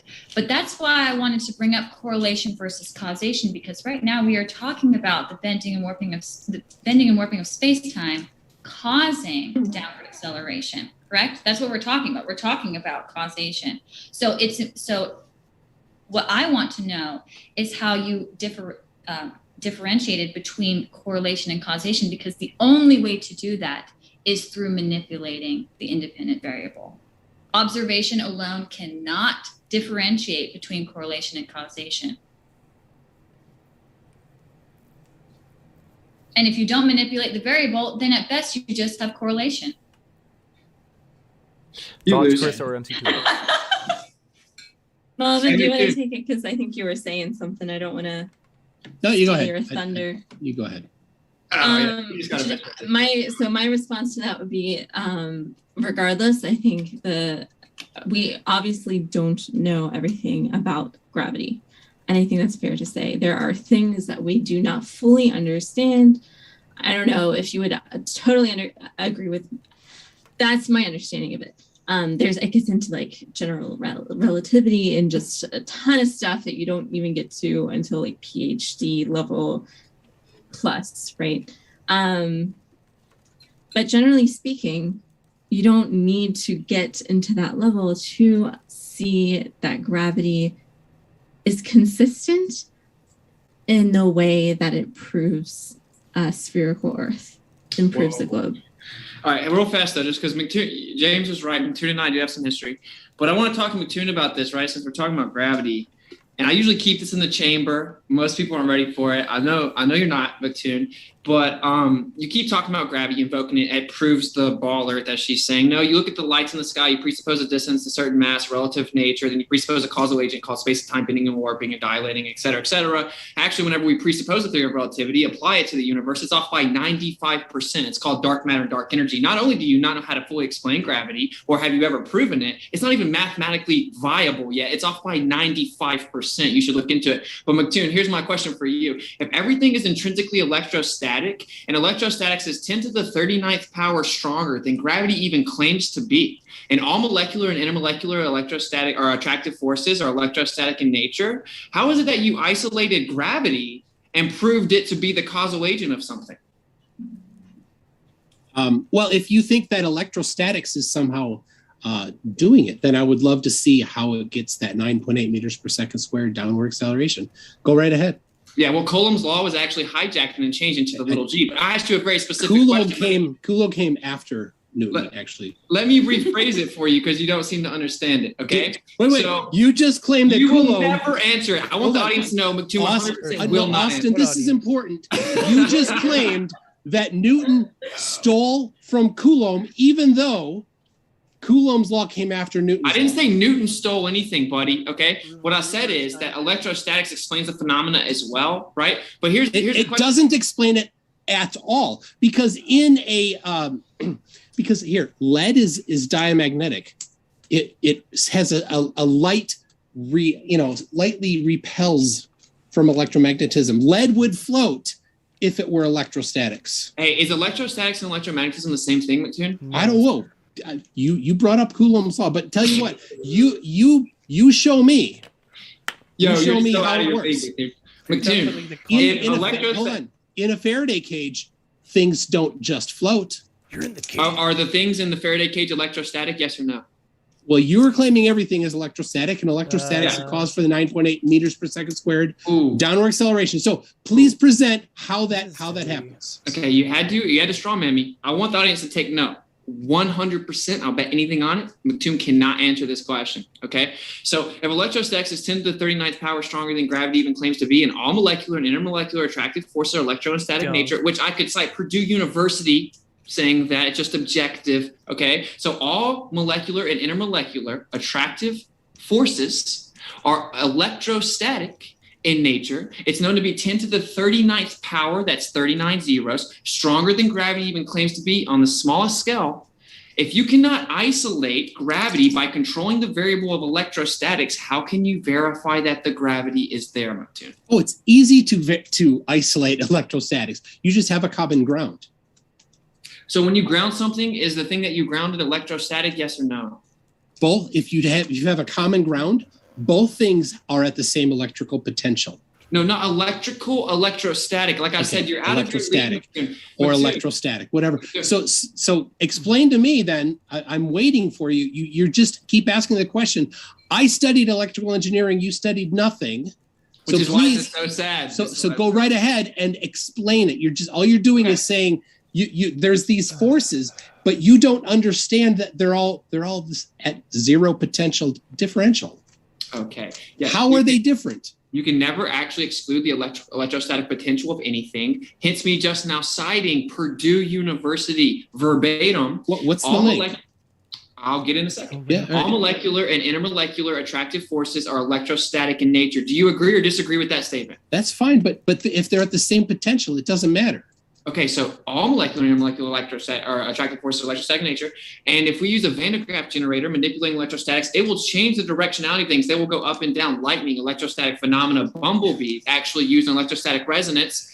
Spiders and beetles do as well. So we have naturally occurring phenomena where electrostatics affects directionality. Everything is intrinsically electrostatic, glass, lead, you name it, anything. If you ground something, it's still electrostatic. It's intrinsically electrostatic. The Earth is intrinsically electrostatic and way stronger than gravity claims to be. The official heliocentric explanation for this is that out on the bigger cosmological scale, when you get out to much bigger masses, it overrides it due to the scalar nature of gravity. So you should learn your own idea before you act like I'm dumb. And so that's just a side note, right? So you cannot, she already demolished you, bro. You didn't manipulate space and time, bend it and warp it, and verify it's the causal agent. And electrostatics is still now present. you asked something, and you want me to answer it?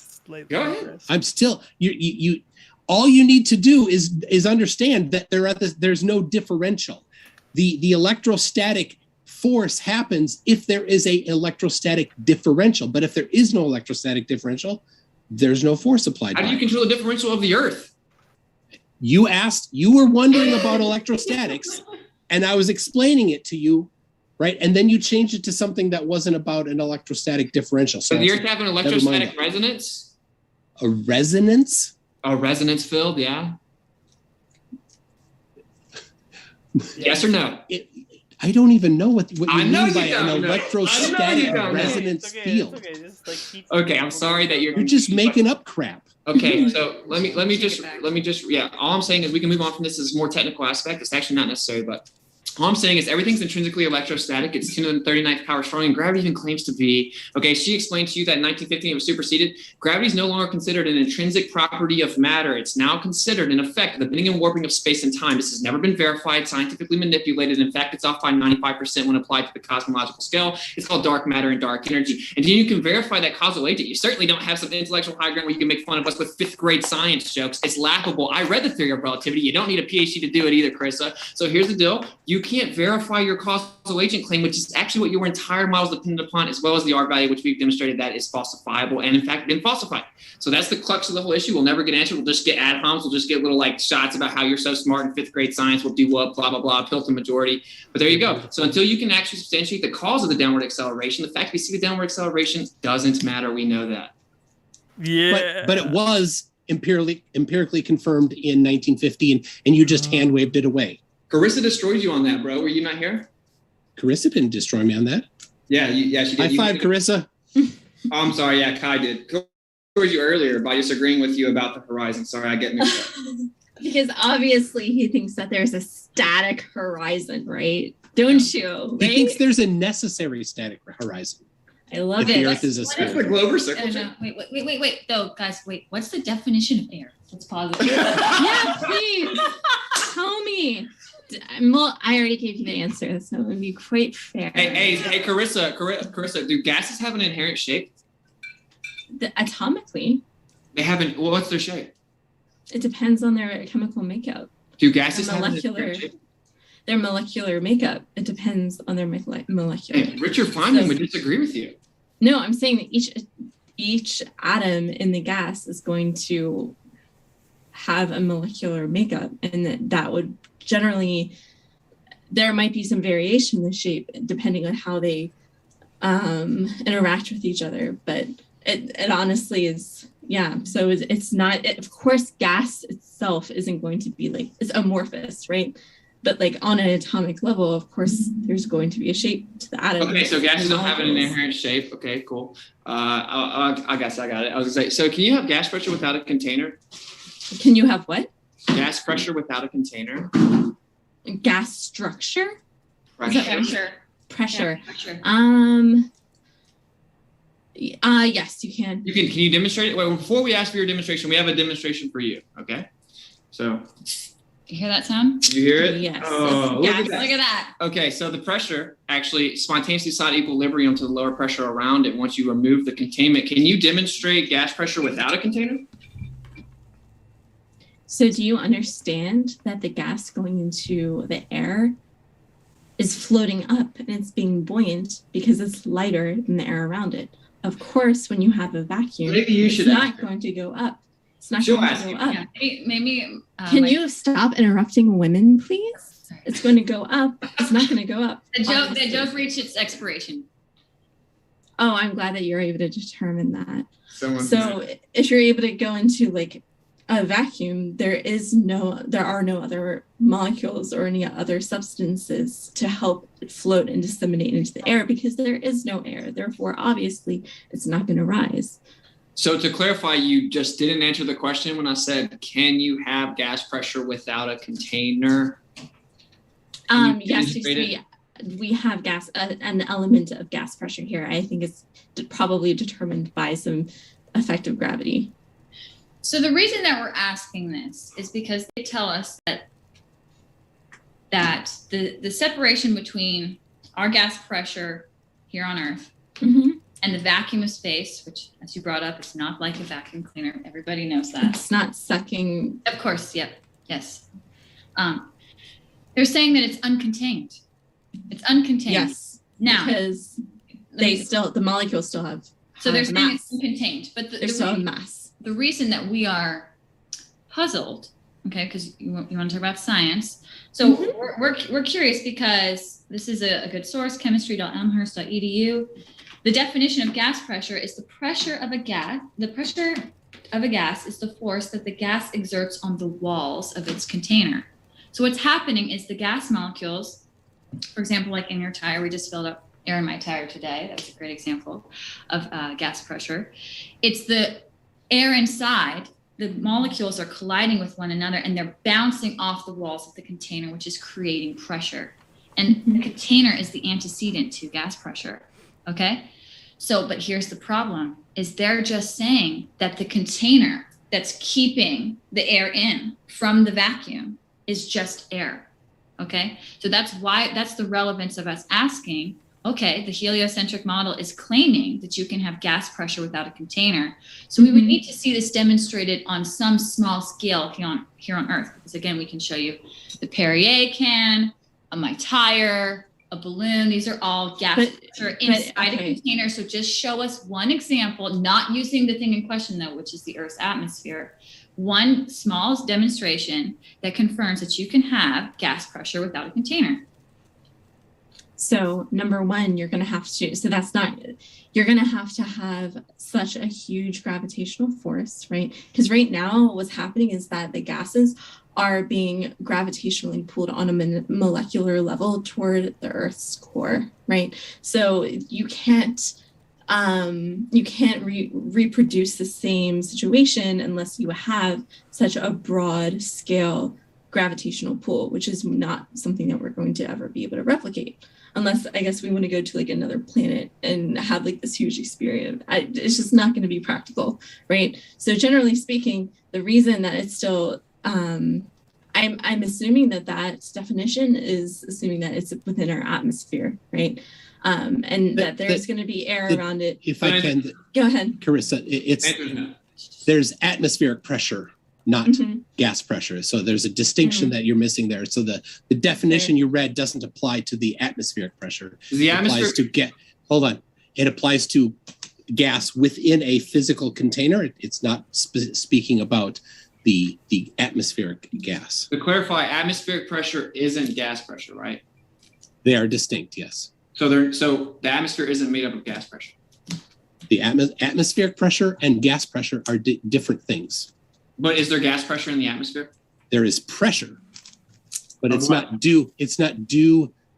Your definition doesn't apply to atmospheric pressure. Okay, it applies to specifically that definition that you read is specifically talking about within a physical container. We have just a few more minutes, then we have to go to Q&A, as we do have a number of questions and we are excited about them. So thank you very much. Folks, want to remind you a couple things before we do that as well. We'll give each of you, Carissa, MC Toon, and Witsit, and Kai, a chance to draw together some of the threads from this debate in just a moment. But I want to let you know, folks, Carissa and MC Toon and Witsit and Kai are all linked in the description, so you can check out their links if you'd like to hear more. Highly encourage you. What are you waiting for? I mean, the links are already there. So with that, Carissa, MC Toon, Witsit, and Kai, any final concluding statements on tonight's debate? Then go first. Go ahead. You can start off. Okay. Well, Austin, I sent that to you more than a year ago. I don't think you've looked at it, but we didn't get to it. Maybe next time. mctoon.net/SE. Go ahead. So I guess my closing would be that it's interesting. I think both Witsit and his girlfriend. I'm sorry, I don't specifically remember your name because it's not. It's just 2 letters. Hi, gotcha. I think that they're getting really entrapped by the semantics of things when many of the Earth can be obviously proven to be spherical without being like, oh, we need to understand gravity to a precise and dark matter and all this stuff.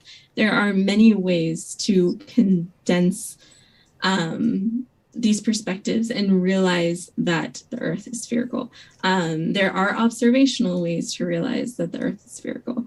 There are many different ways to do so. And I think it's very interesting that they aren't even able to give a map or any indication of what they actually believe the world looks like.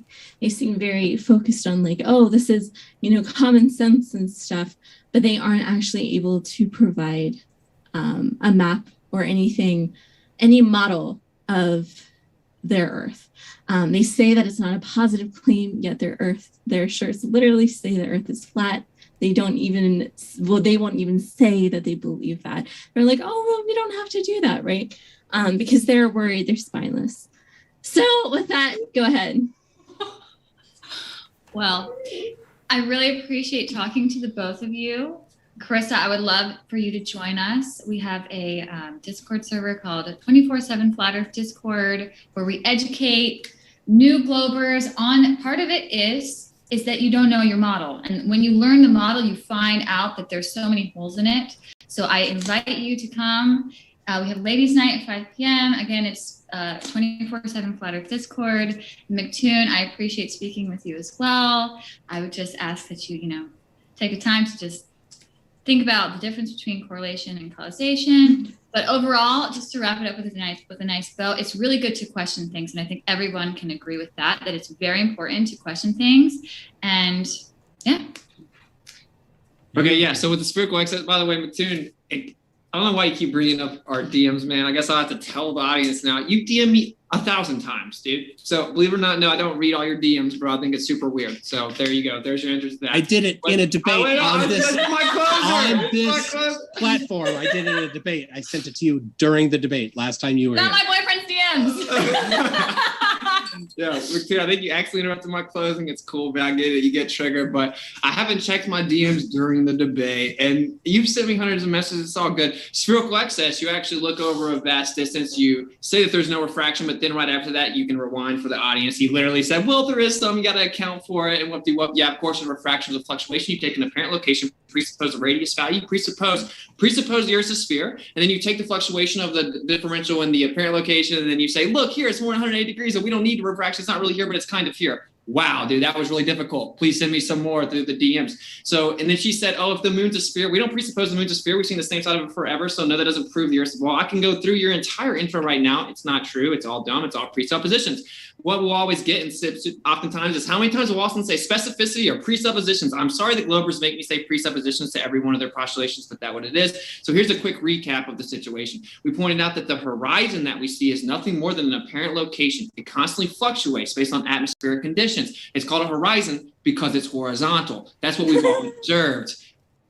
Anyway, so then we looked at long hallways and railroads. They always converge optically, right? That's what we know. That's what we can replicate. That's what we can demonstrate. That's what we observe. You say, well, that's what we observed, but there's something else going on that we just don't ever see because NASA went to the moon in 1969, right? Like that's what you're saying. And that there's an apparent location you can't tell. You can presuppose that it's there, presuppose a radius value, fluctuate it with the category error, then come up with some mathematical equation that doesn't even work, and then that makes the Earth the ball. Cool story, bro. We see mountains 273 miles away, 255 miles away. We falsify the radius value. It is impossible that we live on the radius value that they say that we do. It's impossible that we live on the radius value that we say that we do. We falsify the fact you don't have the causal relation for gravity. So there you go. We talked about the basics. Just look into it. I do this for the third-party viewer, as does she. Just open your mind. I know it sounds crazy. I thought it was crazy. Don't be a zealot and try to defend the government via Stockholm Syndrome. It's okay. Don't make this weird, bro. They lied. I just encourage you to look into it, and then you will find out that, in fact, all the empirical evidence is on one side. Thank you.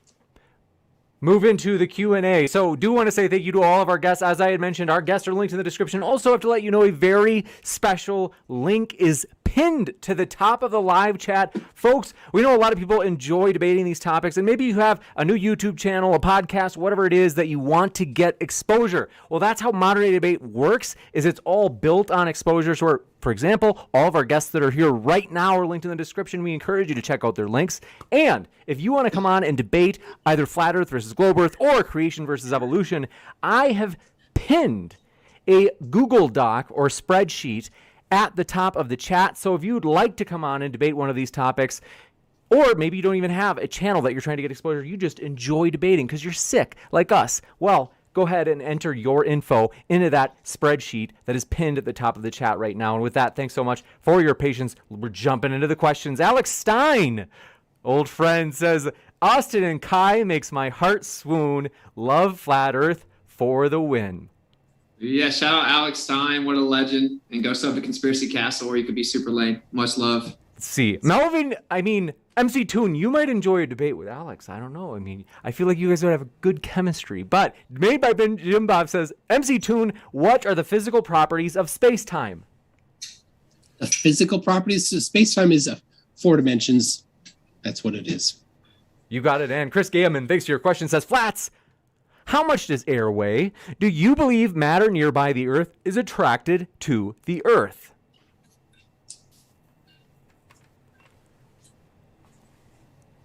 Wait, sorry. Flats. Is that for us or for, sorry? Flats. It for was the flats. the The question. flatties. Ready? What's the question? They say, how much does air weigh? And do you believe matter nearby the Earth is attracted to the Earth? Okay, matter no longer has an intrinsic property of gravity. We've already explained that. Gravity is no longer an intrinsic property of matter. But anyway, like what is air? Air is certain types of gases. What is the weight? What is weight? It's acceleration relative to its location and to its density disequilibrium or relationship. Very simple. Gas always fills the available space. A gradient is a non sequitur. So there you go. Like, yeah, there's a gradient, but there's still pressure. That's delta X change in X. We're talking about the antecedent requirement for X, which is that there is a container. So that's called a non sequitur. You got it, and thank you very much for this question coming in from C. Mitch Play. Says, Flat Earthers, can you determine where a heavenly body will be based on a time and location on Earth, because Globe can without using historical data. Hilarious enough, actually, NASA still utilizes the Sero cycle, and yeah, it's in a repetitive cycle. Hence why you know why it's there. You're just explaining to explain the cause. It's called post-diction, not prediction. So you looked at it. You should look up ELP 2000. You don't understand it. Oh, okay. First of all, welcome. Juicy. This one coming in from Sofa King Sleepy says, KY, they are going to stick with that. Obviously, when stuck, they will need some more teaching from an astroglithiasist. Great. I just tell if they would like to talk to me personally, just come to 24/7 Flat Earth Discord. If you're smarter than me, let's see what you got. You got it, and thanks very much for this question coming in from GPS. Says both sides. How does GPS work? You go first. The satellites send their location and the time from the specific location that they're at. The receivers get the time and the location from multiple satellites and trilaterate the distance from the different satellites that they're at. And having that, they can get their exact position. It's an open standard. Anybody can create their own antenna and capture that data themselves and see if it works and see if that location is where it appears to be from.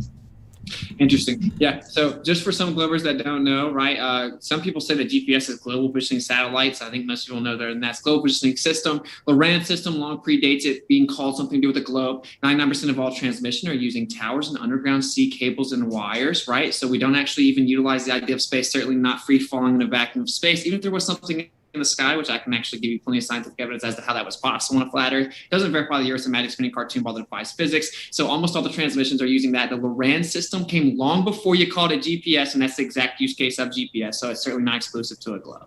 You got it, and thank you very much for this question coming in from Sarcastic Barman. Says, Flat Earthers, what's the distance around Antarctica? Please bear in mind before you answer, there is a race around it.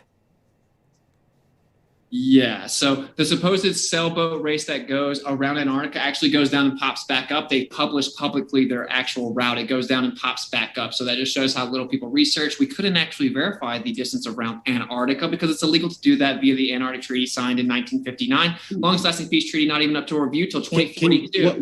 What page has that you can't go there? Can you cite that? Yeah, it tells you that it all adheres to beyond 60th south latitude, and you cannot privately or freely explore it without. Can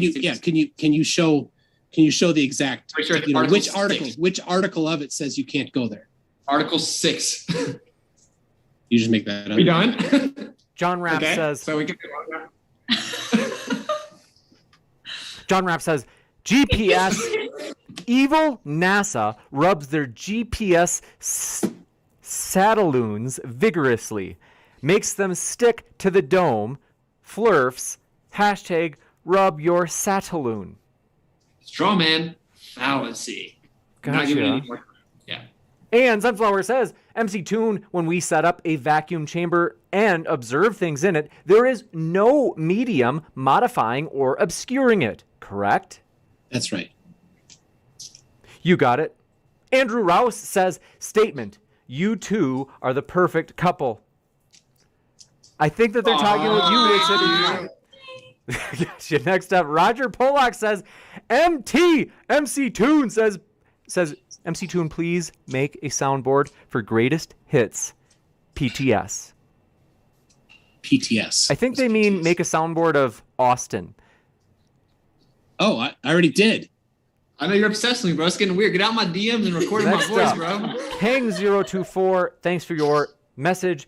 As a reminder, want to remind you all, folks, in the live chat, attack the arguments instead of the person. Super important, folks. We really do want to encourage you to rise to that standard. 99% of you do a great job. And for those of you who are not yet there, believe me, you're going to get there. And Joshua Alex says, for both, take 2 cesium clocks, one at street level, one at the top level of a building. The tower clock will soon be behind. How do you explain this?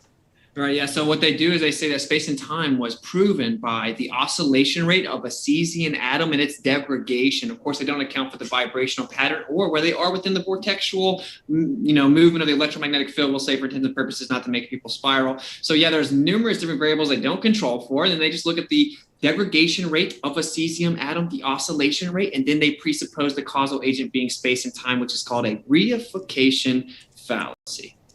You got it. And Peace Pie says, can Fletcher explain the moon's shadow in all phases? Who is Fletcher? Flat earther?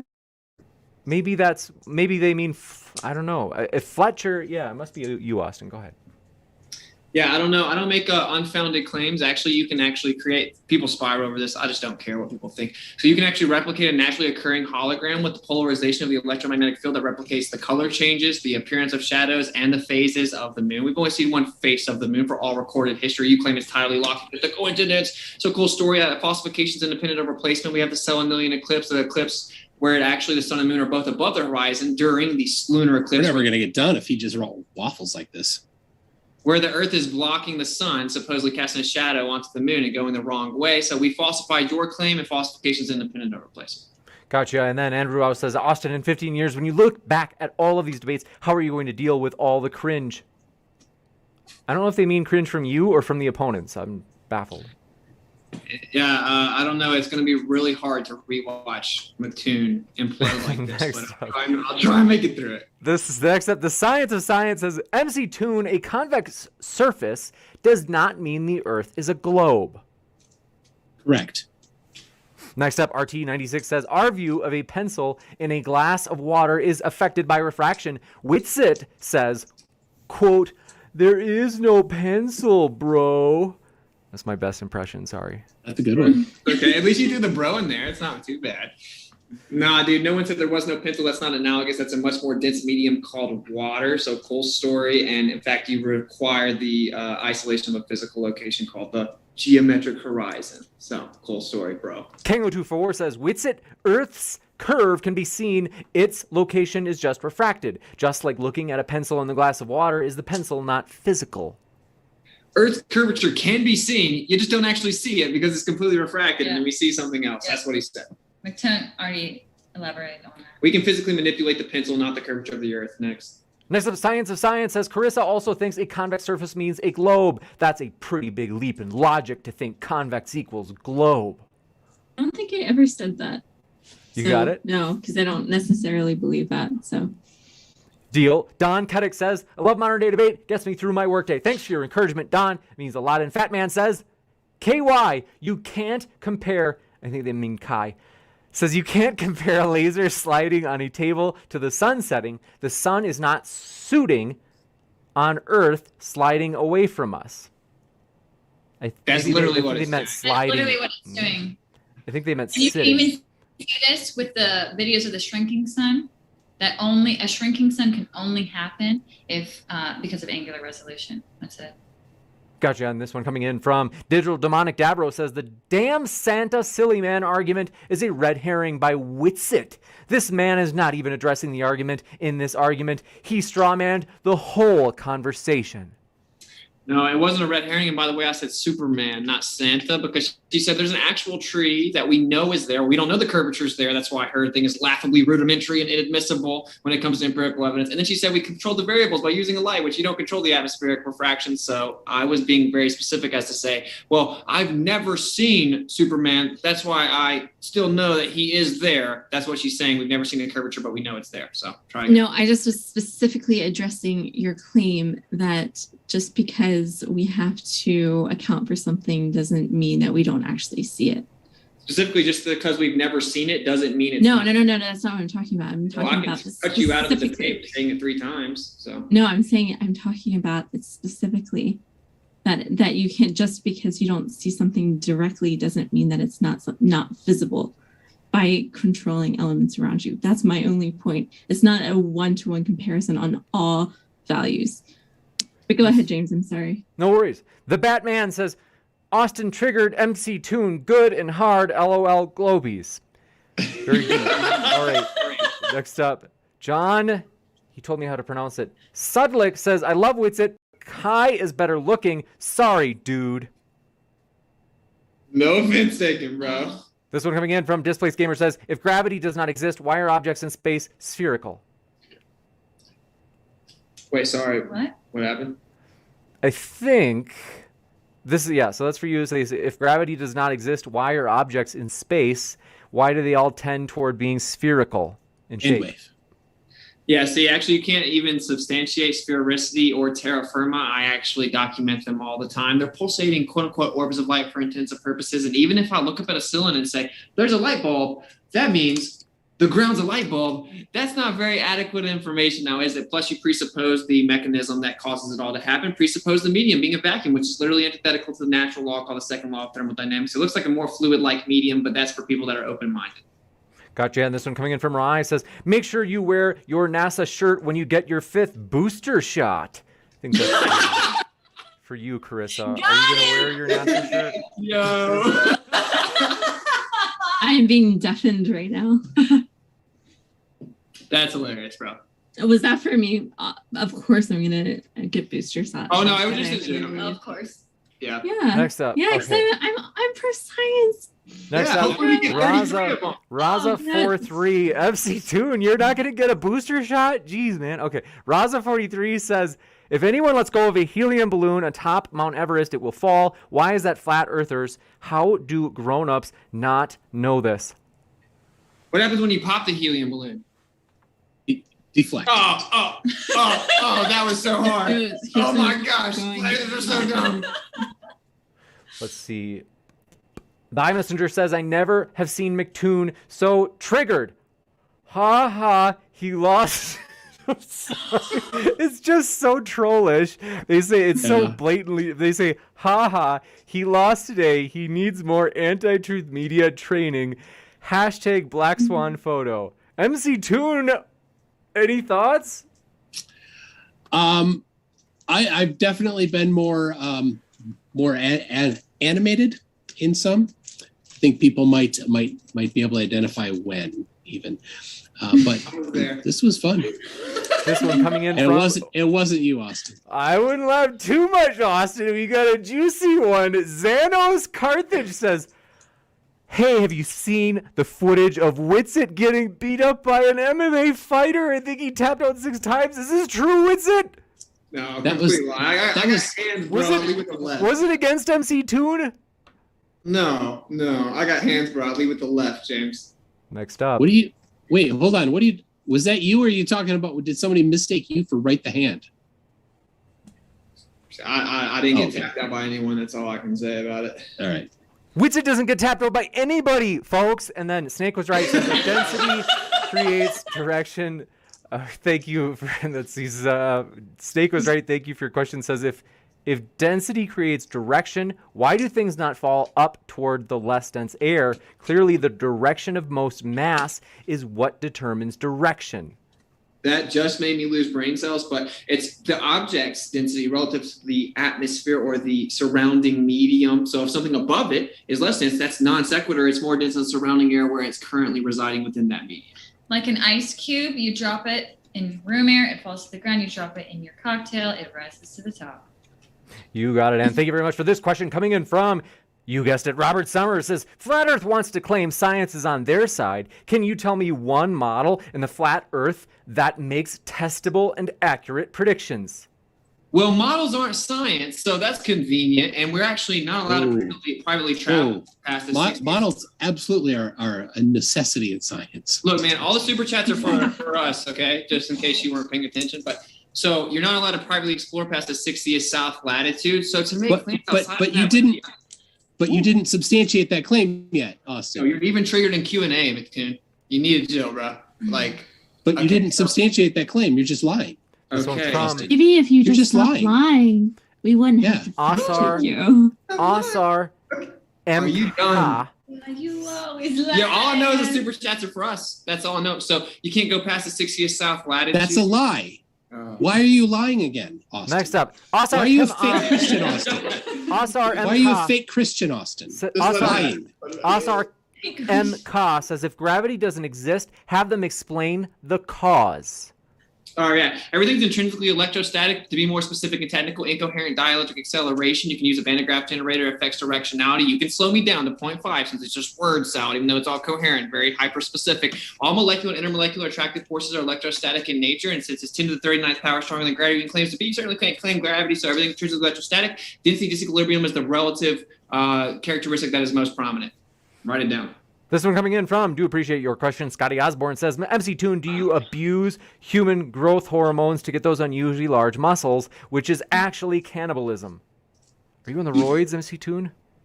Not. It's just it happens naturally. Pseudonym, thanks for your super sticker. And Made by Jim Bob says, MC Toon, what are the necessary constituents of a scientific experiment? Scientific experiments are not dogma. So the necessary constituents that you're talking about are, again, from QE, where he tries to make science into a dogma. So no, it is not the IVDV dogma that he talks about. Independent, dependent, and control variables, the answer. Yeah, but control variables, which you never do, but those are just dogma. That is not actually the necessary constituents of a scientific experiment. That's too rigid.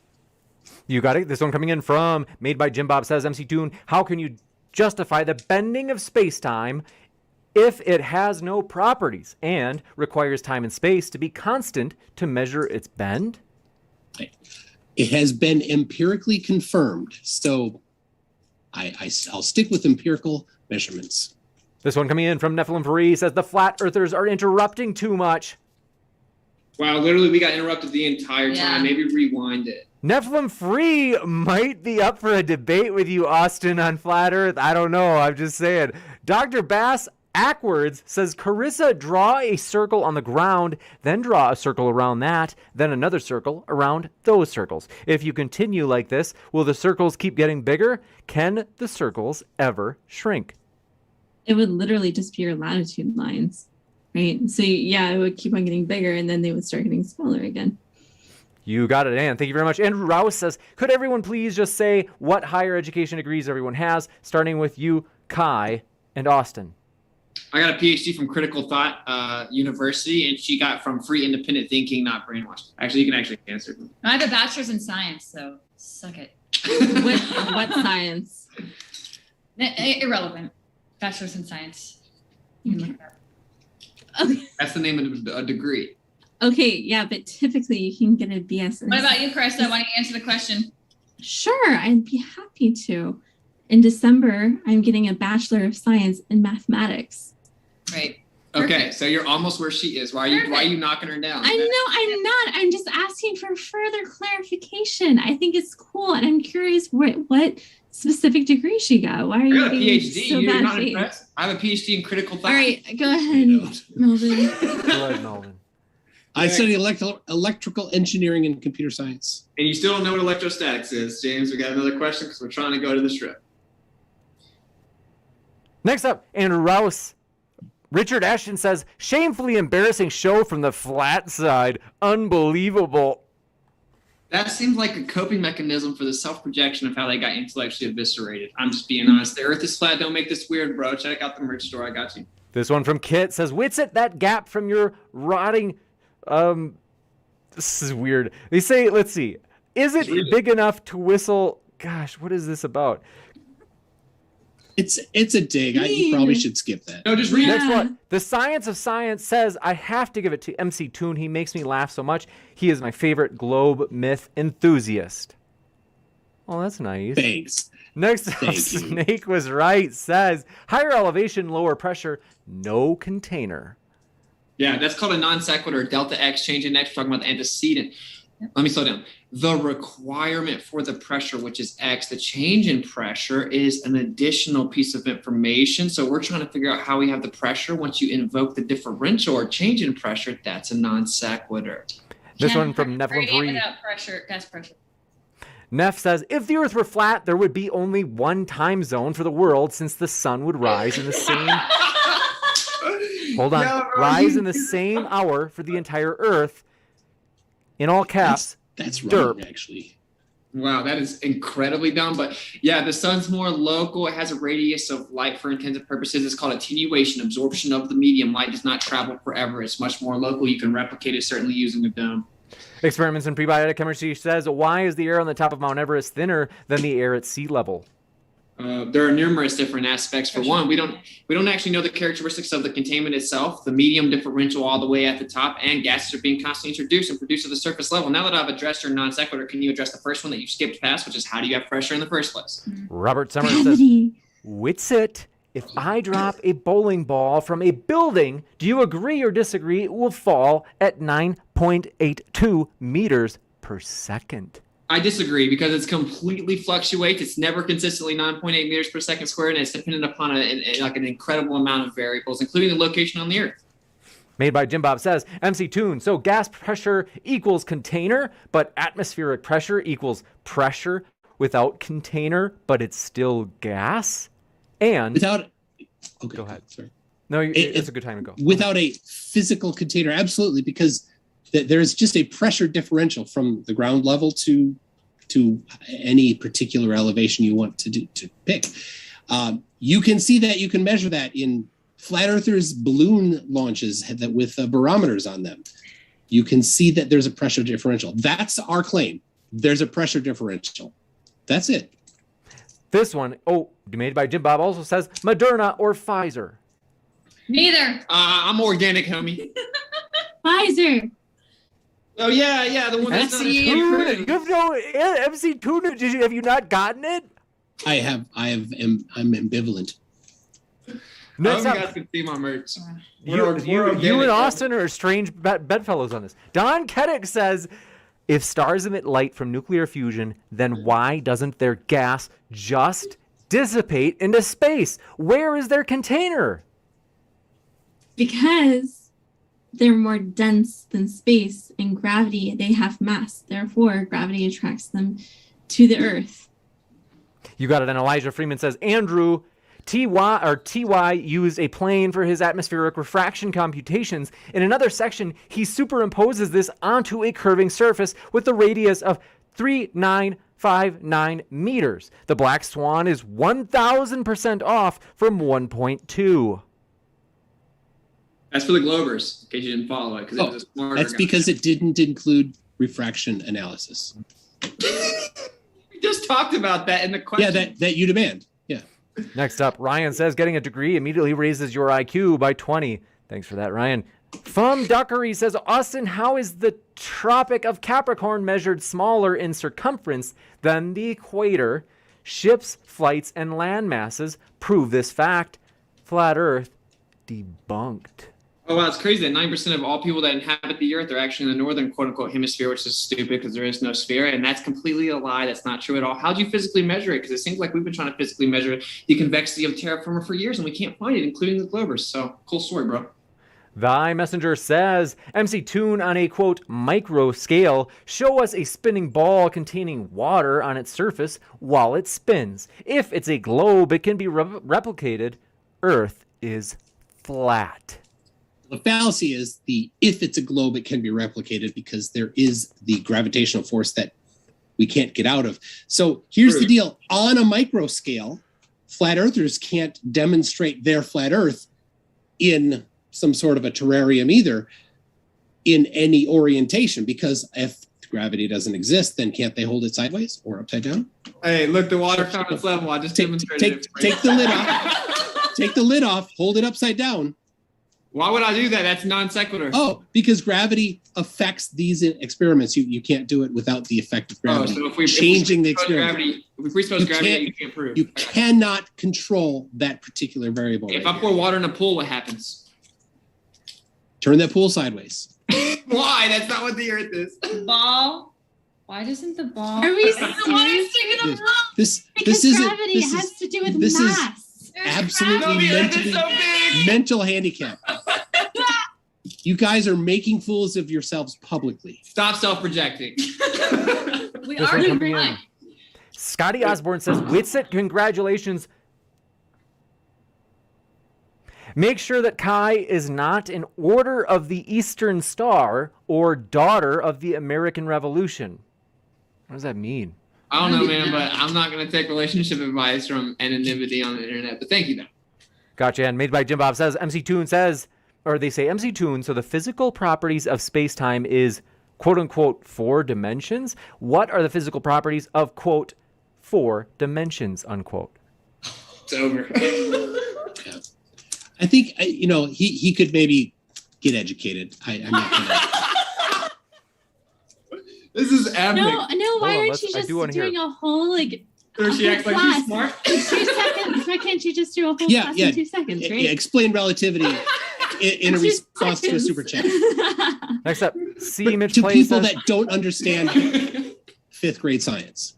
C-Image Play says, all right, we're going on the next one. C-Image Play says, I built a GPS receiver from scratch, software and hardware. Witsit, your...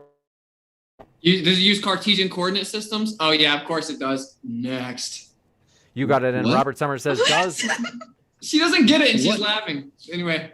It's not Cartesian coordinate system. They don't use Cartesian coordinate points? No.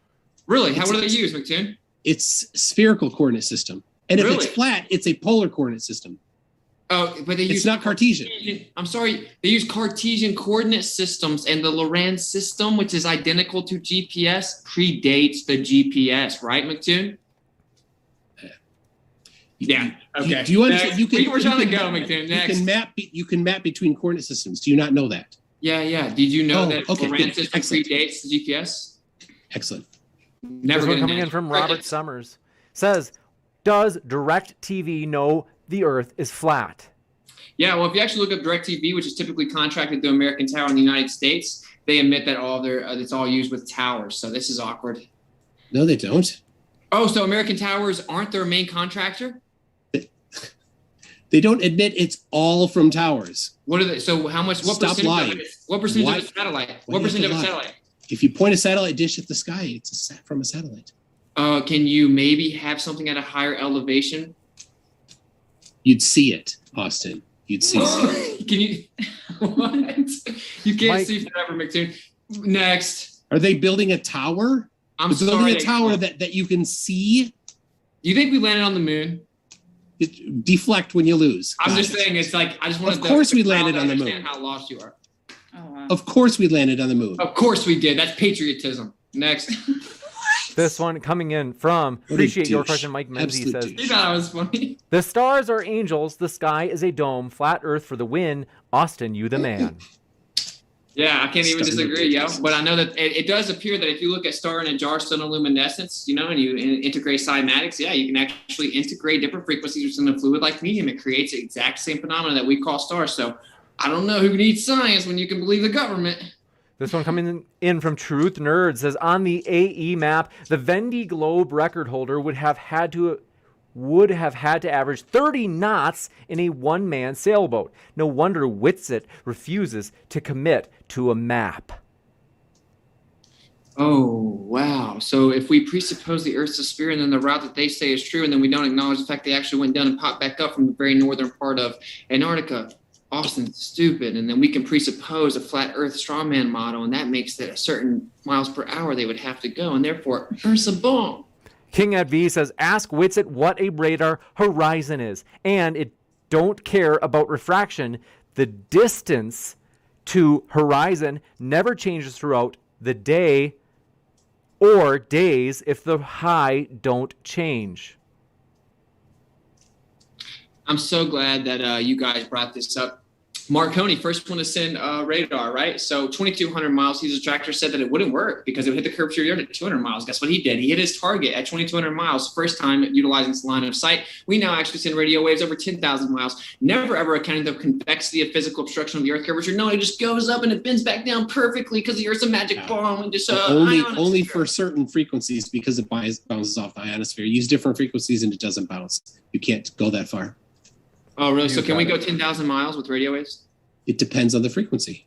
This one coming in from, do appreciate your question. From Duckery says, James, please yell loudly, I love midgets. And C-Mitch Play says, MC Toon, can you please explain to Kai why the sun doesn't shrink as we see it? Why this? All right. So the sun does not shrink. The size of the sun is always consistent. When you show videos of the sun apparently changing size, you're just seeing the size of the glare change. When you put a solar filter on there, the size of the sun is always the same. Did you know So your model why- actually claimed? Hold on, I'm not done. I'm not done. Why is that? The reason why is because it is extremely far away. Now it does change a very, very small amount. It's exceedingly small, and it's difficult to measure. Certainly nothing that you can without high precision instruments. Oh, so it does change. So it Okay, does change? thank you for saying she was right. Okay. But it doesn't change nearly enough as if the Earth were flat. So it's Strong man. Coming in from, I'm going to give MC Toon the last word on that one, as this is one of the few questions for him. Yep. Oh, on that one? No, I'm done. I have a video on my channel. Explain this to the other person. You don't just get to say. You're not MC Toon. Okay. All right, well, I have a they've done video. that 12 times, but anyway. I have a video on my channel that's a montage of different people that have done solar filters, including one from a flat earther, Felipe. Poor guy. I told him he should get a solar filter and do it, and he did it. And it was the same size, and then he blocked me. You got it, and this one coming in from Bryantology69 says, Witsit, do you not presuppose the laws of logic? Presuppose the laws of logic? Okay, maybe you should look up the hyperlogical route of deduction, right? Okay, and so whenever it excludes any presuppositions, and you tell me what you're left with when we never determine axial rotation with any naturally occurring observable phenomenon or experiment ever, and then all empirical measurements of the Earth is flat, and then we see the sky reset for all recorded history. You presuppose adding to the hyperlogical route of deduction, which is called Occam's razor. This one coming in from Isaiah 40:22 says, Carissa, given the Bible is 100% a motionless flat Earth book, are you willing to bet your soul that the Earth is round? Yes. Next up, made by Jim Bob says, MC Toon, are models valid substitutes for experiment? No, a model is a necessary part of an experiment because you can't create your hypothesis without a model. Next up, Fat Man Hypothesis says, is the model. Witsit doesn't realize that the loser usually gets the most questions at the end of the debate. What I don't realize is how it is that people come claiming that flat earthers are stupid and constantly watch me talk and watch us debate it. It's so ridiculous. And the reason we get all the questions is because they think that if they team up and spam Austin with questions, eventually the Earth will become a ball. And they don't want to ask the Globers a question because all they have to do is regurgitate what Google says. Next up, Robert Summers says, what did you manipulate when you confirmed the whole world is inherently electrostatic? Or did you just accept that as a facet because it fits for you? All experimental data in the history of mankind shows that all molecular and intermolecular attractive forces are electrostatic in nature. Didn't answer the question. Yeah, I did. If the Earth is molecular, how is it that it's not electrostatic if everything is? What variable did you manipulate? What variable do you manipulate? You can't manipulate the electrostatic. Oh, you didn't. Okay. It's intrinsic in the matter. That's what my question is. How can you manipulate and control the variable for electrostatics if that's required to isolate a much weaker quote unquote force gravity? You should rewatch the debate and take notes. Next up, Brainy Beaver says, quoting Witsit, saying Witsit says, my friend supered, I win. Oh, wow. Adhom, Earth's a ball. The government would never lie. Take your booster. Next up, Thank the Most High God says, does MC Toon have video of globe spinning in space? I do. There's a Turkish flat earther that challenged, put a $250,000 challenge out there. So I got, I think, 3 different videos of the Earth spinning in space. Next up, Chad Martin says, have we gone over the parallax effect and the differences in the observance of stellar constellations from each pole? Is that a question for us? We didn't cover that. I think that's for us. Carissa, maybe you yeah.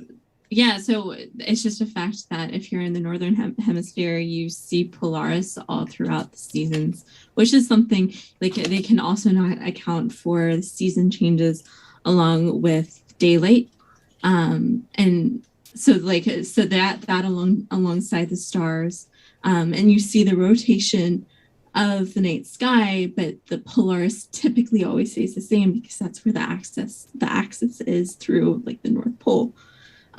So that's just like one of the many things that you can just view with your naked eye. You got it. This one coming in from, what have you got, Kai? Oh, I was just going to ask Carissa a quick question. Carissa, when the northern hemisphere is closest to the sun, what season is it? When the northern, it's summer. Incorrect. Thank you. What are you talking about? Yeah. Go learn your model. Thank you. No, it's tilting toward. Yeah, no, When the seriously, northern it is. hemisphere is closest to the sun, it is winter. Look it No, up. so Thank you. Nope. Just Google it. Just look it up, Carissa. Next. it's not true. Next up, Okay. Aaron Reese says, can the flat earthers actually make an argument instead of spewing techno babble? Trolling and laughing to deflect from their ignorance is a con man's tactic. Yeah, if you run your hand over a pregnant woman or a pregnant woman's stomach, you can't see it once it gets to the bottom because it's physically obstructed. Earth would have to do that with the sphere, but it doesn't. We've measured it all over the place. Next up, Fum Duckery says, Austin, so I told you how it was measured, and you wave it away. Answer the question and stop dodging. Believe it or not, I don't remember random gamma males on the internet super chatting me and what it was you asked me before, but you've never physically measured the Earth being a ball. I must presuppose the radius value, then look at a fluctuation of an apparent location and actually somehow tell me that it's an actual location, even though it's not an actual location, but we can minimize it not being an actual location. I promise it's real because the government told me to. This one coming in from Thank the Most High God says, MC Toon, what are people on the other side of the globe seeing if I can observe the sun and moon during the daytime? Directly opposite side of the Earth, they would not see the sun and moon. You got it. Lael says, we know that the sun's light illuminates all 3,000 miles of the USA. Austin, what is the limitation of the distance of light ability to illuminate? What's the distance, or what's the like the confinement of distance illumination? Like, yeah, how far can you see the sun? What's the confinement of the illumination distance, Mattoon? Yeah, I just said that. So why would it be that I need to presuppose the characteristics and the distance and the radius of light to somehow scoop past the fact we falsified your assumption it's 93 million miles away? That seems kind of awkward. This is getting weird. Like, there's a radius of light. You said that there would be light over the entire Earth at the same time if the Earth was flat. And that is like third grade level dumb. So Lael says we know that the sun's light illuminates all 3,000 miles of the U.S. No, I just read that. Sorry. David Velar says you cannot go east and see the sunset in the flat Earth position on sunset. You can't see what? You cannot go east and see the sunset in the flat Earth position on sunset. Why would you go east to see the sunset when it sets in the west? Peter Cranston says, how can anyone debate or falsify a model if you don't have one yourself? I take it as dishonest and misunderstanding of science and physics. Yeah, falsification is independent of replacement. Any intellectual forum would laugh you out of the room if you think I need to replace it prior to my falsification being valid. You made the positive claim void of empirical evidence. We have falsified it. We don't have access to all the empirical evidence to formulate a model, so it would be intellectually dishonest to do so. I would be doing what you're doing, which got us in this mess. So again, if someone tells me Santa's real, I then find my parents are giving me the gifts under the Christmas tree. I don't have to come up with a new Santa, a new character from the North Pole before Santa's not real. We falsified your model, bro. Don't make this weird. The Earth is flat. You never did. The only model that Flat Earth has is me. So, This one coming in from, do appreciate your question. Nephilim Free says, learn from pro photographer trained by NYI, the New York Institute of, I think it was lighting, or they say light refracts at an angle equal to its incidence. This is photography and physics science. Really? Are light rays real, or are they just unrealistic ideals that we utilize, assuming that the terra firma is actually breathing in and out effectively with the category air? How is this even somewhat relevant to assuming that the horizon's moving but not moving and the Earth's a ball and there's no horizontal boundary, which is the requirement of the phenomena of refraction? So, cool, use cameras, bro. Earth must be a ball. You got it, and thank you very much for your question coming in from John Rapp says, observations, Whitsitt is king of clowns. Whoa, bro. The Earth really is a ball, huh? Yeah. Wow. Okay. Luke Filewalker says, I live in a valley where there's no reception from an Earth-based radio/TV tower. Where does my satellite TV come from? Well, NASA admits on their website that they put all kinds of satelloons up and buy 90% of the world's helium, and they're number one purchaser of helium in the world. So you tell me. You got it, and thank you very much for your question. This one coming in from Tim Pryor. Good to see you. Tim says this. I missed this one. Was there any actual flat Earth evidence, or was it all talking about the globe? No, Just we talking actually about the globe. Talking about the globe. No, Oh, the no Globers flat get Earth to interrupt evidence. now. I gave them chance. They There's no turned it double down. standard here going on. They But said anyway. that they wouldn't say that the Earth is flat. Yeah, They come on. said Why it's you not interrupt me, positive. Carissa? No, this question was for us. Yeah. They asked specifically, you were the object of the question. This question was open ended, right? So They so asked why us are you why we didn't interrupting a provide any woman? evidence, and then you guys just went on your little. Why are you interrupting a woman, sir? Go ahead. You look dumb. So they asked. You're the one who started it with the info. I'm sorry you can handle what you dish out. This one coming in from Brian Leake says, it is easy to demonstrate a pressure gradient inside containment. Can Globers demonstrate pressure without containment? Yes. Dwayne Kellum has a very nice video where he has a barometer on the balloon. Our claim is that there is a pressure differential. You can see that pressure differential, and there is no physical barrier between the bottom of that flight and the top of that flight. You got it. And thank you very much for your question. Coming in from Davey Duarte. Davey, oh boy.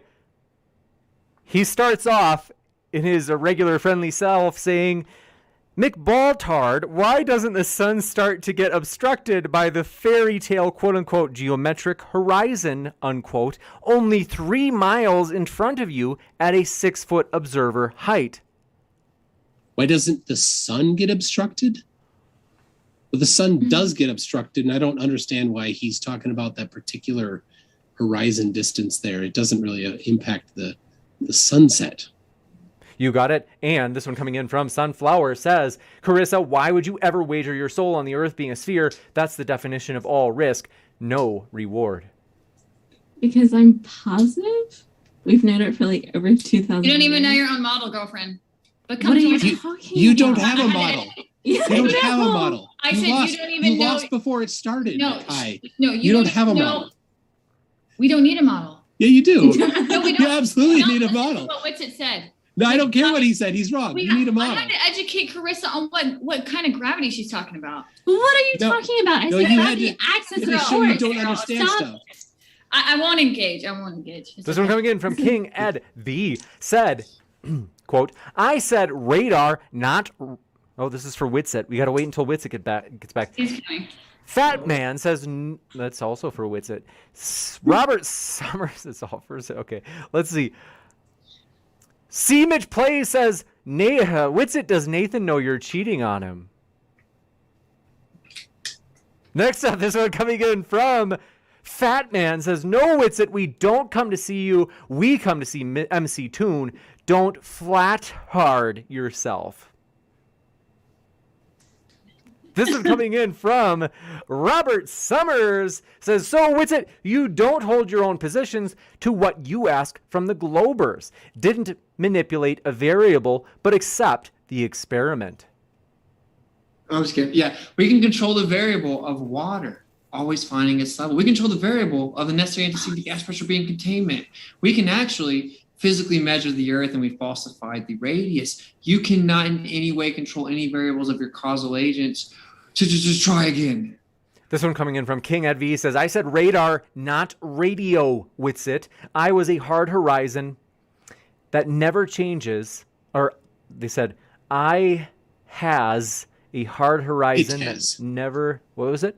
It has a hard horizon. Thank you. It has a hard horizon that never changes, and it comes up with the right radius of Earth.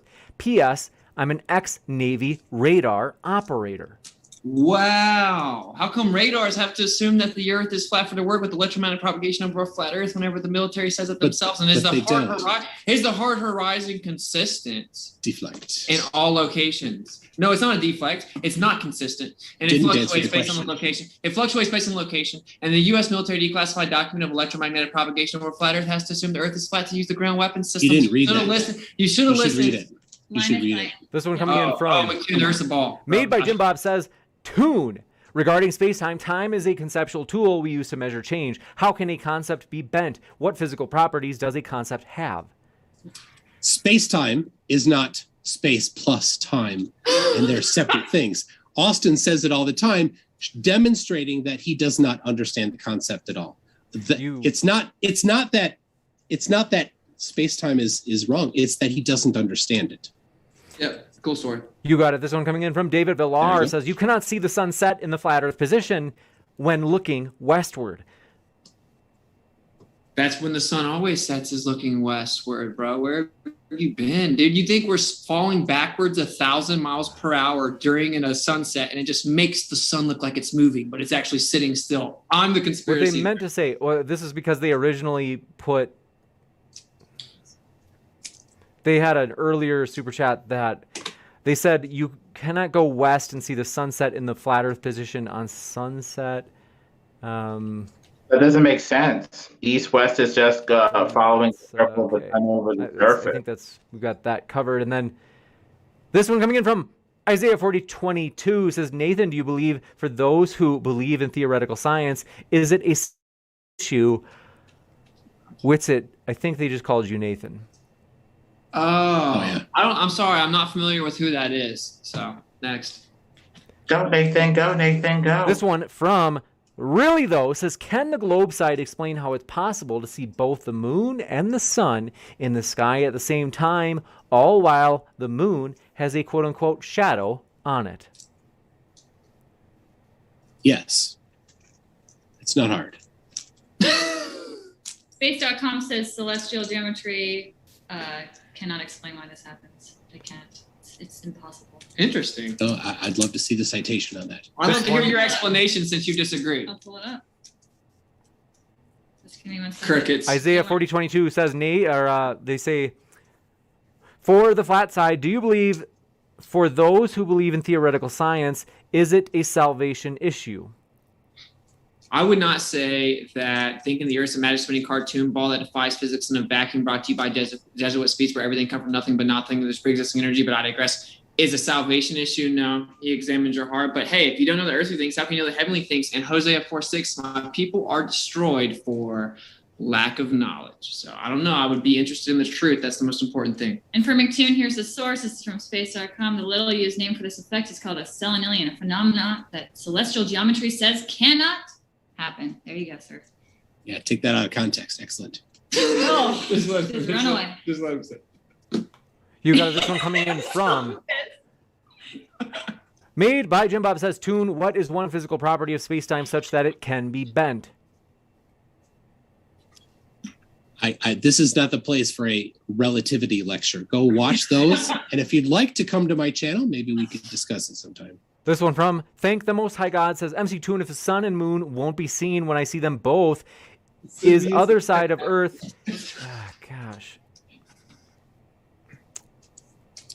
It's okay if you guys want to do me a solid when you submit a question. If you want to proof check it.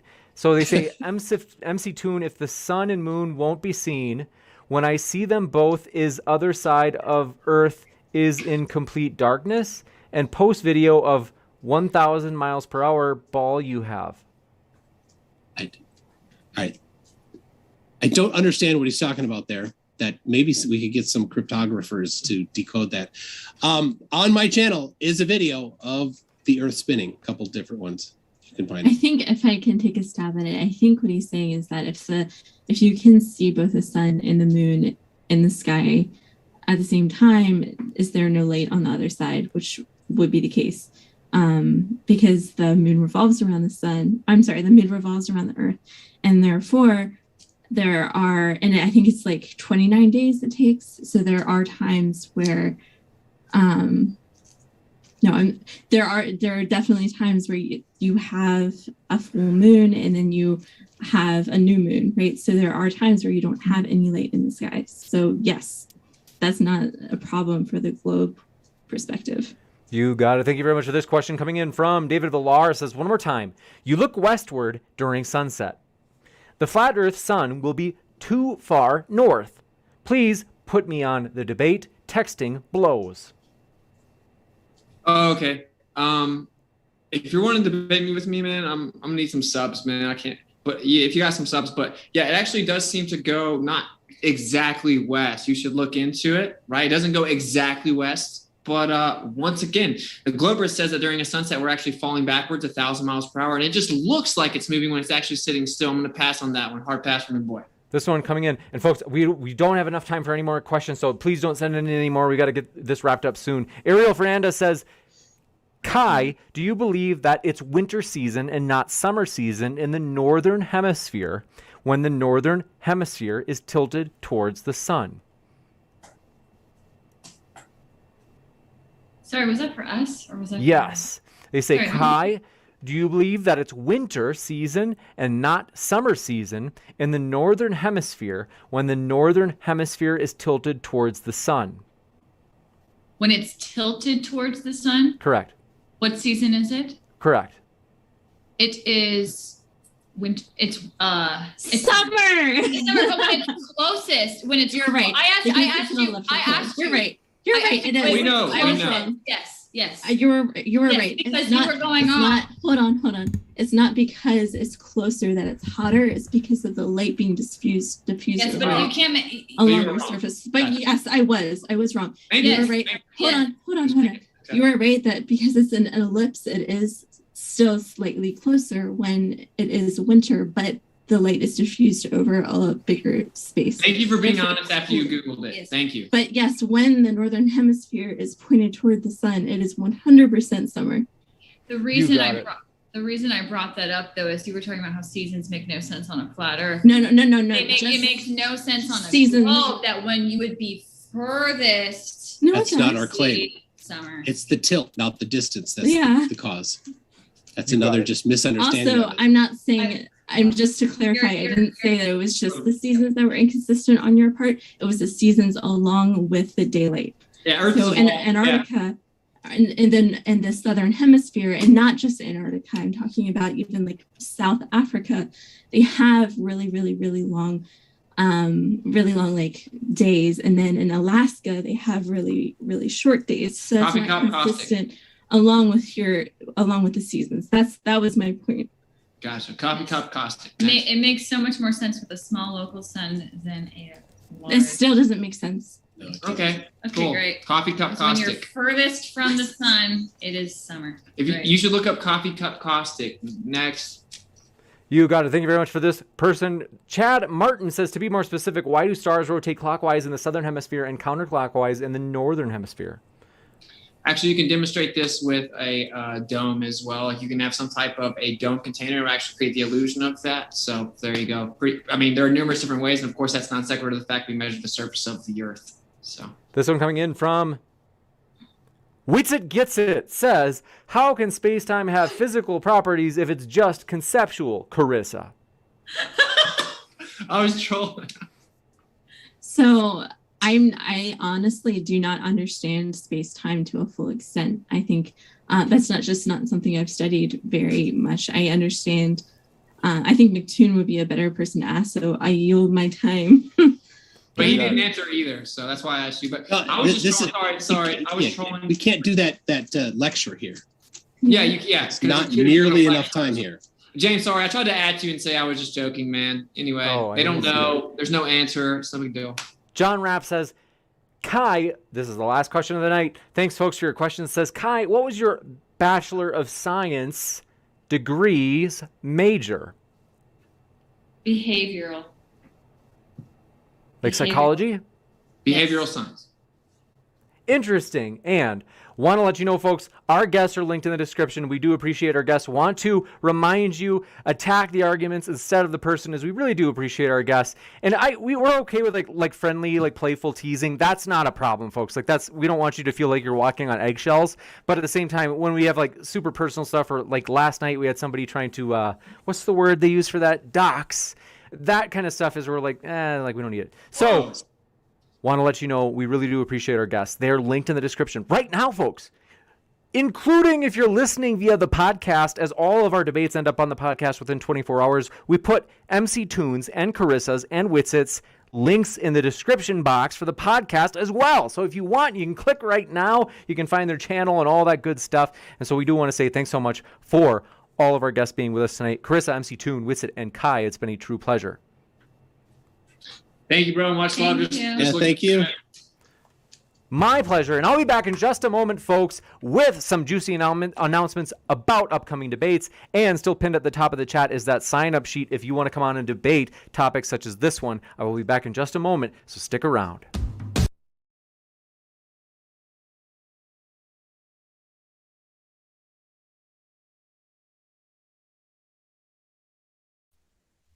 Normally, I'm not one to decry people, but there's not a lot of intelligence on the left-hand side of that room.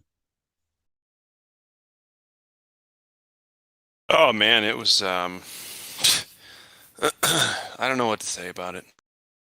I really don't. Well, I guess I do. It's just baffling, flabbergasting. That poor Carissa girl should not have agreed to come on. She was an embarrassment just to herself, honestly. I really hope people didn't think that she was anywhere near an accurate representation of some of the, I guess, more intelligent Globers that there are, because there are intelligent Globers. There's intelligent savants and stuff. You know what I mean? So, McToon, God bless him. He couldn't really, like, my favorite part was when he started the debate with ancient, like, quotes and pictures of old sextants and shit. That was just so weird. And that there was one photo of a guy. It looked like a photo taken in like 1892. And he had like a bunch of mirrors and a bunch of optical devices pointed at the sky. And like that was McToon's proof that they've been measuring the globe since then. It was pretty flimsy, but yeah, it was cool. It was a cool debate because it just kind of shows that all they can do is presuppose and just spout rhetoric. When they look into it, they can't find anything that counters our arguments. And it's not that Whitsitt is just blabbing. The reason he talks so fast is because he's really, really smart and he's really good at divulging information. That's not why he talks so fast. The reason he talks fast is because he gets interrupted and he can't finish his point. That's true too. Yeah, for sure. And when you said that they don't have anything to counter the points, I mean, how many times were they asked key points like, is gravity a force? And even though gravity is not a force in current science today, they kept referring back to it in the Newtonian context. How many times do you have to accept, or how many times does that have to be done before you start getting riled and ratty with it? Because gravity is not Newtonian gravitation anymore. That's totally gone in it now. It's not the current position, yet it's still cited by ball earthers. So that stops the argument immediately because it's not even the current position in science. But you guys don't even accept that. So how can there be any conversation? Yeah, I wish they'd at least pick one. Which gravity are we going to go with in this conversation, guys? Just stick with it. We need to go with the one that is considered to be the current position in science, surely. Right, we should. I mean, I agree with that, but that's not what we find them doing, right? No, I mean, they don't do that. It's like, how can you argue like an antiquated position as though it's the current position, and even when corrected, go back to it as though it's still the current position? It's like, what are we doing? Are we just being time wasted here, or what? I just want to give massive kudos to that KY girl, because she was literally describing to Carissa how correlation is not causation, and she gave the rooster example on crowing at sunrise. That is just an epic way of describing correlative effect and thinking that that's the cause. She got massive kudos for that from me. That was brilliant. It was poetic. It was that good. Yeah, those two, that couple right there is going to be, they're superstars so far. Yeah, I agree. In a way, they earn this, the superstardom. It's not like they're acting. This is all, and you know what? I can't wait until so much of the stuff that Whitsitt is saying fast and that Kai is saying, it becomes common knowledge, and we don't have to argue about it anymore. I can't wait for that. Agree.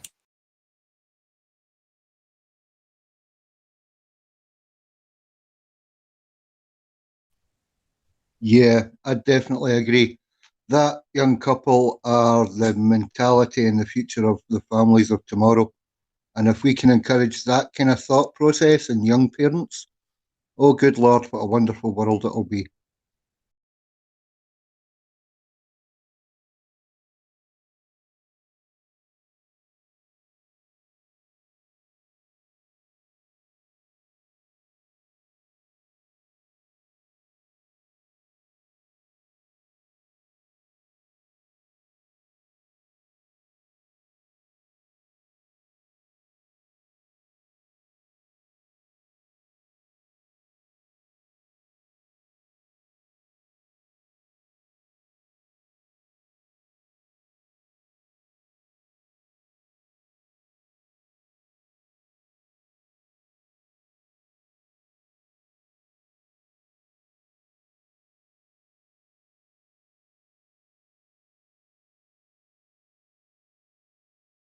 Okay, but my number one favorite part was the moment when they obviated that you can never see Earth curvature, not just because it doesn't exist, but because of atmospheric refraction and all kinds of stuff getting in the way. And so, you know, McToon was like, well, this is why we can't see the curvature, but we can calculate for it. And Whitsitt was like, so you can't see it.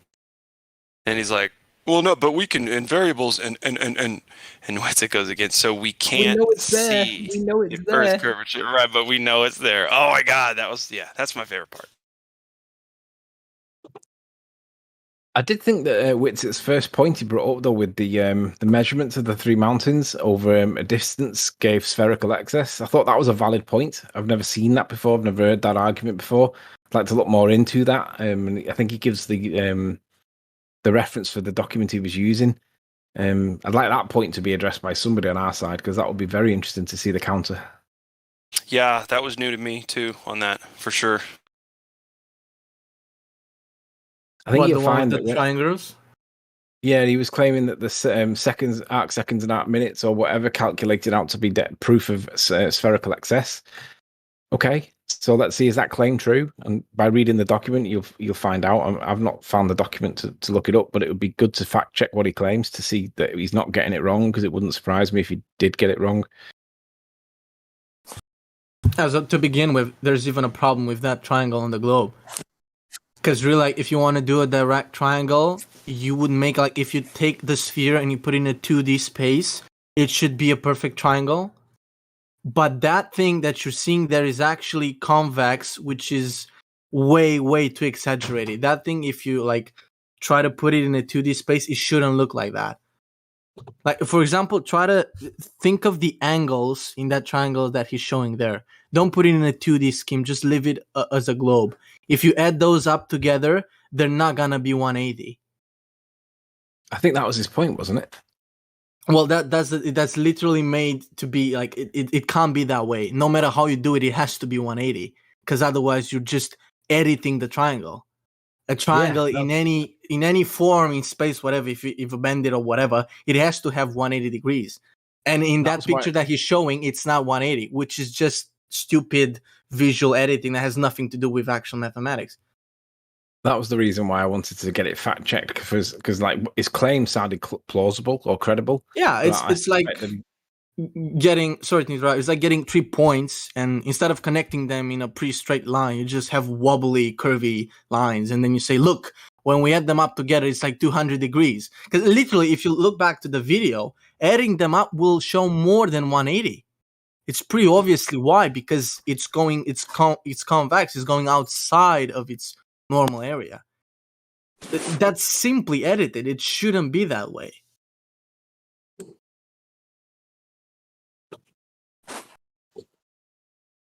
And plus, like, even the measurements, there's so many problems. So, for example, if they're doing those measurements, how it should be, funny enough, that triangle should go inside the sphere. You're picturing it like inside the actual volume of it, not on the surface of the sphere, but inside of it, to actually get that triangle. The depiction that he's showing, which is on the surface of the ball, that's bullshit. If you like really want to make sure it's a triangle, you should go inside of the sphere. I don't know. Just on a sidestep totally for a sec. Is it true that Rob Skiba's in hospital? Haven't heard that. I'm not sure, honestly. I believe Rob Skiba's in hospital, and I believe that according to Zen Garcia on his community page, he describes it as pneumonic COVID. The problem with pneumonic COVID is it's got the exact same symptoms as radiation poisoning, RF frequency poisoning. And my friend, her dad, basically died recently of the exact same thing, literally pneumonic COVID. If that is what Rob Skiba's got, I don't think he's going to come out of that. And the reason why I say that is because I know personally somebody that's died of the exact same thing, but they treated it for COVID. They treated him for COVID, but didn't treat him for the thing that he actually had, because they were insistent that it was COVID. And we were like, hang on a sec, these symptoms also match this, and they ignored it. And I'm like, ooh, I wonder if that is true, what's being said about Rob. Well, if so, then he should just leave the hospital. He's in a ICU unit. He's not in a coma, but on machinery or so. I don't know how true this is. I'm only telling you what the claim is, but it's not looking good.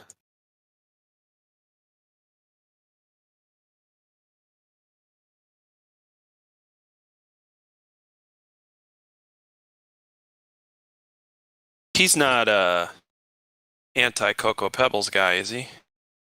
No, he's quite neutral. He's more of a biblical kind of guy than he is like flat Earth or ball Earth.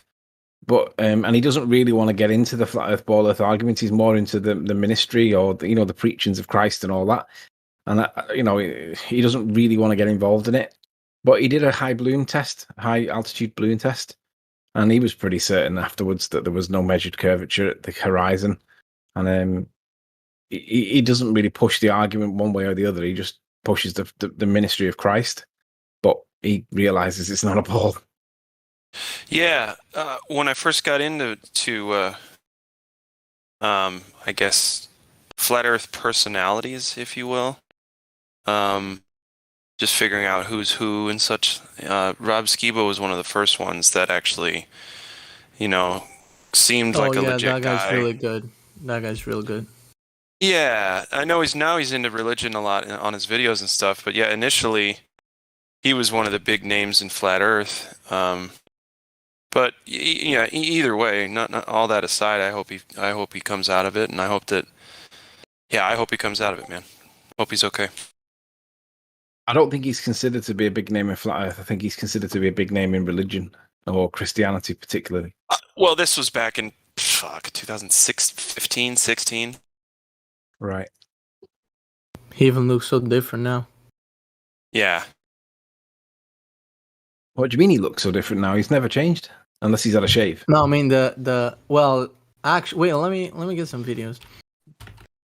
Like, to begin with, I used to watch his videos when his facial hair was pretty much fully dark. Oh, he's gone grey, has he now? And yeah, he's going grey now. That's all right. Wisdom.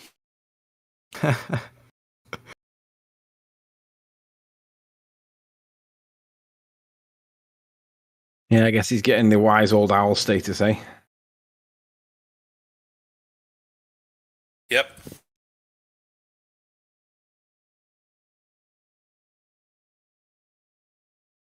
Morning, gents. Who are you on about? Rob Skiba?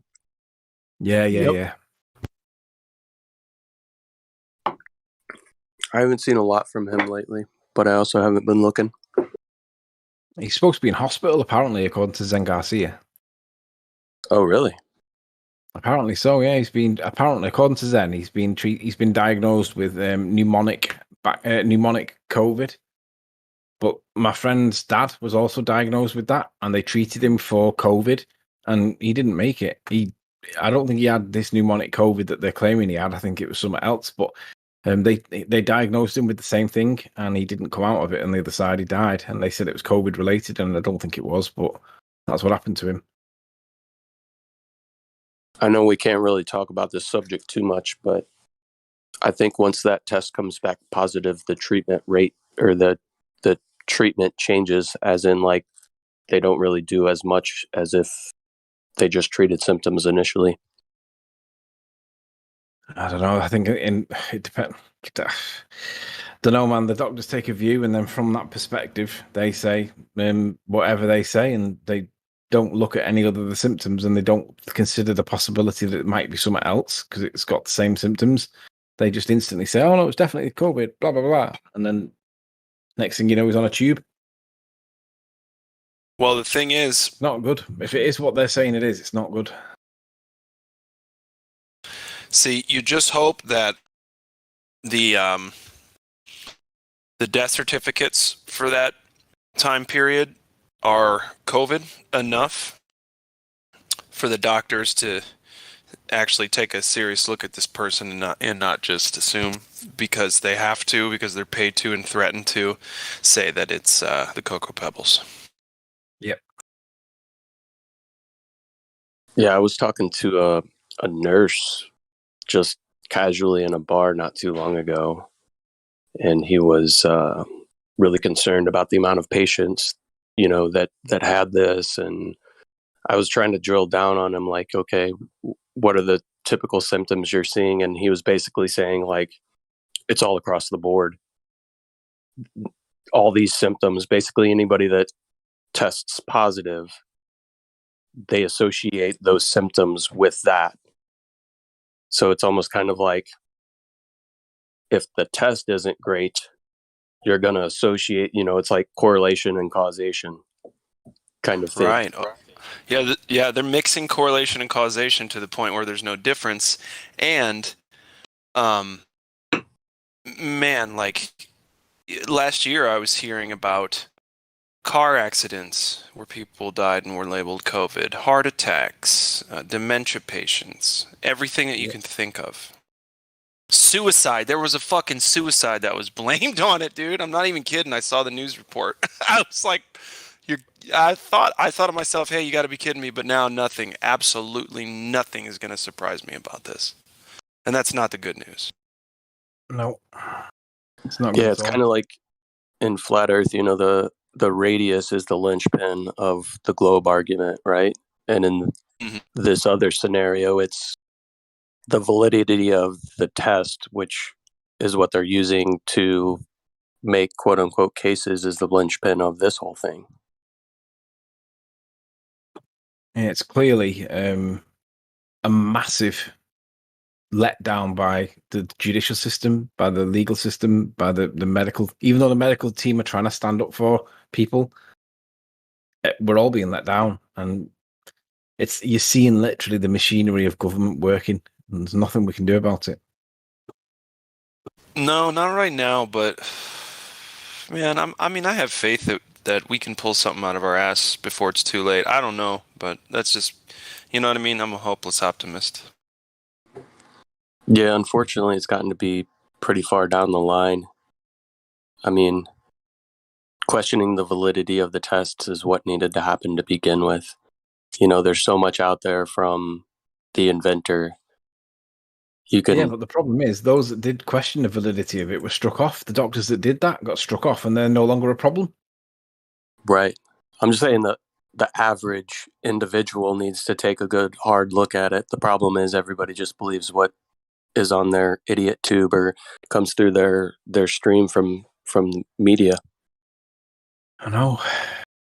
Like I was just telling my wife this morning, we were sitting outside on the back porch having some coffee, and I was scrolling through my Instagram, and I was like, oh, somebody somewhere must have been, there must be a huge argument on the mainstream media regarding abortion, because I just see that's all my feed is filled with from friends. So somebody must have triggered them to talk amongst themselves about that topic for the week. Yep.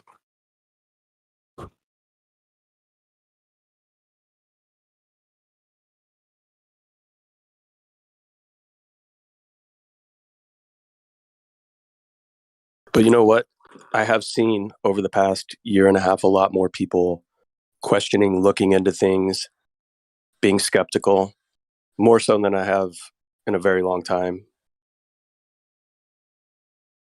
Absolutely. People are, I mean, the thing about it is there's divinity inside each one of us that aren't NPCs.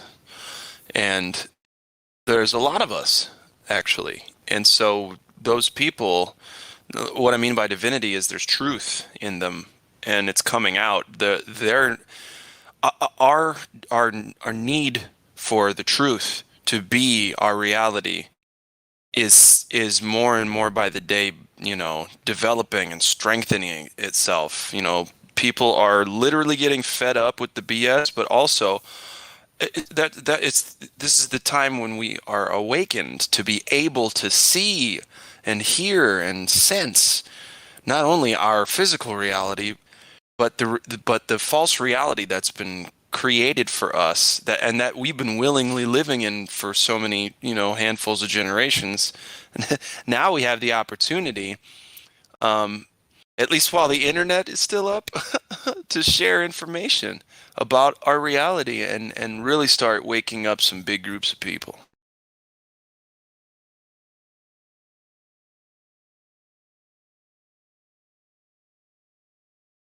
Yeah, there's definitely a shift, kind of a separating the wheat from the tares that's taken place. A lot of people that are starting to see that didn't see before. And from all sides of the spectrum, I'm apolitical.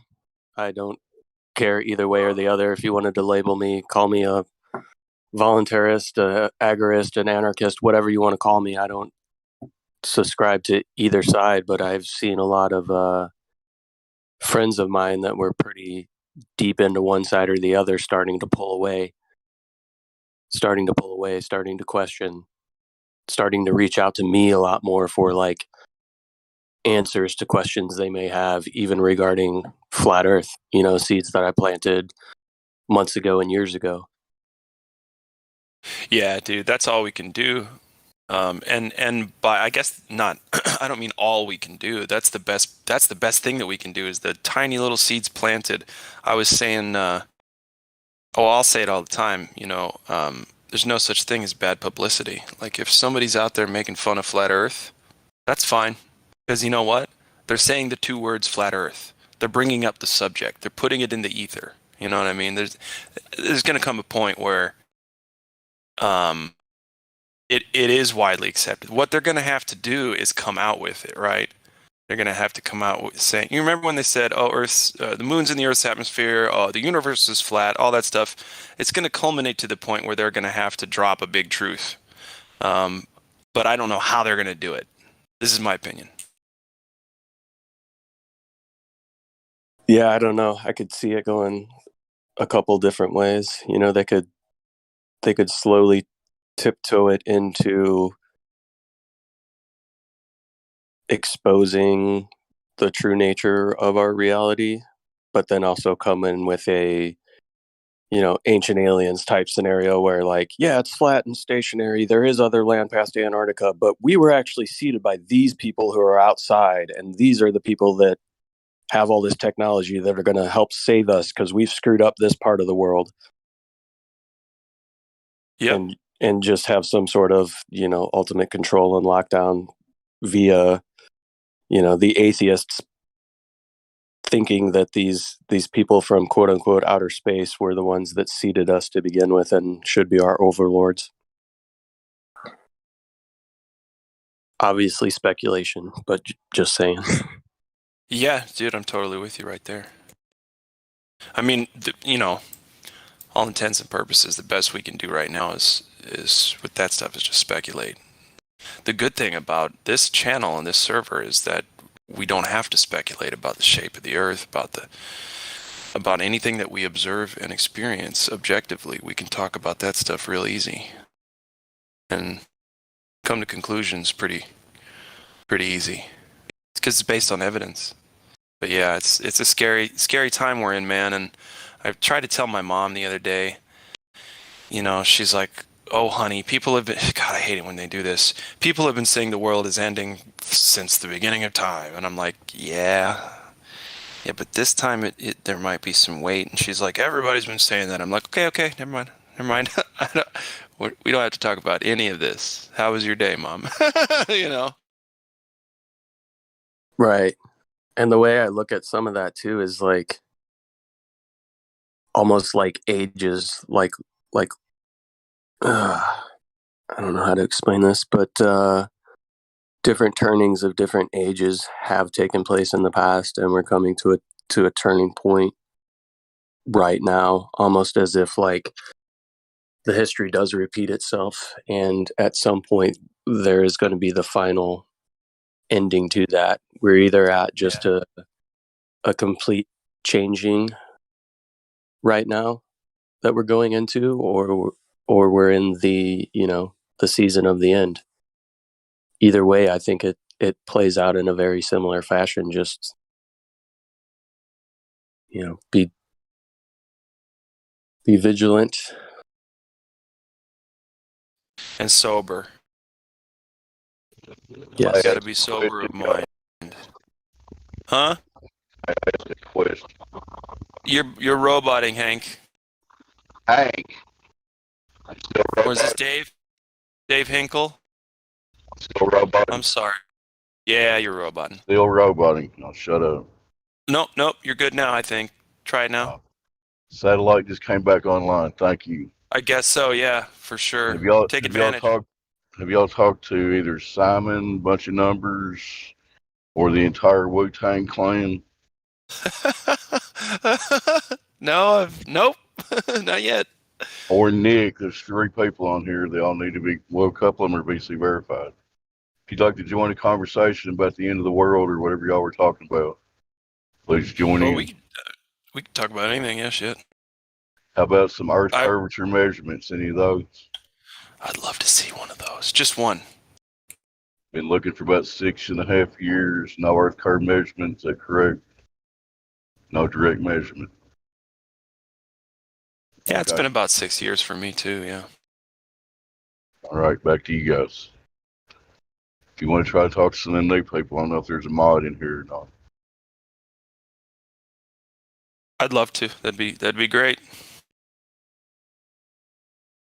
Let's see if one of them has the entire Wu-Tang Clan is VC verified. Would you like to talk right now? Interesting name. I love the name. Yo, I was just listening while I was lifting heavy things, but I'm feeling the vibe. Yeah. Okay. Definitely some things is going down, but it's eternal, and it's awesome to be alive. Everything's a miracle, and it's awesome that you guys also see past the lies, because no one in my life does at all. Not even my most aware friends even come close to like even seeing past the moon landing, let alone like the shape of the planet. So it's cool to check in here every once in a while and sync back up with the consciousnesses that can have the eyes to see. I don't know what it is. I think it is like some biblical stuff. Just some people have the eyes to see and perceive truth and some don't. And I don't know what makes that happen, but it really does seem to be like some people just get it and some people don't. I hear what you're saying, man. It's like we're in a kind of a great awakening period. I mean, actually, the word apocalypse means awakening. And it's the people that are supposed to become aware of certain things that's happening, you know. Whether we see it or not, it's going on. And it's a big spiritual battle. I'll shut up. Am I still roboting? No, you're good, Dave, and you don't have to shut up at all. Yeah, right. Spiritual battle. No matter what anybody thinks about the afterlife or whatever's in the ether or whatever, there's spiritual aspects to this realm, and you know we all deal with it in our own way, right? Yeah. I can tell you which people cannot see and cannot learn. The blind fanatic believer, the extremist fanatics, those cannot learn and cannot see.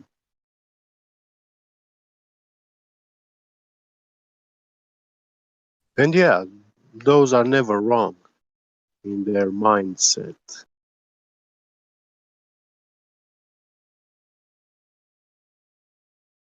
Mic check. You're there, man. We're hearing you. You're thanks. Good. Yeah. That was just really wise, and I didn't have a response. Yeah. Sometimes you're too profound, get be good, and we all have to just soak it in, you know. Yeah, my dad was like that. He was so smart. He was so good at distilling. Unlike me, I'm wordy as all get out. I'm very wordy. Oh man, Wasn't. distilling is not just boiling fermented fruits. Right. He could distill an entire Yeah. conversation down to one sentence, and but then he would ruin the conversation because it'd be over, right? There'd be nothing left to talk about. Yeah. My dad is the same. Yeah, it might be a Romanian thing, dude. He is good philosopher, and he is also well read. He knows electronics, metrology, you know. But yeah, he can't see this the fake moon landing. And I had the luck. My mom saw this documentary. A funny thing happened on the way to the moon, and she said, "Oh my God, the moon landing is fake. They never went to the moon." And my dad still can't believe it. And yeah. Yeah, man. Well, But yeah, my mom also doesn't give so much importance to this thing, but she's saying, yeah, there is something, and yeah, what can we do about it, you know?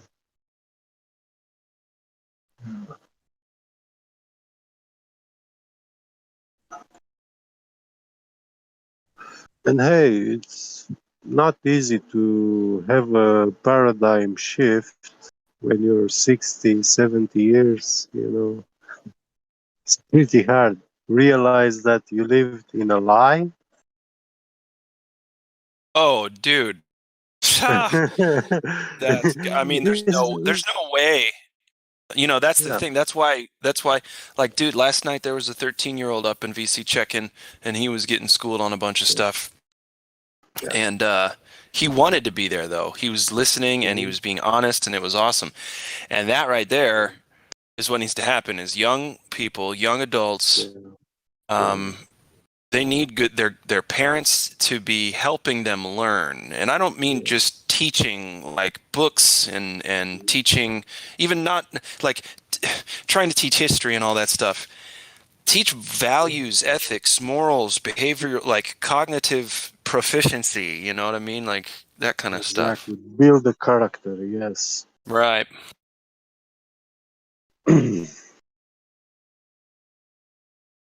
If you don't do it when they are young, they will do it in your place, and they will raise them against you. Mm-hmm. Yeah, here in the States, they're pretty good at stealing the kids at a young age and molding them in the direction they want to. Yeah.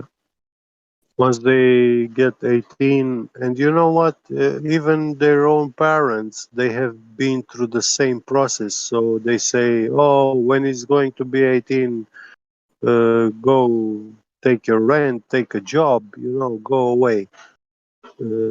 They can't wait to get rid of them, you know. Yeah. Right. Yeah, they treat them like they never wanted them in the first place. Yeah. Why don't they teach them? Why don't they teach them, the children? Hey, once you finish school, stay with your parents, listen to them, uh, build your house bigger, build more rooms. Yeah. You get yourself a wife. You don't need to go far away from your family. Yeah, stay with the family, man, for Yeah. sure. Yeah. Yeah, Carry like they the used legacy, to make people. Yeah. Yep. Yeah. Keep it all in the family. Like keep the family close, man. Build a strong bond. Build a strong group there, and then families can hang out together and be strong together instead of just individuals out there all on their own. Yeah. No, they don't want that. They want No. to take away the children, the young adults, take them thousands of miles away from their families into the land of nowhere very quickly. A place where the ground beneath his feet doesn't know him and he doesn't know that land either. And yeah, he gets a good job, I can give you that, but you never know what happens, what tomorrow brings. He loses the job, he goes bankrupt, and he's going to be on the streets, and he's going to have to call his parents for help. And his parents now have to help him while he is thousands of miles away. Yeah. Yeah. Yep. Which is not as easy if you were like, hey, next door house, or yeah. Yeah, here in the States, we don't really have the idea of like multi-generational households where you have Yeah. 3 or 4 generations living in a house. And when you think about it, that's everybody pooling their resources together. You can live on less, survive on less, have more time, right? You don't have to work as much to afford things, and you have more time to spend with family. I feel like a lot of other cultures around the world that have that mentality of, family taking care of family and multi-generational households, the idea of something like a nursing home would be so foreign to them. But here in the States, like as soon as our parents or grandparents get to be too old to where they can't take care of themselves, so many people are so quick to just ship them off to a nursing home where it's basically a hospital where they just go to die. And it's sad. Mm-hmm.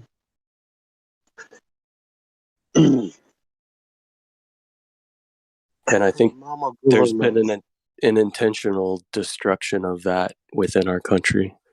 Certainly an intentional destruction of the nuclear family, the relationship between a male and female within the household, just the whole run of it's been destroyed within our country. Yep.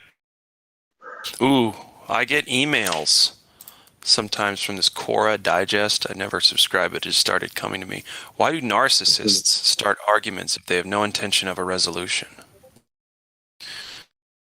And we're talking about anti-flat earthers here, not globers. Globers or normies, to me, are about the same thing. And the anti-flat earthers are, let's just say, not very nice. And so it says, why do narcissists start arguments if they have no intention of a resolution?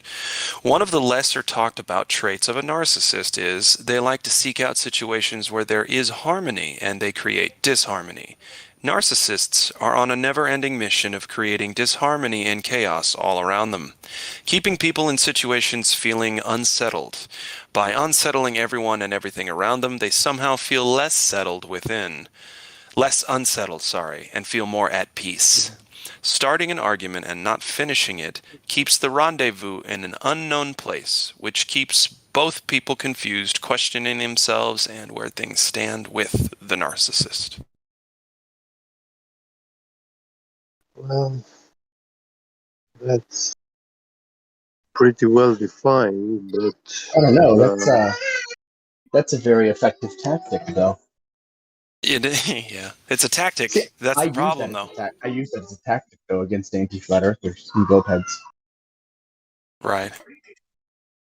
I don't think I would. I did score high on the. I took the Dark Triads test, and I didn't score high on the narcissism, but I scored high on the Machiavellian trait. So it wasn't narcissism that I scored high on, but I scored high on manipulation. Which is funny. It doesn't surprise me.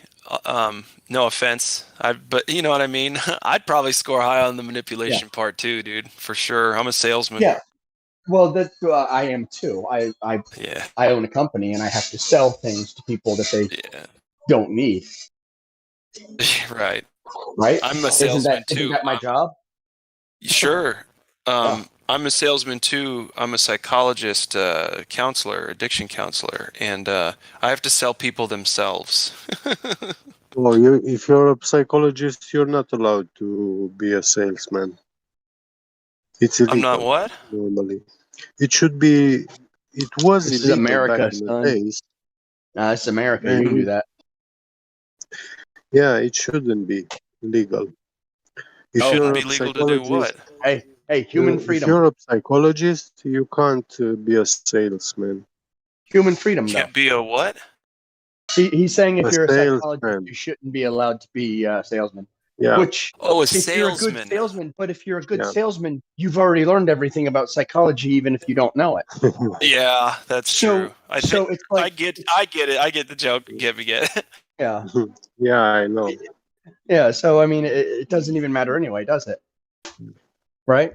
But and I mean, if you study to become a salesman, yeah, that's fine. But if you get a psychologist degree, then you shouldn't be practicing becoming a salesman. You know. No, I don't know about that now. Of course, I'm Well, also okay. Hey, I'm also okay with professors dating their students. I don't care. I don't care about ethics. Like honestly, those are just made up. I really don't care. I care about morals, but ethics, I fart on them. They're crap to me. Well, I'll tell you, as long as the shit, I don't know how to comment on the teachers and students. I can't I comment don't on. just mean teachers and students. I mean consenting adults. You know, Well, a yeah. 40-year-old professor and a 22-year-old student. I don't care.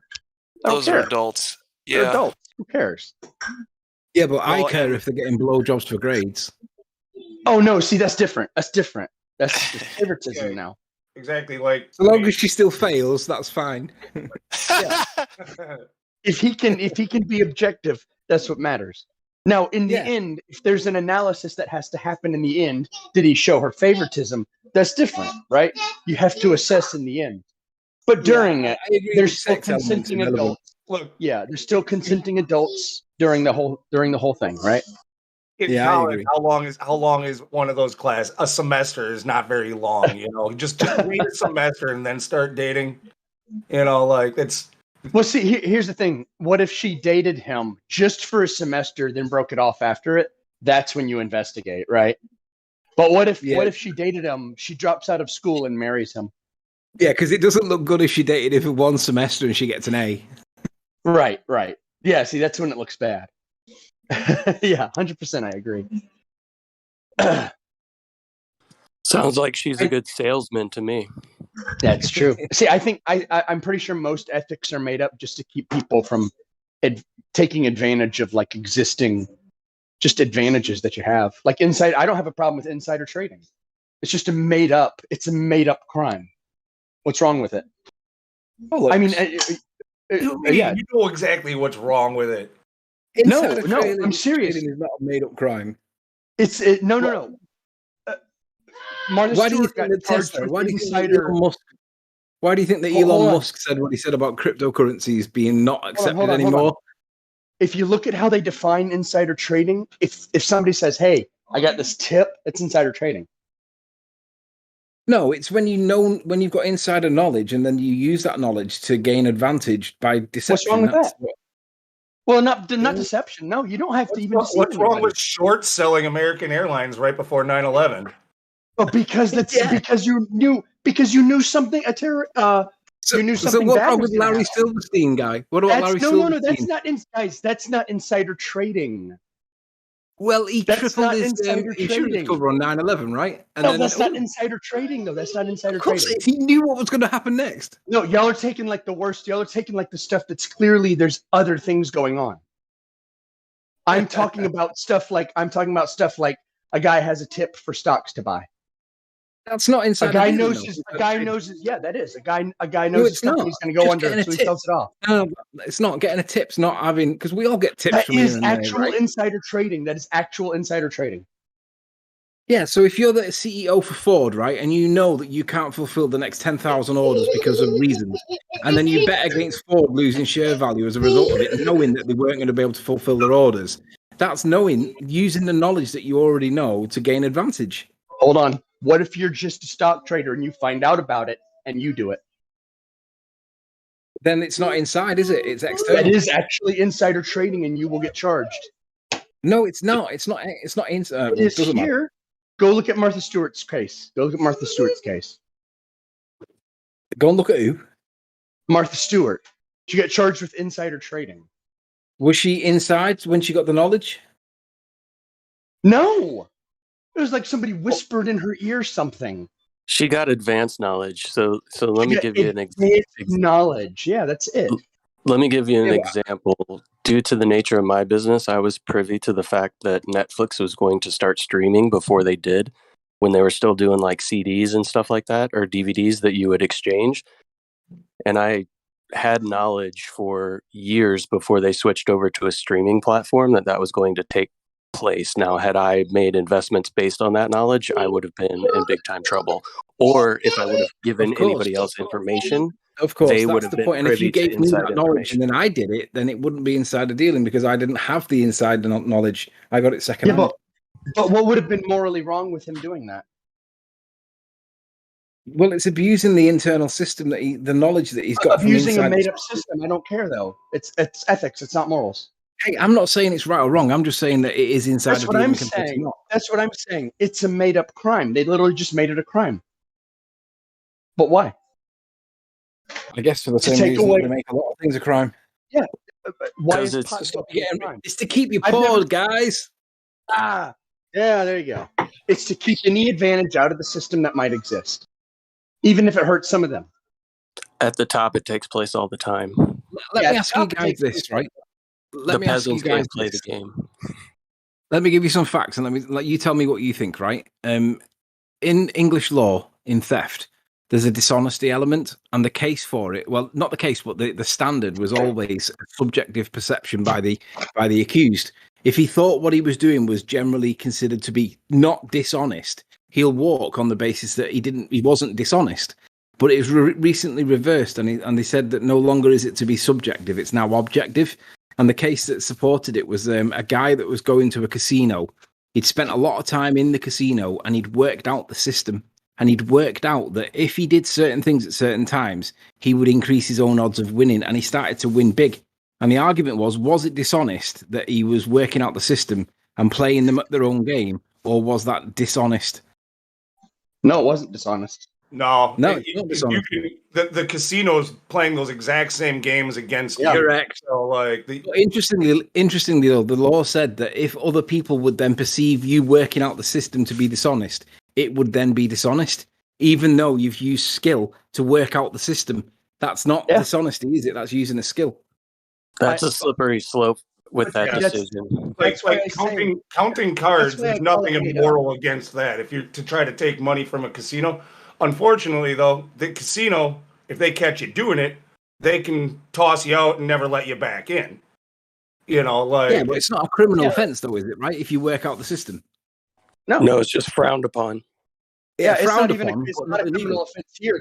They're just able to kick you out for good. Yeah, well, over here it's not the same. It's like they say that if it is objectively dishonest in the opinion of third party perspectives, then that will be seen as dishonest. And I'm like, hang on a sec. That means that no longer can you have the innocence where you say, well, I thought it would be okay to borrow my mate's car because we're friends. Now it would be, well, if the jury think that was dishonest, then you will be convicted regardless of whether you thought it was. In other words, it's no longer become dishonest; it's become objectively dishonest, and that's not the same as dishonest. Good Lord! Well, it kind of sounds to me like ignorance of the law is not an excuse. You know, like you can't just because you thought you were doing something that was okay doesn't mean that it was okay. Like. I know your intentions matter to you, but it doesn't really matter to the outcome of any situation. It's kind of like definition of dishonesty. Well, I mean, that's why I frame what I was saying is why I frame it as made up laws. These are just a lot of this is just made up laws that are just made up. Why? To make something illegal, and then because it's illegal, all of a sudden it's illegal, and that's it. I think in that case, it's to keep you poor. Yeah.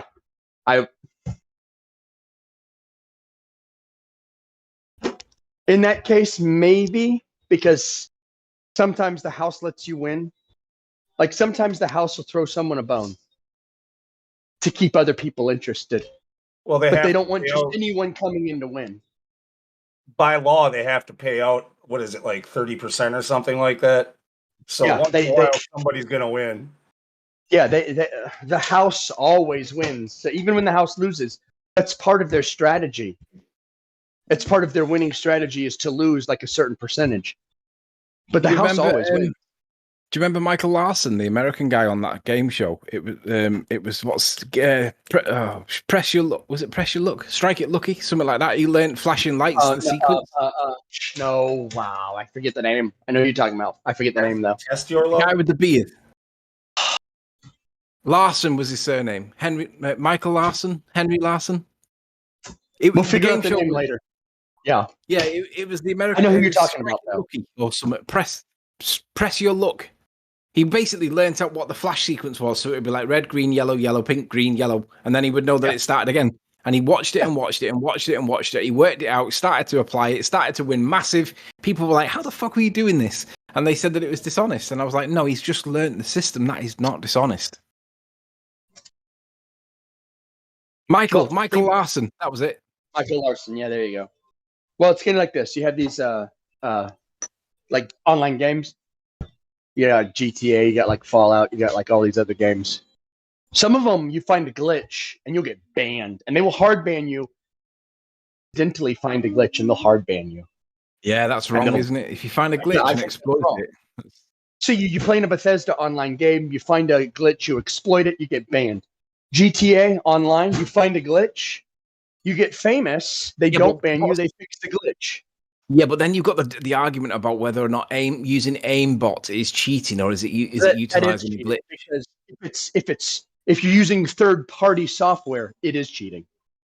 Sure, I do agree, but where do you draw the line between exploiting a flaw in the game compared to like deliberately cheating the system with devices? Like with gaming, it's easy. If you introduce anything besides the game, you're cheating.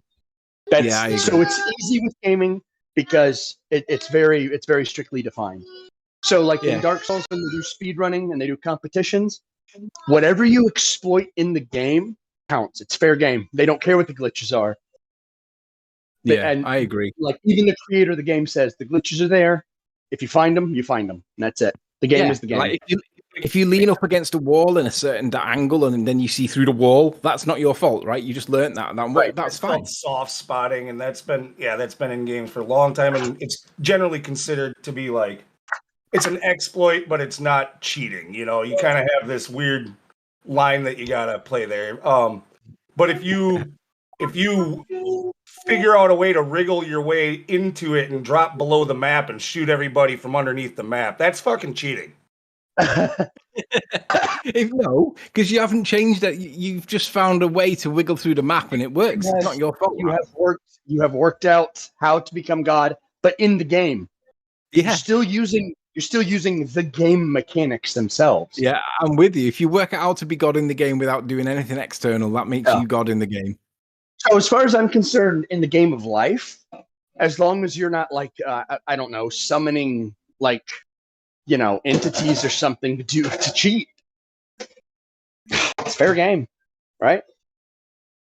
I just think that the government don't like the little man becoming a millionaire because that gives you abilities to do stuff that you couldn't previously do. See, that's why I don't think things like insider trading should actually be illegal.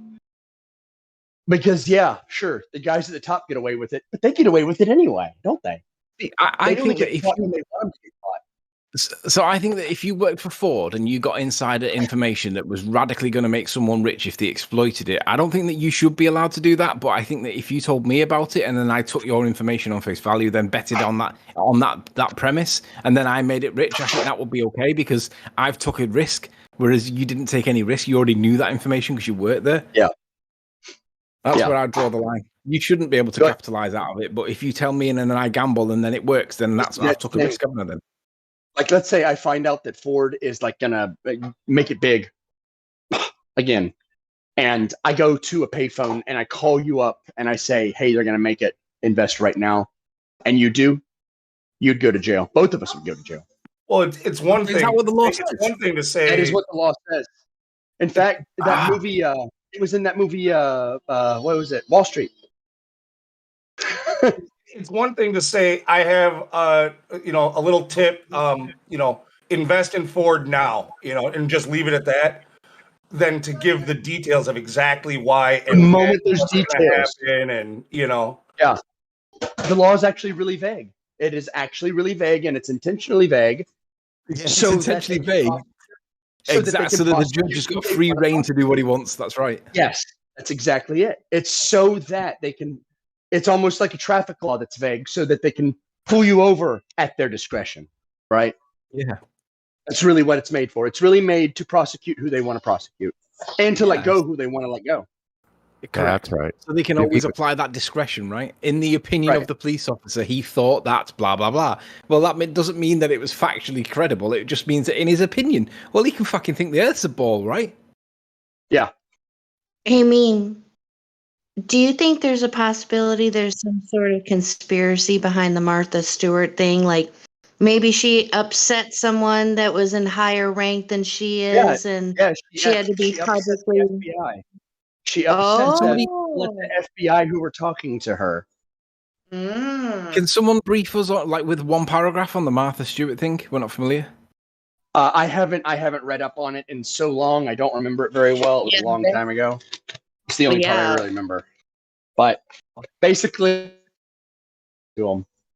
they interviewed her several months apart, and then came back and said she lied. That's actually what they got her for, but their whole charge was insider trading. But that was the basis for them saying she lied to the feds. But that's I do say I guess I should modify. The case was based on her insider trading. What she was actually charged with was lying to the feds, which is almost always what happens. Yeah.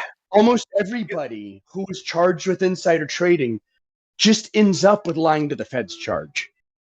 Yeah. No, that's the generalized. You're gonna get dicked one way or the other here, so you might as well pick which one. They want you for something, right? Yeah, they So want she you. made- They're gonna get you. So she made someone mad for sure. She That's made why she got someone mad. publicly. Yeah. That's why she got publicly humiliated. Excoriated, She didn't do yes. what she was told. Hmm. Yep. And do you know what it is? It's not just that she made someone mad, it's that she made someone mad and didn't have shit on the person she made mad. Because look at Hillary Clinton, she makes a lot of people mad, but enough people have got shit on her, so they're making her life awkward. Well, if you ain't got shit on that person that you've upset, then you're going to go down the Swanee, guys. Yeah. Yeah. It's gonna be a barbell that falls on you from the air. The game is rigged. The game is rigged. The game is rigged from the beginning. If you're in a position of power, and you got all the politicians in your back pocket, you can make whatever illegal activities you're doing legal and make whatever else anybody else is doing illegal. Hold on, I'm almost done. Or that you are not able to own any property, but then again, they are able to make it so they can actually own their own property. So Martha Stewart should have taken advice from her homie G Snoop Dogg, and she should have checked herself before she wrecked herself, whatever she did. I think that's funny. Those two are friends. Are you and saying? it's like, Are you saying she Yeah. should have smoked a big blunt before she made a big decision? oh, who knows? Maybe. Yeah. Well, Well, you I mentioned can't believe that, Martha Stewart is that ignorant. It was probably her ego that got She's in the not. way. She's not. Oh. It's that once you piss off the feds, they're gonna get you. There's no getting around it. Yep. I mean, and that's just the way it is. If they want you, they got you. If they want you, that's true. If they want you, they will get you for something that you probably didn't even do. They'll make it work. Anthony, have you ever heard the joke here that a grand jury would indict a ham sandwich? No. It's a long-standing American joke in law. A grand jury would indict a ham sandwich, and they would. It speaks volumes. It does. I mean, the law is really broken here. Like, even if someone says they believe in the law, like even in like just the general sense that the law should exist at least to protect justice, doesn't even work. Depends on who made the ham sandwich. There you go. That ham sandwich said something racist in 1984. Well, that ham sandwich is different because it came from this part of the neighborhood. Yeah. Dock that ham sandwich a day's pay for sleeping on the job. To be honest, that is the biggest complaint of the legal system in the USA and in the UK. It is double-sided. It will protect the wrong people. It'll punish the little guy, and it'll completely ignore the elephant in the room if the agenda is supported that they want to push. It drives me nuts.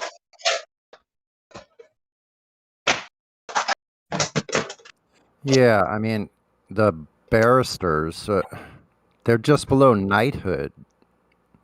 And anybody that says that, that people that belong to the bar and other areas don't have a loyalty to the crown, I think they're just ridiculous. I think they're just dumb. Isn't a barrister a lawyer? No, in England, not. A barrister is one that advocates in court on the minutiae of the law, like the attention to detail of the meanings of the words. Whereas the solicitor, that's worse than a lawyer. Oh, yeah, but the atoned registry of BAR or barristers atoned registry. Yeah, but God, the I'm with solicitor. Shakespeare. So the word lawyer in England is like a collective that means the two of them together, neither one nor the other. But when you separate them out, one of them deals with just the advocacy in court, the other one deals with the paperwork that gets it to court. So like glorified secretary, if you will. Well, like I said, I'm with Shakespeare when it comes to lawyers. What did Shakespeare say? About kill all the anchor? lawyers. He says, Oh. kill all the lawyers. I thought it was going to be something about a ship's anchor. I think I'll make up my own. No. I think one of the jokes is, what's 10,000 lawyers at the bottom of the ocean? A good start. Yeah. Right. Did he not put it a bit more poetically than that, or is straight to the point? No, that is a direct quote. Now, it's in context of something else, but that's the direct quote. Kill all the lawyers. Yeah, no messing around. A really good way to get a barrister into a knot is say, like, is there anybody above the law? And they'll usually say anybody apart from the Queen. And you say, great. So then you give them an example where it applies against the state, and all of a sudden they don't want to talk about it.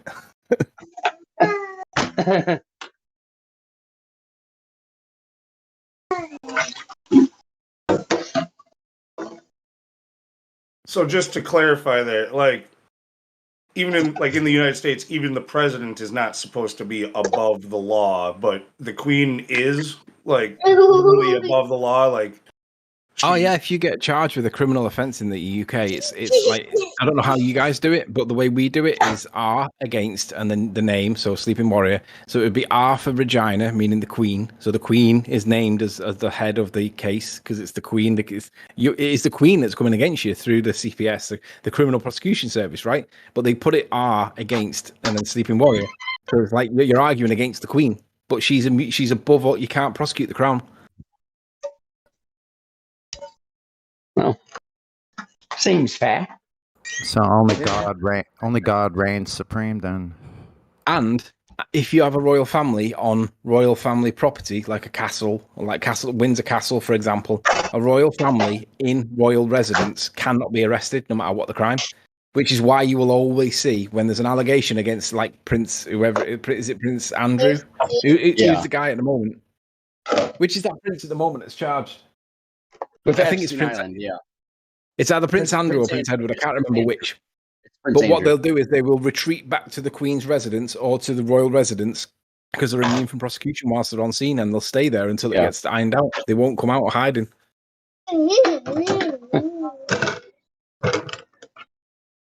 Well, I wish I had a prison that nice. Yeah, So- Julian Assange wants a word. So, Sleeping Warrior, just to give you some insight into the corrupt nature of what takes place in the United States, there are many hundreds, if not hundreds of thousands of people a year that get arrested for the sole crime of resisting arrest. Meaning there was no crime to begin with that they resisted arrest from a crime that was not a crime. So now they're being convicted of a crime of resisting arrest. Yeah, when there was no crime in the beginning. Yeah. What's funny though is that's really easy to beat in court. Most likely just show up is probably the best thing because most of them don't show up. It may be easy to beat, but what is the restitution there? Yeah, what's the restitution? There's for no being kidnapped for time. I would like to see damages. charges against the police for kidnapping, like criminal felony charges where they go to jail. Exactly. That would be awesome. Because qualified immunity. Isn't that essentially what qualified Woods immunity. is going to be pursuing here soon? They with don't the have Rushmore. With her head. The thing is, they don't have immunity if they're stepping outside of their jurisdiction. They don't have immunity. Guys, there's no point because that's like going to the concierge at the casino and complaining that they're winning too much. That's true. The house always wins. Yeah, that's kind of dumb, House right? set up Yeah. to win. Yeah, you're right. You're right. There's only one thing going to bring all that down. So, for it to be brought down. Yeah. I, for one, personally, would never go through the court system because that just validates the court system even more. So.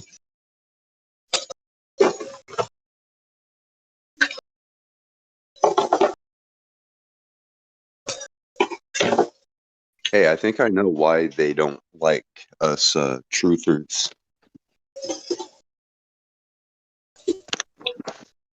They don't like us? Yeah, honestly, I Because think they love us. I think the only reason they allow us to talk is because they like to monitor us and take our ideas.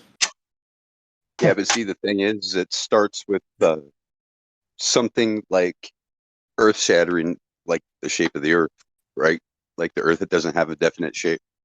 So we start going down different rabbit holes and finding out that there is no fucking law. We find out that they are the fucking pirates. We find out that everything we've been told is a lie. And we're telling everybody. I don't care, Globey. I don't care, you fucking dumbass Globey. You're being lied to. Period. You sit there and believe the lie. But the bottom line of the line is you are living the lie and you believe the lie. So what's it's like we're waking people up. And thinking that they're going to come here and educate us or something like that, right, is ridiculous. And then, like and that people that have already started thinking for ourselves, that we're people that are believing everything they are told, trying to convince people that have made up our own minds. Think how ridiculous that is. Now, who are we talking about here? Are we talking about anti-flat earthers? Or are we talking about the powers that be? Yeah, the establishment. Yeah, that has to be delineated. Yeah, pretty much anti-flat earthers. Yeah, anti-flat earthers are establishment. Yeah, anti-flat earthers hate us because we're free, and they hate the concept. Yeah, they hate everything about that. Yeah, they hate knowing that our minds are not. That's disturbing. I don't think they're jealous. I don't. I really don't. I think they just like slavery. I think they love. I think they're truly what the NPC is. They're just soulless, wicked creatures. And that's it. And so they hate anything good. And good is, free, unrestrained. So of course they hate it. They hate us for the same reason a thief hates a cop. A thief doesn't want to be a cop. He's not jealous. He's not jealous of a cop, is he? But a cop just represents something that he hates, doesn't he? They hate us because they ain't us. They hate us because they ain't us. They're an anus. Yeah, we're like a constant impediment to their existence, their way of being. So, are we? Are you asking why a thief hates a cop? You know, it's not Yeah, jealousy. It's just because a It's cop, not jealousy. what a cop stands for, stands in the way of how they desire to exist. Yeah. You know, and then that's us. They desire to live in fantasy and all that shit, and we just burst that bubble. Yeah.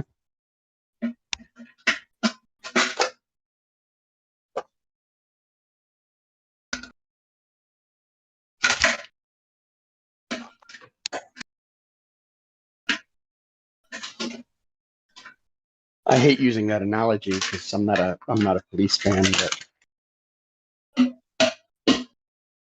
but people I think should know what I'm talking about when I say that.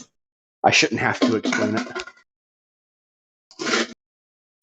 I was a I hate police cops fan. The because first few albums were okay. Sorry. Oh, the police. I hate them because they're liars.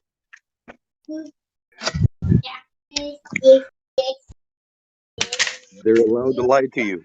But if you lie to them, you're fucked. That's why I hate them. I have a question. If where would the opposite round table to the round table of evil be? The square table.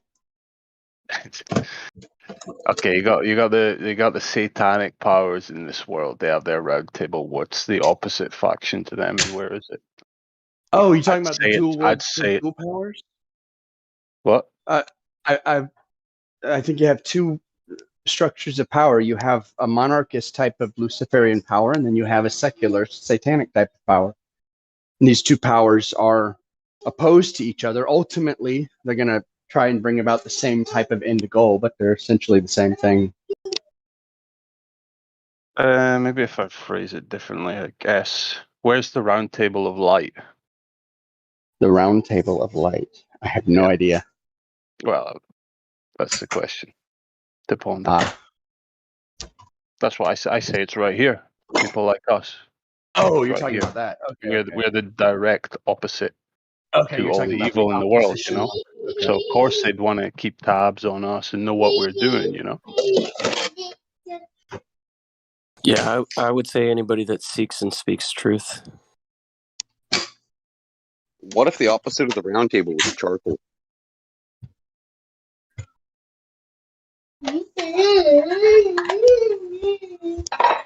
What was You that say last charcoal? word, Joshua? Charcoal. Charcoal. That's what I heard. Yeah. Like absence of a table is the opposite of the table, right? You're getting a little too meta. Yeah. Well, yeah, if you think of it spiritually as like spiritual warfare, right? The council is not here. Hey, Neo, one day you won't even need a table, man. I look right at him and go, I mean, all right, bro. You both need a table and charcoal to eat dinner, right? Well, maybe not now, but back in the day, we used to always cook food on charcoal and stuff, and wood fires and all that stuff.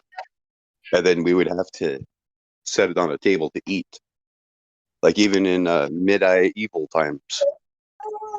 Is it medieval or medieval? It's medieval. Unless Fucking you're from holy- certain parts of Europe, you'd say medieval. Like Fucking- medieval. Yeah, I know, but I was looking at it the other day and I was like, wait a minute, that word looks funny. Does it? Yeah. Oh. Medieval. Medieval. It means middle ages. Yeah. It just That's what looks it funny. means, right? It seems like it's a foreign word. It doesn't seem like it's an English word. I believe it's What is Austin. it? It's What is that? Old English Occitan isn't What is really that? English. What is that part of that word "ival"? It sounds like part of revival. Does anybody know Yeah, the base? Evolve. I believe it's Evolve. ages. So you had the Medi, Okay. which was middle, and Evil, which was ages. So you had the Middle Ages. It is a strange word, though. But Yeah, they spoke something called Occitan back then. So it was not like Old English is not an English you would ever recognize. So you had Shakespearean English, which is not Old English. Old English was before Shakespearean when it was called Occitan. You might have heard it called the Occident or Occidental or Occitan, but that was the language they spoke. It was like this German, a lot of German, Welsh, a little bit of Latin, kind of spattering. But that's why a lot of English comes from German. All right, Freya, stop that. Stop that. It's a window. Isn't it Old English where the vowels are kind of arbitrary? I am not. What do you mean, like arbitrary? Like they could be swapped around between I, E, and O. Yes. There's regional. There were some regional inconsistencies with it for sure. Yeah. So, like, there was no unified, like alphabet at the time. I don't think so. A lot of dialects. Yeah, I know. I think it comes from the German, where yeah, English comes from German. The F was an S and all that other stuff. Yes. That's why you'll find like a lot of the founding fathers were using F and S completely. By then they were using it interchangeably, but even 50 years before they were just using S as the F.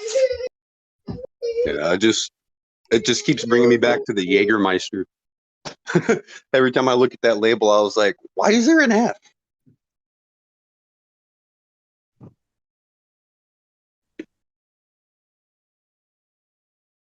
We'll have to bring a medieval expert in here at some point to explain all of it. A medieval expert, I am not. I just have a passing interest in it.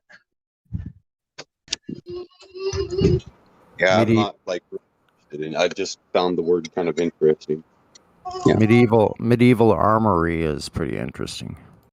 Yeah, well, see, that's where my interest comes from. Is when I was learning, when I was doing art, I had to learn about 5 different types of armor to draw. So I had to learn kind of history, like European middle century history, to draw all these different armors. Yeah, the weapons also. I guess that's a sub. The weapons and all that. Because once you start drawing them, you have to like learn what they are,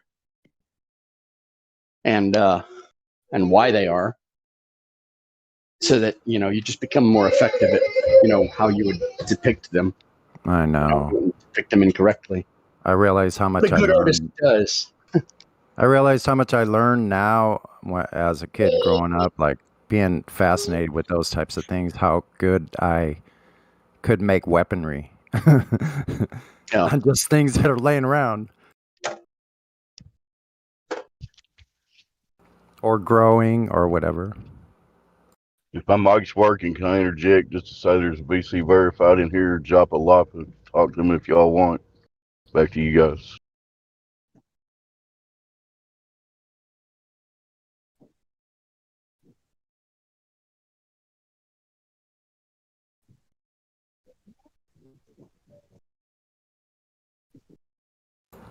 Japalapa, we see you lighting up, but I'm not hearing anything. Can you hear me? Oh, yeah. AVC verified. What do you want from us? And welcome to the server. Oh, thanks. Good to have you. Yeah, I've been listening to you guys for a long time, so I figured I'd just join. Okay, awesome. Awesome. Well, Welcome, again, welcome. Thanks.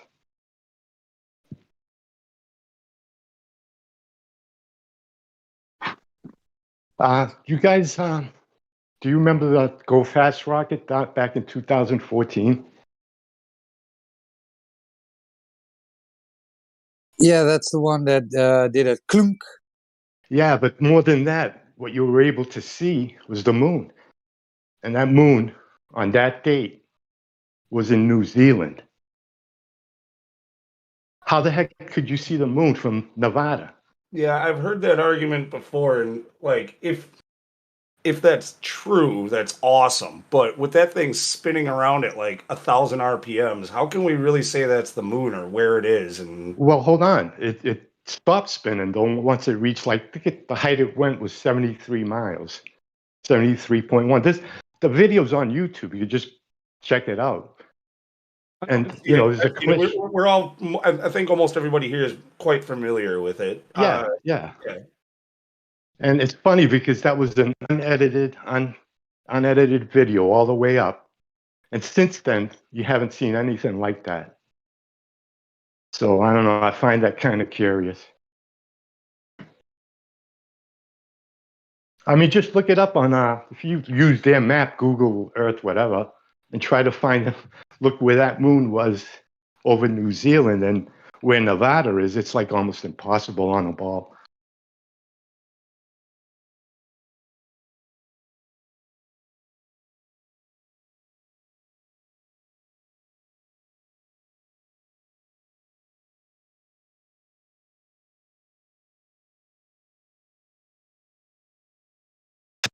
All right, I got something to say here quick before I go. I flew on the Concorde when I was 19 years old in 1999. And I was up 60,000 feet. That's what they were telling us. And I'm looking up how fast we were going. Hang on a sec. The average Concorde speed. Maximum speed, twice the speed of sound. So 1,354 miles per hour. And that's a little over what we should be feeling at the equator. Now, you know, benefit of the doubt, I'll say, no, you know what? I can't even do benefit of a doubt, man. We would know if we're moving, especially at that speed. When I was in the Concorde, it was built in a way where it's very well built. You're not gonna feel too much movement, but even in that plane, I felt tons of movement. And if they shifted even 2 miles an hour forward or back, you'd feel it. Especially at that speed, you feel things more and more. So, I don't know. I don't know what to tell you. I've gone more than thousands. From the point of, disproving things. When I just want to know how to know that I'm spinning. That's it. Don't tell me a story. Don't tell me what things that you can correlate with other things. I don't care about any of that. How do I know for 100% certainty that I'm spinning? If you're telling me there's no such thing as 100% certainty, okay, well then you answered my question from your perspective. You don't fucking know. So I'm not really into what it would be doing. I mean, I am sometimes. But I mean, honestly, that's how they drag us all day long in their fairy tale. It's like, yo, if you don't have proof, I'm moving on. I'm beyond this. Yeah, they're taking advantage of our want to have conversation in the first place by, saying, okay, well, just beg the question here for a second. And we're like, whatever, fine. Even though we don't have any reason to help them to beg the question, it's not like it's going to help prove a globe.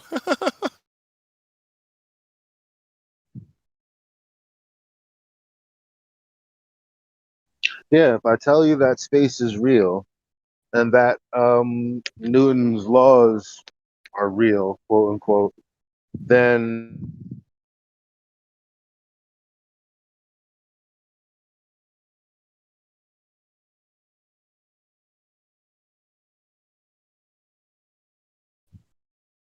Sorry, bud, you cut out right then.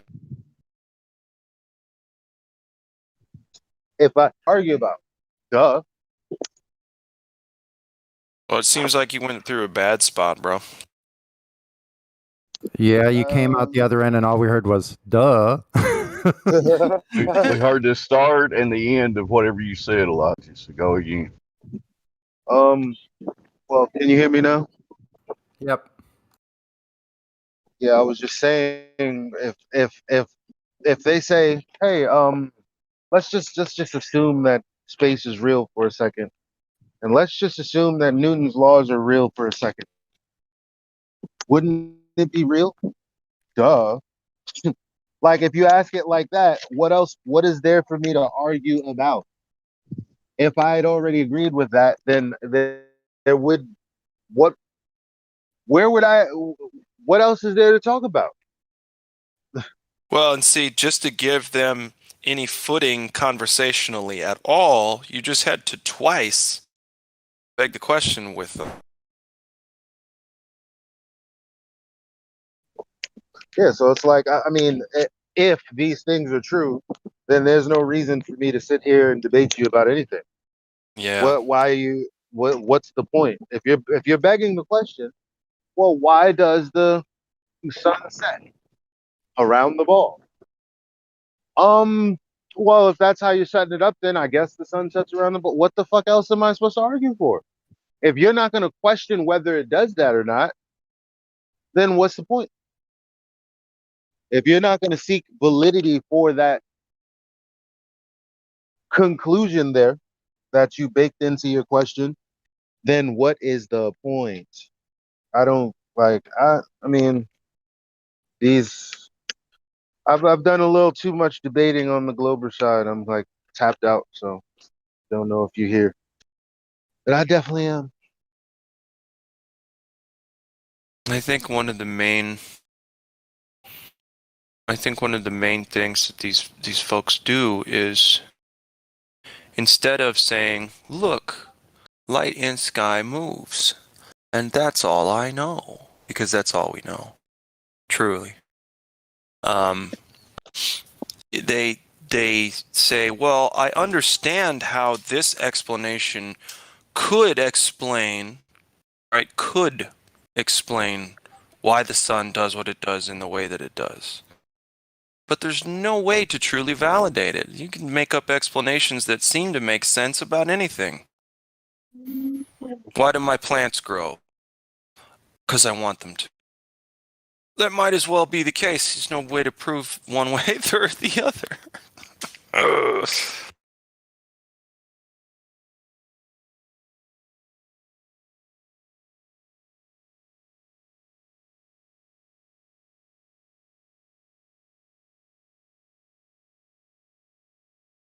Yeah, I may as well address the go fast thing. Or did I already? Yeah, I was saying I that don't think so. if I was a globe believer, I would say that it seems possible. You're not standing on the ground in Nevada. The rocket is at a very high altitude. So when you look at that angle towards New Zealand, it's not really that. It's not that amazing. You know what I mean? Let me post a. Which I mean, this is aspect this. of the go fast? I missed what you're referring to. Yeah. Now, someone said that seeing the moon would be impossible. I'm like, Isn't that what well, we that's say? that's what's Seeing the wrong moon with would be making impossible on the those globe. kinds of. No, you just missed it. You're just hold on till I Well, my finish telling question everyone was, who understands what I'm saying because they were yeah. here before. So, I just posted in the chat. That's what it looks like. So if I were a religious zealot, I'd say that yeah, that's possible. Now, what would You see the New I'd Zealand have right to there. You see Nevada all over. Oh, go ahead, Luke. I'd have to look at the video closer again because just to check. But like, what would the angular size of the moon be from that kind of a distance? You know what I mean? Like, uh, if you're I It seeing it, should mean, be is it relatively the same as it always is. You know. unless you're talking about like some kind of orb that's glowing rather than something that's projecting light? Like we always talk about things that project light as if they're these, as if I was looking at light in the distance, would I be talking about its angular size or would I be talking about its intensity?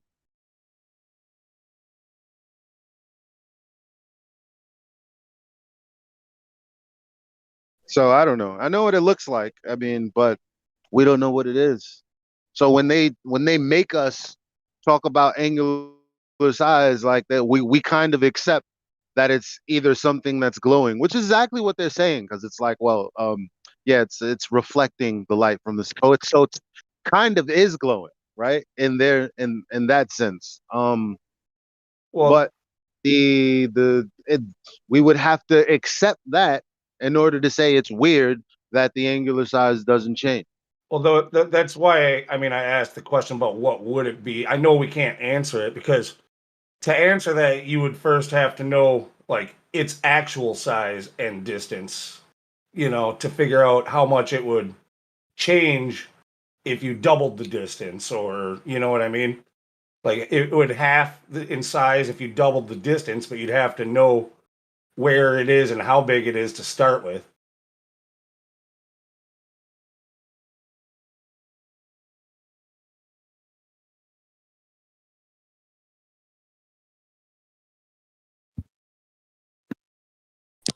So, what was the altitude of that Go Fast rocket? Does anybody know offhand? I think 73 miles or something like that. So higher than we can get any type of balloon. Like 128,000 feet. I could be wrong, but I'll double check. Because I was just thinking if it was the moon, right, we should be able to, and I say we, I don't necessarily have the means to do it, but should be able to send up a balloon if it can get to that height and see if we could replicate. All I know is that it went up high enough for something to stop it dead in its tracks without it exploding or being blown to shreds. As far as I remember, I think Lou's right. It was really like fast. 70 something miles. Sorry, Clay. Yeah. No, you're 70-something good. miles. It was just going so fast, and if it hit a solid object at that speed, it would have been turned to just small pieces that fell back down to Earth. But instead, and I don't know what this means at all, but instead it just kind of stopped and floated. That's all I'm going to say. Yeah, My we're question also- on that rocket is, why have they done it again, and why not if they haven't? Wow, they said they went 385,000 feet. Whoa. Okay, so that's not necessarily replicable with a balloon. But from that footage, No, it went way higher than any balloon has ever gone. Yeah, like way higher. yeah, like Higher 3 than times the higher. It's higher than the X1 and the SR-71 went. They said they claim they didn't they take the SR-71. They said 300,000 feet or something. So from that Go Fast rocket footage, I know everybody tries to deduce from that it hit something solid and completely stopped. But we're also just kind of looking at a vantage point of the camera that's on the rocket, and we don't necessarily know what took place. I don't know if we can really deduce from that it hit some sort of solid barrier, because it could have Well, been. it didn't hit. Okay, yeah. What I'm saying is, in physics, what happened is impossible. What do you mean? What you I see wasn't happen listening. is impossible. It is. Listen, they said they were going 3,400 miles an hour. Yeah. Then it stopped. Okay, so now you have to assume that it went as far as it did, that the altimeter was what they presented it as, right? The speed as they presented. You would have to accept all of that to then make this conclusion. So number two, you have people out there that say that there's a mechanism on this rocket that can slow it the way that it's slowed down. So how do you know which one? You don't. So why make the claim? I'm not making any claims, dude. All I'm not saying, asking you. I'm just saying that to the room in general.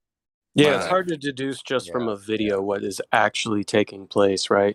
Because you're only from the point of view of a camera stuck to the side of the rocket. And I don't remember in that one if there was any type of like separation or just a stopping before it comes back down. Like it's really hard to deduce from, you've got such a far distance to the ground. It's really hard to tell whether it's slowing down. The rate of spin just kind of stops, right? That's what I'm saying. All momentum stops, and it just goes to a very slight, just like spinning around as if somebody just kind of tapped it. Listen, dude, all I'm trying to say, and I hope you agree, is that if you try to reproduce that, the thing will get blown to pieces. Even if it doesn't hit anything, if it stops. Imagine if you're in a car, and the car just stops while you're going 50. You're going to smash against that windshield. Even if it was going 100 miles an hour. Well, yeah, that's what I'm saying. Yeah. I feel 30 like miles an hour. I feel like from that video, it could be possible that the rate of spin stopped quickly, but maybe not necessarily the acceleration. How? How did it do that? Because there's a mechanism. You don't know how fast it was going. You just know what they told you. Yeah, no, because the spin you're watching the whole world go. No, you're watching the spin. You're not watching the acceleration. That's my point. I know, but the spin stops too. The spin is violent until the whole thing stops. Okay, but what does that have to do with the acceleration or lack there? What if there is no more acceleration when they decided? The spin and the acceleration are in relation. Faster it goes up, the more it's going to spin. But think of it this way, Flo. Think of it this way: if you stuck a camera on a wheel of a vehicle that was propped up and was freely moving, and you punched the gas on that wheel, it would look like it's spinning violently. Now you slam on the brakes, your whole entire wheel doesn't completely disintegrate, right? It just stops. That's why I'm saying the spin rate is different than the acceleration, and really all we're seeing is the spin rate because the ground is so far away. It's hard to tell how quickly it's accelerating upwards. That's all I'm saying. It all stops, though, on a dime. No, you can't. No. Stop saying that. That's the problem. Because I just said, how do you know what the acceleration is? I'm not talking about the acceleration. I'm talking about the spin. You said it all stops at the drop of a dime. The spin, including the acceleration. Well, you just said you didn't say that. So now that you did say it, no, you don't know that. Whatever, Elijah. I'm trying to get you guys to realize all of it. The video shows all of it stops at once. Who cares? Okay. All right, go take that to a Glober's proof if you feel like it. I'm not talking to flat Earth or globe. We're talking about how the fuck did that thing stop in its tracks? But did you understand? We don't know. We don't know. How did it slow down so quick that it went from that to zero? So then it was fake. That's the only explanation. I didn't say that. Look, what Elijah was saying. Let me respond. The only explanation is it must be fake because what you're saying, based on physics, it's impossible. So it's either fake or what's the other alternative? What do you want me to say, dude? That it came in contact with something that we haven't seen on Earth yet. You're deducing that, but you don't have any proof for that. So what did it hit? We don't know it hit anything. Why did it stop? It supposedly has this thing they call it a yo-yo what? A yo-yo something. It's like a was it? You get anyway. You'd have to grab onto the side of the rocket and hold on to it until the sides stopped rotating. Like something has to do that action. Yeah, there's a mechanism built into the rocket. They say the people that actually put it up there, right? So they say that there's technology that's doing exactly that. It's the first thing I said to you. So it has a brake system? So you can believe it or not. I don't really know. It stops the spinning. It not necessarily stops its moving upwards. Like once the spinning stops, it might continue up for a short distance before it starts to fall back down. And you don't really have any reference to know what it's doing right there. You're assuming that it all hit something and stopped right there, and then How about I assume it didn't hit anything and just look at what happened? It stopped. Okay. On a so what? dime. You don't So have what? a good visual reference to say that the upward acceleration stopped on a dime. You can tell the rotational reference That's fine. That's stopped. fine. Yeah. But How like I did you said, get it to stop? going back to my analogy, It was rotating really fast, and then all of a sudden, how does that happen? We just told you. The brakes? We just told you. So you're assuming that this technology did that, then, right? No, they literally tell you that that's what did it. Like you. How do you know? How do you know it didn't? Well, there you go, I want- unfalsifiable. Then why are we arguing about it? Everything No, I about wanna see what the mechanism- Hold up. If your position is unfalsifiable, that's what the fuck I just told you. So why are you still talking? I want to see the mechanism. Because you had a claim on the back of it, right, asshole? You're the one that made the claim that Hold it must on, have been dude. something that was in the sky. I said Don't it say was asshole. unfalsifiable. Relax. Because you're annoying, bro. I'm tired of it. I'm tired of it. How you gonna punt what I just told you only 2 minutes ago? Like I didn't tell you that. And your response was, no, it must have been something that was up there.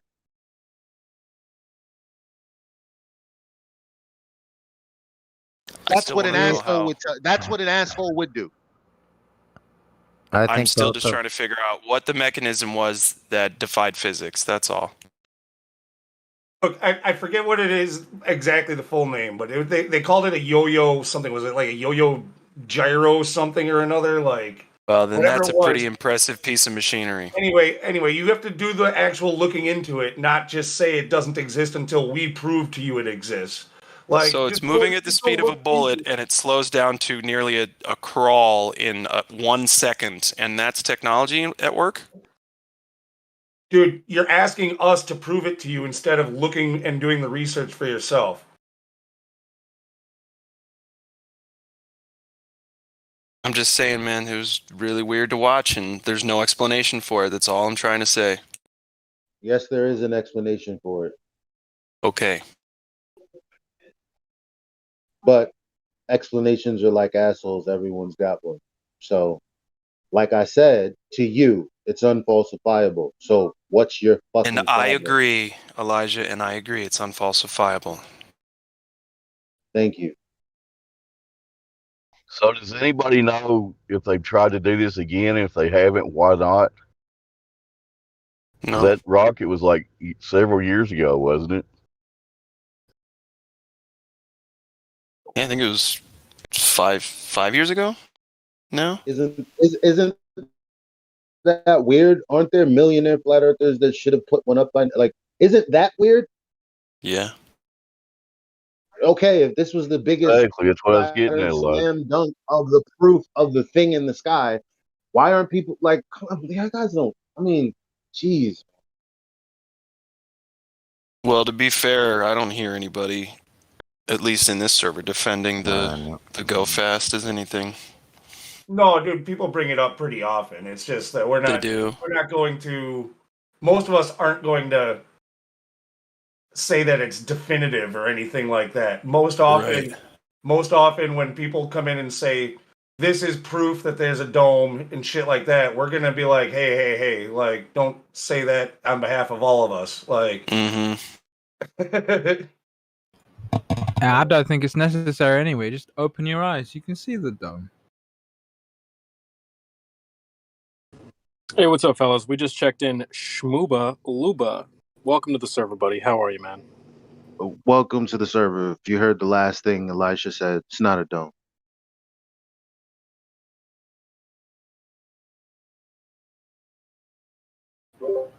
Maybe you need the eyes that I have. I can lend them to you. Yeah, I would love if flat earthers could pool their resources and put up another rocket like the Go Fast, but we'd never be allowed to do it, unfortunately. you know what? That's probably the thing because crowdfunding it shouldnund't be Did that guy just leave? bad, really. I think what did they say the Go Fast cost? It was like a few $100,000, which is a lot of money, but crowdfunding it, I think you could probably achieve it in a couple of years funding it. I don't Yeah, think it would absolutely. even cost that much if you want to replicate it. You don't need to get the same equipment. And unless I'm mistaken, I think it's way older than 5 years. I saw it and it was old in I thought it was from like 2015. 2012 or something. I thought it was quite Yeah, old. it was old in 2015. I mean, look at the quality of it, right? So by now you could probably do the same thing for. It was 2014. Let me just give an arbitrary figure of something like 50K, right? It shouldn't really be that difficult to do something that just goes zoop. You don't think that materials and stuff haven't gone up like everything else, inflation? Like you think it's gonna just drop from hundreds of thousands of dollars to $50,000? To achieve the same result? Yes. Yeah, you certainly don't need all that money, but you need some. What I want to see, see, the shouldn't be hard to practical- do at all. The Just practical put a side of camera it. facing Is it- up, and then we Practically can and see where physically to it's going. recreate it isn't the hardest thing. It's the logistics of getting it done. That will be the harder thing. This is all assuming that it's real. I just went and saw the Shang-Chi movie and space looked real as fuck, bro. Nah, but Elijah, that's kind of the point is, replicating, testing, like, Right. Unless experimenting. If somebody do it again. somebody's Right. made a claim, if this is something that's doable, it'd be cool to do and verify it for ourselves. Yes, it would. And all that it would need to be different from the other ones is a camera on the nose facing forward. Like, I've never seen that view from anything. Oh, First off, 2004. Fucking hell, man. That was Wow, not that a is conventional rocket. That's It so was not old. a conventional rocket, right? It was what's called a hybrid rocket. Much less in cost. Now, the avionics are still top of the line. The ailerons, the control surfaces are all top of the line. But the rocket engine itself was not a liquid propelled rocket. It was not a solid propelled rocket. It was a solid propellant oxidized by a liquid gaseous oxygen, I think is what it was, or it could have even been nitrous oxide that they used. And it produces a lot of lift and it's fast. And that's one of the reasons why they were awarded money from NASA, because they could never get a shot like that. They could never get footage like that. So they awarded him money for it. There was a program going out. I don't know if you guys remember that. But a hybrid rocket's not difficult to construct, and it's a lot cheaper than a conventional rocket. I've ate here before. Is that a management policy? I've never heard that before. Oh, shit. Your hot mic in Elijah. No, he's not anymore. You got it. Oh, never. I was like, wait a minute. What? Never heard what? Yeah. It might be about a mask, dude. That would suck. I have a quick question for Shmuba Luba. No, she's telling me I can't have my bike where I have it, and I'm like, okay, get a manager, bitch. I don't know what else you want me to say. Right. Did you say you're not a part of their political party and their policy is just politics and it has no right? No, I didn't. She may not understand those words. Oh, wait a minute. I keep forgetting I got that privilege card, so. Oh, shit. Yeah, so Shmuba, we were in the check-in, and you mentioned something about planets in the sky. So I was just curious, man. If we're standing shoulder to shoulder and we're both looking up at the sky, and you say, "Look, planets," I'm going to ask you, how do you know what those things are just by looking at them? Because of the numerous satellite images that have been took from organizations like NASA, which are government funded. And I don't see why the government would lie to you guys. I don't see why the government would lie to anyone. I mean, aren't they? Can I How ask is some preventing questions? us from knowing about the planets or knowing about how the globe is flat? How does that change anything in the Can I grand take scheme? this one, guys, if you don't mind? Get him. Please do. Okay. Yeah. Okay. Well, before I get into whatever you said, I know someone asked you, why are you here? I'm Because trying to. I need to know whether or not we can answer your questions, because there are questions we cannot answer. I'm trying to understand why you guys think the way you do, because I think the Earth is a globe. What do you just like think all that the I other think? planets. What do you think that I think? I assume you think that We've the never Earth is spoken. flat. Don't make any assumptions. Because when you say you assume I think the Earth is flat, and then I tell you that it's not an object that I've ever thought about, you're not going to know what the fuck I'm talking about. So it'd be best for you not to come here with assumptions. So when I say, what do you want to know from us? You're going to have to be more considerate with your questions, because I wouldn't like to be straw man to death for the next 30 minutes. Is that fair? Did he? Yeah, that's fair. Yeah. Okay. Did he just say he thinks it's a ball? How did you come to that conclusion, sir? The government.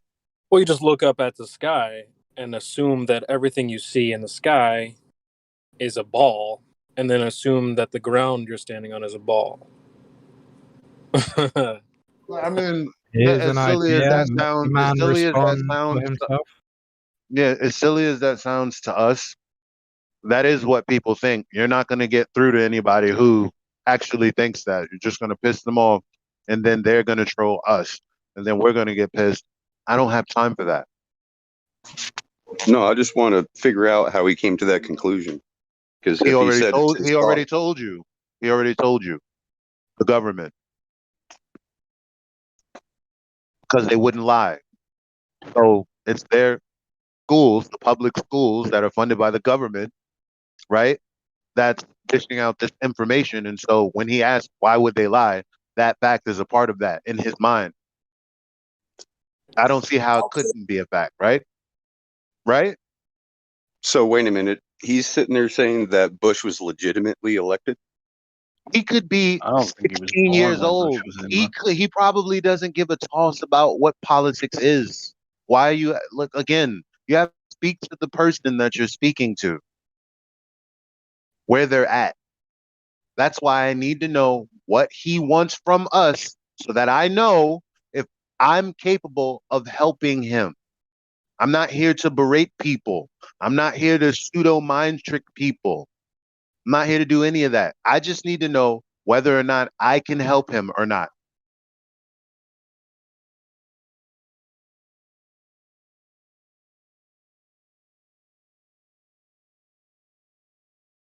So, with me telling you to consider your questions very carefully, because there is such thing as a stupid question. For example, are you gay?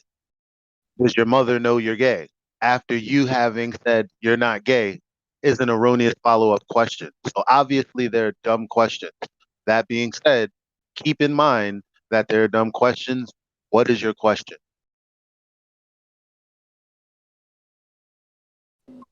Why are you gay? He's talking to you, Shmooba Looba. I know. My question is like, I guess, why the Earth is flat, and right? I don't know why the Earth is flat.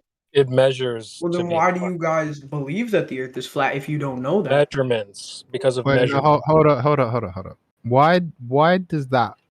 Why would Who's you gonna make have the that? conversation? Is it gonna be Elijah, the guy that just spoke before the two of us, or the other guy? Which one of us is that gonna be? It could Let's be. decide right now. It could be. Well, I was the one who checked him in, and I was asking him to I can speak go up in the live stream. up to But you. if you guys want to take over, go ahead. No, it could be you. It could be you, Creation Bear. I love you, man. Like Yeah, it it's could. from a different The field. point that I'm trying to make is I just cursed Jim's out yesterday for having 5 motherfuckers talk to me at the same time. So I'm not about to be a hypocrite. If someone's gonna talk to him, let's decide who it is. Yeah, Creation, you should take this. You kicked it off, I guess. Cool. Yeah, Shmuba, what's up, man? Oh. So, yeah, I just wanted to address one of your points. You were saying, like, how is it possible that they could lie about something so grand? and this may seem trivial, but I mean, I'm pretty sure they're going to roll out the whole Santa Claus thing again this year. So, is there, you clearly can see how massive lies can go out to massive amounts of people. It's up to you to figure it out. No one needs to roll around and tell you, hey, by the way, Santa Claus isn't real. You're supposed to figure that out on your own. So the same logic applies to this quote unquote debate. No one's going to roll around and say, oh, by the way, we lied about the NASA pictures. No, dude, you have to figure it out. So, you see where I'm coming from? Yeah, I see where you're coming from. Yeah, I get that. Okay.